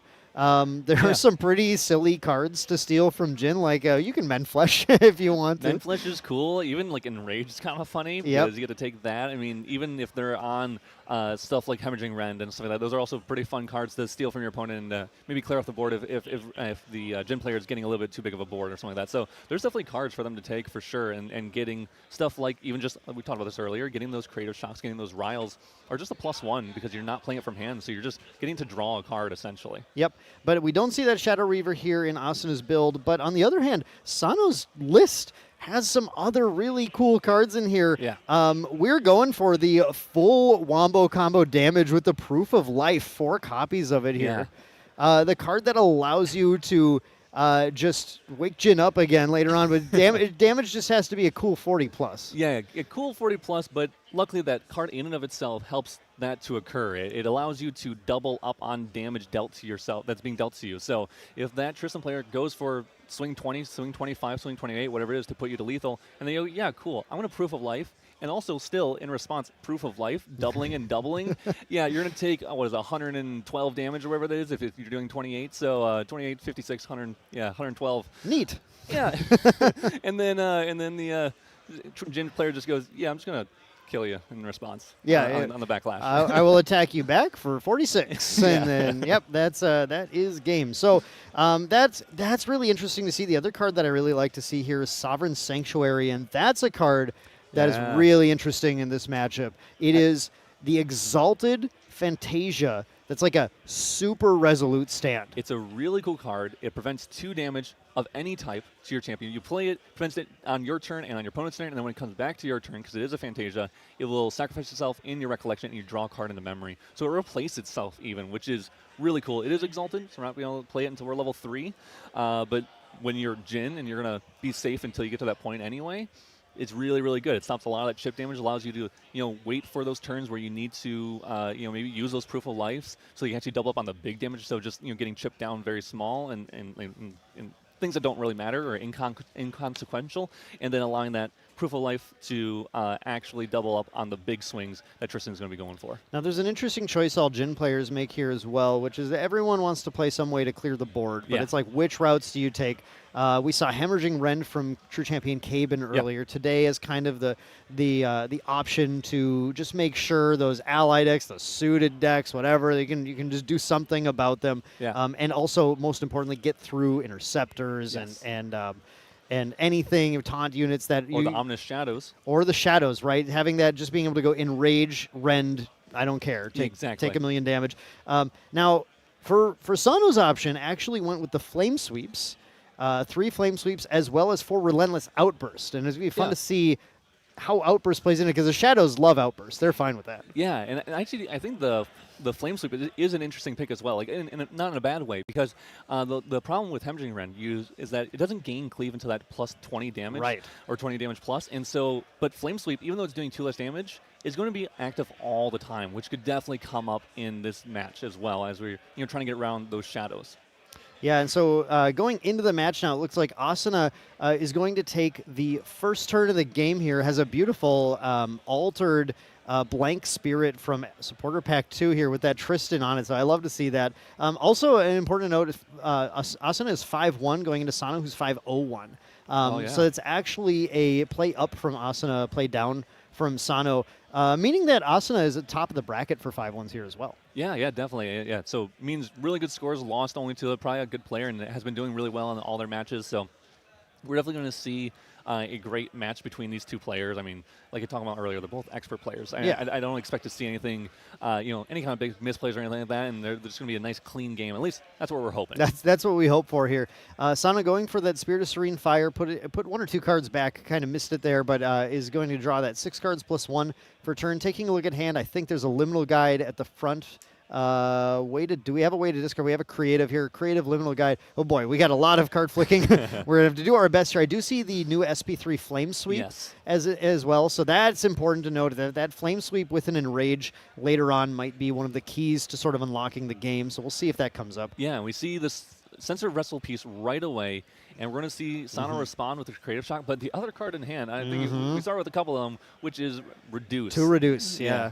And so most likely we'll get this value right here, and then while we know that Asuna cannot respond with an Incapacitate, we're going to destroy that Sensor with the Reduce to Ash, which is really solid for Sano. He has his game plan already set up. He knows that he doesn't have to worry about Sensor for the rest of the game, and so he's just going to gain value from that graveyard as long as he sees the right cards. I can already see how fast our players are playing here, too. This is definitely going to be a high-level match. It'll be very fun to watch this as these players are looking at the hand now. Asuna with 3 Incapacitates in hand. Definitely, any Incap's a very good card against Jin, because Jin has a lot of actions where a lot of the damage is gonna come through, but Jin also has a bunch of non-action cards in order to get that damage, like just putting out the Shuangji and attacking. We do see Sano just going for the random banish to go to level, does lose the Flame Sweep, but gets that Liminal Guide out, happy to just start drawing some more cards, and finds a D-Guide as well. So I like this spot for Jin right now. Yeah, Jin's in a good spot. They have the only Exia cards they have currently in hand are those Menflesh, so we're not dealing with any of the other late game cards. So eventually we'll need to find those. We have the ability to eventually get to level 3 here with that Dungeon Guide and all that kind of stuff. But once we get there, we need to start searching for the actual cards that are going to win us the game. Asuna, very, very nice place to be in as well, having the Reclaim on that Windblast Lookout. That is going to give them the float that they need, the level, going to get that prep counter gain. They're looking for kind of that pretty fast Tristan route right now to be able to get there and push damage. Obviously, if they can get a Shadowstrike off before Jin gets to 3, that's everything. Yeah, that will be really, really good. I mean, I'm sure Asuna realizes once he gets to level 3, it's going to get much harder. And if the Jin gets to level 3, then I have to figure out a way to both survive after I attack into that Jin. Yeah, just looking now here at the hand, we're seeing a Windmill Engineer. We're seeing, again, those in-caps. We do see, I think, a Mastermind Scheme. Yep. I saw, man, the flicking. There's so much. We only have a moment to look at every card in hand. You have to be on top of it. Sano going for just the backup charger here. So that I wonder if that opening is going to be pretty big for Asuna, actually, to be able to pull that Shadowstrike off. Obviously, backup charger is an incredible. Wow, what an adorable power cell coming into play as well here. A little artist alteration with a cat, I think, holding the power cell. And we do see the turbocharge, so that power cell is going to be really solid. We have the turbocharge in hand. We also have a Ryle with 2 Specter floating memory cards. So we're going to get a lot of value, I think, on this turn to level up really quickly. The 1 turbocharge gaming happening here from Asuna, which is really nice to see. Well, and actually, it's on Sano's. He actually runs 2 turbocharge here to guarantee a little more guarantee. I'm in sorry. that deck. I'm sorry. I was looking at the wrong list. I was looking at Asuna's list. Yeah, 2 turbocharge. Yes, I love that. 2 turbocharge is my favorite way to game. Let's go. Okay.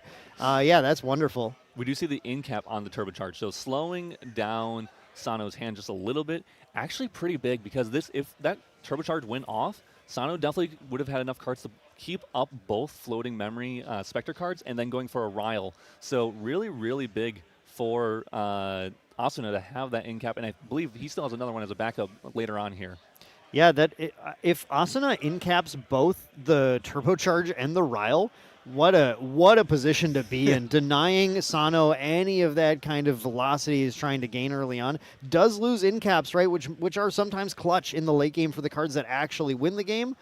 But when you hold on to 3 in-caps, that's what you do. Yeah, and if you can just stop your opponent from getting to level 3, that's also very good, obviously. I mean, if Asuna can stop Jin from getting to the point where he can't kill him, obviously, and Asuna's already at 4 preparation counters in that Mastermind Scheme in hand. I mean, all they need is a Shadowstrike and getting to level 3 before Jin does, and they're in a really, really good spot just to win instantly right there. Sano is a portentous Tengu gamer here as well, going ahead and drawing another card with that, which is really nice for them just to be sitting at this pretty hefty hand size, even though they couldn't pull off that turbocharge. Still holding on to a lot with Ryles, with some Specter, with a Ryle, with some Specter cards, and then ready with those Men Fleshes.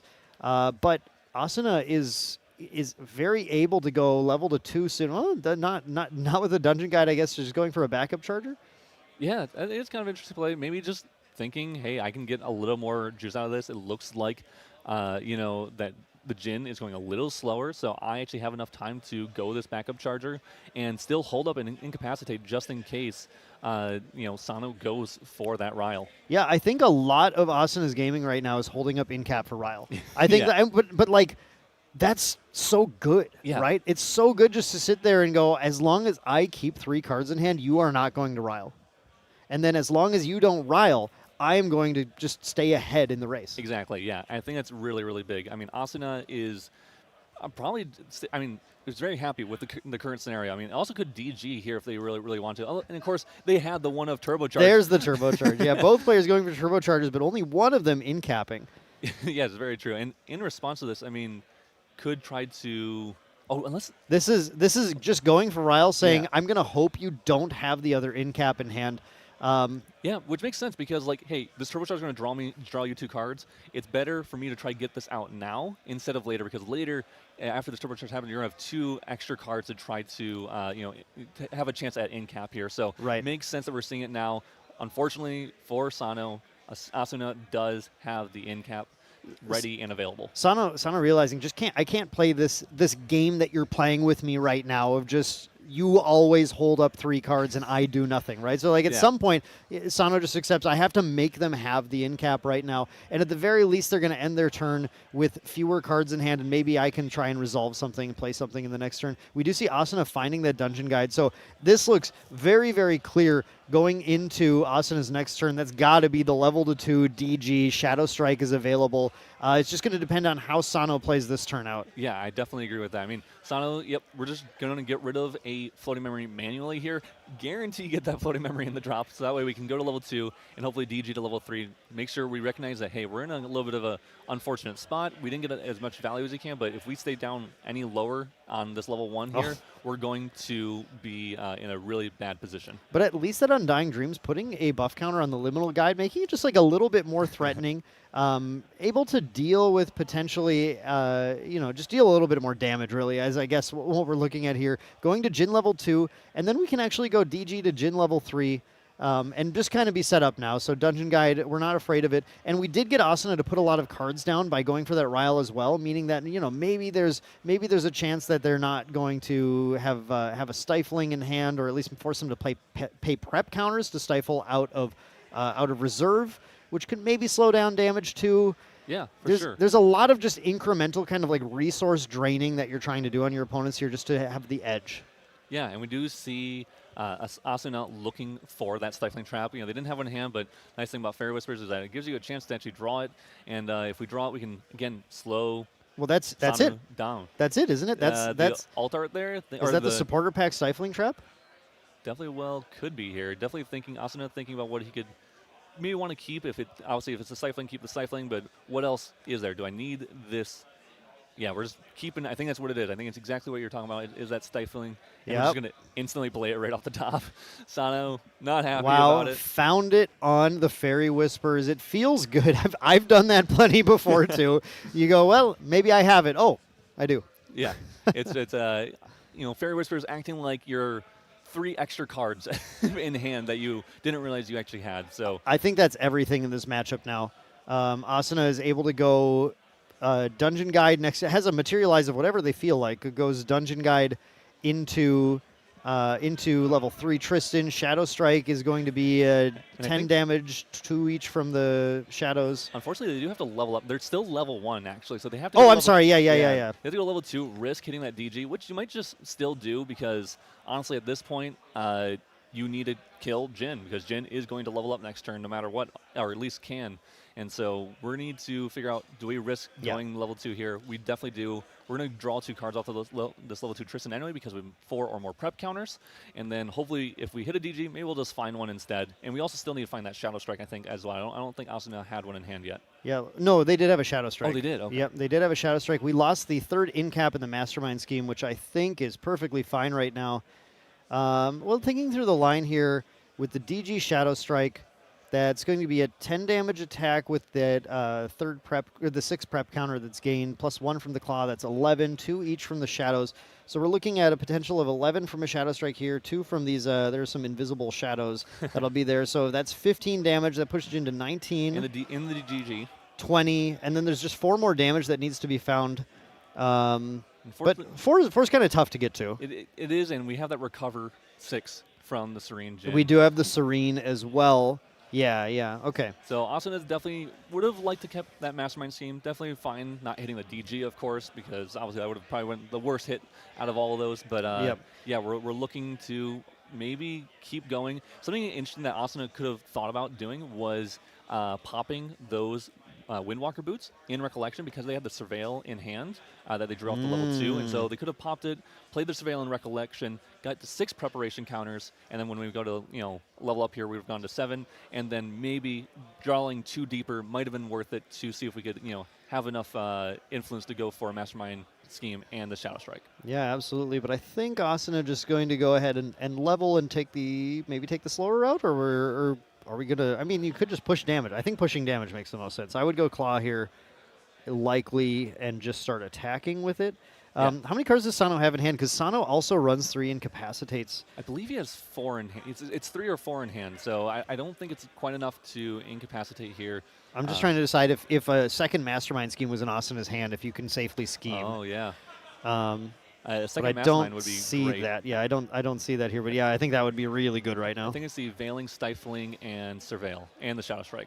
Yeah, I think you're right. Losing that Mastermind was really non-ideal. I think there's a bunch of cards that would have been much better to see there, but that Mastermind sets you up for just a lethal swing next turn. We do go ahead and activate the Shadow's Claw, and then we attack in exactly like I was saying, get that damage in, pushing in 5 extra damage, just softening Jin up a little bit. But softening Jin up is not killing Jin.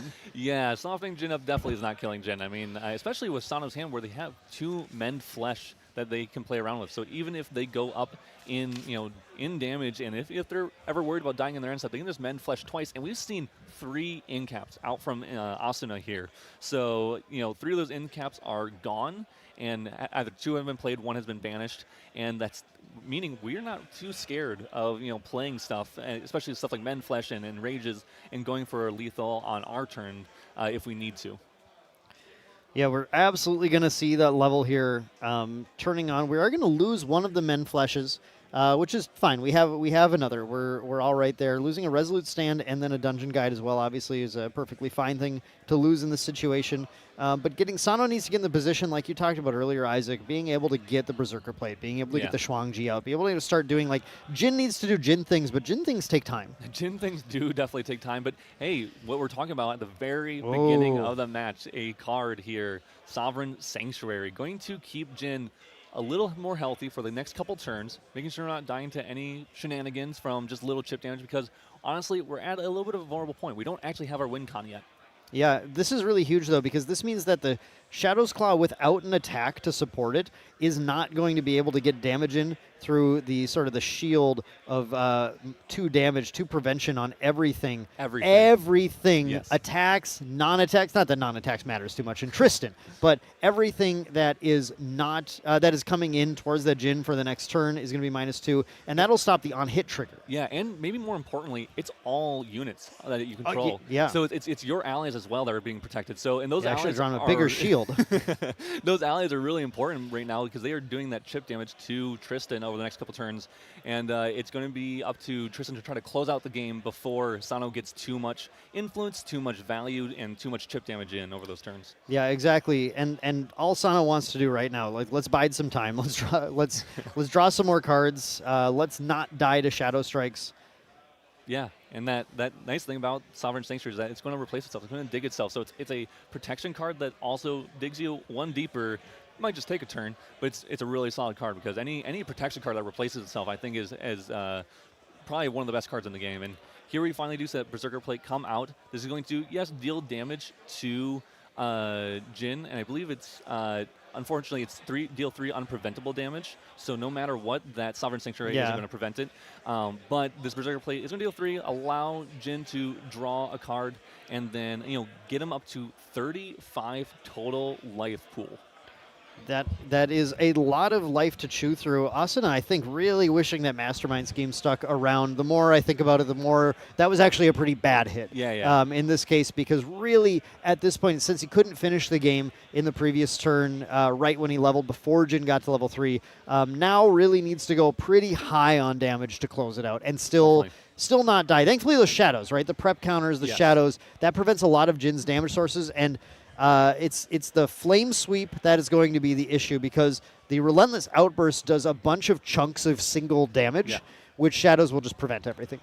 Relentless Outburst is they won't take damage, but it's the Tristan that obviously can still die. Tristan will still take damage. You're right. And we have to get pretty high on damage to do that. I think you do have to get really high. I think it's like 35 plus. And the one thing that Sano does have in the deck is, honestly, it's actually kind of like, if you look at his material deck, every single card has a draw effect, except for also the champions and Nullifying Mirror. They recognize Nullifying Mirror is a crucial card to have in this deck when Relentless Outburst is a big part of your lethal end game plan. Yeah, absolutely.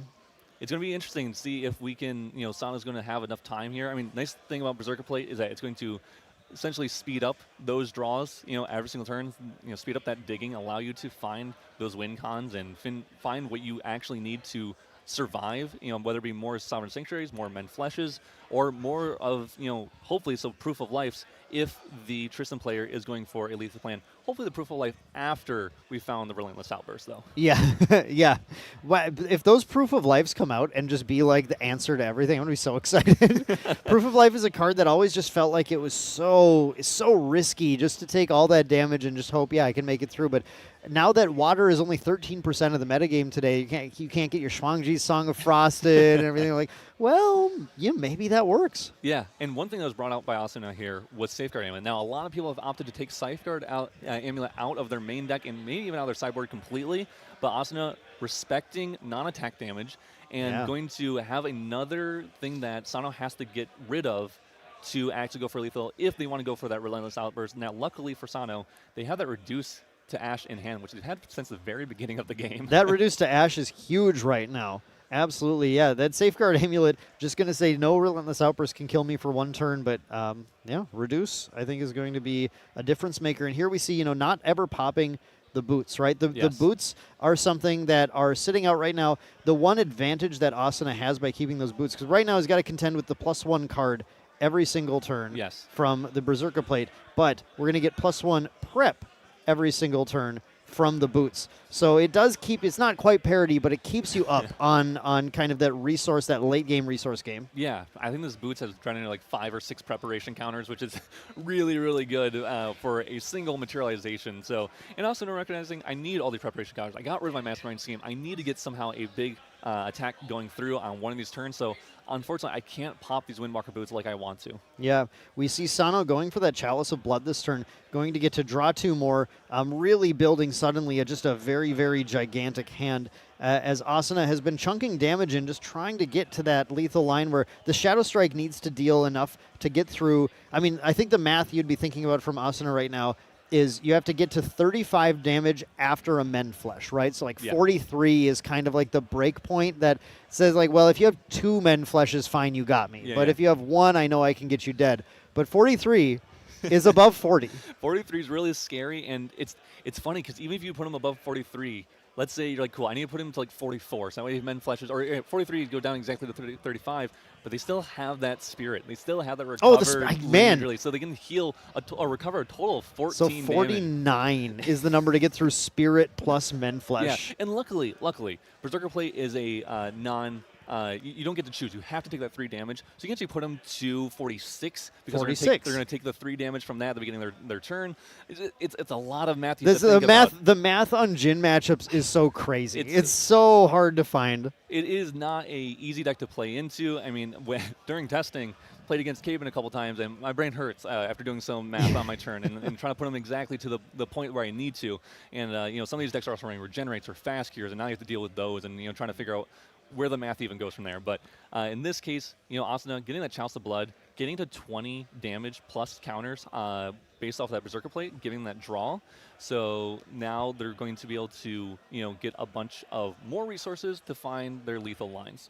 Savage Sunder is in here. Just a 1 copy of Savage Sunder as well. That's a recover 3? Yeah, I think 4? It's a 5. It's the attack that deals 3, recovers 5, I believe. Deal 3, recover 5. It's the Floating Memory Jhin card that is it is another source of some like surprise recovery here as well.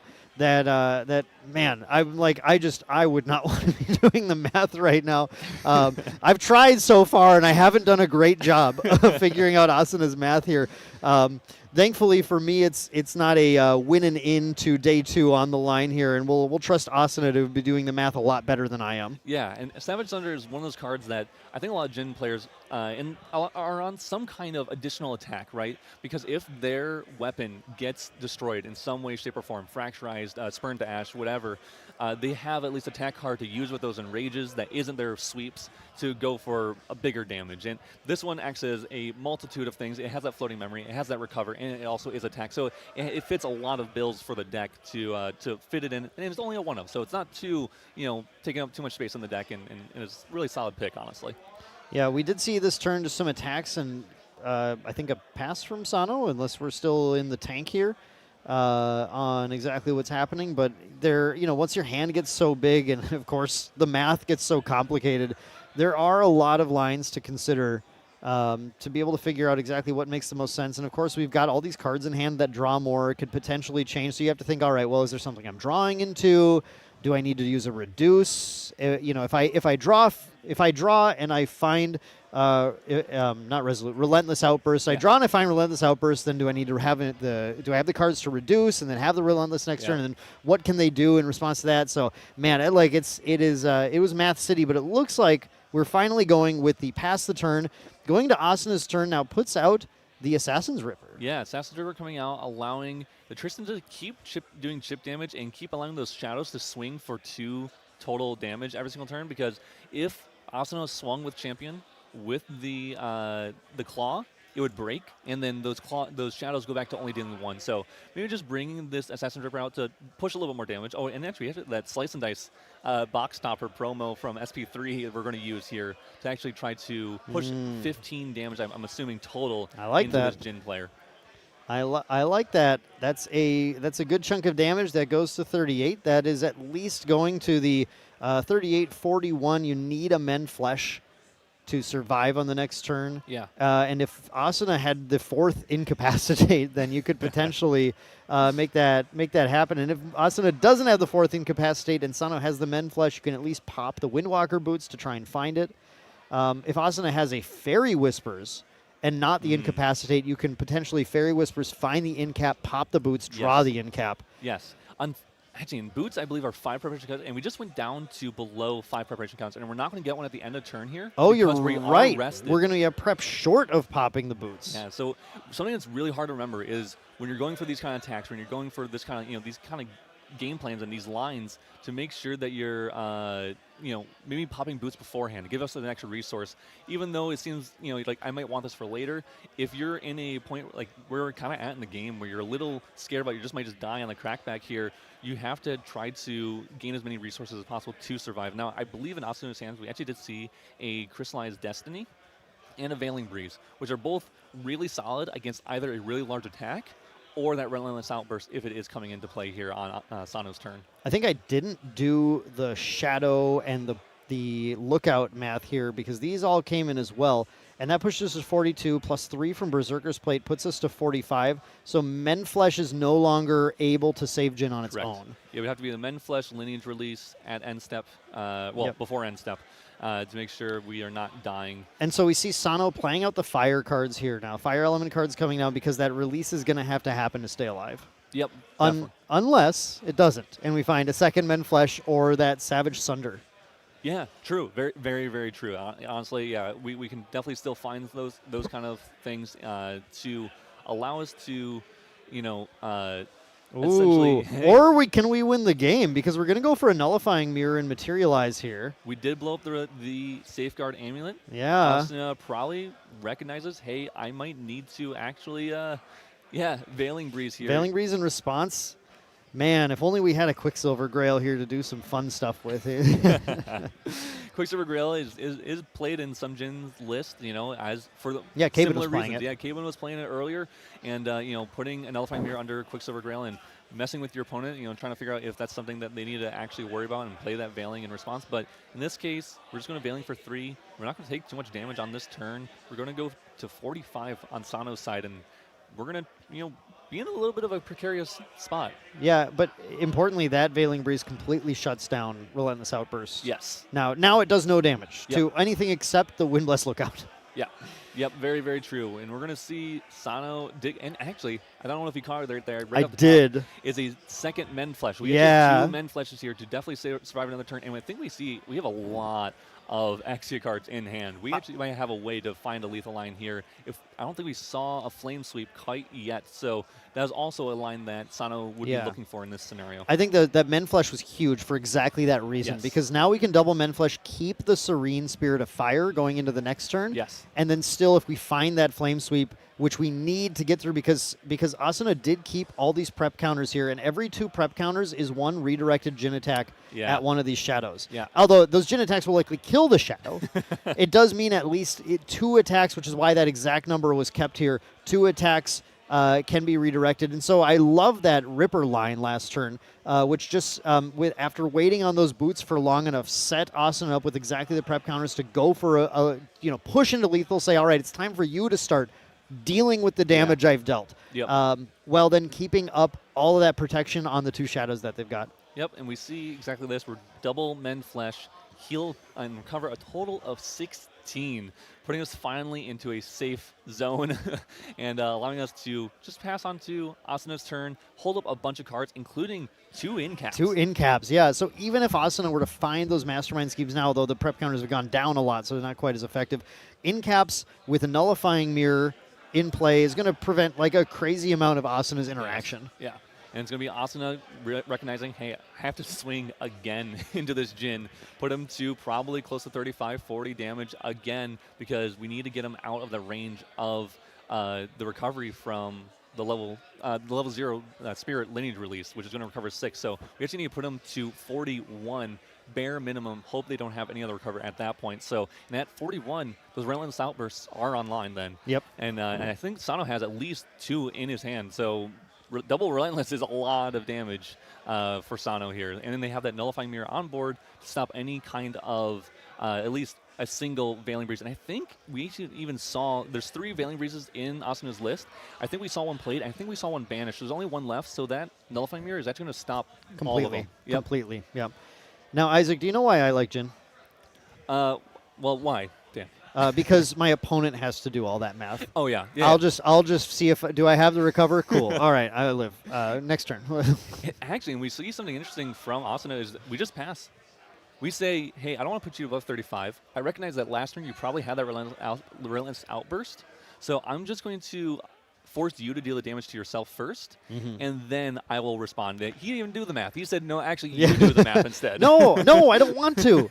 In this case, though, the passing also got that +1 prep counter from the boots, which now turns the boots online again as far as drawing a card.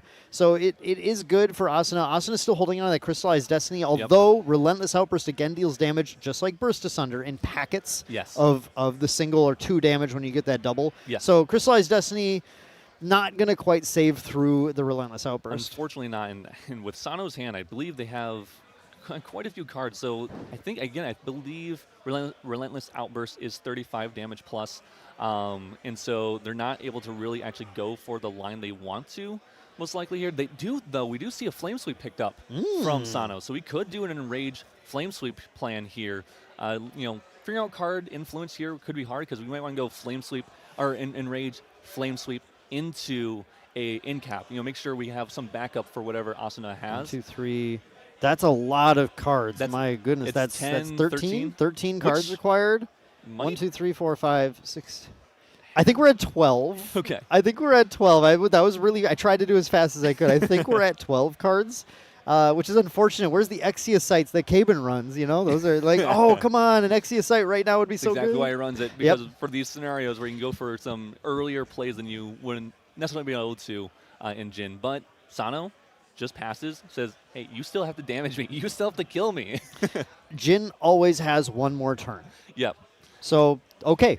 I'll draw the cards, and then I'll go for it. Exactly. So Ooh, but the Blinding Orb is pretty good because you can Blinding Orb before they have something that they can in-cap and then get Sano back out of having the number of cards required to get there. We do see 2 Crystallized Destinies, so if Sano tries to go for a board sweep with that Flame Sweep, specifically that, you can actually do a double Crystallized Destiny if one gets incapacitated. Yeah, you can double Crystallize plus both players just like setting up like absolute brick walls on either side, trying to prevent each other from winning the game. This is a long grind, but it is at least very fun just to see both players trying to find where is the single crack in the wall that I can exploit and get this damage through and take you out. Both players working their best to find it right now.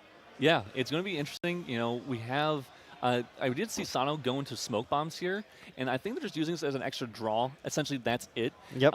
They could have gone Shuangji, but that's a little scary because then it puts you to 40 damage. You have to be able to heal. You have to be able to heal, and you're worried about maybe another in-cap from Asuna. I believe, there was Asuna is on 4 of them, and so, even though we've seen 3, we're still maybe just respecting that 4th because we're so late in the game. Yeah, exactly. And looking at Sano's hand here, I just have to mention, I especially have to mention it now. I see 3 liminal guides, and I think there was another dungeon guide there. And this will be the second time I've said this today, but I wish there was a Jin level 4. Yeah, Jin level 4 would be pretty good. Maybe just win the game would be nice on top of that. Yeah. Or a Nate 5 attack or power. If anyone wins Worlds with Jin and gets to make a Jin level 4, I think they deserve to have it say whatever they want. Well, we have to, maybe generate as many Berserker plates as you want. generate copies of Berserker plate. I'd be okay with that card. But it would have to cost, was it 2026? 2026 is what it'll be. So you all out there have something to strive for in 2026. Get Jin to win Worlds. Let's see it.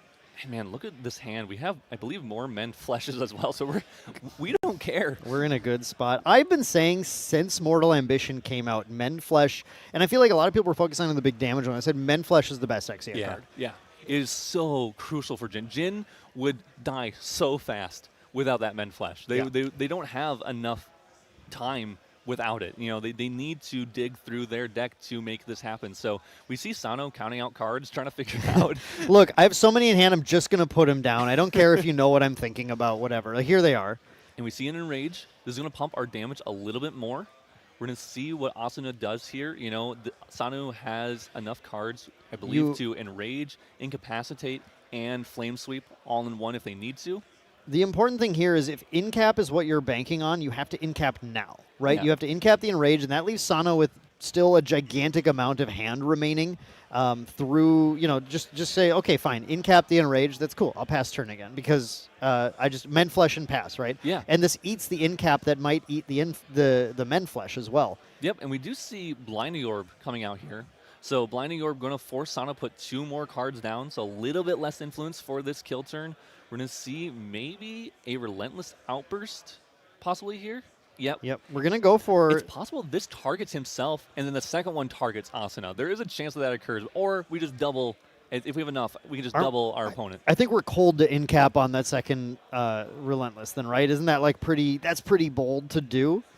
Yeah, true. If we do damage to ourselves, very, very, very I think true. this is, again, just in-cap bait because that Men Flesh will just let you take the next turn. You just have to eat the final. We know it's the final in-cap. Everybody here knows it's the final in-cap. Definitely. Getting that draw off of it. We also got to draw off the Blinding Orb. So we actually have 2 cards from hand that we wouldn't initially have. And we see Asuna drop the Crystallized Destiny plus the Veiling Breeze in response. Oh, just putting enough cards down into memory. Just trying to get that Veiling Breeze to have enough cards down there. Maybe forgot about the Nullifying Mirror there on board. It's up in the corner there. Yep. And realizing, Veiling Breeze won't do anything, and this Crystallized Destiny will just get popped by one of those triggers of Relentless Outburst. Yeah, that is a lot of damage coming in. Asuna packs it up. It looks like that is going to be game 1 for Sano on Jin. We love to see Jin winning games this matchup, although both of these players absolutely incredible. We also love to see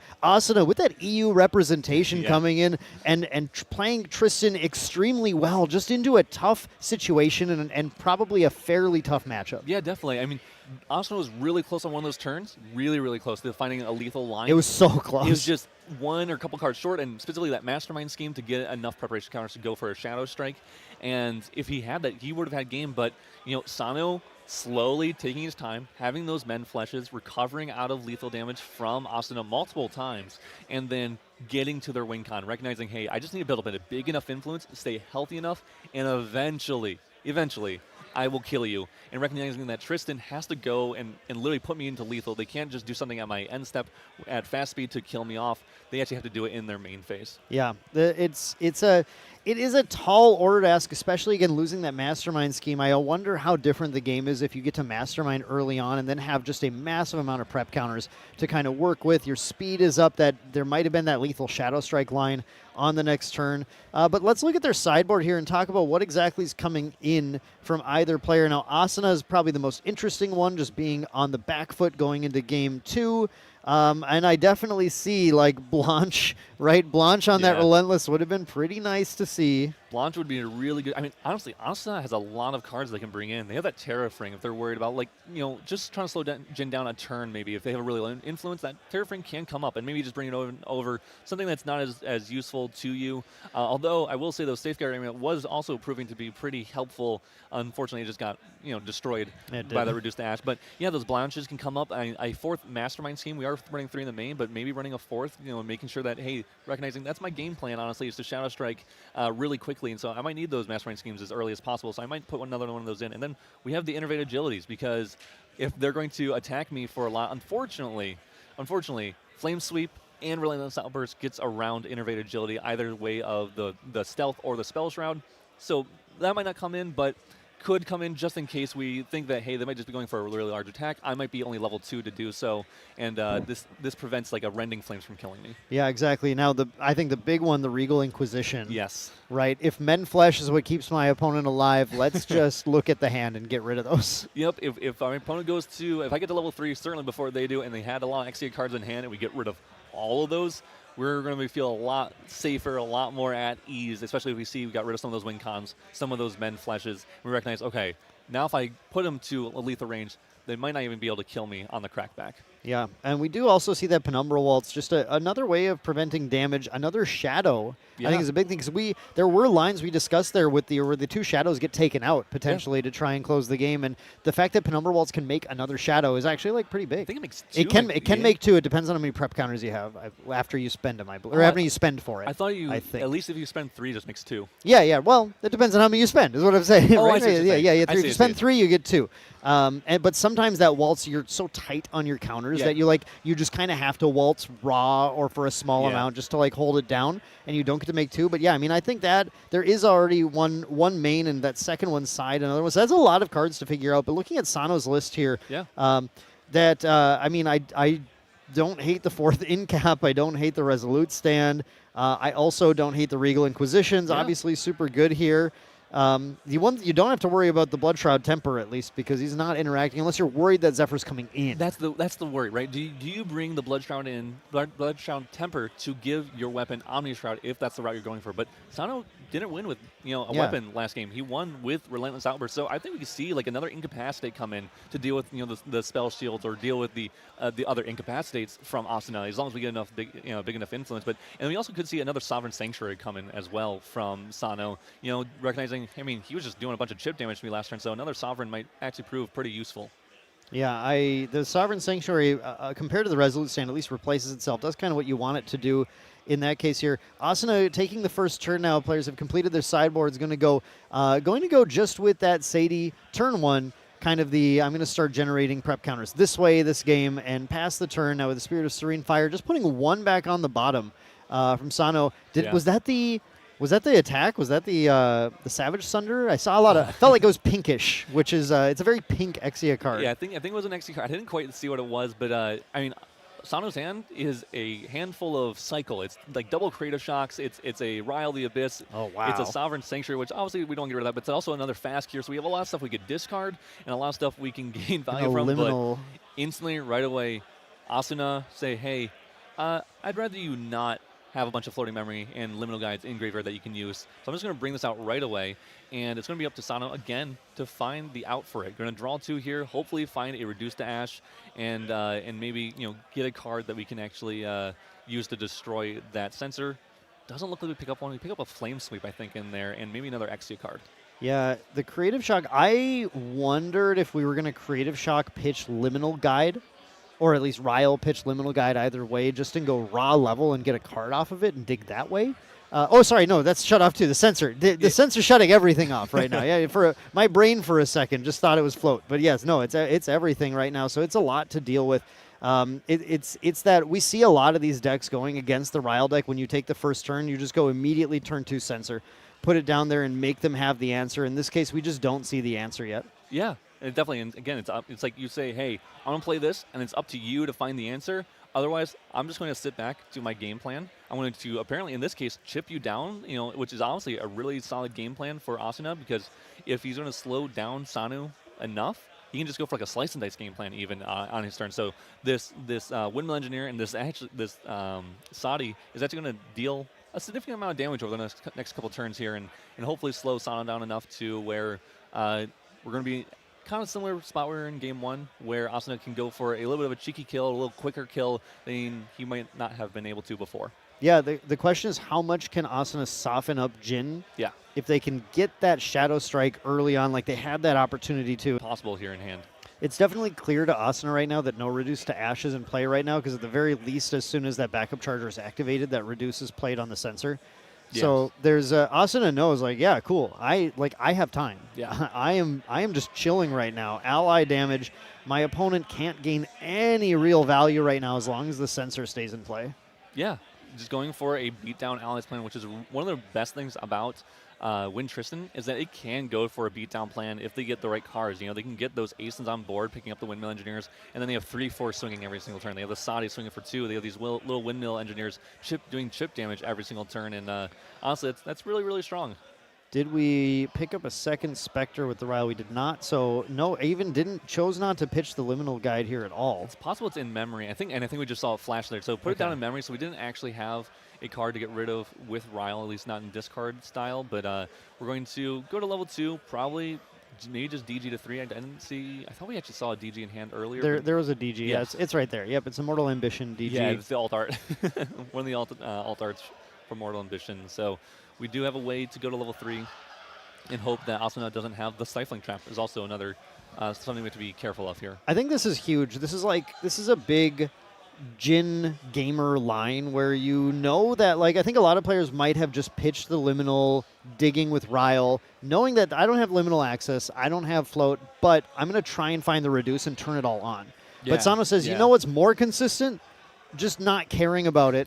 Leveling to 2, DG to 3, put out plate, and let me just start drawing 2 cards a turn until I win. Very true, very true. Yeah, it's like I can just get value a different way. And that's a really cool thing about Jin is that they can just get that Berserker plate online and start getting the value just from the draw every single turn. And also start damaging myself so I can actually start killing my opponent. And if Asuna is going to stay on Spirit for too long, I'm okay with this. But Asuna? We had the Stifling Trap, though. The Stifling Trap. Yeah, Stifling Trap. Very, very good. Again, stopping that level up from happening.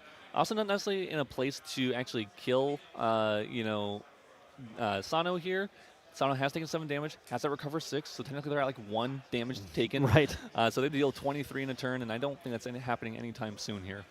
No, it definitely does not seem like it is, although Asuna is at least set up with this really nice attacking both of these two into our dungeon guide, getting now that agility trigger from Sadie. So that's going to allow Asuna to do a really efficient turn here and still hold up. We do see a Surveil the Winds at the very least that Asuna can be able to use on Sano's turn and just gain some real kind of just velocity. I think we're seeing an Ascent, I'm assuming, here on that Windmill. Ascent. Black Market Broker. That's a card. I forget that. Yeah, Black Market Broker. Black Market Broker is indeed a card. Getting a prep counter, pushing more damage in. Again, that just allies plan. Yeah, makes sense. We're saying, hey, it looks like even if you level up, you're going to be at 2 cards. I might, again, be able to kill you. Even if you are Jin level 20, level 3, 28 health, I might be able to still kill you if you don't have any kind of Mend Fleshes or anything to prevent, and recover out of that damage that I've dealt to you. The thing about stifling a DG, well, it's always nice for that extra tempo. The opponent now has 3 cards in memory and just levels to Jin on the next turn. So now, everyone, let's let the real game begin here. The Jin taking damage and recovering and just trying to cling on to life as long as possible. Yeah, we just see Jin Sano just pass. Kind of interesting. I almost thought about having or I would be playing the Sovereign Sanctuary that's in Sano's hand. And it must be a Sovereign Sanctuary, not a Regal Inquisition. I thought it was an Inquisition for a moment there. But you can't jam out Inquisition with the opponent holding up double incap like that with 6 cards in hand. So a little scary. I mean, you can just eat an incap, but I think Sano is maybe just saying, I'm just going to wait because I think there's a position where they don't hold up double incap. They don't get an agility trigger like that. Sure. And if I can find 1 incap and I can go Regal, incap the incap, I can resolve the Regal and discard anything I'm afraid of. Yep, exactly. Yeah. So Sano recognizing his lines, recognizing, hey, this is going to give me more value later on. If Asuna doesn't have, a lot of cards in hand at any point, I can use this Regal to, again, get a lot of value, get a lot of knowledge, and you maybe slow Asuna down because he's on this beatdown plan. The beatdown plan is working, though. There's a lot of damage being dealt. The fear is that you're still at Tristan level 1 right now. Yeah, Tristan level 1, 5 preparation counters, though. So if we go to level 2, we're going to get that draw 2. And I think Asuna had a DG. Yep, we do see the DG in hand. And we also saw a Slice and Dice and a Mastermind Scheme and a Penumbra Waltz. So, and along with an Incapacity. So a lot of resources at the available for Asuna to slow down Sano, even if Sano has a really solid game plan. And something picked up, though, from Sano. Yeah, this is what I wanted to say. We backup chargered, and the draw for turn, because of the backup charger digging 1 deeper, was the turbo charge. That is, which Exalted cards are? Maybe one of each here, honestly. Yeah, I feel like there's 2 there. It might be both the Sanctuary and the Inquisition. definitely possible. I mean, we do see an Exia card. We saw the turbocharge. We see a incapacitate possibly there. Yeah, I mean. That's Inquisition. That is definitely Inquisition on top. We're going to see, I think, 3 down for the Sanctuary. So that's the Sanctuary. So again, we're going to have that shield.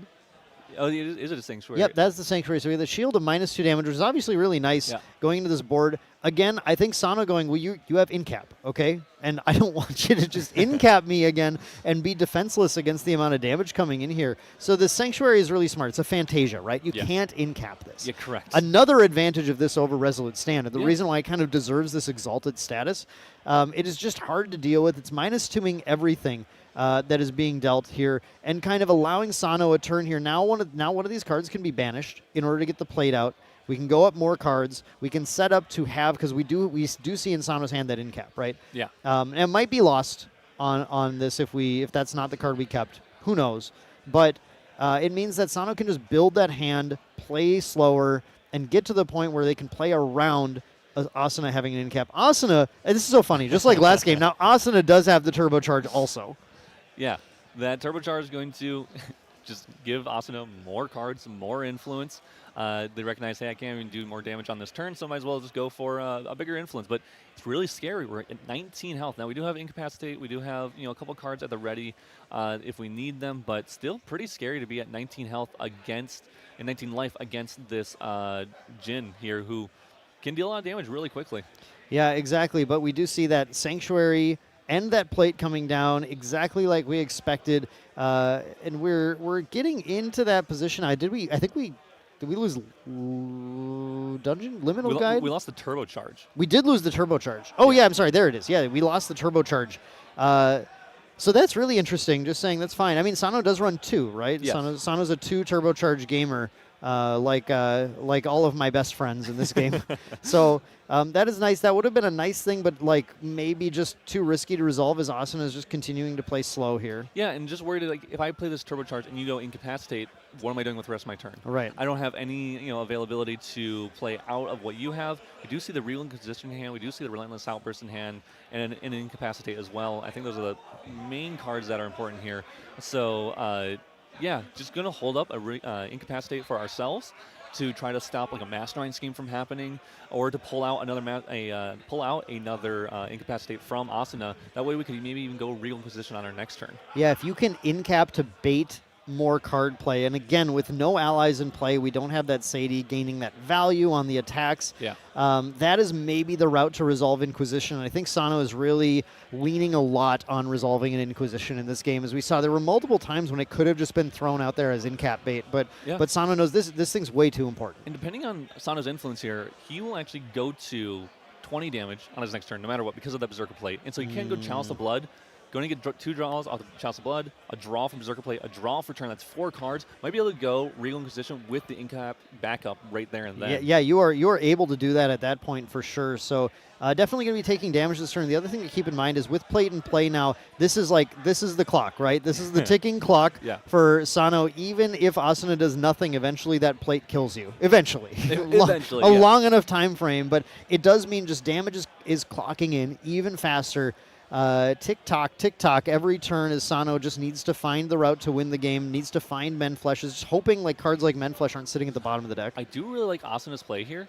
Maybe going for a slice and dice route, putting, Jin in a lethal standpoint, and then holding up this Safeguard Amulet. And actually, we do just pass inside, but we have the Safeguard Amulet. We have Veiling Breezes and a couple of them, which would actually be really good, and Incapacitate. So we actually have a lot of stuff we can use at our, in our hand to try to stop whatever Sano does, including some of those recovers. But instead, we just pass. We're going to try one more turn of this. Sano drew incredible for a full hand going to the Recollection phase, is now going to be incap baiting a ton from Asuna's hand, just saying, I'm going to Rile now. Do you want to do anything about that? Asuna lets it go, says, I can't incap a Rile on your turn. Incap a Rile on your turn while I have Sensor out. It just what are they doing?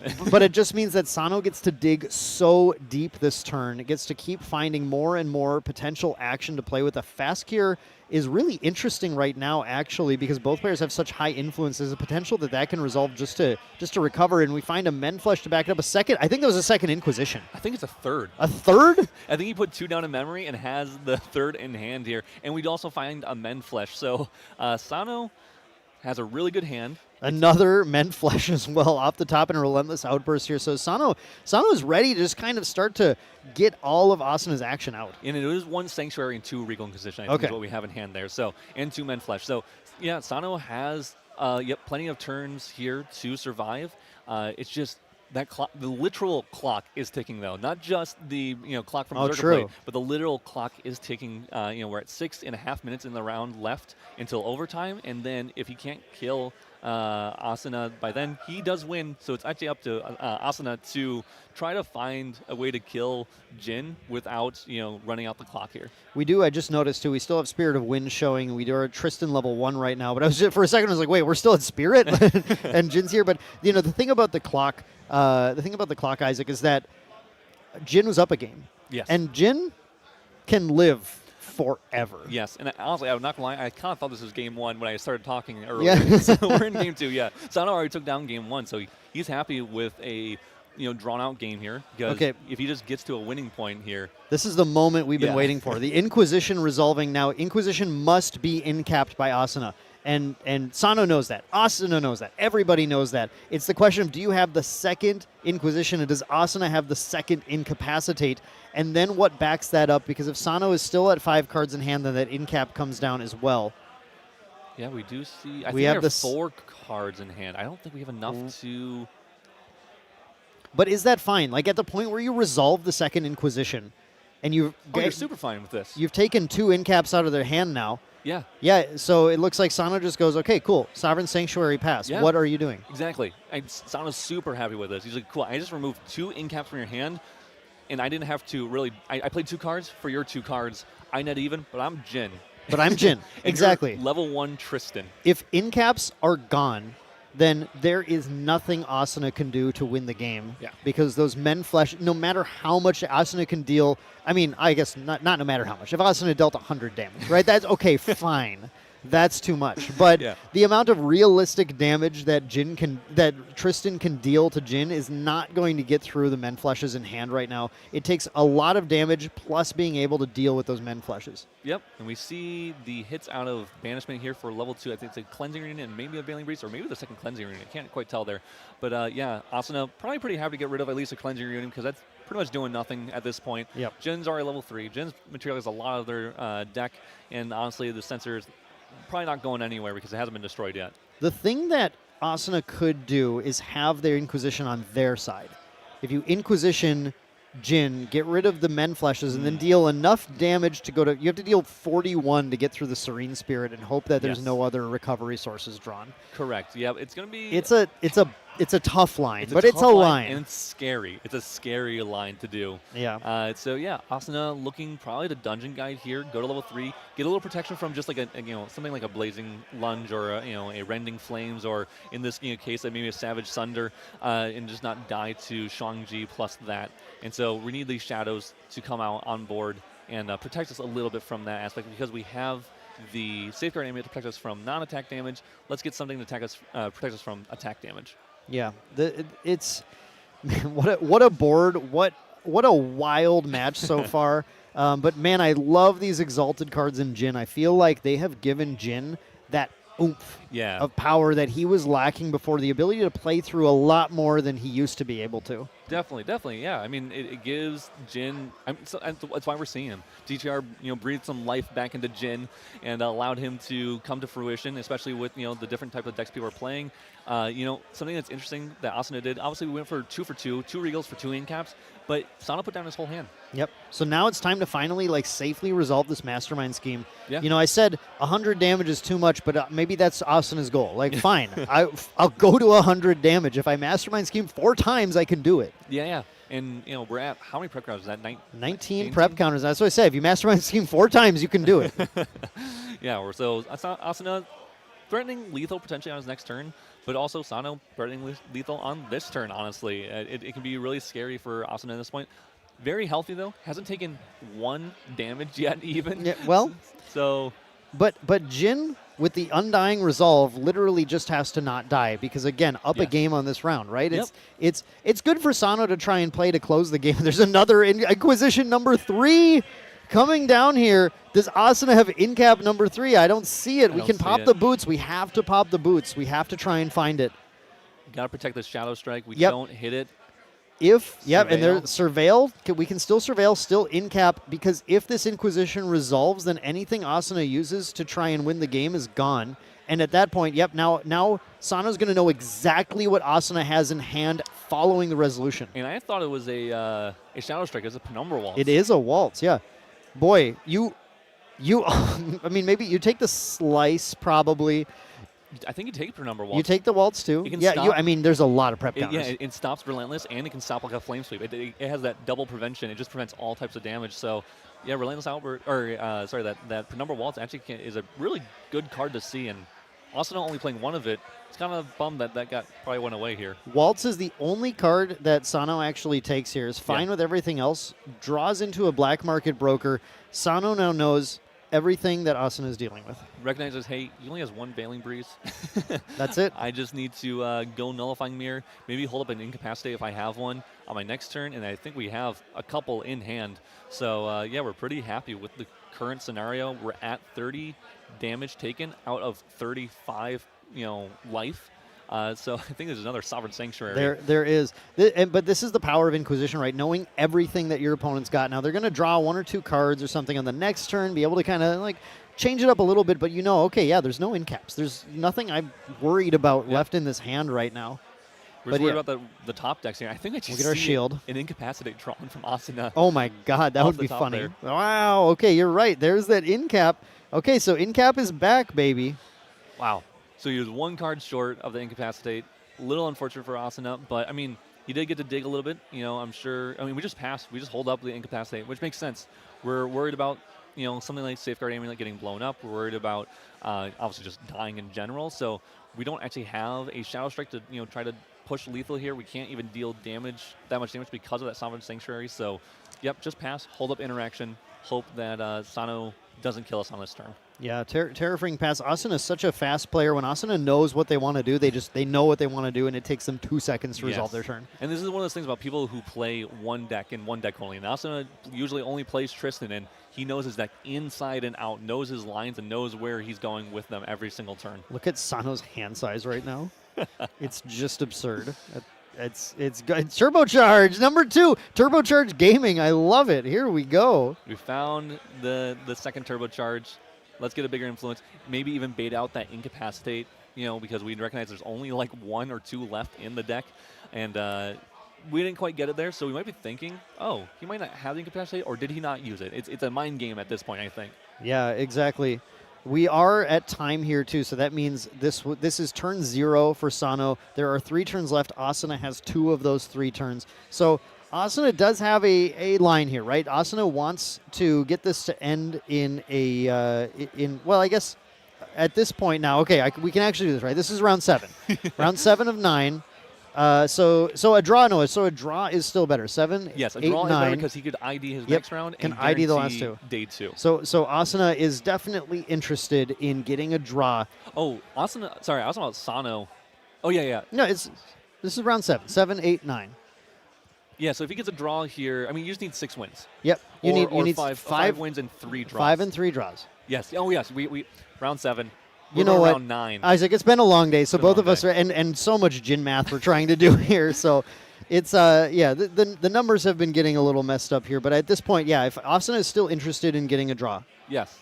9 rounds allows you to play a little bit more availability with those draws and make sure that you can actually go for a different route if you need to try to guarantee day 2. Yep, 100%. Both players. Sano, if Sano gets a draw, that's actually very close to locking in at this point. So, but Sano, I think, playing for record here as well, right? I think that's really important for them. Any way you can, get your day 2 a little bit better, especially now that it's record-based instead of just top 32, those extra wins are so meaningful in the current Ascents that we have going on. Yep. Sano gets Asuna gets the Shadow's Claw out here as well. Starts punching in the damage, gets Sano up to 40. The big old 40, and then going in, like, this is it. This is the how many men fleshes do you have in that? I think the number of cards in hand is maybe 26,352 on the side of Sano. All right. That's a pretty big deck size, Well, it works. It works. Don't laugh. But, there's a huge hand. How many men fleshes do you have in hand? Yeah. I'm just going to slice and dice you right now with the Shadow's Claw, pump in as much damage as possible, and just kind of like, well, okay, look. I mean, this makes sense, right? Because Sano's up a game. Yep. If you got me, you got me, right? Like, fine. If you're going to crack back and kill me, that's great. But if you can't crack back and you don't have like 3 men fleshes, then I will win. Yep. And Asuna can put him to, I think, 55 here, which is obviously a really solid amount of damage, a little scary amount of damage, of course. Then Sano just needs to either survive, heal out, or kill. I mean, honestly, he's at a high life total or damage dealt to him, so he can actually go for a kill. It's like the kill is lethal, but I think I assume there's a lethal kill line no matter what, right? So the point here is like maybe you don't have lethal kill, and I'm just gonna make you, make you have to heal out of this. Yeah. I just gotta go for it, or if I need to. But double Relentless Outburst, we can do. I think even in Rage in hand, I think a double Mend Flesh, we see as Shuangji. If we have a Flame Sweep, then we can just go for Shuangji and just cleave the entire board for, a lot with the Enrage. It's going to be a lot of damage. You get the buff from Shuangji. Shuangji is every 5 damage counters, so it's currently plus 11. Shuangji is at a 12 damage weapon here. Which on top of the Flame Sweep and the Enrage is going to be just pretty ludicrous. Already changed it. It's 13 now. Yep, and Asuna popping both Terrafrink and Safeguard Amulet right here at the very beginning of in Recollection and saying, hey, I'm just going to make sure I'm surviving as best as I can this turn, not forgetting anything. As long as you can't do anything at fast speed, I'm happy. What are we reducing? And it's getting in-capped. Are we reducing the sensor? The sensor? What's the graveyard effect that we... What am I missing? There's a graveyard effect that was important here? Is it Proof of Life? Oh, the Proof of Life. It's Proof of Life. Yeah, that's the one. Proof of Life. Okay, that makes sense. And then we have the Veiling Breeze coming down, so that's at least stopping the Resolute. So Asuna in-caps, but say, okay. Like, I mean, look, at this point, it was Sano's game. So that is it. Sano taking Game 2, going 2-0 against Asuna on Tristan with this Jin, Fire Jin Undying Resolve. Wonderful to see Jin's kind of return, right? Or not even return, just rise to prominence at this point. Yeah, no, I mean, we're excited to see a Jin. I'm hoping I have a teammate that's also going to day 2 with that Jin list as well. So I think we'll see a couple Jins in day 2, at least hopefully, and a bunch of other decks too. I mean, it's not just going to be this deck. We're going to see, I'm sure we'll see Wintersun. I'm sure Asuna just needs, he just needs one more win. Yeah. And he's definitely fine there. So I'm sure we'll see more Wintristans. I'm sure we'll see some Merlins. I'm sure we'll see that Vanitas list. Oh, we're going to see that list. And we're going to see some Jins as well. So it's going to be a nice little meta that we have going on for day 2. I'm excited for it. Yeah, I'm super excited as well. And obviously that was a great match where we got to see both players, no players getting knocked out at this point, right? It's really just one player, Sano, securing that day 2 here in this case, which is nice. But both players are incredible. We obviously, I hope to see a lot of those getting in. And especially we want Tristan's, right? Because the people out there, they want non-fire decks to make it in too. Definitely. I mean, everyone's hoping and rooting for those decks that can, destroy, for lack of better words, those Ryle decks. Like, people do not want to see Ryle decks in the meta.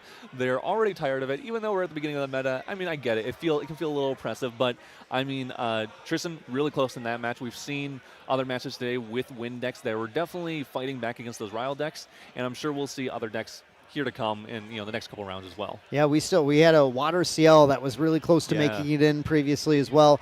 Still can win out. They were 2 wins short of it, so and there's been plenty of rounds left. We saw a Wind deck do really well. Vanitas. I'm curious what people are going to consider that, and because this is a Fire Ryle deck. It's can't beat them, join them, but also to beat them, do so. Just do both. Both at the same time. It's definitely good. It's really cool that Vanitas level 3 can really actually utilize that Ryle package to get almost a little bit more value than you would have normally in those level 3 decks, because it can materialize itself in your main phase. And so if you pitch a liminal guide and a floating memory right off the bat, even in your main phase, you go, cool, I'm level 2, I'm going to use that floating memory, and I'm going to bring back a liminal guide and go to level 3, and also, swing for 3, and draw from that liminal guide, and swing 1 for liminal guide. I mean, there's so much there that deck can do. It's really cool. It is. Now, Isaac, you, like you said, Caban also on Jhin. You guys obviously have really run the gamut of the bracket for Jhin going into this. Now, knowing what we're seeing, since we just saw Sano make it into day 2 for sure, what are our Jhin players worried about facing tomorrow? Well, I'm sure those Vanitas decks are a little scary, because while Vanitas and Jhin, Jhin likes to be damaged, it does materialize a lot. I mean, we saw how many things it needed to materialize. It needs to materialize Berserker Plate. It needs to materialize Shuangji if that's its main game plan. It needs, maybe Chalice of Blood, or if they're on Quicksilver Grail or GCR, they have those materialize. I mean, there's so many things they want to materialize, including their levels, that, that Vanitas level 3 is going to hurt them a lot. And then, of course, actually, it's funny. It's an old classic a little bit, which is Genbu. So if we see some self-mill, maybe some Nico, they don't really have a really great game plan for the mill out. You just go, cool, I'm just going to self-mill myself, deal no damage to you, and then I'm just going to pop some Fractal to Polar Depths and completely mill you out on your turn. And you didn't have any way to get out of that. Yeah, and I think thankfully for our Jhin players, Genbu doesn't seem like a popular deck today. I'm sure there's some on the list. There's definitely some on the list. Caban fought one last round. Actually took it down. Wow. Which is crazy. He was a little surprised by that. But yeah, Genbu is definitely going to be one of those decks that Jin's are going to be scared of. Vanitas is going to be a little scary. And I'm sure even Fractals can be a little scary, because they actually have a way to, kill you fast enough if they have the right turns. Before they can Glimmering Refusal a lot of the stuff you want to do, including your dungeon guides and preventing you from getting to level 3. And then they can just kill you on their own turn after they, denied that dungeon guide. Yeah, but you just named a bunch of decks that there's not many of here. Not a ton of them. There is not. They are the niche parts of the meta right now. The largest meta is Fire, which Jin's pretty happy with. I mean, granted, Luxem, I would say, and again, this is another one, Fire Luxem, if we do see that, I did hear there's a couple at the top tables, that's also a very scary matchup to play. Because Luxem does a lot of killing on Jin's turn. Yes, a lot of killing on Jin's turn. Merlin as well. Merlin can as well, yep, that's the other one. And so there's a lot of decks that Jhin can beat, but also a lot of the very same decks that Jin's a little scared of, because anything that can play fast speed damage, in end step is really, really good. Well, it's great to hear from you about you and Caban's testing, but I think everybody wants to hear from Sano about this. So let's head over to that interview and see what they have to say. Hello and welcome back. That is the end of round 7. I am here joined by Sano, the winner of that round. So you are now 6-0-1. That's got to feel great going into this kind of field out here today. Yeah, it feels really good. I wish I was undefeated, but I can't do anything about the draws.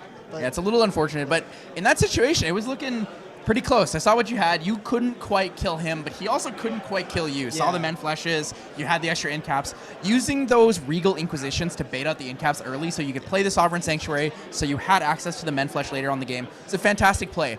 Going through your mind, when you're playing that kind of matchup, are you really like trying to stall all the way until you have the final guaranteed kill? So I'm basically just looking for Regals, because in that matchup, beating through multiple incaps and Veiling Breezes is very difficult.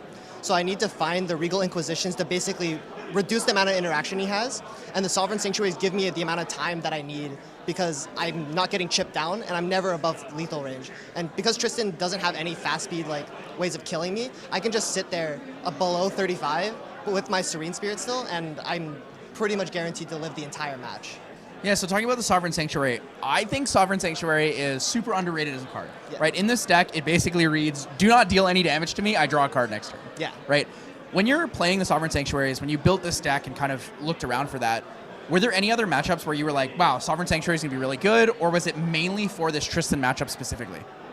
So shout out to Jet, because originally there were 0 in my deck list originally, and he's like, yo, you should throw this in. It's really good versus every single deck in the format right now, because we're really just not wanting to get pinged up anyway. So if we just sit at low amount and just gain a ton of influence, then we can just find our win cons and kill them.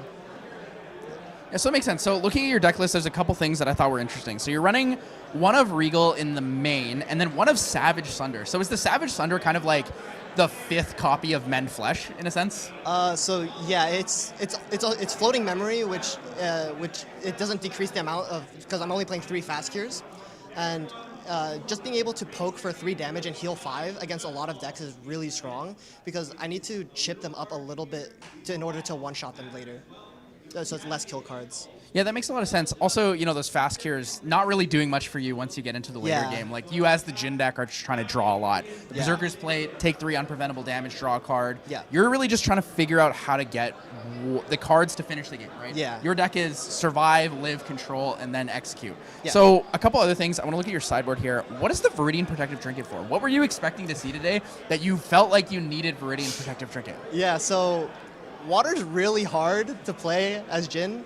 If we just get fracturized on our breastplate, the game is really hard to win. And fracturizing the Shuangji, basically is a 1 enrage worth of damage. So it's really hard to kill people through that unless we find double outburst. I see. That makes sense. Well, again, congratulations on winning round 7. It's a big win for you. So you're going 6-0-1 into round 8. You have secured your 18 points for day 2. So congratulations. Yeah. Thank you so much for joining me here, Sano. And we will see you guys back for round 8 very shortly.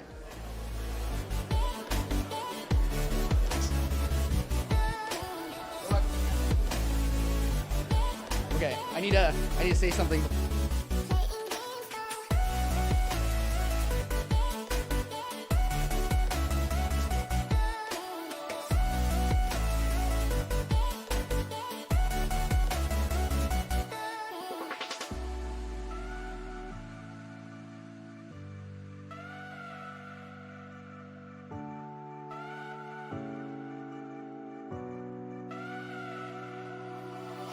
There's no denying what we want. There's no denying what we want. Playing games, no. There's no denying what we want. There's no denying what we want. Playing games, no. There's no denying what we want. There's no denying what we want. Playing games, no. There's no denying what we want. There's no denying what we want.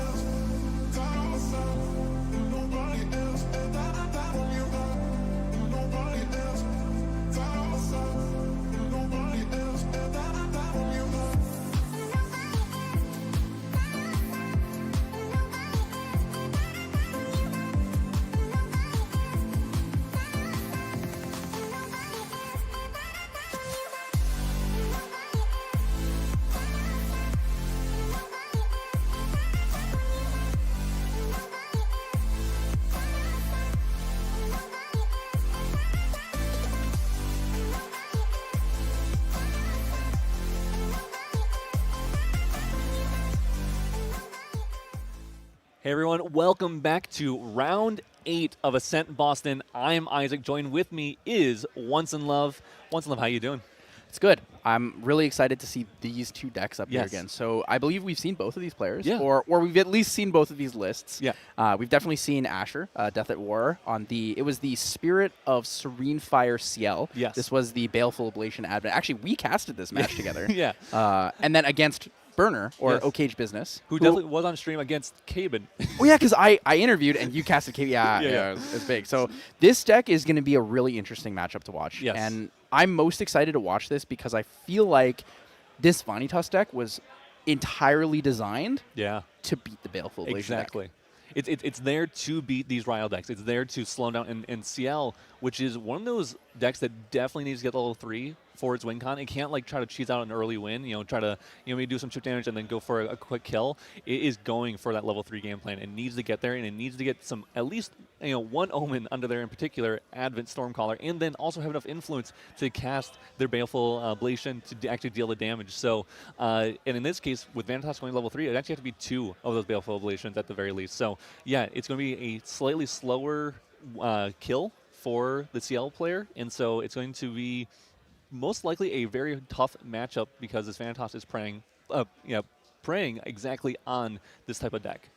Yeah, there's a lot of things that are required for finding the setup for the OTK or for lethal with Deathatwar's deck here with the Ciel Mirage's Grave setup. The biggest thing being Mancho Marmor as one of the main ways to get an Omen underneath there with the advent of the Stormcaller, swapping out something you have as an Omen with something in your hand. Obviously, the other ways you can do it, you can Creative Shock, discard, Hasty Messenger, discard. You have the Rile. Well, actually, you can't discard a Thrall-Ubis because it's not a Specter. Yeah. But then Orb of Sealing, right? Yeah. Needing all of these materializations is what makes the Vanitas Dominus Rex deck so effective into this. Yeah, and we do see OkaygeBusiness going first, which actually is going to be really, really important for OkaygeBusiness on this Vanitas deck. I mean, I think it probably does even better going first because it means they're going to get to level 3 first before Deathatwar has the chance to do anything about it and then start taxing them right away. So this is actually a really good thing that Burner here got to go first. Now both these players are 6-1. They are both locked for day 2, but they're just going to be playing for extra standings because those wins really do matter now that we are in a point system. And so there's a lot more day 2 players. It's not just top 32. So getting an extra win can be crucial to try to making that top 8.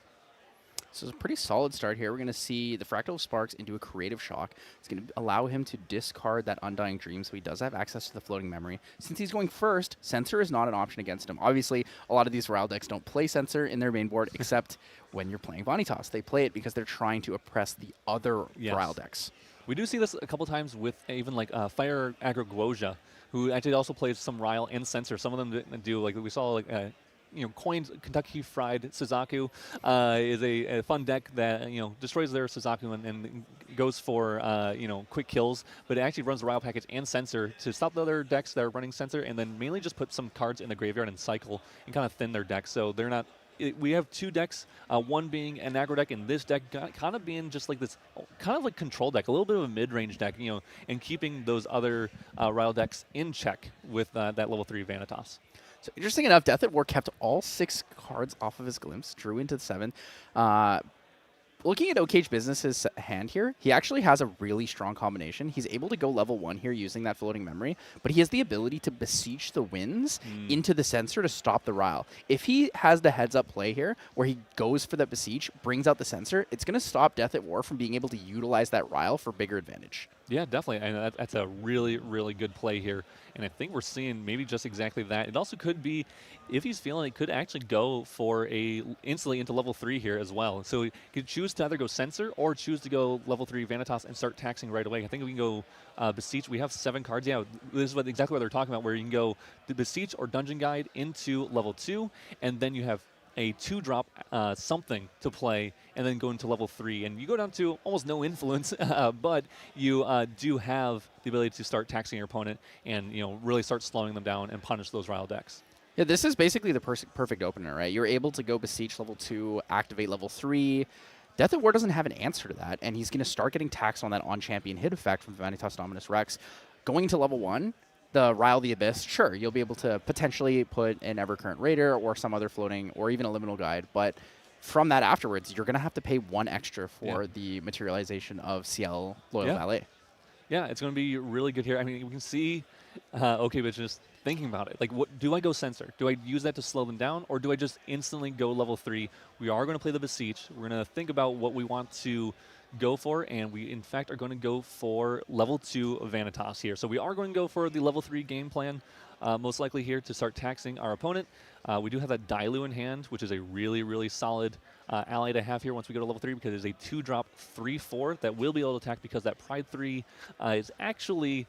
we actually will be level 3 with this Dialoo, which doesn't happen very often. We usually see unique wind allies being played with Dialoo. In this case, we are just going to level 3 so we can actually get past that Pride and start swinging with it. So 6 damage already on the board. Yeah, and a 7th there from the Fractal Spark that can come in at the end step before waking up. So we're going to see the Rattle of the Abyss. Deathatwar will be able to level up, turn on that Spirit of Serene Fire, since he will get the level up here. But that is quite the good one, right? That's double floating? Double floating, which is pretty darn good. So we can actually go to level 1 using both those floating. We do have another Ryle with another Undying Dreams in there, so if we need to, we can at least put one more float into the graveyard, and that's going to allow us to hopefully try to combat a little bit of this taxation from the Vanitas level 3 on hit ability. Yeah, so looking at the deck list here for Mr. OkaygeBusiness Burner, it's definitely Censor, right? Censor comes out next. It controls in such an aggressive way, although there is a good argument for going Beast Soul Visage, right? Adding the Pride requirement and the damage bonus, the power bonus to your Dilu is like quite effective here. Yeah, I think there's a couple routes that OkaygeBusiness could go here. The Vanitas player could go here. I mean, yeah, I think you're exactly right. That Censor, that Beast Soul Visage. You could even consider maybe a GCR if you're feeling a little scared, or maybe you're feeling safe and you're like, honestly, I'll just draw and then I'll go Censor on my next turn. But if we see a Ryle Abyss come into play here, by Deathatwar, we're going to say like, hey, maybe I should just bring out that Censor right now, especially if there is something in the graveyard that we are, wanting to prevent to gain value for that CL player. But we do see Dungeon Guide actually coming up here, and just allowing us to go to level 2. Realize, hey, we're probably going to get taxed on our next turn, and so might as well go DG right now, because we have another DG in hand. I think that's what we saw Deathatwar flash there for a second, and so we can actually go to level 3 and just kind of bypass this whole taxation that this Vanitas is going to be doing. Yeah, double Dungeon Guide play here is going to be really heads up. I think it is worth going, even if you have the low setup. But he's going to go for the Cremation Ritual, wants to instead draw cards, knows he can DG next turn instead. Yep, we can go DG next turn, which I definitely get. It is a little awkward, because what do you materialize if you're going to go DG here on your next turn? Because it's going to cost 1 more. So do you go like make some armoire and lose a card, or do you just honestly skip materialization, go into your main phase, DG, and then hope that you can start to deal damage to the Vanitas player? I think Chalice of Blood might be the play, since you do have access to Serene Spirit and you are 25 life champion right now. And you know that the Vanitas deck, it does have some fast interaction for damage. There are a couple things. Ember Crypt Burn. There's also, I guess in Game 2, you'd also see things like the Cinder Geyser and the Fire Interference. Sure. Game 1, though, having Ember Crypt Burn does kind of make you consider maybe they have the potential to push extra damage. Yeah. So it might not be worth kind of trying to live too long. You might just send it with that, right? Yeah, and one thing I want to point out is that you mentioned earlier, we have that Beast Soul Visage on the Dialoo here, so it's actually swinging for 5 return. Instead of going Censor, we did go for this route, because right now there is no floating memory or liminal guides here in the graveyard, so honestly it makes sense just to push more damage. We want to kill as fast as possible, because we already put our CL player at 15 damage total out of their 25 here, actually, I believe. It does show 20 in the top right, but they're actually at 25. They are level 2 here, and we're about to go to level 3. So we'll be at 28 total at CL Mirage's Grave, and we're going to be at 30. Sorry, 30. Guardian. Sorry. Guardians are Guardian big. is 30 life there. So it's up to OkaygeBusiness to put a little more pressure on, and I think it's exactly what that Beast Soul Visage is doing. And I think we see here, one of the best things that can occur, though, is a Carter onto that Dungeon Guide to cleave for 4 to kill off that Dialoo, getting rid of that Beast Soul Visage that we just played on the board, and dealing a little more damage to our opponent. Yeah, it's a really good stabilization point here, right? You do get the 30 life. On top of that, getting the Carter for the extra recover, so you will sacrifice your Dungeon Guide, recover 1 from that. cleave the board, hit the Vanitas, and then also you're hitting the Dilu. So you clear the Dilu and you recover another one.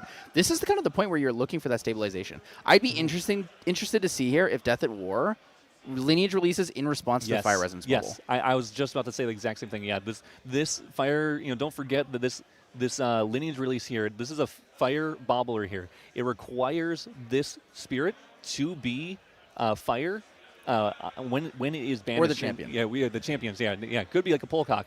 And so that, if you respond with the lineage release, that Fire Bobble is essentially dead. It doesn't do anything. Now it's just sitting there on board, and that's exactly what Deathatwar does. He does remove his lineage, recover 6, and we're probably going to do it anyway. We don't really care about the other cards in hand. We did have, I think it's just a Creative Shock in memory, so nothing too crazy that we are losing here. It makes sense. Deny a resource, especially since Vanitas is at such a low influence.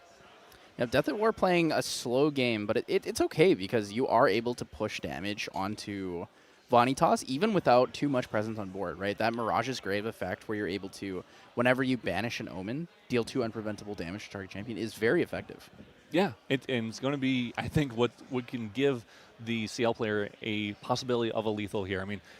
Even this Carter is nothing to scoff at. Dealing 2 damage every single turn is actually going to be really, really good as well. And Library Witch, especially here, I think is actually really, really good because it's going to allow, hopefully, Deathatwar to have one turn of not being taxed by that Vanitas as long as OkaygeBusiness doesn't find a way to kill it. And to be fair, there's a decent amount of ways to kill off a Library Witch. It only has 1 life. So we're probably going to go Grand Crusader's Ring here, draw into hopefully any 3-drop or I guess 2-drops in this situation, right? He does have the Dungeon Guide in hand, so he could play it if he really wanted to make that tax work. But either way, hopefully looking for, I think Red Hair is probably the most ideal in this situation now. Be able to discard and draw. You actually won't get the discard and draw. Was it class bonus? It's specifically if you have a Fire Unique or actually Terra Unique human ally. Otherwise, it just attacks, nothing else. And we do see Volda, I believe that's what this is. So a card that we haven't actually seen a lot of play of. It's a really, really good card, though. This card, it came out in MRC Alter, and it is a 2-cost 1/3 that on enter until the end of turn, damage dealt by fire element sources cannot be prevented. In the cases that people have some kind of prevention in hand, this is going to allow you to actually still deal damage. In this case, it's just going to clear a Library Witch. It's also really efficient for OkaygeBusiness to play that this turn because he banished the Grand Crusader's Ring and was able to play it in his Recollection at fast speed. Yes. That level 2 effect really proving to be pretty good here. It's pretty cool. I really like this play. That is cool that this is able to be played in this deck. I like how this is all being set up by OkaygeBusiness and this Vanitas. It is, I will say, a little more even than I thought it would be for the CL versus Vanitas matchup here. Deathatwar recognizing, hey, honestly, they doesn't look like they have too much ways to recover. So I can actually just go for a beatdown plan. I'm just banishing and making omens, getting my mastery up. We're at 3 omens already. So this, I think we're at 3, 6, 9. So unfortunately, isn't going to get that +2 on the Grand Sonnerie. But it is still allowing us to swing 2 and then 2 more from our mastery and then 2 more for Carter. We're at 6 damage total right here on board already. Yeah, in terms of damage efficiency between the turns, we're going to see Grand Sonnerie come in for 2. We're going to see Carter come in for 2, so that's 4 plus the 2 from Mirage's Grave effect. So 6 damage per turn, whereas on OkaygeBusiness' side, we have Vanitas come in for 3, Volda for 1, and then the Fractal Sparks for 1. Barely getting over the damage differential there. So these guys are both really playing a war of attrition at this point. Yeah, definitely. They're going to be barely attacking each other, dealing enough damage, and I think we have a Blackjack also in hand from Deathatwar, so something we can use a little later to push a little bit more damage. We're probably not getting to 21 damage to be able to swing for 10 plus on that attack, but probably just using it to swing for 2 will be enough. And we are dealing 2 damage. Oh yeah, because we got cleaved with the Carter, so we have to use our Omen 2 damage unpreventable to clear off that Volda.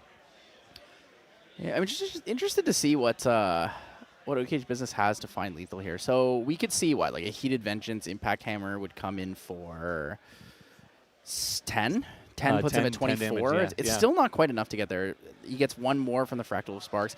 But, it's going to be kind of scary because Deathatwar is representing so much damage right now. 4 Omens, we're going to be seeing Servile Possessions adding +2 to power. We also have 10 reserve cost total or more. So the Grand Sonnerie is going to swing in for what is 4 + 2 now for 6. Yes. Next turn it's going to be 7. Yep. 7. And he'll be able to draw a card to memory on attack. Yep. We're going to be sitting pretty okay on our next turn. And we can also use that attack card if we need to. So can we set up lethal actually on our next turn with the Terrafring is going to be very good here. Terrafring is going to be one of those crucial cards to slow Deathatwar down. But yeah, we're swinging for 2, 4, 6 damage, +2 from card. So that's 8. We actually have lethal, I think, possible for Deathatwar. So ignoring the Terrafring, I think it's probably going to be swing with champion, omen counter for lethal, right? Because then you can hold more cards in your hand and have available answers. You can go swing with champion for a total of 6, right?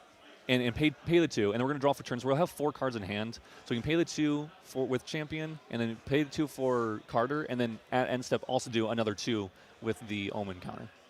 Or yeah, the trigger omen from level 3 Graves Mirage. I don't think OkaygeBusiness has the Searing Rebuke in hand, but that would be kind of the answer if he did have it. Searing Rebuke would be very, very good. I think even in that case, yeah, you would have to do it after. No, you do it in response to the Ciel's attack. And then you're taking 3 less, so that you're taking 3. So what is that, 21? I think it's still lethal, even through that Searing Rebuke, actually. Interesting. So he chooses to play the Varakan Acolyte, can't target the Grand Sonnerie because of the cost on it, because it is a 1 cost. Something really cool about Varakan Acolyte, which we don't see very often, is that level 3 ability where it gets +3 power is actually online here. So it is able to kill off that Carter. But I think what you're just saying, I think we just have enough for lethal with this and the Omen counter to do a total of 8 damage, and Vanitas only has 25 life. Yep, so that's going to come in for 6, and then OkaygeBusiness realizes that end step Omen's going to get him killed, so he's moving on to game 2. We're going to scoop it up here real quick. Well done by Ciel, but by Deathatwar. I mean, that was... it looked a little scary. It looked like OkaygeBusiness had the perfect opening against this deck. It looked like he was going to be able to tax Deathatwar enough, but Deathatwar got enough influence, got enough value to just barely get there and recognize, hey, they don't actually have a way to really stop me from attacking them every single turn, so I'm just going to go for that route. Yeah, the double dungeon guide was exactly what he needed, right? Yes. He needed to have both the dungeon guides to get around the taxation of materialization costs that the Dominus Rex effect has. Looking at the sideboards here, what do you feel like is the play if you are playing Ciel? If you're Deathatwar here, how do you feel about all these different cards on the sideboard? I really like Unyielding Wraithguard. This ally that's going to, if you play it, have to die twice to attacks. So even if you play it, and even if they get the perfect hand where they can go level 3 and play the 2-drop ally to clear off that taunter, it's going to come right back and stop that taxation from happening from level 3 Vanitas. And so I think Unyielding Wraithguards are going to be so crucial in this matchup. I think we might even see something like Grim Pastiche come in here and, possibly use it for additional effects. It's going to be a little interesting. Grim Pastiche allows you to copy a non-skill action omen you have with reserve cost 5 or less. And if you do, you can activate it without copying and paying for its reserve cost. So that could come up here if there's something we want to activate in particular. I'm sure there's stuff that even like if we can put a card underneath there. Maybe even just putting something like another Unyielding Wraithguard if we happen to pitch it, off of, a Ryle or a Kratos Shock. So I think there's a lot of things that could play in there. And honestly, from the Vanitas side, though, I think one crucial card is Fiery Interference there. That card is going to stop a lot of recovery, and specifically that Serene Fire recovery that is has kept, honestly, Deathatwar alive in this match. It's going to be really, really good to bring in. Yeah, it's going to be just really efficient, right? Being able to fast activate a you can't recover in response to someone's lineage release. Yeah. On top of doing the 2 damage that comes from Fire Interference, you're also stopping a recover 6. So this card is essentially a 2-cost deal 8. Yes. Right? It is like that's what, like the most efficient damage possible in the game? Yeah, it's going to be very, very good. Similar to a Fireball when you're level 7. So I think, that is a card that we'll definitely see come in on OkaygeBusiness' side. And I think it's just going to be Deathatwar hoping that they're going to have the right hand at the right time where they get to level 3 and start dealing that chip damage with the attacks and with the end-of-turn omen triggers. Yeah, so again, looking back to the Ciel sideboard here, we talked about the Unyielding Wraithguard and how you might want to bring in the Grim Pastiche here. I think Extorting Blackjack can entirely come out in this matchup, and same with the Umbra sites. I think you could settle with having maybe one Umbra site if you wanted to bring in all the Unyielding Wraith Guards and the Grim Pastiches. Because Umbra site is an efficient card if you're trying to win a little harder or find the push when you have that flexibility of life. But in this matchup, I think the game has to go so fast for you to reach the stabilization point that cards like Umbra Sight might just put you on the back foot. Yeah, and it's actually interesting because at first I thought Baleful Oblation might come up, but honestly, it's not that bad. If you're only making 3 cost reserve omens, then Baleful is going to deal 3 damage to the entire board for relatively cheap. So we might actually see Baleful Oblation stay in, and maybe even Advent come out recognizing, hey, I'm just going to go and get a bunch of omens and create a bunch of them, so I actually don't need to try to worry about going for the large Advent Baleful Oblation combo, and instead I'm just going to go for some smaller Baleful Oblations and just use them as board clears, essentially. That is crazy. Deathatwar 2 games in a row, keeps all 6. We see, I believe it was a Rile the Abyss with a Liminal Guide. He has a Dungeon Guide, and then I saw a Cremation Ritual as well. And I think we saw an Unyielding Wraithguard as well. So, honestly, I'm surprised we didn't see that just drop turn 1, because we did see, like last game, going first for OkaygeBusiness, they can just go for this turn where they can go Dungeon Guide or Beseech into a 2-cost, into a level up from Vanitas. Yeah. So, I mean, OkaygeBusiness has a really good hand. I think they have almost that exact hand. Yeah, they have that exact hand. Dungeon Guide into Red Hair, into level 3, deal a total of 7 damage, and 8 damage counting the Fractal of Sparks. That's a good turn 1. And then, of course, on top of that, we're going to be taxing our opponent. We're going to make their materializations cost 1 more. Deathatwar going to be a little bummed if that is the case. They do have that Rile, so hopefully they can get a couple floating into their graveyard, including that Liminal Guide as well. Liminal Guide really nice actually in this matchup because it allows you to just maybe poke for a little more damage or help clear off some part of board that normally you wouldn't be able to. Yep, so Dungeon Guide will come in. So there's going to be 1 extra damage, actually, because the Dungeon Guide's there instead of the Beseech the Winds here. Oh, instead choosing to fast. Oh, I guess wanting to keep 1 card in hand, so he's going to use the fast here. Sure. And then have a semi-controlled management in this case.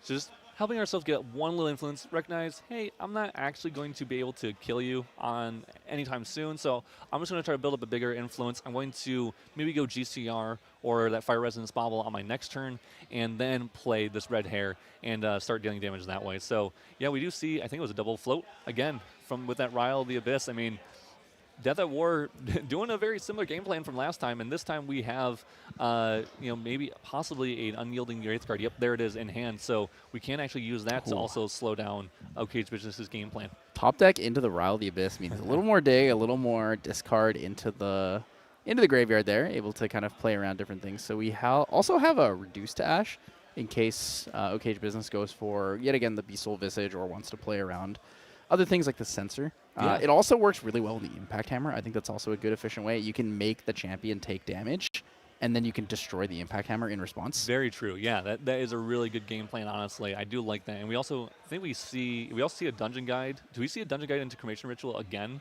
I think we saw that last game. I mean, I feel like we're repeating some stuff here, honestly. A little bit of repeats. OkaygeBusiness, I thought he was going to play the Red Hair. Chooses to go with the Fast Hair for controlled management, hold the Red Hair, wait a little bit, and kind of see what's going on. It is 1 more influence in hand. It's less damage on the field, but he doesn't have to make that rush, right? He knows that there's a chance that Deathatwar does open the right thing and actually is able to push outside of the taxation rate.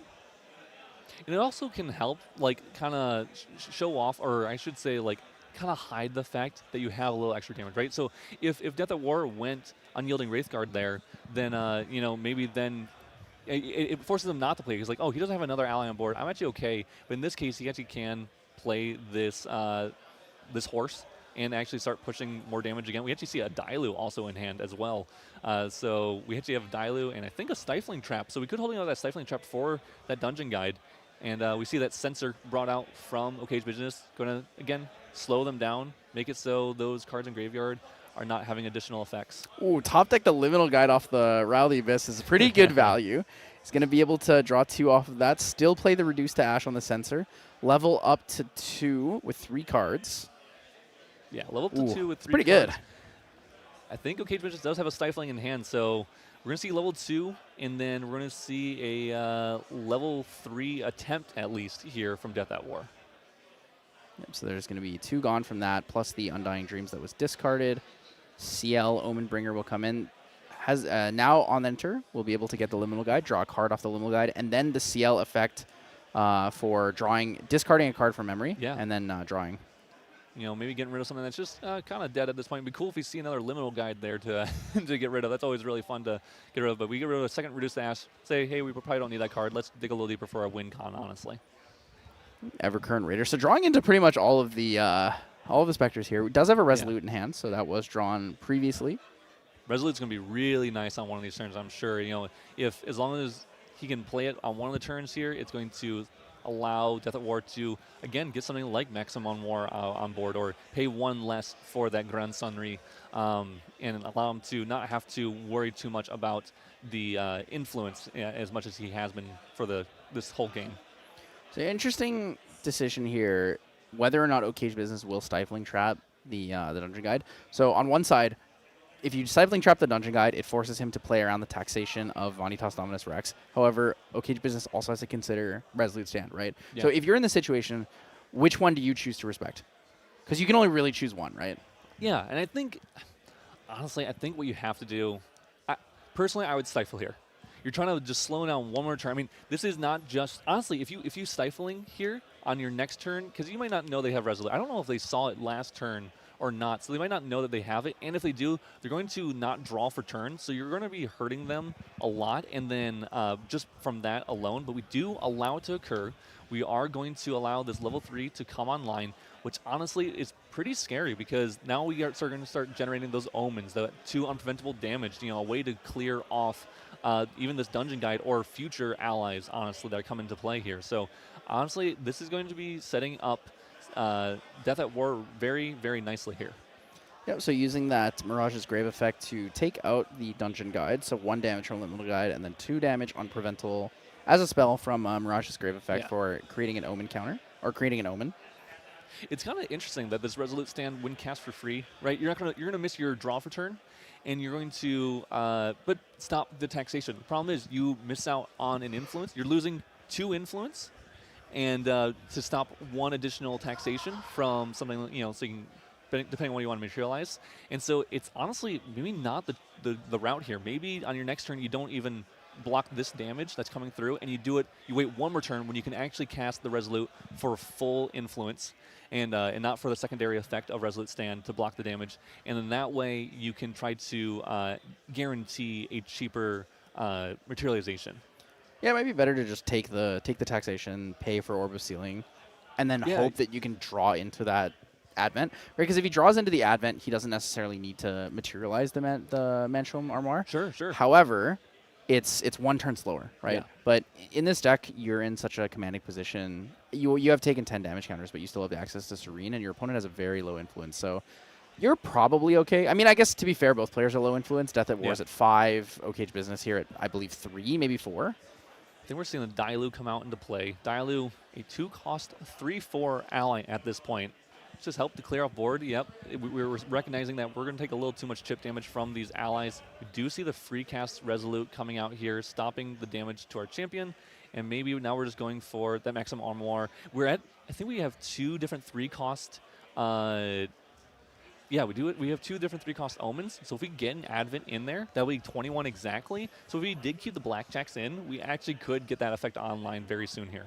So we're going to see the Grand Sonnerie come out. It's another classic sword. He's going to be able to swing for 3 right now due to the 2 Omen counters created by the Servile Possessions.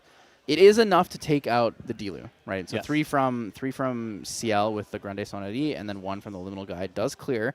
It pushes Deathatwar in like a little bit of a more comfortable position. As you're removing the allies, it's kind of okay, even if you're taking 3 damage a turn, 4 damage a turn, maybe 6 if there's more, because eventually OkaygeBusiness will run out of allies to push for the damage, right? This is really a war of attrition where he's banking on the fact that he can keep you oppressed, and I don't think he can. Yeah, I really like the idea of clearing off the board here. We're also getting that free 2 damage every single turn. I mean, to be fair, OkaygeBusiness is getting a free 3 damage every single turn with that champion as well, their champion as well. So, you know, and I guess 4 from that Fractal. So they're both putting each other on a clock, but it might be Vanitas's clock is a little bit faster unless Deathatwar can get something like an Unyielding Wraithguard on board. I think they have 2 on their side. They banished 1, so it would be a 3rd one here. Or sorry, a 2nd one that they need to draw, and they only have 2. So while I'm saying that, something really important happening. We do see that Fire Resonance Bauble and that Recover Lineage Spirit to deny the draw from the Fire Resonance Bauble. And yeah, now we're waiting to see how the Vanitas is going to play into this. Are they going to just drop the red hair, or are they going to try to mess with a little bit of influence, hold up some influence to try to do something else? So he did draw into the Rally Abyss. This is the first time we've seen him draw into something that can help go neutral, or at least go potentially +1 in this case. Yeah. But no need. We're just gonna red hair it up. Red hair is gonna clear off that liminal guide. Liminal guide will be banished because it is ephemeral. Yeah, we see red hair. We're just hoping that this sticks on board so we can start chipping again, dealing 6 damage, 7 damage with that Fractal every single turn. Deathatwar can clear this, but if they clear it, they're not dealing pushing damage to our opponent, and so honestly, it might not be enough for a win con here. And I think we do see that Blackjack. Extorting Blackjack in hand, so we do have a way to we do have a possibility of actually using that to attack on future turns here.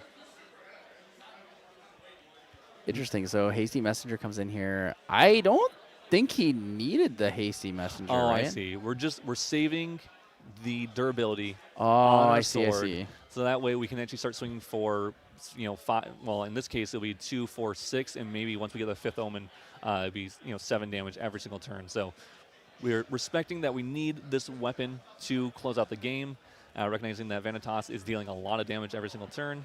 But something that's kind of cool here from this Vanitas player is that they have now another source of consistent damage that they're going to use every single turn. Another Fractal of Sparks. Yeah, the Fractal of Sparks round 2 looking pretty all right. This is a good chip for 1 here and there. This is really just the old Modest deck, Death by 1,000 Cuts.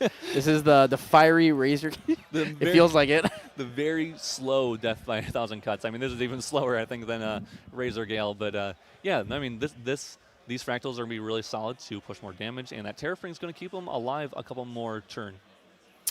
Oh, so it actually looks like there was something missed here. Yes. The Hasty Messenger was played after the Serene was released, so he doesn't actually have access to that. Yeah. It's gonna be a tough one. That is gonna be tough. That is actually something unfortunately both players missed here, and I mean that's why we're at this point. So, yeah, that's gonna be interesting how far we can actually make this affect. And see if we can kind of fix this board state. But other than that, I mean, it makes sense. It can be hard to remember. When you're playing with Serene Spirit, it can be tough to remember that you're using all these fire cards all game long. And honestly, with a lot of decks right now, a lot of decks are playing quite a bit of fire in their decks, even though they are Serene Spirits. Sometimes we used to see only Creative Shock, and that was the only fire card you would use in your deck, or from Serene Luxem Xander. And so in this case, we have Hasty Messengers, we have those Ryle Abyss, we have Creative Shocks, and we have Reduced Ash. So that's a lot of fire cards we're playing in our deck. So it can be a little hard to remember exactly when you can play those cards and not. Yeah, so they're trying to figure out what the resolution here is, if a rewind is possible. Those 2 cards were determined to be from the Grand Crusader's Ring and the Draw for Turn. So they're going to go back. Red Hair is going to re-enter the field. And it looks like they're able to actually make the full rewind. There's very few cards on Influence on both sides. It's very easy to determine who has what, who had what. And it looks like Ciel is going to have to attack with the Grand Sonati. So it's a big deal, honestly. This is a really big deal. This is going to make it so that Seiryuu will just instantly kill off that red hair, but now we get to deal 2 damage just to champion instead. So we're in a similar game state as we were before. Nothing too crazy has happened, and we're able to move on from here. And the one unfortunate thing is that we only have 1 durability left on that sword, which is going to be very, very crucial, I think, going forward here. Yeah, it's a little bit tougher. I think playing the Blackjack even raw when you have 5 Omen counters, or playing any of the other attacks, like a Beguiling Who if you had it, would be fine. Yeah. Right? You wanna gain value, because if you attack with a weapon, you're gonna gain a +1. If you attack with an attack card, you're still going neutral and you're still dealing damage. So either way, you cycle your deck, you find a way to deal the damage that you're looking for. So I think you're probably pretty okay with losing that 1 durability. You just really need to make sure that red hair is off the field. Yeah, for sure. Yeah, I mean, red hair, and that's why he swung into it, because the red hair is going to be dealing way more damage, and putting a clock on Deathatwar is way more faster than he would be without it. So, yeah, we're going to be trying to figure out. We're just passing, getting that 5th Omen, dealing 2 damage to Vanitas, and now our attacks are getting that +3 power and drawing a card out of memory. So, hoping that we can start gaining some influence back and hopefully find some cards that we can allow us to prevent damage and survive as the game goes forward. Yep, every turn we're going to see 2 damage from the Fractal Sparks here. Vanitas Dominus Rex is able to swing for 3 with that 3 power stat he has on, so representing 5 per turn. OkaygeBusiness does have the Impact Hammer still. See Smoke Bombs instead. I'm not 100% sure because we can't actually use this unless there's an ally, but if we're about to play an ally, it does make a lot of sense, right? We have a way to, if we have an ally here that we're going to put on board, we do see an ally in hand, not maybe the best ally for us to be playing right now, but if we do find another Dialoo, another red hair, if they attack, if the Deathatwar attacks into it, then we're able to Smoke Bombs it, save it, and allow us to go for another round here. But in this case, we do just see the Brisk Wind Trotter, which does represent at least 1 extra damage return, and I think that's what OkaygeBusiness is trying to figure out here. Do I just need to play this to help push 1 extra damage every single turn? In this case, it'll probably be 2 turns because you get the Smoke Bombs if you wanted to save it from an attack, but technically, Ciel can actually just kill it in their end step when they banish an Omen. Baleful Oblation also works. I believe he has a Baleful Oblation and 4 cards in hand. That too. Yeah, Baleful Oblation also very good. I think we have only 3 cost reserve cost omens underneath that surveil, the surveil possessions there, that mastery there. So yeah, Baleful Oblation can deal 3 damage to the entire board, kill off the Brisk Wind Trotter if it is played. I think we're thinking about our lines here from Ciel. We have that. We were just talking about that Baleful Oblation, and we can use a blackjack plus pay for the tariff to swing for what are we looking at? We have 3 from the mastery. We have 4 from Sunri, and we have so yeah, right here we have 3, and right here we have 4 damage coming in here. So and then we have the blackjack, which I believe just has a base of 2. So we have a total of 9 damage that we can swing with on our next turn. So if we have 9 damage here, and we have 3 from Baleful, we're at 12 damage, and so we're going to put our opponent to 19 damage. So we're getting really close to a lethal line here. We're just looking and trying to figure out if that's something we can do. Plus, you'll also have the bonus damage that comes from end step making another Omen counter. So 2 more from there. Crucial. We are going to see the Baleful Oblation activated here in, I believe, OkaygeBusiness's end step. So it's just going to deal 3 damage. Just get a little chip in there. So we're going to see that 3 puts Burner up to 10. And then, like you said before, attack with the Grand Sonnerie. If you use the Blackjack, it's going to come in for what I believe was 9, putting him to 19, 21 with the Omen counter. Yeah. Not bad. He's going to cycle the card. It's still going to be okay. And we're going to be at 6 Omen counters at our end step. So we can actually activate something using our level 2 lineage release if we need to. I don't know. Looks like we have a Resolute Stand. Will probably be our best course of action there that we could activate as long as we have enough influence to do so, which would be, I think, pretty darn good if in this case, because we can actually reuse that Resolute Stand to buy us almost a whole nother turn. We're going to see the Tariff Ring banished here. Yeah, Tariff Ring is popped here. Deathatwar attacking with just the weapons. So the Grand Sonnerie is going to come in here for a whopping 7. 7 damage. On attack, we're going to draw a card into memory. Really, really good here. Yeah, 7 damage and through a Tariff Ring. So putting our opponent to 17 damage taken out of 25. Ciel only needing a total of 8 more. We're going to get 2 more at our end step here.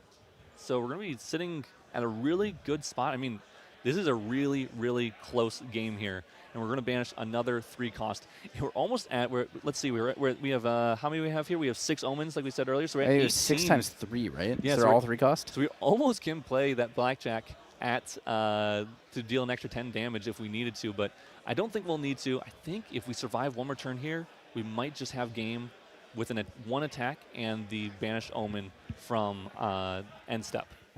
So OkaygeBusiness playing the Rally Abyss, wants to dig all those Fractal Sparks coming in for as much possible damage as he can get. It's going to see a Safeguard Amulet. Doesn't actually do a lot here. Kind of running out of materializations. Yeah, Safeguard Amulet, unfortunately, doesn't stop the unpreventable damage, obviously, from Ciel when an Omen is created, but it does stop another Baleful Oblation. Maybe we're a little worried about that coming through, so it's a little protection, probably better than our other materializations that we can bring onto the board right now. Interesting. It looked like he was going to play a fast here there. Influence of 4 would go down to 3. Deathatwar does have 5, so recover 4 is not bad, but I don't think it's going to be enough to survive through the next turn. The Blackjack will still come in for what would be 5, draw a card to memory, and then we would see 2 more from the Omen counter. That puts 7. 7, yeah. I guess it's not bad. You still live, right? 15 down up to 22. But we're going to get 2 more from this Maximum Armoire. We're going to... Ooh, this is lethal then, right? It should be lethal. This should be... We just need to deal 1 damage with our champion, which we should be able to do pretty easily, or 1 damage from anywhere. And then we have a total of 4 unpreventable damage. So this should be game for Deathatwar. So if he recovers with the fast cure, he'll go down 4, right? So that'll be equivalent to the Maximum Armoire plus the end step Omen trigger. But right now we're at 4. Yep, we're going to fast cure down to 15 here. So he's 1 damage short. 1 damage short. Because if he swings with Blackjack, it's going to be Blackjack for 2 base because he only has 18 for his total reserve cost and Omens.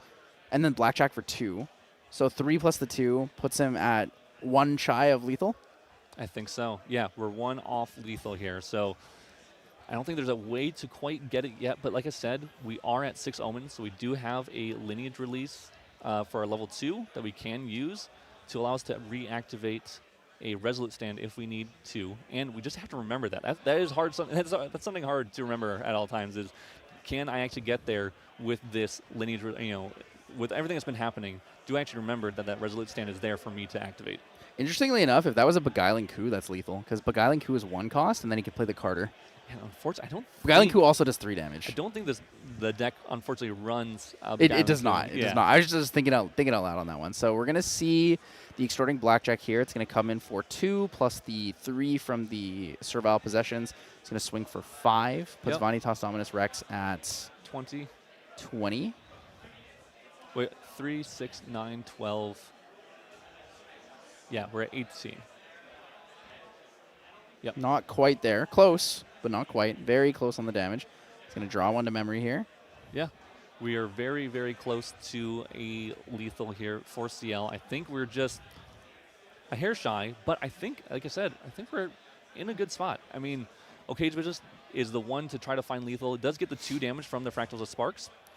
The nice thing here is that with the 2 damage pushing Vanitas to 24, it means he's not able to use Impact Hammer. Yes, yes. Very, very crucial here is that Impact Hammer is... We're gonna well, actually, he is, because Impact Hammer is preventable, so you can Safeguard Amulet it, right? Right. We have Safeguard Amulet and the Impact Hammer. I forgot Safeguard Amulet is on the board there, so we actually can swing for lethal. But also Extorting Blackjack recovers 1, right? Because on attack, recover X, where X is equivalent to the number of different reserve cost Omens you have. Gotcha. Okay, so the recover from Blackjack. Recover 1 actually not, like, it actually mattered a lot in this situation. Wow. I think Vanitas with the Impact Hammer is a total of 5. Even if we Resolute stand, we're going to go to 23, 30 life. Yeah, I mean, 30 life's a good life total. I forgot we're at 30 and not a 25 v 25 champions here. So we're sitting in a really, really good spot as Ciel. And I mean, extremely played by both these players, though. I mean, Ciel has done some, I'd say some penny pushing, crunching numbers here to make sure that they are able to survive and make sure they're making it to their next turn and making sure they're pushing as much damage every single turn as possible. Although. Oh, hold up. I think if you saw Searing Rebuke in hand, right? Yes, Searing Rebuke is in hand. That changes everything. So damage potential from Deathatwar. But before the Searing Rebuke, Deathatwar wins next turn under every circumstance because Mantra Marwar plus the end step create an Omen counter is enough to find a lethal. Yes. Right? But in this situation now, OkaygeBusiness has a Searing Rebuke. So if he chooses to Searing Rebuke at the right time, he needs to do it. So it's Searing Rebuke. You can Fractal sparks yourself twice and then swing for lethal without the weapon. Because you get 6 from the Fractal sparks plus the. Can't you? I think you can choose to. Oh, and we are just seeing the Impact Hammer swing with the Safeguard Amulet popped, hoping that the damage is dealt here from. Okay, so Searing Rebuke is going to be 3 here, and then this can be 3 here, and then this is another 3, right? That is enough to find lethal against that. Yeah. But he's going to let the Impact Hammer come through. So Resolute Stand is going to be brought back and played. In response to the Resolute Stand, can he find a way to kill with Searing Rebuke? I don't think so. He swung, so Impact swinging for 5 right now, so 2 damage is coming in, and then 3 and 3. The order of this is interesting. So he attacks with the Impact Hammer, is going to come in for 5. Resolute Stand stops 3 of that, so it'll be 2 damage, goes to 23. So from 23, he needs to find 6 damage. No, 7 damage. So the order of this actually was, I think, slightly incorrect. Actually, I don't know if it matters, because you can still get the Resolute Stand regardless. You can get the Resolute Stand regardless, but I wonder, can you, as the Vanitas player here, because you can stack preventions any way you want, I believe, because you control both of them. So you could play the Searing Rebuke, take the damage from the Fractals, deal 3, and then take the 1 damage prevented from the Impact Hammer and have the other 2 prevented from the Safeguard So you Amulet? just deal 9 straight with the Searing Rebuke, because you can order damage prevention as the player who controls the effects. Yes. I believe that's what could have been done here. We'll see. I can't remember if there's something about 2 different types of preventions. So I think it's too late though, because I believe that the Impact Hammer's damage already resolved. Correct. I agree. I agree on that statement. Yeah, I think it could be up to Deathatwar to maybe misplay. I think Okage is trying to figure out, should I just deal 1 damage here? So we're looking for something, and I think we're out of lines here. I think another line that could have been found here, maybe from OkaygeBusiness, was maybe possibly passing turn and seeing if Deathatwar was just going to try to swing with Champion. Then, in response, you could double Fractal Sparks and Searing Rebuke, and then you would end in a tie at the very least, because damage would be dealt simultaneously. I think in the situation of a tie where one opponent or one player already has a win, I think they take the victory 1-0. Oh, might be true. That might be true. Because it's the 2 games played. I don't know. That was a really interesting situation. Yeah. That was... I think OkaygeBusiness did have a way to win. Because of the way you talked about Searing Rebuke and the order of replacement effects, I'm like 99% sure you're correct on that. Okay. That is interesting. And actually, something interesting about Grand Archive is that you actually you have to play to 2 wins. So if you end in a tie in game 2, you do have to go to a game 3, and then if it's a 1-1 after game 3, you actually do go to a game 4. It doesn't happen often, but it's been happening a couple more times recently, I've heard, at a couple of events. So yeah, the first to 2, not really a best of 3. It's a little different. Yeah, a little different than a best little of bit 3. different, but congrats to Deathatwar from beating that Vanitas list, that the one that is supposed to really, it's supposed to be its counter. It's supposed to be, it's supposed to be able to handedly take down those Ryle decks, and Deathatwar finding the line, finding the thread that it needs to take to find a lethal route, and both games just barely, finding it just barely in every case. The margins were so close in every game between both players. There were just really small interactions that made significant differences, right? The choice and timing of when to Dungeon Guide versus I'm going to draw other cards with the Cremation Ritual. Like, he had the opportunity in game 1 to double Dungeon Guide. Yeah. Straight to 3, start pushing damage with the Omens. Felt like I can hold on to my cards a little bit. I'm going to play around a little bit of a different influence build, and it made it work. Yeah. Totally made it work. Super, super close game. I mean, and that's the coolest thing, right? People said that this deck is there to beat Ryle decks, and we still see Ryle decks win. But we also seen the opposite. We've seen those Ryle decks completely fail against these Vanitas lists. So that's one of the best things on Grand Archive, is that there is this little bit of playability. There is these deck constraints and different decks that, even though they're playing that package, that Ryle package that Vanitas is supposed to beat, they still have a way to find a lethal, especially against a deck that, in this case, went really low influence. And I think that's pretty detrimental, right? This Vanitas wasn't doing much every single turn. Also didn't find those Serene Rebukes until the last turn there, which I'm pretty sure would have helped a little bit on a couple of those turns for OkaygeBusiness. But well done to Deathatwar for taking that down. Definitely a hard matchup, and they're obviously both players locked for day 2. Deathatwar's going to have a little bit easier time getting to top 8 with that win.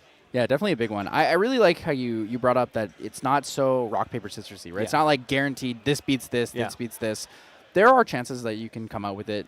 Grand Archive showing itself to be genuinely a very skill-intensive game, right? There was, on a recent SPP stream, one of the casters was saying that it's so skill based. I could give my like close friend the best deck in the room, and he would X3 drop, and he said, dude, I could give Lifdrasil a ham sandwich and he would probably top 8.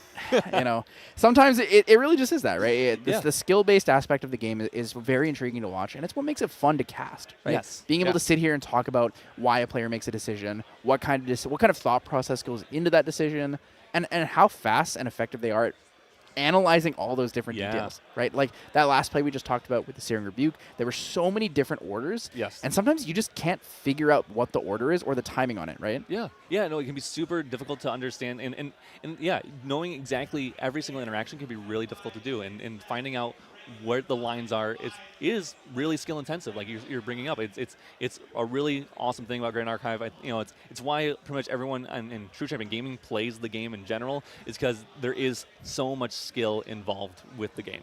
Yeah, it's really fun too. And then you can even go a step further and do all the really mathy decks, right? You can play Suited, you can play Jin. Yeah. Like you get into some really complex interactions where like you're trying to figure out how this activation, how does this affect the next 3 things that I do in the same turn? Or like, can I find extra damage if I order this differently? Yeah. Right. A big example is when people play things like, if you have a 4 of hearts on the field and a 3 of spades, so you have 4 and 3. Yeah. If I play a noir, it's going to be 8, right? It's not enough. Yeah. But then in response to the on enter, you can activate the 4's ability to put another card out. So if you manage to get a 2 of hearts or a 2 of spades, then suddenly you have 10 on the field, and it's just like a whole different game, right? It's really cool. It's honestly why I love Suited. I mentioned this before earlier today, which is if I was coming to this event, I would bring Suited. I think it's a simple enough deck, but it has a lot of those intricacies that allow you to outplay your opponent or go for those little more math lines that you can do. And I really like that about the deck. But yeah, I mean I'm sure Ciel was Deathatwar here was doing the math on every single one of his turns as well, trying to figure out how much can I push that line of surviving? How much can I push this to where I can just buy one more turn? And he bought enough turns to go for that win. Life is a resource. Life is definitely a resource. Life is definitely a resource in this game. Yeah, so talking about Suited there, how do you feel about the different champions for Suited? What's your preferred champion? I know that may leak in a little bit of your personal list here, but I'm curious what you think. I think there's 3 main champions you can go. There is Lorraine for that sword, so you can push a little more damage and try to go for a little more aggro. I think there is a Assassin, so where it allows you to go for agility, and you go Tornoris, so which protects your board a little bit more. But I think I like Tornoris because I like to protect my board, and I think that's really good. But let's go on over here shortly to Dan interviewing Deathatwar. See you over there. All right, everyone. I am joined here, actually, once again, by Deathatwar or Asher, which is really funny. I've done 2 player interviews today, and you've been both of them. Hey, happy to be them. Yeah, we're really happy to have you here, too, because, again, I just absolutely love this Ciel deck. I love watching you play. But what you did going into this round was you beat the Fire Vanitas deck that has only won so far on stream. How do you feel about that? It's a stressful matchup. I played against Pickle Sword as well, and I made it to a game 3 and then made a mistake that cost me the game. But I think I could have beat it there. He made a mistake in an earlier game and stuff, so ended up 1-for-1 on mistakes. But it's a tough match. It's a tough match. Yeah, we watched that play out, and it is just an absolute grind the whole time. The games go long, super deep into turns. There's so many opportunities for players to misplay throughout those matches. But despite that, you managed to make it all the way through. And what I wanted to get your opinion on in that matchup is, well, it was tough, both of your games, to really do the combo thing that's Ciel. If everyone watched that match and never saw you play that deck before, they'd be like, so all this deck does is attack with Grand Sonnery, and that's the game? How do you feel? Needed to do. Well, I mean, right, exactly. Yeah. Obviously, you're taxed throughout the whole thing. It's tough. How do you feel about having to go in and grind on that deck versus when you get to do the fun, here's 15 damage combo stuff? Yeah, well, I would have loved to do the combo then. I just didn't see the advent. And sometimes that just happens. I cycled as much as I could. I paid my taxes to Vanitas. You were a good citizen. Yeah. You paid your taxes. And I just didn't see the advent. So, if I see the advent early, then, I could have, blackjack for 18. Right. Right? And it's oh, that's that's a lot. You know, if I can see it by the time that I have like 2 3s in there, or even like more, because I can get the Orb of Sealing later, but I just didn't see it, and sometimes you don't. And in that matchup, it's really just like value. Like, I need to keep everything off the board because he just gets to swing at me for 3 every turn. Right, right. You need to slow him down as much as possible. And there we actually saw the power of the Resolute stands, which I believe are main in your list too. Yeah, I play 3 Resolutes main. Just a lot of aggro decks and stuff. Yeah. And we were talking when we were about your game earlier, and actually just about the Vanitas deck in general. Like, Resolute stand, obviously you can impact hammer through it like we saw exactly there at the end, but that's a card that gives you a lot of leverage in that matchup, right? It buys you a full turn. You can, for example, put out that Grand Sonnery for just 1. Yeah. How do you feel? So you feel pretty good if you're going to tackle this deck again. Is there any changes you want to make? Do you like those Resolutes? You want to add anything else? So I don't know their exact list. I don't know if they're playing like Beast Bond Ears or like some way to get a level counter. They aren't. Dusklight Communion. Dusklight Communion. There's so many Umbra cards now, right? Like, listen, I can get another Umbra card in there, and -1 level. I don't know really how they deal with that. Yeah. Unless there's Fantasia hate in the deck. That makes a lot of sense. Last question for you. You're now 7-1? 7-1. 7-1. Are you playing your last round? Absolutely. Let's go. Playing for standing. Yeah, playing for standing, going for it. Well, congratulations, Asher. You did a great job. You took down the boogeyman of the day so far, playing a super fun deck. Congratulations. Good luck in your last round. Thank you so much. And we'll be throwing it back to you guys. Hope you enjoy going into round 9. Stick around. It'll be a lot of fun.